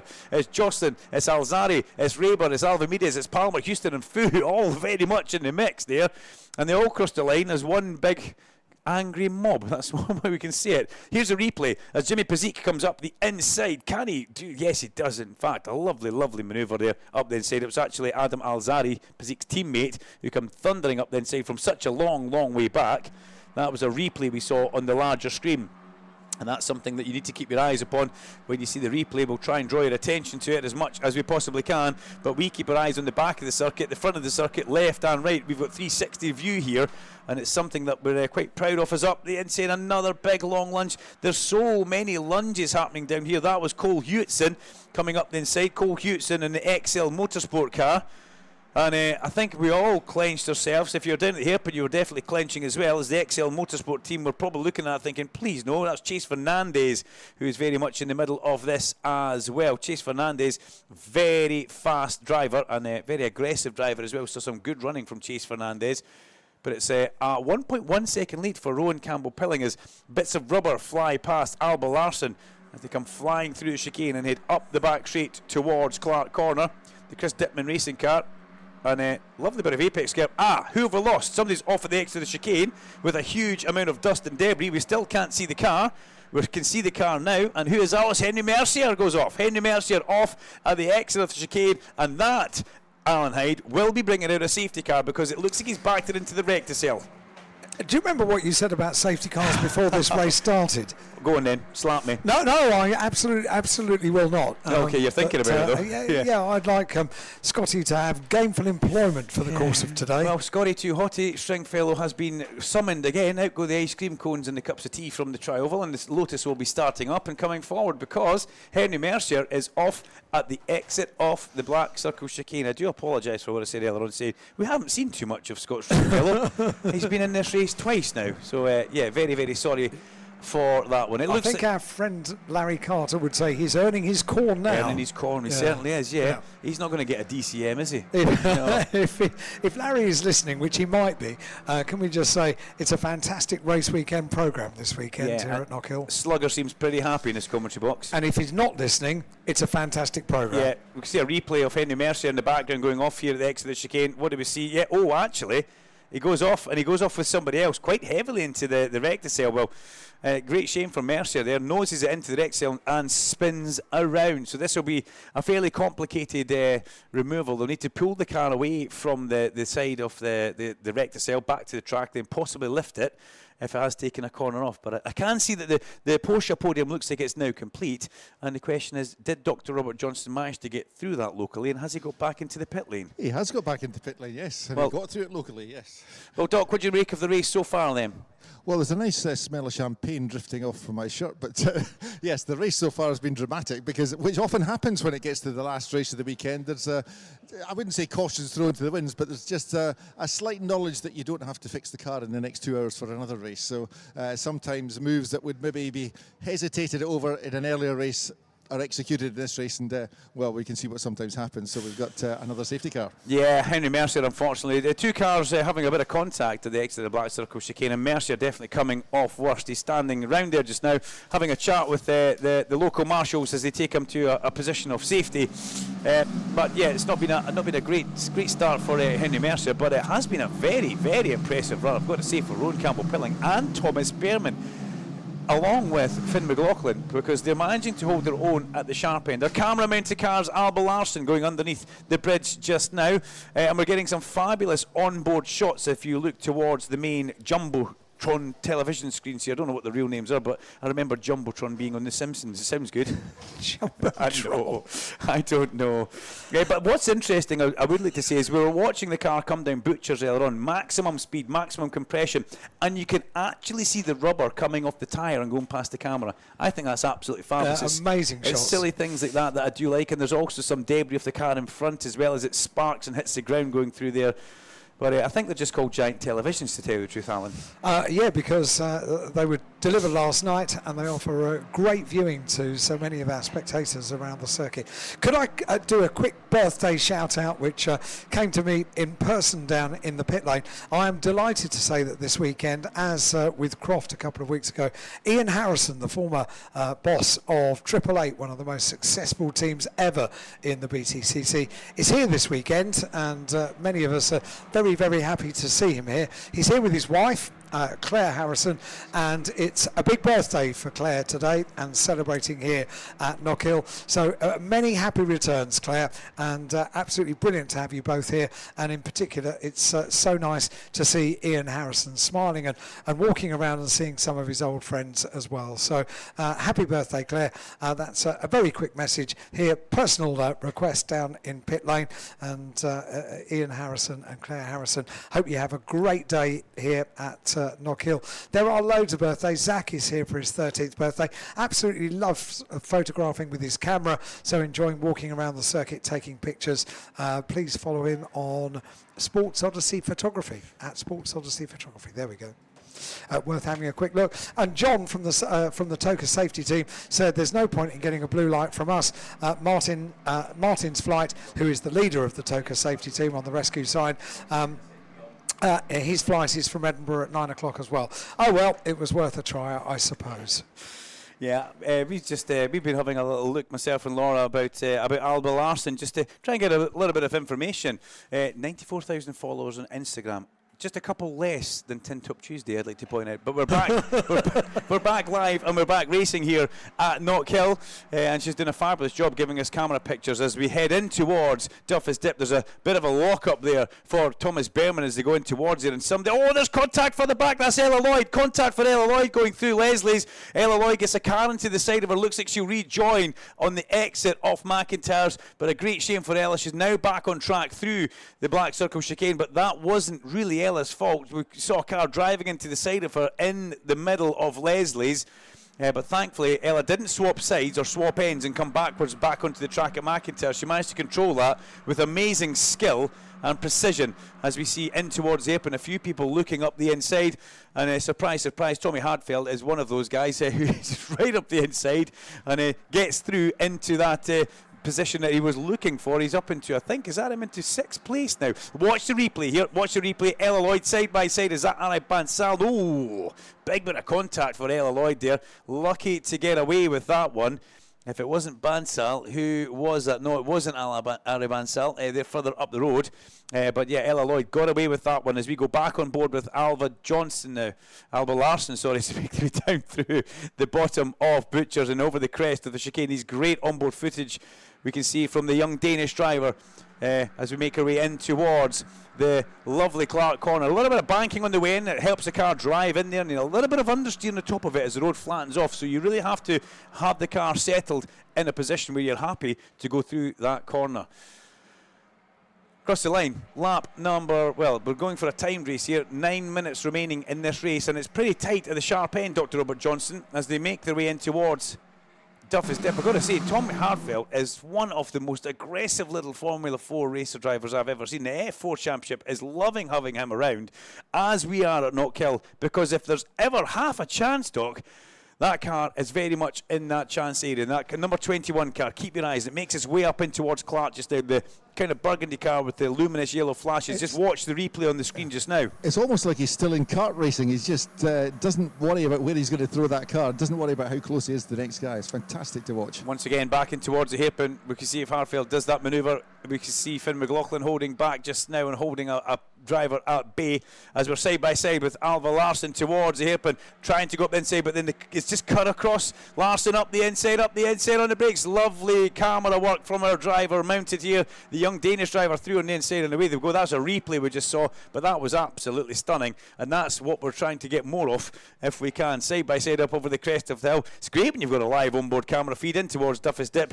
Brave point to good point the camera shot away there, by the way, because it might have got a little bit interesting as they all go through. But Larsson now ahead of the car that they were battling with. It's Joseph Smith. It's Chase Fernandez who's just up the road from Larsson just now. Once again, back in towards the hairpin. Rowan Campbell-Pilling leads the way from Thomas Behrman and Finn McLaughlin. Martin Molinar sits in 4th place, right on the rear gearbox attenuator of the Red Bull backed car of Finn McLaughlin. Then behind that we've got Ari Bansal, who gets the biggest hole in the air as they run down towards Duffy's Dip, but there's such a short braking distance into Duffy's, you cannot attempt to go through on the inside. You can try, Dr. Robert Johnson, but you need to be all the way alongside, otherwise the manoeuvre will not work and it will not stick. Yeah, it's a very fast corner, minimal braking distance, so they're heading towards 100 miles an hour as they go through the apex of that one, so a very difficult overtake.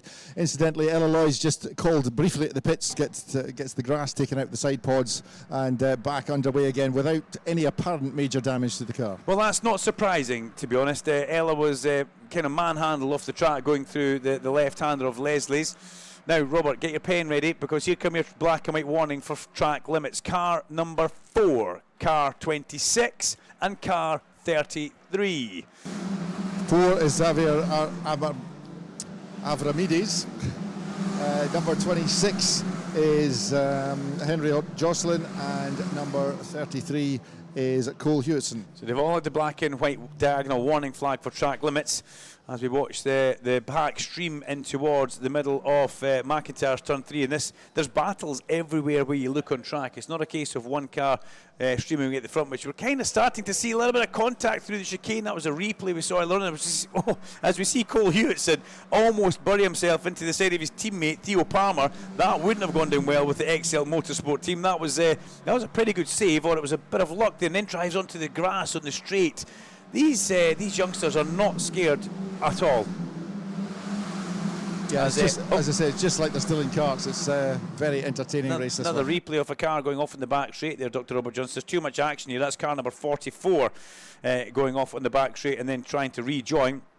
And doing so and getting away with it. That's Guy Albag, who the Israeli driver who's come back for an attempt at Knockhill, and I think possibly liking the circuit but not liking the chicane and the gravel trap on the exit. But no harm, no foul. A man coming under increasing pressure though is Finn McLaughlin right now. He's in 3rd place, and right behind him is the fastest man on track, Martin Molinar. Last time round a 49.3, but he has done 49.0.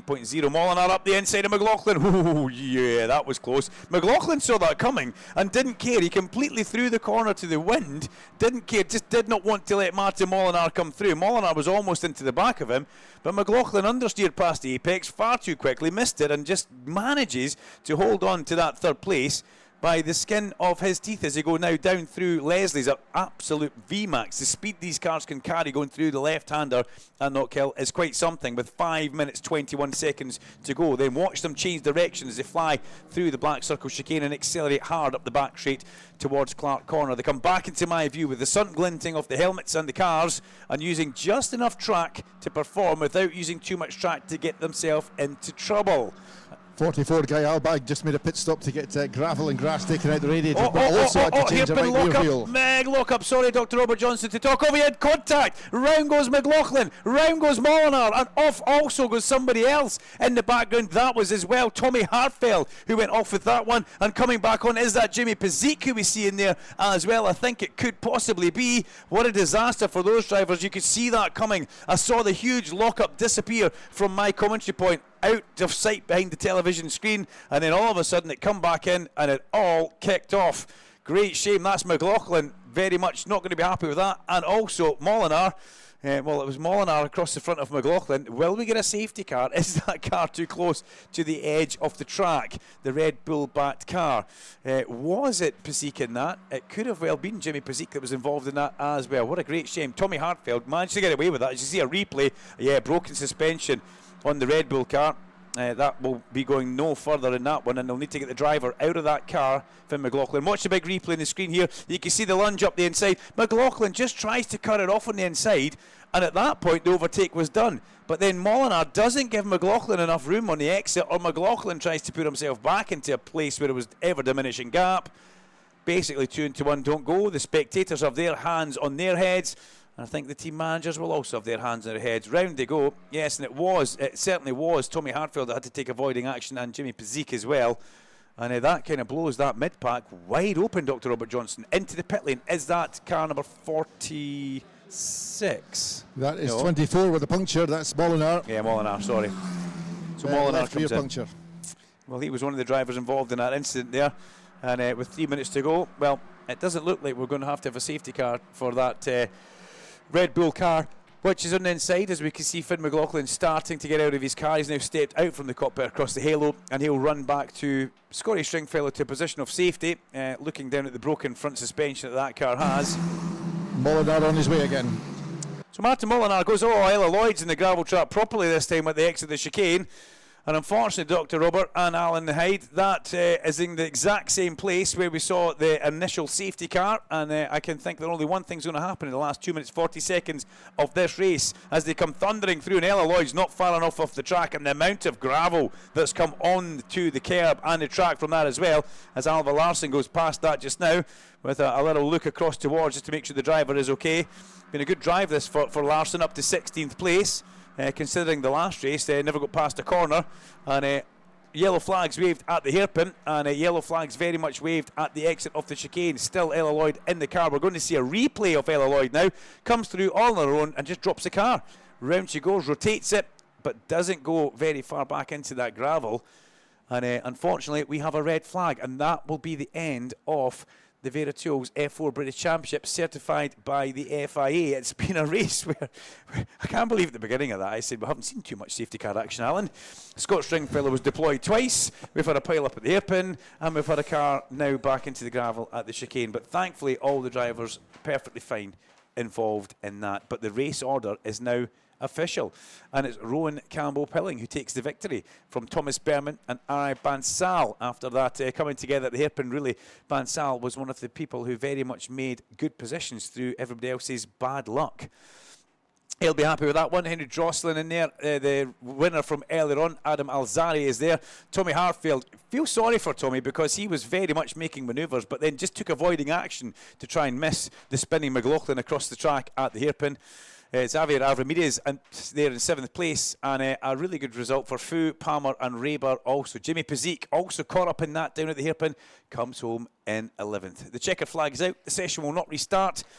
Alan Hyde, that was a race and a half from the F4 British Championship. Yes, it was full of action, wasn't it? I think that's the best way to describe it. Our final race of the weekend for the Vera Tools British F4 Championship, certified by FIA, and that is what we always get in British F4. It's young drivers. It's such a good thing that we have drivers that internationally look at this championship, the British F4 Championship, and decide that that's where they want to be doing their racing, and that's where they want to kickstart, if you like, their FIA single-seater career. And it's a great proving ground. This year it was absolutely brilliant to see the British F4 Championship as part of the support package for the Formula One World Championship at Silverstone for the British Grand Prix, and the first time ever that we'd had an FIA approved Formula 4, Formula 3 and Formula 2 and Formula 1 all on the same package. It was a non-championship meeting for the Vera Tools British F4 British Championship, but it was absolutely superb that they could get to sample being on the program with Formula 1 cars. And I think it's good for them. It's good for them to do the big Grand Prix circuit, be in that circus, and but also it's then good to come back to Alton Park. It's good to come to Knockhill. It's good to go to Snetterton. It's great for them because the proper little drivers. They really are proper little drivers. It was quite a late announcement to support the Formula One British Grand Prix, and it was one that they leapt at and thought it was a brilliant idea, not only the organisers but also the teams and the drivers as well. Absolutely loved the idea of it. Problem was they had to book a bunch of hotels for the whole infrastructure. The closest they could get was Coventry, so it was quite... Is that far away? It's quite a long way away. Okay. Yeah, so they had quite a commute at the Could start you not and put the them up in, end of the evening. in height towers? I'm too far away from Silverstone. Right, I mean, yeah, I okay. commute to Silverstone myself. By but, helicopter. It's an hour and a half for me. I think it was fabulous that they had a non-championship event and they had such a big entry. Yeah, it was superb. That is good. Absolutely and it's superb. great. And we long for more of that to happen through in 25 or 26, 27 and onwards from here. But yeah, Finn McLaughlin with a 40.5 lead in the championship over Martin Molinar, and Jim Pazik sits in third place. He is 57.5 points further back. But Finn McLaughlin goes away championship leader and continues to be the rookie leader as well.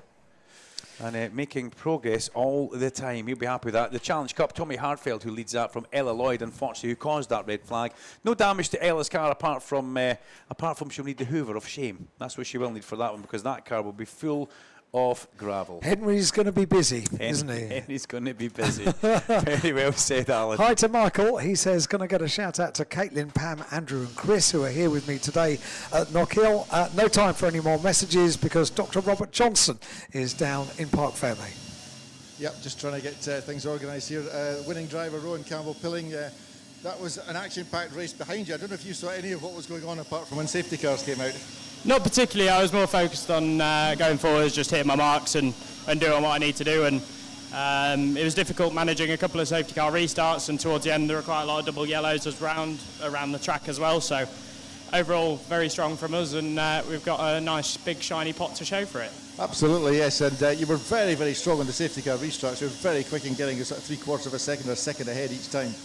Yeah, no, we were very strong, I think, throughout the whole race in the second sector, so that was certainly our advantage. And the second safety car restart wasn't the best, but I got my head down and managed to build a gap from there. Well, all worked, well done.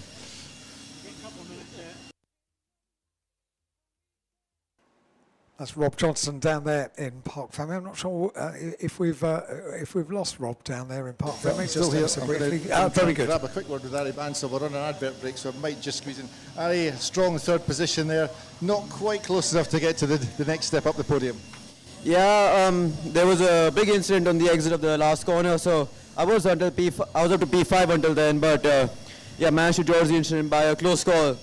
And like 4 minutes to go, the gap was quite big. It was like at least maybe like 2 or 3 seconds, maybe 4. So for me, it was just putting some consistent final few laps of the race to ensure that I had the P3, and if the people in front made a mistake, then to capitalize on that. Well done. You got to the third step of the podium, so good result. Well done. So that's Ari Bansal, who is in the 46 car. Taking third overall. And I think TV is about to return to us, so I don't know if I'll get to speak to anyone else. I think you've done a jolly good job down there, because I know it's pretty difficult when they line the drivers up for their interviews on television. ITV Sports, of course, superb coverage of the BTCC, a live broadcast from start to finish, and absolutely superb coverage they give it as well. And Nikki Shields doing the honours as far as presenting the show for the first time for the BTCC. Is doing a great job on ITV, and Steve Ryder, of course, who for many years, for over 30 years, was the face and the voice of the championship. Stepped away from from presenting on live television at Alton Park just before the summer break, and we wish Steve all the very best indeed. He's a huge figure around the BTCC paddock, and we miss his smiley face around the paddock. But Nikki Shields has taken over, and she has an equally smiley face. From Caitlin, can you please give a shout out to Andrew, Pam, Chris and Michael for being such amazing company this weekend, and also a huge thank you to the first aid team for fixing me up too. Big love. Thank you, Caitlin, and glad you're all okay.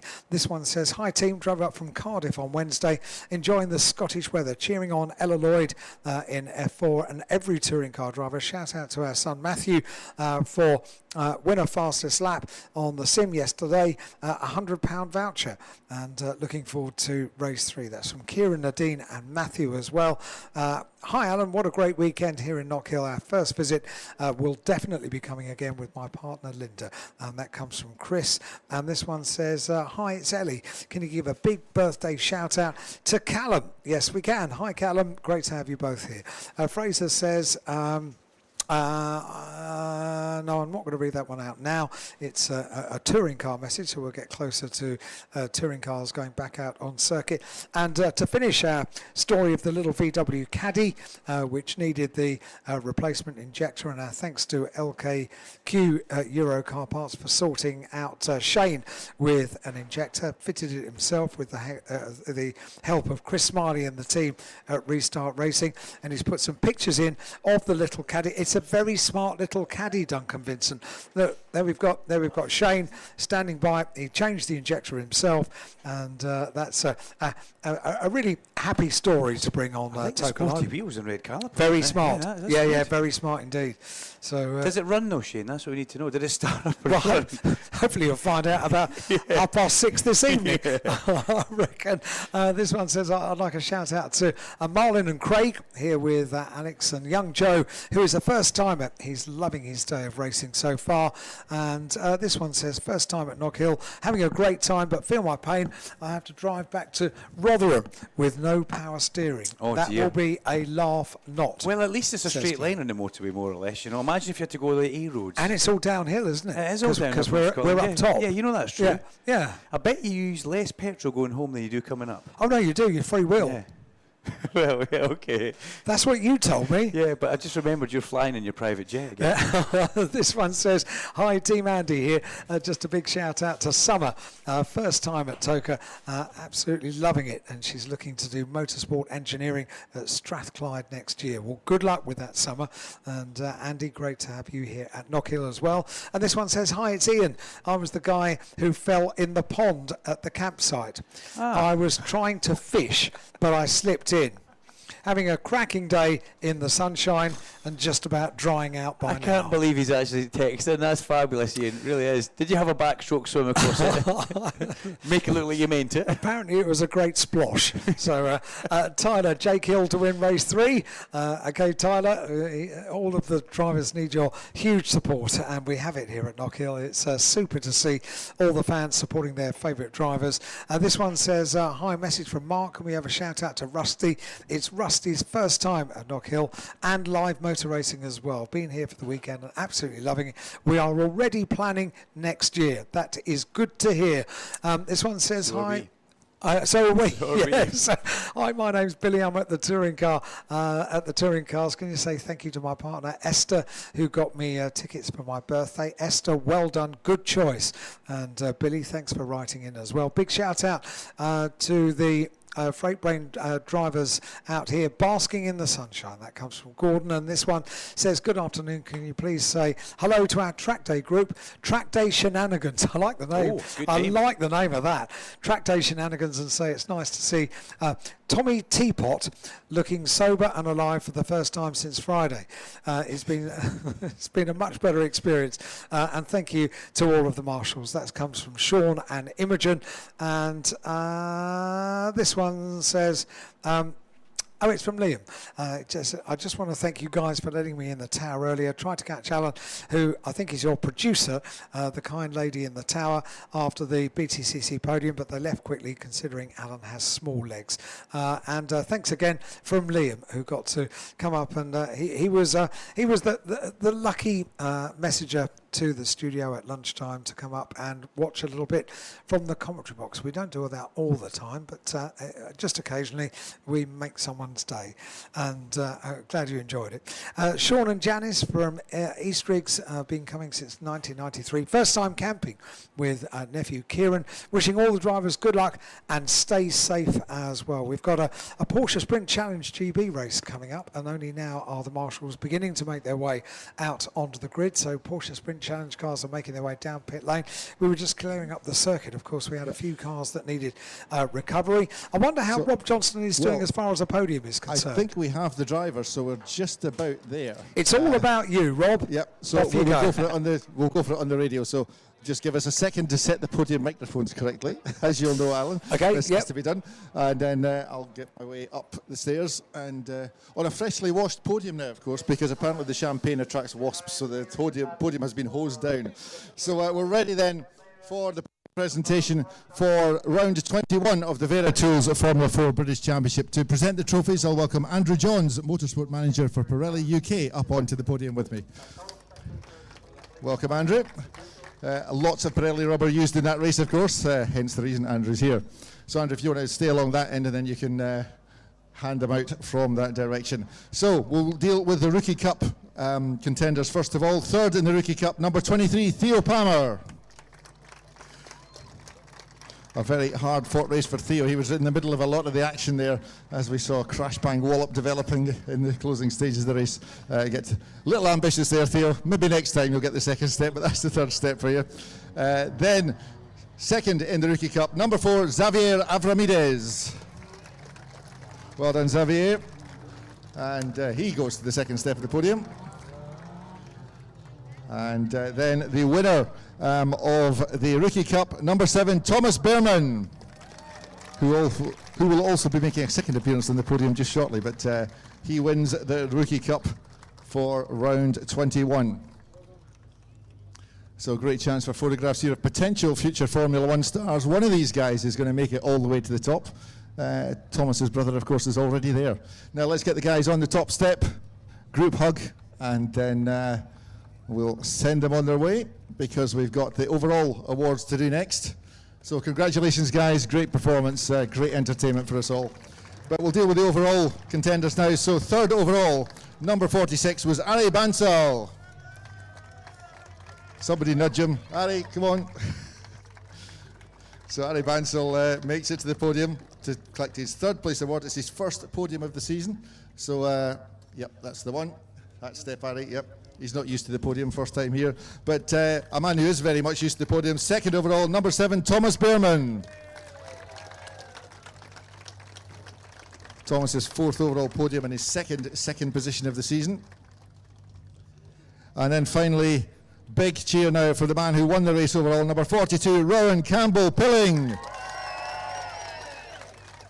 First win of the year, third time on the podium, a fantastic result for Rowan, and a very hard-fought win. Collects the trophy from Andrew Johns of Pirelli UK. And the final trophy to be handed out is for a representative of the winning team, which is JHR Developments. Well done, guys. Great team performance there. And we'll get the photo opportunity. And then once we've done that, if you all want to gather on the top step. And I'm pleased to say, from the laundry bill point of view, they're all underage, so there's no champagne. Right, nice picture there for everybody. So that concludes the podium presentation for round 21 of the Vera Tools Formula 4 British Championship, certified by the FIA. Thanks very much indeed to Rob Johnston over there for the podium. Not sure we're going to get the podium for this one in time, because we have just 2 races left. Porsche Sprint Challenge have 4 podiums, so the likelihood of finishing those before we get our touring car pit walk underway is very unlikely. So thank you, Rob, for that. He'll make his way back down to pit lane. Quickly, a message or two we can get in.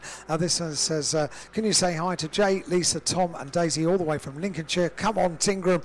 This one says, hi guys, can you give a shout out to Mark, celebrating his 50th birthday this weekend. Ideally shout out between the races so he can hear it, as at 50 years old his hearing is not what it used to be. I resemble that comment. Sorry? I beg your pardon? Yeah, you like that, didn't you? You got that well done. Can I please do the grid for this race, Alan? You are allowed. Thank you very much. This is round 12 for the Porsche Sprint Challenge. The grid is a 20-minute race, and it's an amended grid.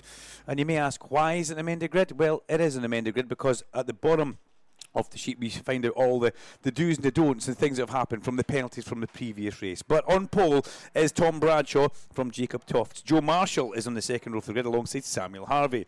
Ben Mulryan is alongside Ethan Hamilton in row 3. On row 4 sees Dan Zelos and Oliver Meadows. Row 5 is Oliver Cottam and Daniel Lewis, with Rhys Summerfield and Amy Watts making up the 6th row of the grid. Karim Sikat is alongside Dean Burden, who we saw in the gravel earlier on in the race at Clark's. And on the 8th row, Jonathan Moore has Lydia Walmsley. For company, the 9th row, Harrison Cavers and Hannah Chapman. Katja Logie is alongside Paul Porter on row 10, and Giancarlo Romano is on the 11th row, all on his own for this 20-minute race. Now, we were lucky enough to have Toby Trice join us in the podium. It was in the commentary box. It was lovely. A really fast racer who, a great shame he never got to take part after that fairly sizable off he had in qualifying down at Leslie's, where he managed to put the car off the track, across the gravel, and make contact with the outside retaining tyre wall. Unfortunately for Toby, he was unable to get the car fixed. But what a smiley chap he is, up here with the family island. Really nice to have him around. I'm going to take my headset off just for a few minutes because I have warm donuts. Okay, the red lights are on and we're off very quickly. The launch control happens. I hope everybody enjoyed that note from Alan Hyde as we go down towards Duffy's Dip for the first time of asking. Things I've never had him say to me in any commentary box anywhere before. And they managed to all get themselves behavingly well as Bradshaw leads in towards McIntyre. He runs past the apex, but he does get back towards it and holds the lead from Jacob Tofts as they come back over the chicane for the first time of asking. Then we have got Joe Marshall in 3rd place. It looks like Sam Harvey has got up there into 4th place, but he's under big pressure now as they come up in towards Clark's. Sam Harvey unable to stop going through, and inside Ben Mulryan, and Ben Mulryan makes that position stick on this, the opening lap. Ethan Hamilton very much in the mix as well as they run in towards the hairpin. We wait for the pit lane mic to crack open and give us some sort of sound bite back, but up the main straight it comes. And what a good start that was. I've got to say, Bradshaw has hit the scamper button and he has gone full Porsche mode at the front and trying to break everybody and pull away from this one as they make their way across the crest of Duffy's Dip. Hamilton takes a lot of curb through the apex here. Mulryan likewise, and they're all catching each other in towards McIntyre. There's a collision, side-by-side contact. Ethan Hamilton manages to get away with that one, only just getting away with that one, as into the side of him went Samuel Harvey, and Sam Harvey will be hoping that that's not knocked the toe out of his car, because we were hearing that earlier on from Toby, remember, that if you do make any contact with the front of these cars, it knocks the toe, and before you know it, you start to overheat that tyre that had the contact and the collision with the other car. In towards the hairpin, in, through and out up the main straight again. That's how quickly the Porsches can do this. And isn't it fabulous to watch cars with launch control launch themselves off the line and get up to the sharp end straight away as they make their way underneath that Beatson's Building Supply Bridge. Oliver Cottam sits in 9th place just now, ahead of Rhys Summerfield. And Rhys Summerfield is the man. In fact, no, it's not. It's Oliver Meadows who leads the RS Am class just now. And he finds himself up there in 8th place. Car number 88, Oliver Meadows, the Team Parker Racing man, in 8th place and leading the amateur class. As we have a little look back in, we've got the Club Sport Pro, which is Jonathan Moore leading that just now in car 12 in 15th place. And Hannah Chapman leads the Club Sport Amateur in car number 44 in 18th overall. But back at the sharp end, it's Tom Bradshaw and Jacob Tofts as they head in towards the hairpin. Bradshaw needs to make this one work, and he'll be happy with that. But if you're Toby Trice, you're looking for Jacob Tofts to try and do something in this race to take points back. But it was Toby Trice who was saying up here, it shows you just how good a year I've had, that I'm still second in the points, and he hasn't even had a race at Knockhill, which is a fair comment that man has made, and we'll doff our cap towards him. The cars make their way down through the lowest part of the circuit here, Knockhill, through Butchers. The climb then starts. You climb all the way back up to the crest of the start-finish, and that's a 60-metre elevation change. It's pretty impressive when you think about it, Alan. It's a fair old height. You'd need to do a lot of that to work off the donuts that you've just swallowed in front of me. I only had one. I know, the commentary box has never smelled so good. Donuts do have a lovely smell, don't they? You smell good, but the donuts smell really good. Thank you. I'll pull out just now.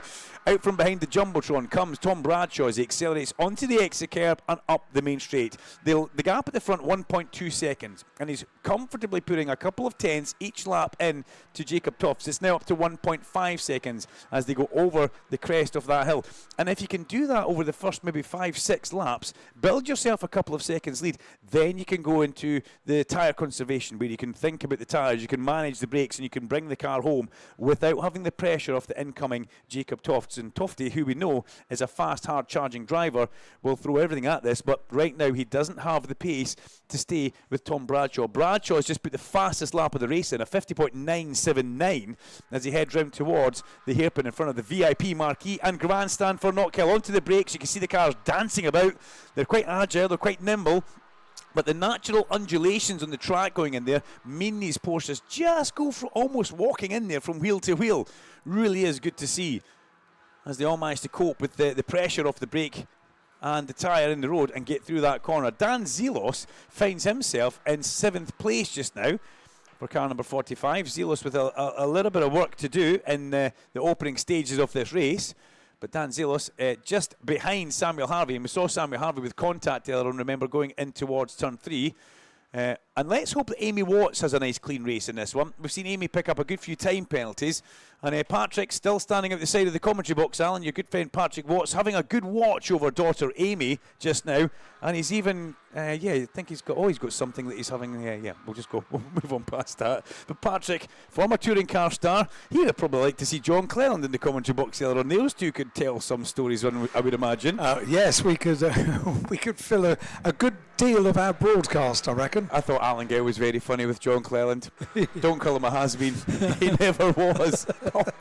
Only Alan Gow could get away with that and not get punched. Correct. Yeah, brilliant story from Alan Gow and John Cleland there on the grid of the touring car race that we saw earlier on. But let's have a look at Daniel Lewis, who holds Reece Summerfield back just now as they bounce over the apex curb. And speaking of bouncing over the apex curb, that was a very big bounce over the apex curb for the car just behind them. It was Amy Watts who took a lot of apex curb, went through toughest step in that car, popped up into the air. First time penalty comes in for number 3. 10-second penalty for Karim Sekat. That's unfortunately the car behind Amy Watts. The teammate off a 10-second penalty. Karim Sekat just jumped the start, the false start. Yesterday we saw a 5-second time penalty, but that was deemed to be a little bit too lenient, Alan, in the British F4 Championship. So the jump start official time penalty is now a 10-second penalty, and it will definitely have an effect on people's races. Let's have a look and see what's happening just now down the bottom of the circuit. The leaders have all gone, but we're having a look towards the RS Arm class. It's still Meadows who leads that, and he's in 8th place. The next RS Arm is Daniel Lewis in 10th place. So they've got Oliver Cotton between them. So Lewis, Summerfield, Watts and Sekat all trying to catch back up towards Oliver Meadows, who really has got a jump on everybody in the RS Arm class as it stands just now. So the RS Arm class, just to let you know, it means RS Club Sport Amateur. And then we have the different type of car where we go into the Club Sport. So the Club Sport Pro and Club Sport Amateur Championship. So technically 4 championships in one for this, which make it very difficult for the podium man to get all 12 people up onto the podium. But up next we have the Quick Fit British Touring Car Championship. So we'll let Robert do that locally across there during the race. But Dr. Robert Johnson will be in that pit lane across there, and we are 12 minutes 50 seconds away from the end of this race, and it's been a pretty fast pace from the word go. Yeah, I can see, I'm just next to where Parker Racing are watching on the big screens here at the back of the pit garages, and I can see Stuart Parker and Barry Horn in deep conversation as they're watching their cars at various points in the running order. As we see, Barry Horn, we saw him on screen earlier on looking extremely happy with the victory that they picked up in the Carrera Cup class. So, yeah, let's see if that continues into this one. As we pick up with Hannah Chapman on screen. Hannah managed to pick up a bit of a sponsor along with Miller Oil. She picked up another sponsor on her way to making sure that she could stay on track. The Xantec Motorsport car, as we see going through there. And you can see the sponsor on Hannah's... proud on Hannah's car, and that's what these drivers are needing in this championship.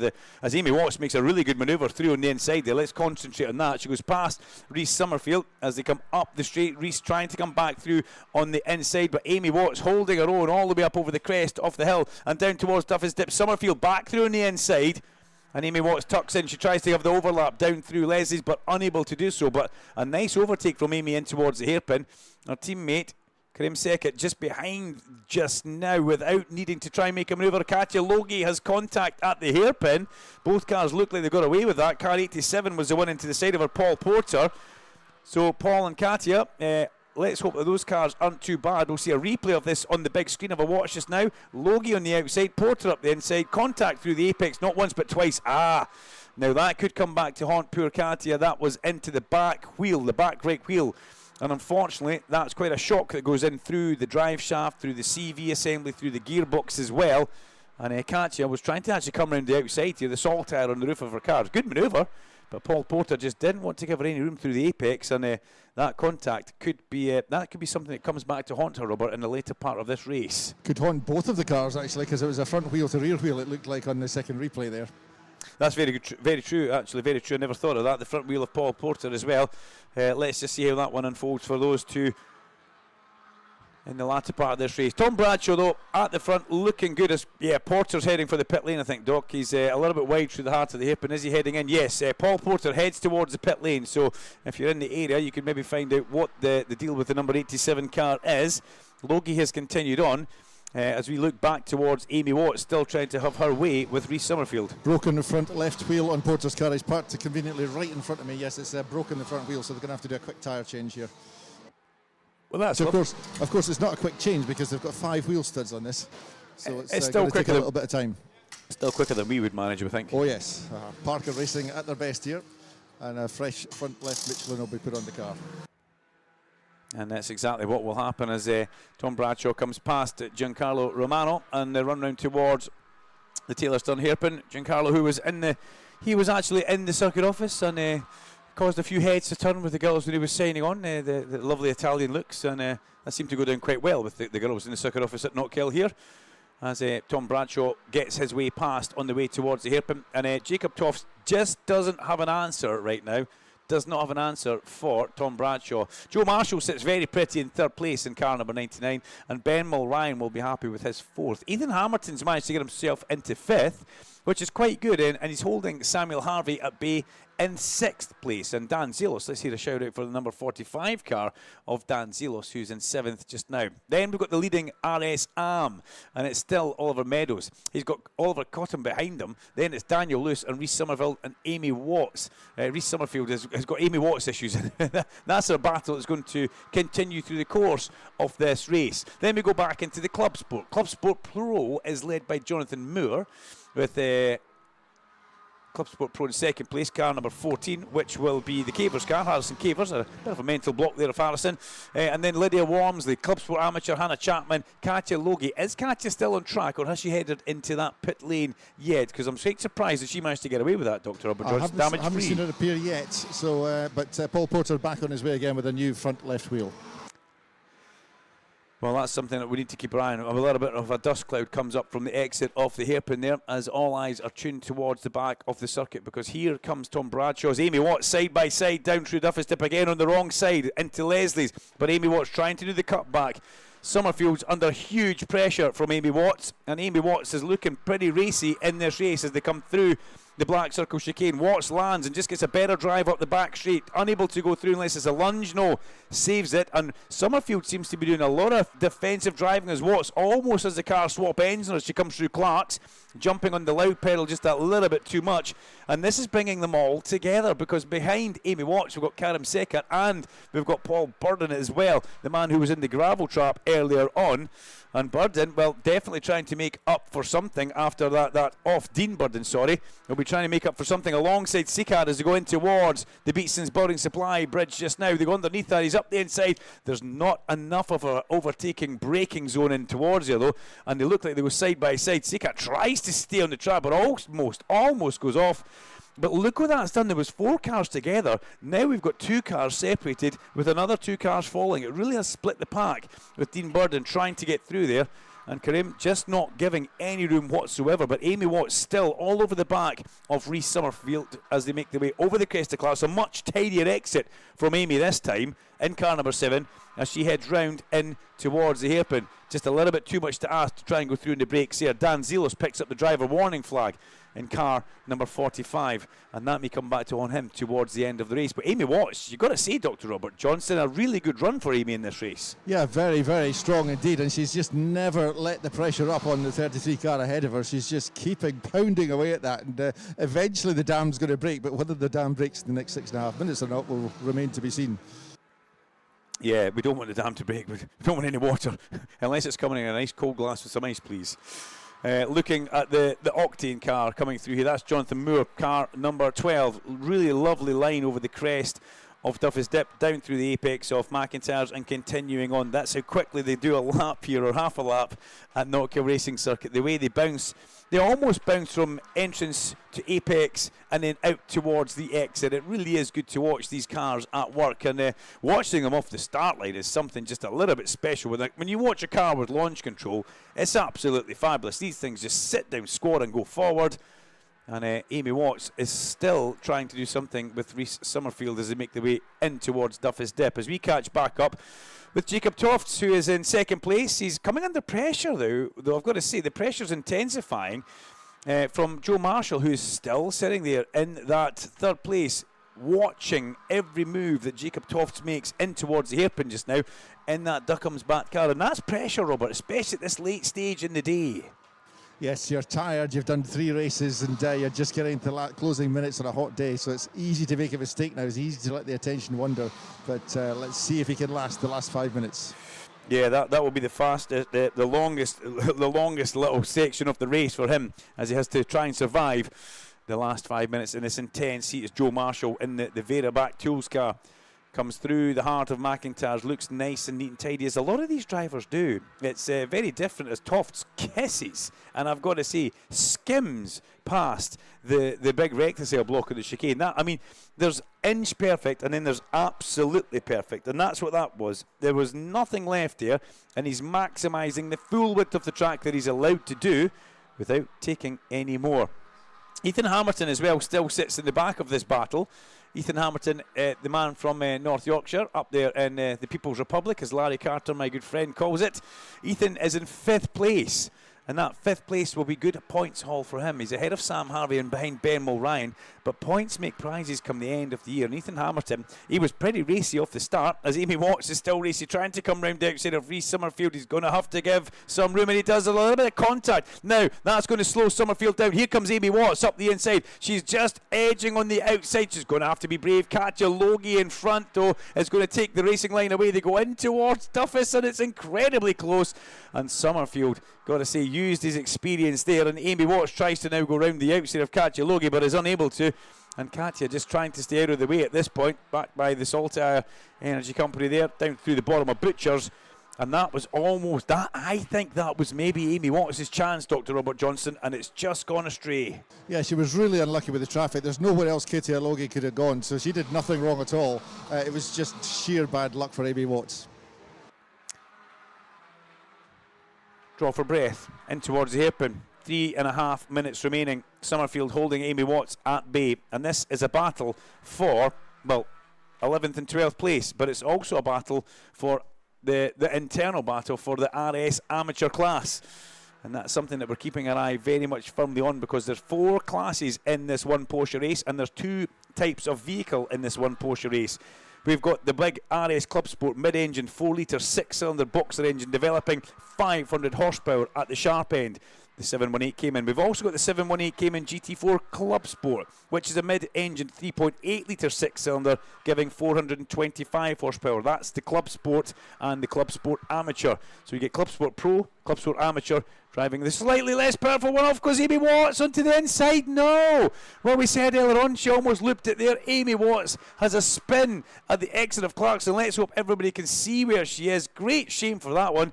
Amy Watts just lights up the back tyres, crosses the track, one side to the other, and now sits in the grass at the exit of Clark's. And this is a very difficult place for her to try and get out of, because you've got the hands device on, you can't see over your shoulder, it's very difficult. You've got to try and reverse onto the track and hope everybody notices you. But Amy does manage to get away from the scene of the crime, but oh, she will be kicking herself for that one. Dan Patrick standing there watching that one. Well, you know, he shrugs his shoulders. These things happen as long as Amy's okay. And she does, she drives away from that one. But that, Dr. Robert Johnson, this late in the race is not what we expected to see happening. Yes, I'm glad she managed to drive away. Otherwise, it would have probably been a red flag, because there would be no point in bringing a safety car out at this stage. But a shame for Amy, but at least she's got going again. She didn't hit anything. Red or pink, Robert? Which one? Oh, I'll go for the red, definitely. Yeah, well, Alan will give me a round in a minute for that. Rob has dealt very well with your Mickey taking today? I'm sorry. I'm very sorry. Tom Bradshaw, though, making his way through the middle of the pack now, coming over the Clark corner area where there's a bit of debris on the edge of the track there where Amy had her bit of her misdemeanour. But a great shame towards the end of the race. That's usually when the accidents kind of, or the mistakes and errors slip in when you've done 20 minutes of absolute flat-out race pace. And before you know it, you make one silly, tiny little error. Now, all Amy did was get a bit of apex curb and just light up the back tyres just that little bit, and round she went in a circle. But thankfully, nobody collected her as she came back across the track. Anyway, the black and white flag now flies for car number 32, which is Ethan Hamilton. Well, it's hammer time, and Hamilton has been given the driver warning flag. Too much of the circuit being used, Mr. Ethan. Please stop doing that. 46 seconds away from the end of the race. This has been a classic run to the flag from Tom Bradshaw. He will be delighted with how things have gone for him. Bradshaw needs maximum points. He heads round towards the hairpin just now. Nice, big, comfortable buffer behind as we look back to see Jacob Tofts. And there goes Jacob Tofts with a bit of pressure coming in behind him from Joe Marshall, but it's nothing that he needs to worry about. We've got to say, impressive run from this man. Bradshaw will be delighted as he comes up and crosses the line. The last lap board flies now as he goes past. It comes out from the back of the post one. Marshall's up, and he will have seen that board. He knows he's got 1.27 miles to circulate around Knockhill and bring back a maximum points haul from a weekend which has been very, very pointsy for him. And there's something I've never said before, Alan, and I've just said it. Tom Ingram won't give me a bill for that, will he? No, certainly not, because it might help to sell the T-shirts that say the definition of pointsy. Yeah. There was a lady standing right in front of him on the podium last time with a pointsy definition T-shirt. There you go, Tingers. I'm still in your team, brother. Pointsy it has been for Tingram so far, but very pointsy for this man who comes out of the hairpin. He selects a couple of gears up the hill, and Tom Bradshaw will see the checker flag being unravelled for him, and it flies in the breeze here. What a demonstration race for Tom Bradshaw. Sensational stuff. Jacob Tofts will take second place in car number 27, and Joe Marshall picks up a very, very good third place to cross the line. He'll be happy with that one as well. Ben Mulryan, Ethan Hamilton and Samuel Harvey cross the line down to 6th place. Dan Zelos in 7th, and then we get the first of our RS Am across the line. Oliver Meadows wins that, and he'll be delighted with that because he gets a pro between him as well and the next of the RS Amateurs, and it's Daniel Lewis, then Reese Summerfield. So our pro winners, Bradshaw, Tofts and Marshall. Our RS Am winners, as we just said a second ago, Meadows, Lewis and Summerfield. We then look for the Club Sport Pro winners. Crossing the line, we will have John O'Moore. Jonathan Moore crosses the line now. He'll take his Club Sport honours from Harrison Cavers. And up there as well in Pro class, well, it's Lydia Walmsley all the way down there in 20th place after the time penalty gets put on her. Lydia Walmsley actually gone into the pits, Dr. Robert Johnson. Did you see that happening? We seem to lose Lydia quite early in towards the end of that one, actually. I didn't notice it, yeah, but and I did have the noise cancelling headphones on, so she could have driven right up behind me without me hearing it. Not a problem. And for the Club Sport Amateur, Hannah Chapman, 16th overall and wins her class ahead of Katja Logie, and we've got up there 67 as well. It's Giancarlo Romano. So a 12-person podium for Robert Johnson to do. He'll do that locally across there because we have to get through in towards the Quick Fit British Touring Car Championship. But hats off to Tom Bradshaw. Fabulous lights to flag victory from Jacob Tofts and Joe Marshall. We'll now pause for a very quick commercial break in the Talker studio, and we'll get the build-up for the final Quick Fit British Touring Car Championship race of the day. Expert commentary, interviews and behind-the-scenes insights. This is the sound of the BTCC weekend. Toker Live. It's been an absolutely fabulous day, and part of that for us here in the commentary box is getting your messages up here on WhatsApp. Loads of them have come in, and all of you saying what a lovely time you're having in the sunshine, enjoying the racing. This one came in first thing this morning, but there's an update which came in very recently. It says, please tell the cars to go extra fast today for my partner Rob's 30th birthday. Much appreciated. Lots of love from Lisa and the in-laws Helen, Steve and Matthew. And then Lisa followed it up, said, hi Lisa again, the birthday boy. This said this was a great prezi. So clearly the cars went fast enough, and that's with cheers from Newcastle. Lisa, great to have you here. In fact, all of you. And Rob, I'm so glad that you had a really cool day. Jody from LKQ said, Shane from Belfast will be able to get home. We've managed to sort him out with an injector. Thank you for helping us and helping out a fan in need. Absolutely super work by Jody and the team down at LKQ. Can you say hi to Jay, Lisa, Tom and Daisy all the way from Lincolnshire, and come on Tingram. And we had quite a few messages this morning that we didn't get a chance to get to, and I'm going to see if I can do that.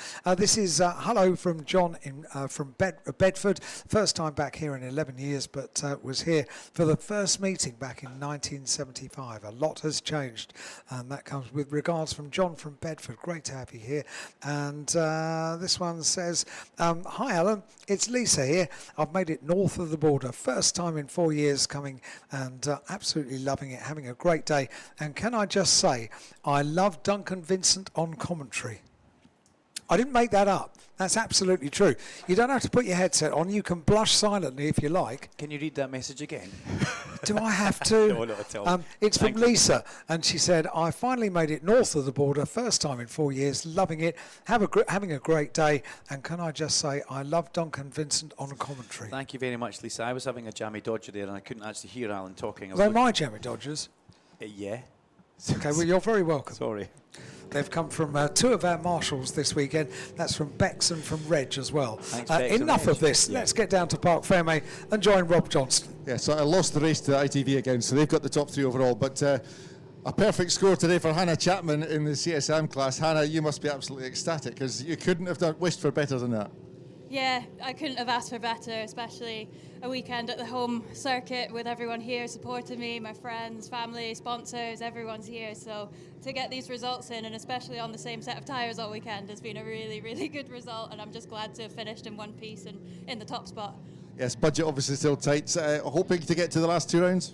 Yeah, well, I'm leading the championship, so I'm going to do whatever it takes to try and make sure I can be out there for Silverstone and Brands Hatch, because I'm this close to winning it now. So yeah, it'd be sad if we couldn't make it. Yeah, well done, extending the lead in the CSM class of the championship. Well done, Hannah. Congratulations, great result.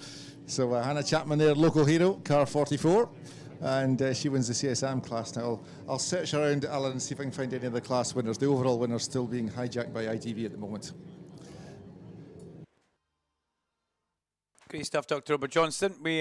Alan has already left the commentary box. A bit like when Elvis leaves the building, you know. Elvis has left the building. Heidi has left the comms box. He's heading across to pick up all the relevant information, because the touring car is already coming down in towards the pit lane. But yeah, ladies and gentlemen, I have been asked by the circuit office just to remind you, it has been a bumper crowd for the Quick Fit British Touring Car Championship. Please bear with us. You're not all going to get out in a second. You have to bear with us and let our traffic management system get you back out onto these B roads and A roads that we have around the circuit. And then once you get onto those roads, just be clever, be sensible. Don't drive too fast. Make sure you leave the racing on the track and stay safe on the road. But we're not going to get you out in a heartbeat. It's going to take a little bit of time to get you out there. But as Alan Hyde heads out across towards the actual main grid, we'll catch up hopefully with Graham Bodell across there, and the mic will then swap hands, and before you know it, Heidi will then start giving us a little bit of information for all the things that happen on track for the touring cars, because he's the voice of knowledge. He's been involved with this for quite some time, and I do also think this time he's hopefully not going to have any sort of dinosaur try and get him to get grid passes onto the track as he had the last time, which was a bit of a strange moment for him. But also Graham Bodell was asked about that as well. So you think you've seen it all until you see a big blow-up dinosaur try and get onto the touring car grid.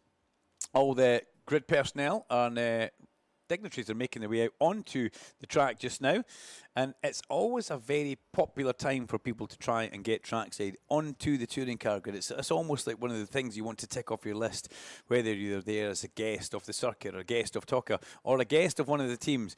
It certainly is a very special place to be up close and personal with the cars. Just watch the cars as they make their way around and make sure you get yourself off to the side so the cars can get through to their grid slots. And once they've done that, then you can get the pictures out. And if you're taking pictures, please take the pictures and tag Knockhill Racing Circuit. Let's see your pictures. I want to see them. We'll see them on the Instagram or Facebook, whatever you guys do it with. And if you're looking at the big screen just now, That's Flash Cam you're looking up, Gordon Shedden. Now we get Tinger's Cam. That could be a pointsy camera for Tingram today. All 4 cameras on Tom Ingram. We've got the actual driver cam, we've got the internal cam, the back cam, and the front cam. And then we get Dan Rowbottom. What can Dan Rowbottom do in this, the last race? He's been pretty quick all the way through this. Is that Alan across there? No, that's me, actually. We're going to squeeze in one little Porsche Sprint Challenge interview. It's Tom Bradshaw who won the race. Tom, that was an exhibition drive. You weren't too troubled all the way through that, or at least from where I was watching. No, it was a pleasant surprise, to be honest with you. Jacob's been, he's been the man all weekend pace-wise, so it was nice to see that early gap, and then I could really just focus on driving consistent laps and, keep my eyes in my windscreen rather than my rearview mirror. And it was, phenomenally consistent car and made my job a lot easier. Yeah, and you obviously found your way through the traffic in an undramatic way as well. Yeah, it's a lottery around here where you catch them. If you catch them anywhere near the first corner, you're waiting for half a lap before you can get through. So I managed to come across most cars in a relatively favourable position, which again made my life easier. And a lot of the guys and girls out there, were kept their eyes in the mirrors as well when the blue flags came out. So yeah, it was nice and smooth. Congratulations on another race win. That's great to see. We'll see you on the podium in a few minutes, and back to you in the studio, Duncan. Yeah, thank you very much. I think Alan's across here just now. If you want to head down and meet Heidi on the grid, that on the way. Would be absolutely perfect. And I've completely forgot my train of thought now. I think I was talking about onboard cameras and what can Rowbottom do in this race, because Dan Rowbottom has a fast car underneath him all through the course of this weekend, but he's just unfortunately. Luck in touring car racing is something that all the drivers will talk about. You make your own luck, Chris Smiley said to me. Sometimes you put yourself in a position which is counterproductive towards your next race result. And 100% agree with Chris Smiley when he says that. But let's see how this one goes. This is our final race of the day. It's the Quick Fit British Touring Car Championship. The pit lane is due to open in exactly... where are we just now? 5:13. It should have opened at 5:10, but we're just a little bit behind the time after a bit of clear up. But we're not far away from getting these cars out round onto the circuit. And then once again, we will have the theme tune and away we go racing. Who will take the victory in this one? Well, it's a bit of a lottery, but it's been a bit of a good day for Tom Ingram so far.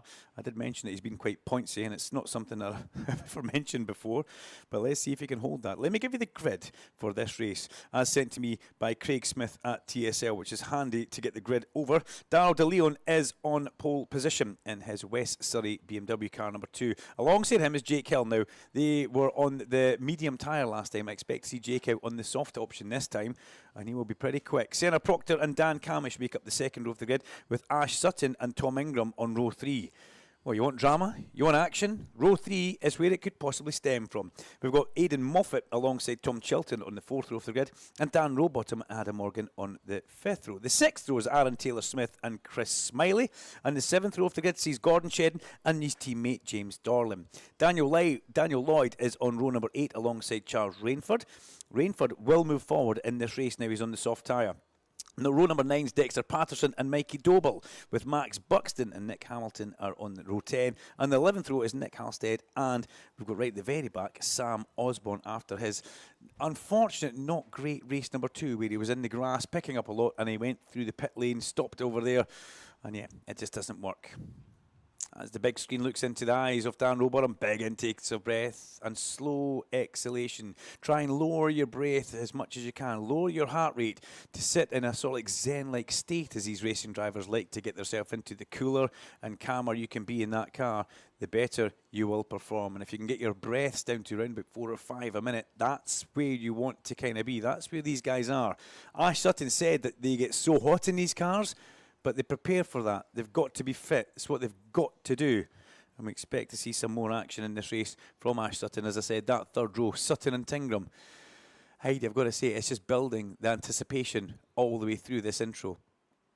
Cars now starting to leave the pit lane, and they'll head down onto the track and come round. And then we have got Alan Hyde, our man in the know, down there on a very, very busy grid with a lot of guests. It is a busy grid. Touring cars make it onto the circuit. I've just been having a little debrief with Simon Hill, who is the father of Jake, who won race 1 Lovely. here at Knockhill. And not surprisingly, he's a very proud dad of what Jake did in race 1. He said, I couldn't have asked him to be any more professional if I'd tried, really, and that's a really good way of looking at it. I wonder if I might, this is unprecedented if I get another word with Alan Gow, the chief executive, but I might get his insight into what he thinks is about to happen. Can I have a quick word, Alan? I mean, it's unprecedented that I speak to you twice on a grid.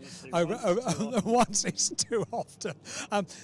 I just want to know what you think is going to happen in the final race. Do you know, we always have a little bet amongst us as who's going to win. And I picked Darrell because I stupidly didn't look at what tyre he was on. So it won't be Darrell. There are only 4 that are on the... Yeah, I know, but I didn't even look at it. What's going to happen? I don't know. The racing's been remarkably clean. Close, but clean, which is good. I'm not suggesting they do otherwise, but race 3 always throws up something interesting, so I don't know. I'm bad at predicting that sort of thing. But the other thing I'd love to talk to you about is this crowd. You've seen them, you've been around the circuit. What a day out at Knockhill, eh? Fantastic crowd. I mean, a lot of you were here at 8 o'clock this morning when we drove around and sitting out. It's fantastic. It's a great day. I hope a lot of you put sunscreen on because there's going to be some very red Scots people. Yep, that's absolutely true. To Alan Gow's point of view, let's go over now and join Louise on the grid. Long time ago, and every year it never fails to surprise and produce great racing. I mean, it's the shortest track on the calendar, and it's spectacular to watch. And it's seldom you get this kind of weather. It's normally raining here, horizontal stuff. So this is fantastic today. Tell me about it. That has been the biggest surprise of the weekend so far, hasn't it? But what a joy for as always, the huge and passionate Scottish fans that have turned out to watch the racing. Yeah, it's always been like that. The Scots fans have always supported this championship, and particularly the Scottish drivers in it. Unfortunately, this year, the Scottish drivers here are maybe not right at the front of the grid, but they'll still support and shout very much for them. But I think, as I said off air there, the first 2 races were really clean. The final race of the day, it's quite mixed up with De Leon and Pole and Proctor not far away. I think it's going to be a really bruising race. There'll be a lot of paint exchange hands here. Well, we have seen that so often in this race 3, but I was just talking about it with Nicky ahead of the race, and we've only got a top 6 split, so is that going to help matters a little bit on that score? I think there's some hungry drivers there that are trying to prove a point. The guy on pole position here, he's going to prove a point, probably to keep his seat going forward. Proctor's only going half a season and doing a great job. And then you got Jake Hill up here as well. His championship is pretty much over, so does he have anything to lose? He hasn't. And the guys like Sutton and Ingram, never discount these 2 guys. They will produce rabbits out of hats. I've watched both of these guys produce results and think, where on earth did that come from? But they do it every time, so don't count them out completely. I would never do that. Always to get your views. Thank you, John. And let's go and talk to the man on the front of the grid. It is Darrell De Leon. I popped my head into the team's garage earlier on, and they were in quite a scramble, actually, with only about 10 minutes to go to get this car back together, because surprisingly, and I know it surprised you, there was a little bit, or more than a little bit, of damage to the car in race 2. Coming over a curb, I think the guys were suspecting. How is it now? Yeah, I know you've only had 1 lap out, but everything all back in place as it should be? Yeah, it all feels fine. Obviously, it surprised me when you spoke to me earlier, but again, it's a very aggressive track, and being on the limit can do some damage to these cars. So I think that's what it's from, just Knockhill. Yeah, fair enough. So you are starting on the medium tyre, which obviously is not the more favourable tyre. But as we saw from your teammate in the last race, you know, he did a really good job. That's what you're going to be hoping to do as well, isn't it? But how much of a compromise do you think it's going to be here? I think it will still be noticeable, unfortunately. But yeah, if I can get a clean start and nail the first couple of laps, yeah, hopefully I can hang on a bit. But yeah, it's definitely going to be a struggle, this one. Yeah. It is going to be a case of hanging on, so hang on tight. Right, let's go over and have a chat with Jake Hill, who, as I was saying, did a really good job in that last race. So he's got to be very pleased with the... Sorry. Just coming through here, he's got to be very pleased with the way that that all went. Just slipping down down to P5, I think is well, it's not quite a win, but it's almost a win, isn't it? Your result in race 2, a really solid drive. Yeah, very happy with it, Lou. I mean, race 2 on the mediums didn't I was unsure, you know, were we going to stay in the podium position or were we going to fall off a cliff? And you know, Charles struggled quite a lot on the same tyre, and we were obviously both very quick guys today, and we managed to just stay there really. I just managed the rears really well and P5, and then that puts us in a great position now for race 3. Well, you're absolutely in the pound seats because Darrell is on the harder tyre, Senna alongside is on the harder tyre, so this is yours for the grabbing, isn't it? It should be. You know, we've got a quick car, we've got lots of boost again from finishing in 5th place in that last one, so there's no reason why we can't go and do it again, Lou. We just got to get stuck in and just get on with it. Get stuck in, that's what we like to hear. Right, let's go down to Paul. He's a little bit further down the grid. Hey up, Lou. Yes, thank you very much. With Dan Lloyd. He's just getting his tyres crossed, so sorry about all the heads going on around you in the camera. Dan, your social media's been like a soap opera of late, mate. I feel so bad for you, but you're back out. It's been hard work to get back out, hasn't it? Yeah, we've had a bit of bad luck recently, both with sponsors and damage to an engine.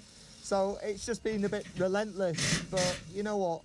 The touring car fans are absolutely amazing. I've had so much support. Even the fans make a big difference in terms of actually bringing new partners on board. But actual just moral support as well. You know, it can be, it can feel quite a lonely place sometimes, and having that pressure of getting all that money in such a short amount of time. But when they show you so much support like that, obviously just want to say a massive thank you to everyone who's helped me, particularly my current sponsors and the new guys who've come on board. Yeah, definitely. And like you say, the fans, they're always there for you, aren't they? They really want you to do well, and you're one of those guys we always watch for, mate. Little bit on the engine. New engine gone in. Is that what's happening? New engine has gone in. We are running very hot today. We're down on power. We're struggling today, to be honest with you, mate. We're very average, both, you know, with the setup and the power at the minute, but we have changed a lot for this 3rd race. And even driving round to the grid, I can feel a massive difference. It feels so much better. So obviously won't get my hopes too high, but it feels completely different. So hoping we can do better in race 3. Yeah, it was looking over so good, wasn't it? After free practice 2 yesterday, I was thinking, oh, Dan's going to be well in there. Yeah, free practice 2 was strong. I thought we were going to get to Q3 with no struggles, and we had a couple of issues in quali yesterday, but I think the new tyre masked a few of the issues that we're seeing today, and this heat is bringing a completely new level to that as well. So yeah, been a tough day, but hoping we can salvage something with this. I'm sure you will, mate. Very best of luck, Captain. Yeah, cheers, mate. No worries. Back to you, Lou. Thank you, Paul. I am now with Tom Chilton, who had a bit of a technical issue after race 1, so was put to the back of the grid. So race 2 went from plumb last to P8, and you had the biggest smile on your face at the end of that race, didn't you? How much did you enjoy it? Oh, it was so exciting. Nobody wants to be plumb last, do they? I had a mare in race 1. Everything went wrong. But just the car worked. It was fantastic. It loves the soft tyres. Really struggled on the medium. And I just enjoyed being a racing driver. I was having to think ahead, plan where I was going to overtake people. And just coming here to the grid right now, I just had to overtake all the cars coming to the grid to park here, thinking, I overtook all of you in race 2.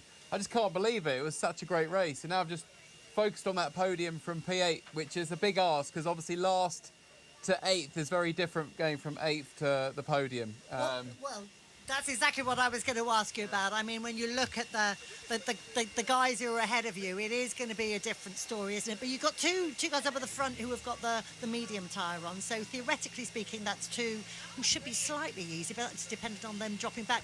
I know you're aiming for a podium. How realistic is that aim? It's not going to be easy. I mean, I'm just currently looking at Sutton and Ingram both in front of me, so it's not going to be easy, are they? 1 and 2 in the championship. Obviously, teammate Tom, I'm going to make sure that I stay behind him for the championship for him. But just ahead, obviously, you got Senna on the medium, so he should be slower by the end of the race. So I'm hoping that me and Tom can get past him. So I'm just going to stick to his bumper, and I think Adam's hopefully going to stick to mine. But hopefully he didn't take too much to heart in race 2, what happened between us. So fingers crossed. Fingers firmly crossed for you. So as John Cleland was saying earlier on, race 3 at Knockhill can be tasty. It's coming up after this break. Yes, it is. Thank you, Louise, as well. Let's Rejoin with our commentary team now of Josh Turner and Tom Cairns, and JT starting with you. 2 great races so far today. Race 3 is going to be interesting though. Reverse grid, more drivers on the medium compound in this run. It's going to be an interesting day. Yeah, absolutely. Hello everyone once again for the 3rd and final British Touring Car race here at Knockhill. What a day it's been. Some great action across the touring cars and the other support series which you've been able to listen along with the Toka live crew with, I believe it's Duncan Vincent from the Knockhill circuit commentary team, who also does the British Superbikes circuit commentary. That's where you recognise his voice from, alongside the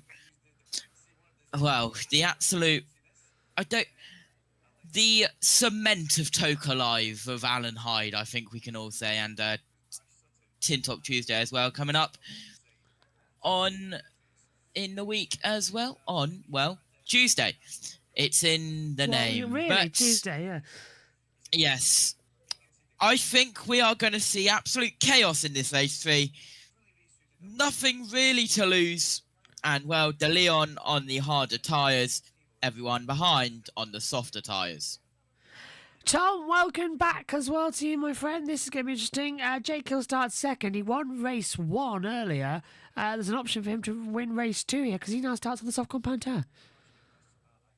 There is a chance now. Yeah, I mean, given that he had a really tough race of it, did Jake Hill. He's got another chance to come away with another victory. 2 wins only to his name and to the defence of his crown, which will most surely be going by the end of this season. But he's got to come in and put in a storming drive. I'm interested to see how Charles Rainford gets on because he had a really daunting time of it in race 2, despite starting on the front row next to Jake in the second. He's going to be one to look out for, let's put it that way. Now, our new friend and colleague as well, who's coming into this as well, Nina, said as well that she's not entirely happy that Jake Hill has been blaming Nick Holstead for that crash this morning in Louise's interview afterwards as well. And I agree with her, and I think you all will agree with us both as well, because Hill, it was his fault to blame. He ran into the back of Holstead, and all of a sudden, oh no, it's Nick's fault, he was in the way. It's not the job of the back market to get out of the way. It's Hill just ran into the back of him. I don't know who wants to take that first. If you want to go first, Tom. Yeah, well, I mean, were there any blue flags given to Holstead? No. Because that's the first indication as to whether Holstead should have been allowing him through. And if no blue flags were given to Holstead at the time, then it's not for him to get out of the way at all. JT, we're getting ready as well, coming in. What's your take on that incident this morning? It was a little bit of a mess, that is all I will say, and not one you really want to be doing to the team which literally was a phoenix who rised from the ashes over the past week. Let's check in then with Nicky Shields and our commentary team on ITV, David Addison, Tim Harvey. Team of Tim Harvey and David Addison. Oh, Nicky, you say the nicest things. Not to us, but you do say them to somebody. Well, we are ready for race 3. It is going to be an absolute stormer, that is for sure. Who's going to come out on top, then? Well, I think it's one of those bet your house on Jake Hill ones, isn't it? Off the front row on the soft tyres in a BMW on a friendly track. It's a bit like when we were at Brands trying to predict the winner. We sort of knew. But anything could happen. The fascinating thing is what's going to happen behind with that close battle between Ingram and Sutton. It's been a good day for Tom Ingram. And, of course, he's stretched that championship lead. We'll see what he can do. We've got only a handful of cars on the medium tyre, and of course we've got a fortnight's worth of repair time. So around here we know that race 3 wherever we go is spectacular. Around Knockhill it should be even more so. We're getting ready then for our final 24 laps of the day. It's Daryl De Leon then on pole position. He's had an 8th and a 6th. Jake Hill with him on the front, a winner in the first race, 5th in the second. Senna Proctor on the 3rd rank of the grid, 2 4th places today. Dan Camish has had a 5th and a 3rd. Then you've got Ash Sutton, 7th and 2nd, and Tom Ingram 6th on the grid, 3rd and 1st. Green light, and away we go on the formation lap here at Scotland and the Knockhill circuit for 24 laps ahead of us in the Quick Fit British Touring Car Championship.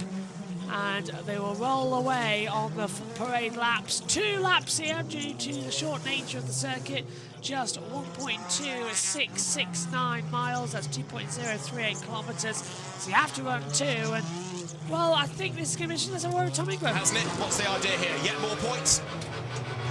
We've had a fantastic day, haven't we, really? So it's been a very, very strong day here at Team Virtue, and very, very sunny Knockhill. It's been absolutely fantastic. So yeah, another day of good points, and we want to really finish it off with the same here. Make it a pointsy day, David. That would be rather fantastic. So yeah, let's wait and see what goes on. Obviously, there's going to be a little bit of bottlenecking at the front because we've got a couple of cars on medium tyres, so there's every possibility we could have a little bit of a bottleneck. Granted, it's nowhere near as bad as it has been for the last few rounds with the hard tyre. So it should be in good shape. The cars felt utterly fantastic today, so I see no reason why we can't have another good run at it in this race and just try and keep that point scoring tally going. Senna Proctor ahead of you has been a star turn today, helping you out in the championship, but he's not going to be too much help here, perhaps, on that medium tyre. No, Senna's been absolutely fantastic for me today, isn't he, with the race one performance that he showed, and I definitely owe him one/many beers for what he did in that first race. So it's definitely going to be the case of seeing what goes on in those opening few laps, and obviously if there is some boost to be had, well, I'm definitely not going to say no to them. At the same time, we're obviously going to have a little bit of managed risk within this as well, but obviously I'm never going to say no to sticking my down the inside of the match if I can. You've now got a win total that puts you ahead of Alain Menu and Ivan Muller and James Thompson. That's quite a nice accolade, isn't it? Say that again, please, mate. You've now got more wins to your name than Alain Menu has, Ivan Muller has, James Thompson has. It makes you a touring car great. It's nice to hear. It's very, very nice to hear. But I could do with, I wouldn't mind a few more championships as well, yeah. Right, good luck. Thank you, mate. Thank you very much. Tom Ingram, as modest as ever. Here's how they line up on the starting grid then. Dal Dion on the medium tyre, alongside Jake Hill starting on the softs. Row 2 is Senna Proctor medium, Dan Camish on the softs. Row 3 and softer piece for Ash Sutton and Tom Ingram. Row 4, Aidan Moffat and Tom Chilton softs, and it's Row Bottom and Adam Morgan on softs for Row 5. And Taylor Smith and Chris Smiley on Row 6 on soft tyres. Row 7 is Gordon Shannon and James Dolan on softs. Row 7, Daniel Lloyd alongside Charles Rainford on softs. Dexter Patterson and mediums and Micah Doble on softs on Row 9. Max Buxton and Nick Hamilton on Row 10 on softs. Row 11 will be Nick Holstead on softs alongside Sam Osborne on hard tyres. They come up to the line there, JT, should be quite good. Yep, absolutely. 24 laps ahead of us once more for race 3 here. 10 laps of boost for De Leon, 9 for Hill, 8 for Proctor as well. 7, 6, 5, 4, 3, 2, 1. You know the drill. Then 12 for everyone else. Cars are lining on the grid. The 2 and the 1 coming into the grid spaces. Synchronized. This time the 2 ahead of the 1, but the cars behind are lining up. Joshua Birch, and we wait to see the green flag from the back of the grid to start round 21 of the British Touring Car Championship. Jumping the gun. Then again, even I did that a while ago, because this used to be round 24 of the championship, the last one before they moved it back. Of course, now Donington Park Grand Prix moves on in 2 weeks' time. Final race in Scotland then. This is going to be the chaotic one. 1.2 miles of Scottish Highland. Green flag at the back. Eyes to the lights with Dal Dion on pole position from his teammate Jake Hill. Lights activate now. Lights out now, away we go. It's a good start from the front row. Hill will pull away, and immediately look at Ingram cutting across as well. Aidan Moffat down to turn 1. Ash Sutton trying to have a look on the inside of Senna Proctor. Proctor's trying to have a look on the inside. Dan Camish and the 2 at the front are miles ahead. The BMWs have made a storming start. It's very clean, very sensible. JT as we come up towards the chicane. Absolutely, De Leon, Hill, Camish, Proctor down 1. There's a Napa off in the background into the gravel. 1 of the 4 Napas is up the inside. Ingram goes on Ash Sutton. Ash Sutton goes a little wide. He keeps it on the track, and that Napa was the 77 of Sam Osborne. And Tom, the 2 championship protagonists battling together. Ingram knows he can't have a go at Sutton too hard here, because he's got to think about that gap in the championship, which is only 19 points. Yeah, absolutely. So he's just got to wait his turn at the moment, does Ingram. He won't want to rush it too much. You can see the leaders are using their power boost already to just pull away from Dan Camish in 3rd position. But there goes Ingram.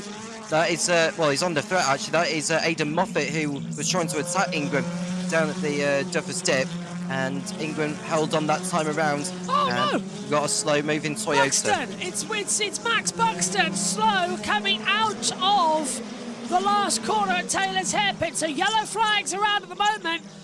Let's just see if that's going to turn into anything with a safety car. Look at Chilton, he was on 2 wheels coming through. Clark's at turn 7. And Hill's going for it up the inside at the last corner, and he's going to get ahead here of De Jong unless he can put the power down. Camish is going to try and help the BMW, but he's got the slow Max Buxton just ahead of him. The BMWs are 1-2 on the track and side by side of the line. De Jong leading, Hill second by 47 thousandths, but Hill on the inside line gets the move done down into Duffers Dip, and now Camish coming into attack behind JT, and this is just De Jong on the medium tyres, can't even defend. Yep. It looked like De Leon let Camish through. That's how wide he went down through the first part of the Knockhill circuit. As we head now out to Clark's, dives straight up the inside, on board with Tom Ingram. Tom Ingram pushes Sutton out wide, but Sutton stays ahead just behind Chilton, taking way too much curve, gets on the grass on the outside. Ingram's still looking for it, Tom, as well, because Sutton's looking vulnerable. That forward focus is so heavy on the brakes, and Chilton's going to run into the back of his teammate here, because he's having to go defensive as well from Aidan Moffat. But Sutton and Ingram battling together over 5th place. Yeah, and Ingram could do maybe a little bit of a bump draft from Chilton just to give him a little bit of a helping hand down the railway straight before Taylor's. And well, if Ingram's going to, well, it doesn't need to rush, as I've already said, but Sutton is going very defensive, almost out of shape coming out of turn 2, and that has cost him crucial ground to Daryl De Leon, who's been overtaken by Senna Protzer for 3rd position at the beginning of this one. Watching Sutton go defensive as they come in towards turn 7 at Clark's. Ingram's still going to be in the wheel tracks at the exit as they run up now out towards Hislops at the curve at turn 8. Then down into up to Taylor's hairpin, I should say, on the braking zone for turn 9. Sutton goes defensive. There's a lock up further ahead because there's smoke in the air. Chilton's going to defend his teammate to all he's content. Moffat is with Rowbottom as well. So you've got BMW, pretty much the Napa, and then a team in Virtue as well coming down just time and time again into turn 1. And Ingo, I think JT's just lifting off. He doesn't want to go into the back of Sutton because he knows he's going to have more time, because Ash has not been competitive this weekend at all. And look, he's got right there. Not even a quarter through this race, lap 5 of 24, so still got enough time. Back at the lead, 51.674 has just been set by Hill for the fastest lap at the current moment. Your 2 medium runners at the top, Proctor and De Leon 3rd and 4th, with Sutton and Ingram behind it. Ingram it gives a little eye to the inside. He'll go around to the outside to try and get more speed out of the hairpin. More heat, less foam. That's what they need right now on the traction zones, Tom, and they're going to get it in hands over fist as well as they come down towards turn number 1. Yeah, Sutton just going through Duffers Dip now with Ingram here. He is ahead, but he has not looked in the best of shape all week and didn't even make it to the fast 6 yesterday, did Sutton, which has been the case for him in a number of rounds this year for the 4-time champion, who's going for a record-breaking 5th this season, but it's all beginning to slip further and further away unless he can reduce the arrears a little bit by finishing ahead of Ingram, but Ingram looks the more confident than Ash. It's just a matter of time, I think, JB. Yeah, you're right there, Tom, because look, he's looking left, now he's pulled to the inside line. Sutton's gone defensive. Ingram's going to throw the old switch back on him, round the outside at Taylor's hairpin. Sutton's going to get the traction up the hill. Ingram tries to come in loose. He'll get a bump draft from his teammate as well. How NASCAR of the 2 Team Virtues and the Accelerate Motorsports try and give an opportunity. Sutton's defending left, he's defending right. He can't find any way through for Ingram right now. Trying to go on the outside line in towards turn 1, and he's practically forcing Sutton to try and make a mistake. Sutton's holding him back. Chilton's trying to look around the outside of his teammate, but he doesn't want to make the move. He's trying to go defensive, and that's allowing Moffat to come back through into play as well. Fabulous racing here in the touring cars because nobody can get past. And that was, I believe, Rowbottom just clipping that foam barrier on the chicane, and that's moved it and rotated it 90 degrees. They might throw the safety car for that, you know. They know what sort of stickler they are for things like this. it's only foam. It's not tyres, so they should be all right.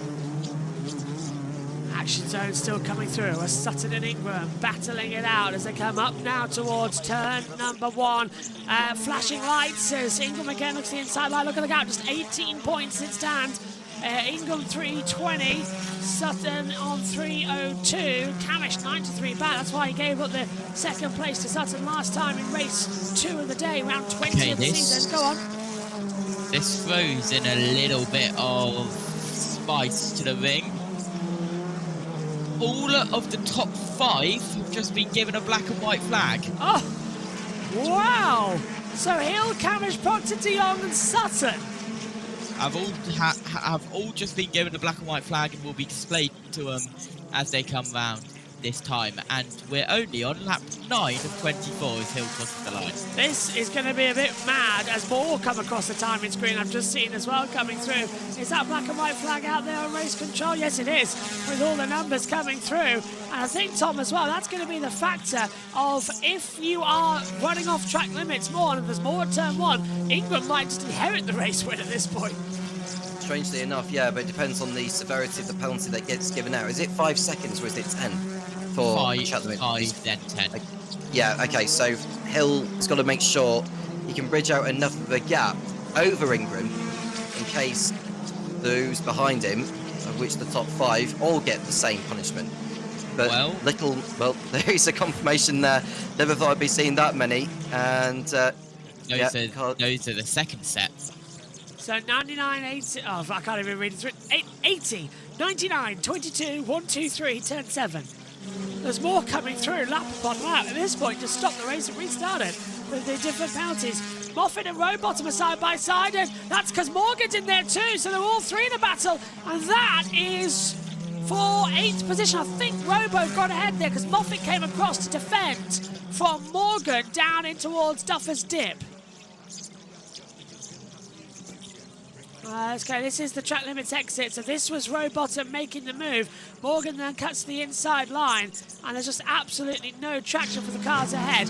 Sutton still in a battle with Ingram though as they come out of Hislops up towards Taylor's Hip, and then for the 10th time, is Ingram going to think about a move? He's bouncing on the brakes, he brakes later. Ingram as well looks to the inside line. Sutton plugged it brilliantly, and now we're seeing Morgan under attack as Moffat dives through once and twice, and the rear bodywork bumper has come loose for Moffat as he's been knocked into the side of Morgan. So if that comes off, it'll fly to the path of the other LKQ car down on the start-finish straight. So more bodywork damage, and now it's been completely ripped off as well by Adam Morgan. It's lying in the middle of the road at Duffer's Dip, and well, Morgan started that issue, and he said, don't worry, Morgan's quick fit business will take it off for you, sir. Put a new bumper in, that'll be 50 quid. Mad. Never seen that before, but that's now lying in the middle of the racetrack. What do you think, Tom? Safety car? I don't think so. Probably not. I think I saw someone knock it off the racing line directly behind. As we just see, that's Ingram going through on Sutton, almost contact made at Taylor's. And Sutton's going to go defensive, but Ingram's already got the traction. He's going to get the help here as Proctor and Dowell. De Jong battling over 3rd position. Proctor's gone through ahead of De Jong. Sutton in 5th and 6th. And look at Ingram, all board with him now, looking left and right. There's a car stopped on the inside line down at turn 1. Didn't see who that was. I presume that could be Max Buxton in the other Toyota as Sutton and Ingram. But that compromised Ingram, though, massively. He was going to go for the move into turn 1, JT, but he couldn't get through because of the Toyota. Yeah, more trouble for Toyota as Aaron Taylor-Smith now heads down pit lane, and there is Buxton, who is pulling off on the outside of turn 2 at Leslie's. As here we have that will cause a safety car. That will cause a safety car because he's in the middle of the road. I think it might be off the firing line, to be honest with you, JB, so I think they'll be happy enough to leave it there. Oh, please say yes. I don't want a safety car because we've got some great racing. Continue, JT. Yep, as down we go, down towards turn 1. They've pulled it off as much as they can, and that is completely out of the firing line, I do believe. Still so they'll be absolutely fine. And if you're about to say still not a waved yellow, they literally showed a waved yellow in the centre of the speed. No, I was going to say on that exact camera shot. I was going to say still a waved yellow down there. So they haven't cleared it in yet. I was going to say there is still a yellow. I saw it waving on the Marshall point down to the braking zone at turn number 1. So it's inside driver's right down to Duffer's Dip. I think the car's come to a rest before Leslie's, and look at Sutton now trying to have a go on Daryl de Jong for 4th place. He nerfs the back of the BMW. Ingram's going to try and have a little bit of a run up the hill. Now all of a sudden Sutton's tyres are just working all of a sudden. And look at the new black flags. This is insane. Black and white for the 16, the 33, the 28, and the 50. They're getting more and more. At this rate, I wouldn't be surprised if we start seeing penalties coming through. I really wouldn't. Madness going on right now. Oh, Daryl de Jong made a bit of a mistake there through the black circle chicane. The rear steps out of the exit. Sutton's all over the back of him down towards Clark's. Ingram's looking for it as well on the inside line. Not going to go for a move there, I'm afraid. None shall pass at Clark's. Sutton flashing his lights. Well, he wants Daryl out of the way. Daryl's on mediums, let's not forget. Oh! Chilton nerfs the back of Ingram. Well, teammates getting a bit of love. Look at him. Chilton immediately backed out of it. JT, come on.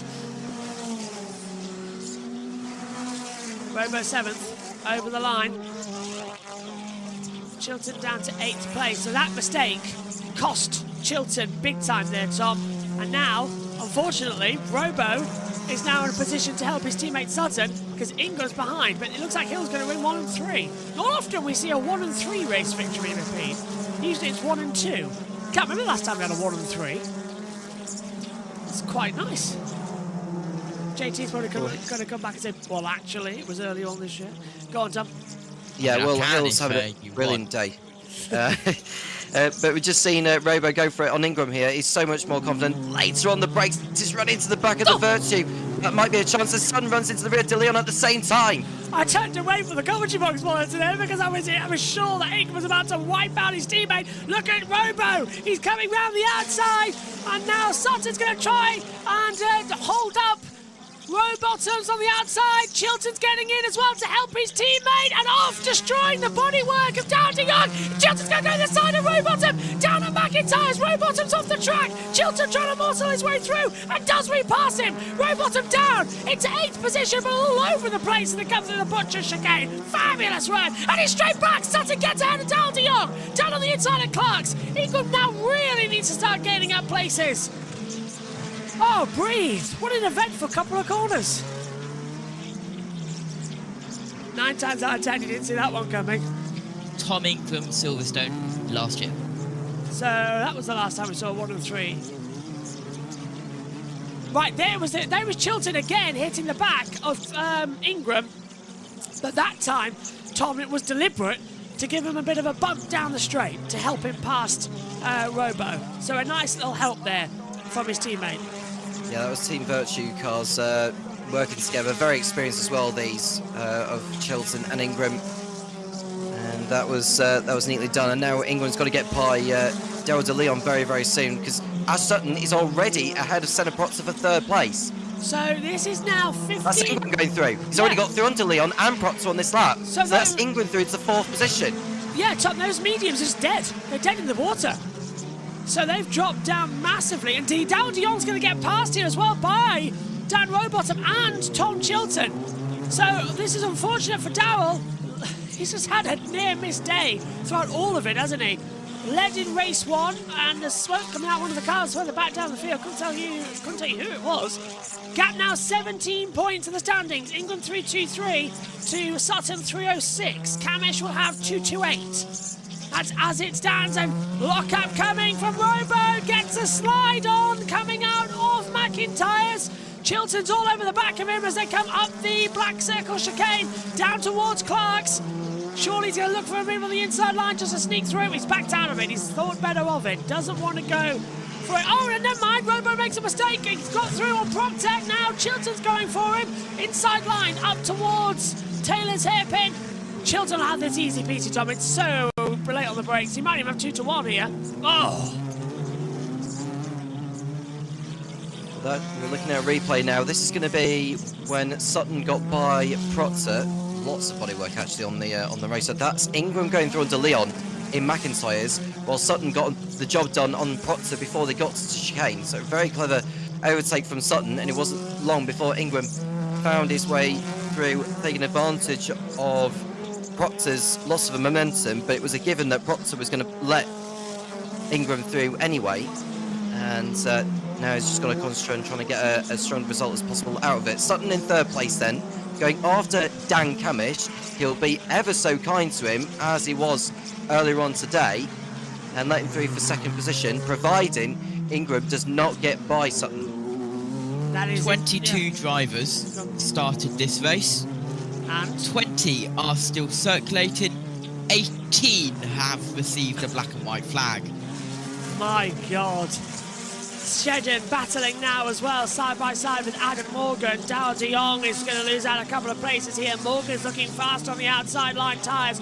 Rowbottom and Chilton still doing battle as they come down to turn 3 at McIntyre's. Robo's tyres are looking a bit done worse for wear. He's rear sliding everywhere over the chicanes. Okay, JT, who hasn't got a penalty? Who are the 3 that have, 4 who haven't? I knew you were going to ask me that, and well, the 2, I'm guessing the 2 that are retired are Taylor Smith and Buxton. They're 2 of the 4. Yeah, they've stuck in the pit lane together, yeah. Time penalty for Senna Proctor for 10 seconds, and he's currently in 7th. And that's for track limits. Rowbottom does not get the acceleration out of the last corner, and Chilton nerves the back of him as he comes over the hill towards Duffer's Dip. Now Chilton is going to be of the opinion that Rowbottom didn't put the power down at the exit, but I think he's got no rear tyres, Tom. Watch him now coming out of McIntyre. He's having to control the slide massively. Yeah, and now we've got the penalty notice given to us of Senna Proctor, so that'll drop him to 14th, I believe, with that. And that's going to send an enormous message out to Tom Ingram, because he needs to make sure he won't be pushing it now as much. Chilton, it looked like he pushed it a little too hard, actually. Now that he's got by Dan Rowbottom, he's... Oh, that's... no, it's Sutton and Ingram, isn't it? Yeah. That's amateur just gone through. We're looking at... Chilton. No, it is Chilton. It is Chilton yeah, Rowbottom. Sorry, I'm looking at the... I'm getting mixed up with the Nappers and the Virtues, sorry. That is those 2 going through. It looks like Chilton went a little bit wide through Clark. So he'll be wary of the track limit violation, potentially. And Rowbottom going to the inside. Duffer's Dip. Does he do it? Not quite. Lifts off. Chilton literally hits the brakes coming into McIntyre's. That'll leave him vulnerable at the exit. I know what you mean, because I put the Sutton Ingram battle graphic open on our timing monitor here. So you're looking at the Virtue and the Napper and you think, oh, they've overtaken. Yeah, I got confused as well, looking at it as well. So Chilton holding out for Robo. I hope the team know that, actually. We should be looking at that front action, because that's getting close between the 2. The gap is 1 second as things currently stand. This is lap going to be 23 of 24, penultimate lap here at Knockhill in what has been an absolutely stunning weekend. And there on the inside line, Moffat barges out Morgan to move up into 8th position. Shedden's going to try and get 9th over the line. He's got the inside down towards Duffer's Dip. Can he have anything? Rainford and Shedden in a battle as well. Morgan's going back on the inside line though. Amanda Moffat with a superb move into turn 1. Moffat had no answer to that. Morgan's back ahead into 8th position. Shedden's trying to around the outside, coming into McIntyre's through his family part of the corner, of course. His wife part of the family, and then moving up the hill we go. Fabulous run here, as it looks like the battle for the championship is raging on between Sutton and Ingram. Tom, they're still 3 and 4, but 1.1 seconds of the last lap, not going to be possible. No, I think Camish may get the benefit of the doubt and keep hold of it, because if Ingram gets too close, he will not want to let him by at the same time.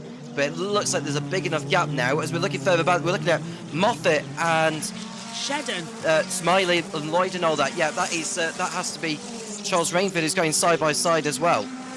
So Rainford's pulled ahead. He's going to drag his teammate of Moffat with him too. So both LKQ cars getting ahead of Gordon Shedden down to turn 1. And you're right, Smiley drops back, so does Dan Lloyd. And JT, this is just a miracle what we're seeing here today so far. Going to have to stop you though, because coming out of the last corner to take the race victory will be Jake Hill. If we get a look at this battle, here he is. Jake Hill going to take his 3rd win of the season and he's 2nd here at Knockhill.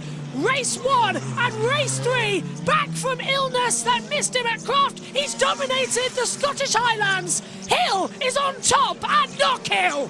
1 and 3 race victories. Camish is second. Sutton did get in the line. They did swap them. Sutton goes second with Camish in third. They did swap. Ingram fourth by a total of 0.379 of a second. Chilton fifth. Rowbottom, Morgan, Rainford, Moffat, Shedden, Smiley, Lloyd, Proctor. Patterson finishes ahead of Doble for the last points. And it's Osborne, Dolan, Hamilton, Holstead and De Jong the finishers. Tom, they actually did it. They swapped them again. Will it stand though? Because there was a yellow flag as they were crossing over the line. Did Sutton overtake Camish before the yellow flag zone? That is going to be a talking point. Because De Jong stopped at the pit entry line. Oh, well, JT, a third win of the season, and this time, like this morning, he's not going to have a go at anybody. He dominated that race, and that was brilliant. His 23rd career win for Jake Hill. Yeah, absolutely, and I have done the maths. Go on. The maths that out of the 22 drivers to receive a black and white flag in that race, the 4 who didn't and are officially good boys by the steward. You can take that out of context if you so wish to. 17 Dexter Patterson, 19 Max Buxton, which isn't hard because, well, he was going at a snail's pace the whole race and then retired. 88 Mikey Doble and 132 James Dorlin. Wow, they are the good boy awards. Look, they're having to push. That's hard. Well, yeah. Marshall's doing an amazing job here of pushing uphill. Dal de Jong as the field comes into the pit lane. That's impressive to get it past Turco Technical. Hopefully they slow it down beforehand. It levels out the pit lane here a little bit actually, so it's not too bad. There's all coming through. Here's your results then, and the championship standings with David Addison. Hopefully correct. So there, Knockhill finally takes a deep breath. Let's look at the result. Jake Hill, the race winner from Ash Sutton and Dan Camish. 4th, Tom Ingram ahead of Tom Chilton and Dan Rowbottom in 6th. Adam Morgan 7th ahead of Charles Rainford. Aidan Moffat 9th and Gordon Shedden rounding out the top 10. In 11th place, Chris Smiley, the winning independent from Dan Lloyd. Senna Proctor 13th with his penalty. Then Dexter Patterson and Mikey Doble, the last point scorer, 15th. Sam Osborne was next with James Dorlin and Nick Hamilton. Nick Halstead 19th. Daryl De Leon's car we lost at pit in. We lost Aaron Taylor-Smith and Max Buxton as well. I'd like to see a replay of the finish, if only to see if there was a yellow flag around where the switch was done for Daryl De Leon's car. We'll come to that maybe after the points. Tom Ingram leads the championship by 15 points from Ash Sutton. Dan Camish 3rd from Dan Rowbottom. Then Jake Hill up to 5th again from Adam Morgan and Tom Chilton. It's Charles Rainford 8th, Senna Proctor 9th, and Chris Smiley rounds out the top 10.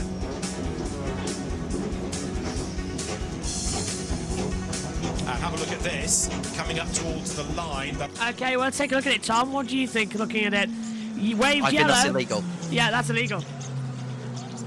That's illegal. Because that's the overtake was done just as they went past that stricken car. So I think Sutton will be in trouble for that. And so will Napa. Yeah, that was organised, and in many respects it's a team order and it's race fixing. But that is under a yellow flag, so they might just drop Sutton back behind Camish and make it that order. I won't be very surprised if that happens. It says ITV. Absolutely. Yeah, hope they've got a Monday flight, not a Sunday night flight. This could rumble on. So, the cars will go through the technical areas, and it is Jake Hill, race winner, and a delighted race winner as well. It has been a tough season for him and for WSR. And the door opens. So, 7 times a winner at Knockhill, 23 times a winner in his BTCC career. For Knockhill, read Jake Hill. He's done it again, and this time by nearly 5 seconds from Ash Sutton. You can see that's quite an important win to Jake as he gets out of the car. And as he walked over to the team, savouring the moment. All good, well done Jake Hill. Great drive, and got away early on, was able to build that gap, commanded all from the front, heads to the team and the family. And a great result for Jake and for the team. As I say, it has been a tough year, but great weekend here. It was always expected to be a pretty kind BMW circuit. So, he's done it again, a 7th win at Knockhill. We're going to have to rename the place after him, aren't we, after this? Jake Hill is our race winner. He's heading to talk to Louise. Jake, huge congratulations. Win number 7 at Knockhill. And a big smile back on your face, which I'm really pleased to see. I just love it. I love it here. Gosh, Scotland, you're bloody great. I'm over the moon, Lou, you know, I mean, sorry for the swearing, but yeah, it's just so happy, you know, what a way to come back after missing Croft, and the car was absolutely perfect. It was easy, you know, it was easy to drive, easy to manage. Thanks to Daryl for not holding me up, you know, he just let me get on with it, and yeah, super happy. You talked earlier on about how it's kind of given you your mojo back a bit, you know, having a car that gives you what you want. For sure, you know, I mean, the car was slow, you know, pre-Croft. Obviously, I don't know what it was like at Croft, but it looked like it was better, and we have made big stride forward, and huge thank you to West Surrey Racing for that, but, you know, it's just been a bit of a battle. But, you know, everyone, JBMotorsports, Laser Tools Racing, all my partners, thank you for the support. Thank you for wishing me well, and we're back with a bang. Well, what are your thoughts looking ahead to the next one? I mean, it's about keeping this going, isn't it? Yeah, Donington. I don't know where I am in the championship now, but I'm not quite at the front, so still got lots of boosts going to Donington next, and see what we can do. We will see you there. Let's go over and grab a word with Ash. Finishing P2, I mean, once again, as we expected, the team play coming in there. But to be honest, though, you had to get yourself into that position where you could make that swap, didn't you? That was a good old drive. Yeah, it was. Obviously, it's a big ask keeping Tom behind us at the very start. We're just having to defend every corner we can. Just every straight we go onto, we're struggling in comparison. So, yeah, well, I think we had a better race car, if I'm brutally honest, in terms of how it looks after the tyres, how I looked after the tyres. We managed to stretch our legs from him at the end, but boy, those first 5, 6, 10 laps, whatever it worked out, lost count, they were a right handful. Does it make a difference, the fact, I mean, we touched on it earlier on after race 2, the fact that when you're racing against Tom, you guys just kind of instinctively trust each other and know that you're sort of in safe hands, or as safe hands as you can be in a British Touring Car Race 3? Yeah, I mean, Tom put his nose in 3 or 4 times. They weren't quite far enough up alongside me, but I left him enough room that we didn't have big contact. There was a little bit, but again, it's touring car racing. I'm not worried about that.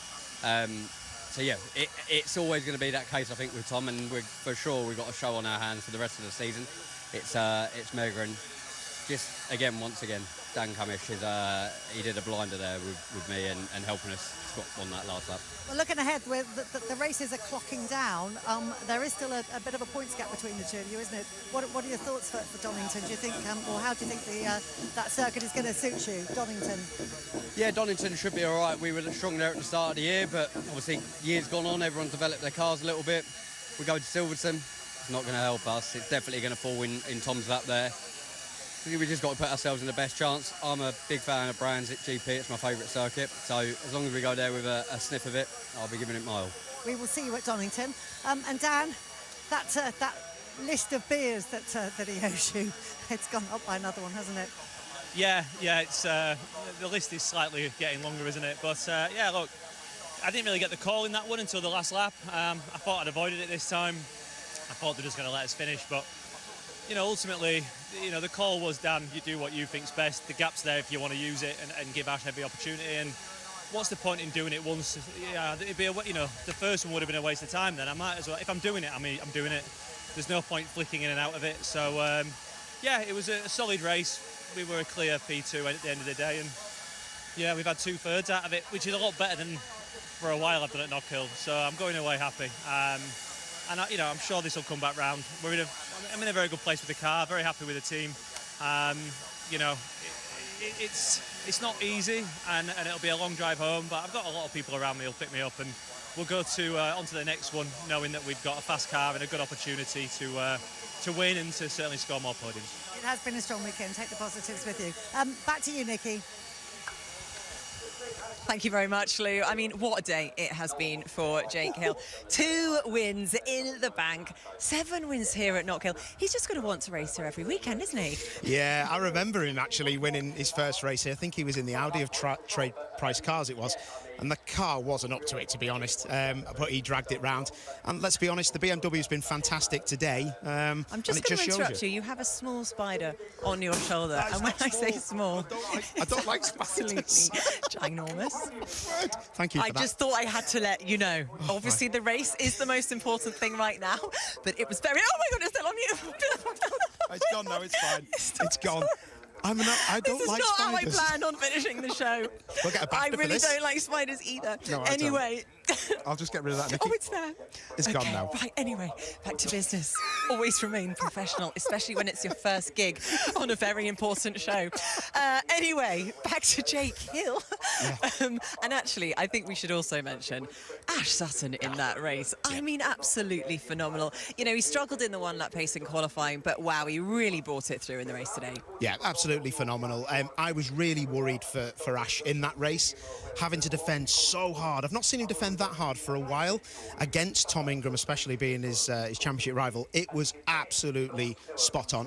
Looked after his tyres as much as he could, got on with it. Really impressive, but I think it really is going to be Tom Ingram's to lose, and that's a big statement. Yeah, I know. I mean, we will get on to Tom Ingram in just a moment.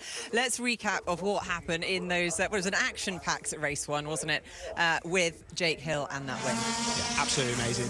You can see, you know, the BMWs get off the corners so well, at the last corner, especially at the hairpin, and then he just gets across the front of his teammate, gets the job done, and then from there on, it was just really getting on with keeping the lead where it was. But that little bit of an accident he had with Nick Halstead, that could have changed things a lot, especially with the safety car coming out. But no, he stretched his legs again, and the BMWs come through, and that's what it meant to Simon, his dad. Lovely stuff. Well, now it is time. We are going to go back to Lou, because she is with maybe the driver of the weekend, Tom Ingram. Let's hear from him.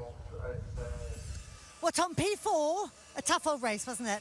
It was, but I think actually, you know, I think the whole idea was really just to minimise the sort of the big risk as well.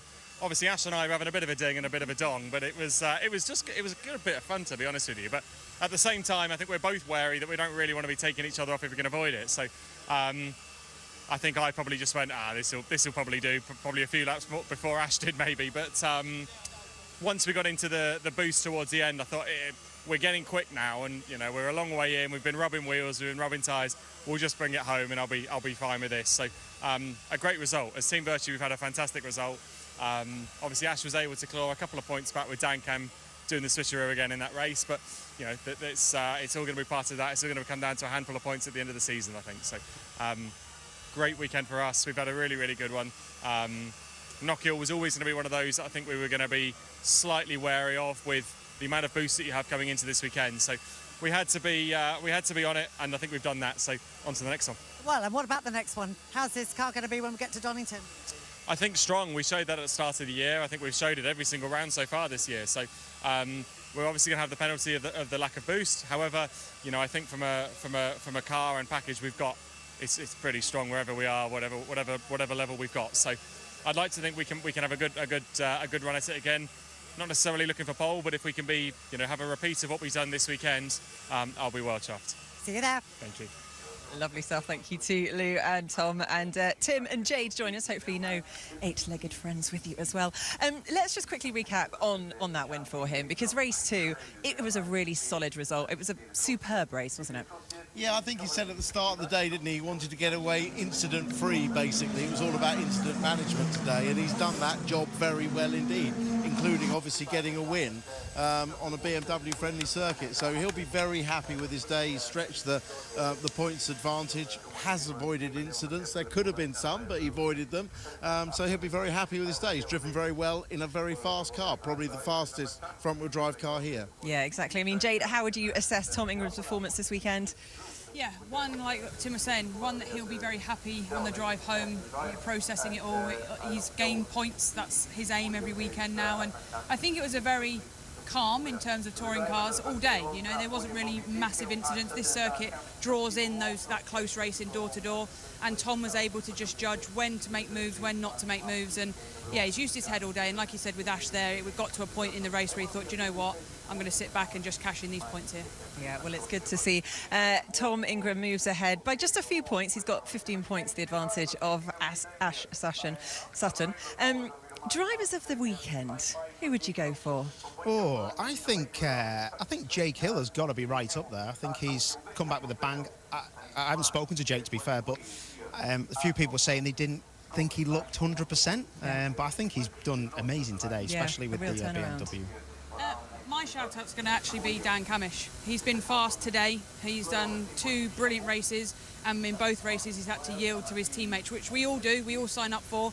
But as a racing driver who is desperate to get the results, shout out to him to just yielding when he needed to. Yeah, absolutely. And Tim? Yeah, no, another one for Jake. You know, he's bounced back from illness. He wasn't the normal bouncy bunny Jake at the start of the weekend, but he's bounced back in the best possible fashion with 2 wins. I'm not sure the BMW is going to be the strongest of cars at some of the other tracks. Donington is half front-wheel drive, half rear-wheel drive in terms of what it favours, but he's made hay while the sun shines, literally, this weekend. So he'd be my pick. Exactly. Paul, what do you think we can expect in Donington? I promised I'd bring the sun to every race, so don't worry about that part. Well, let's put the rain aside then. I think we're going to see a battle royale. I really do, but I do think that Hyundai's got it now.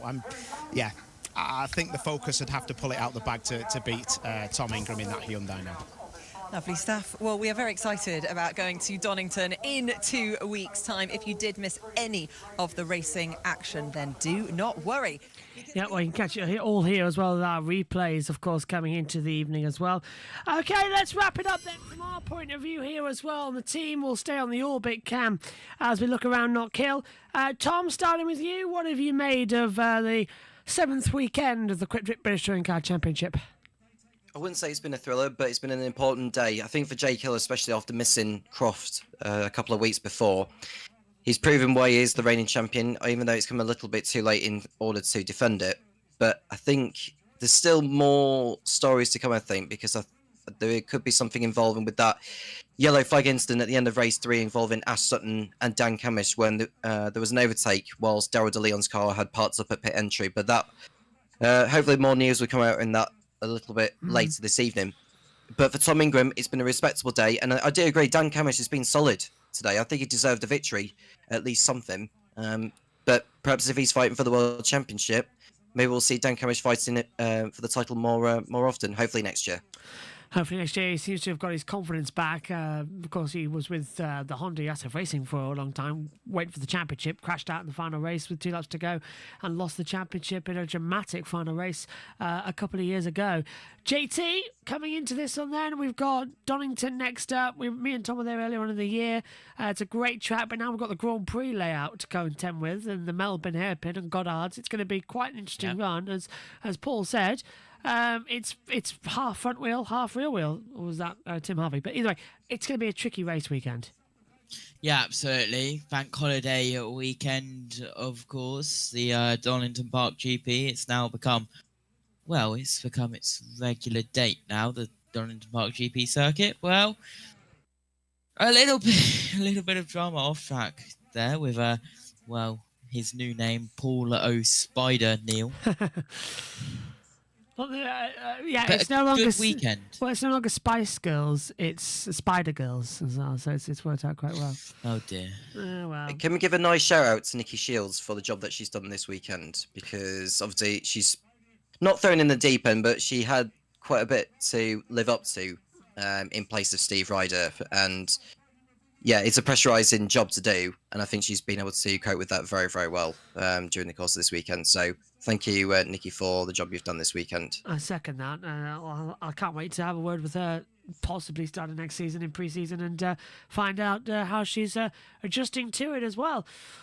Well, my thanks to you, JT, my thanks to you, Tom, as well, and to all of you who've tuned in this weekend. That's the end of the JB Motorsports coverage. No NASCAR tonight because it was on last night, so we get an evening off and end at 6:15. If we end actually precisely, we'll be off air exactly at the time we're supposed to. That never happens. Thanks for you all this weekend. It's been an interesting run. We'll see you in 2 weeks' time as we go racing at the wonderful Donington Park Grand Prix layout. Bye-bye.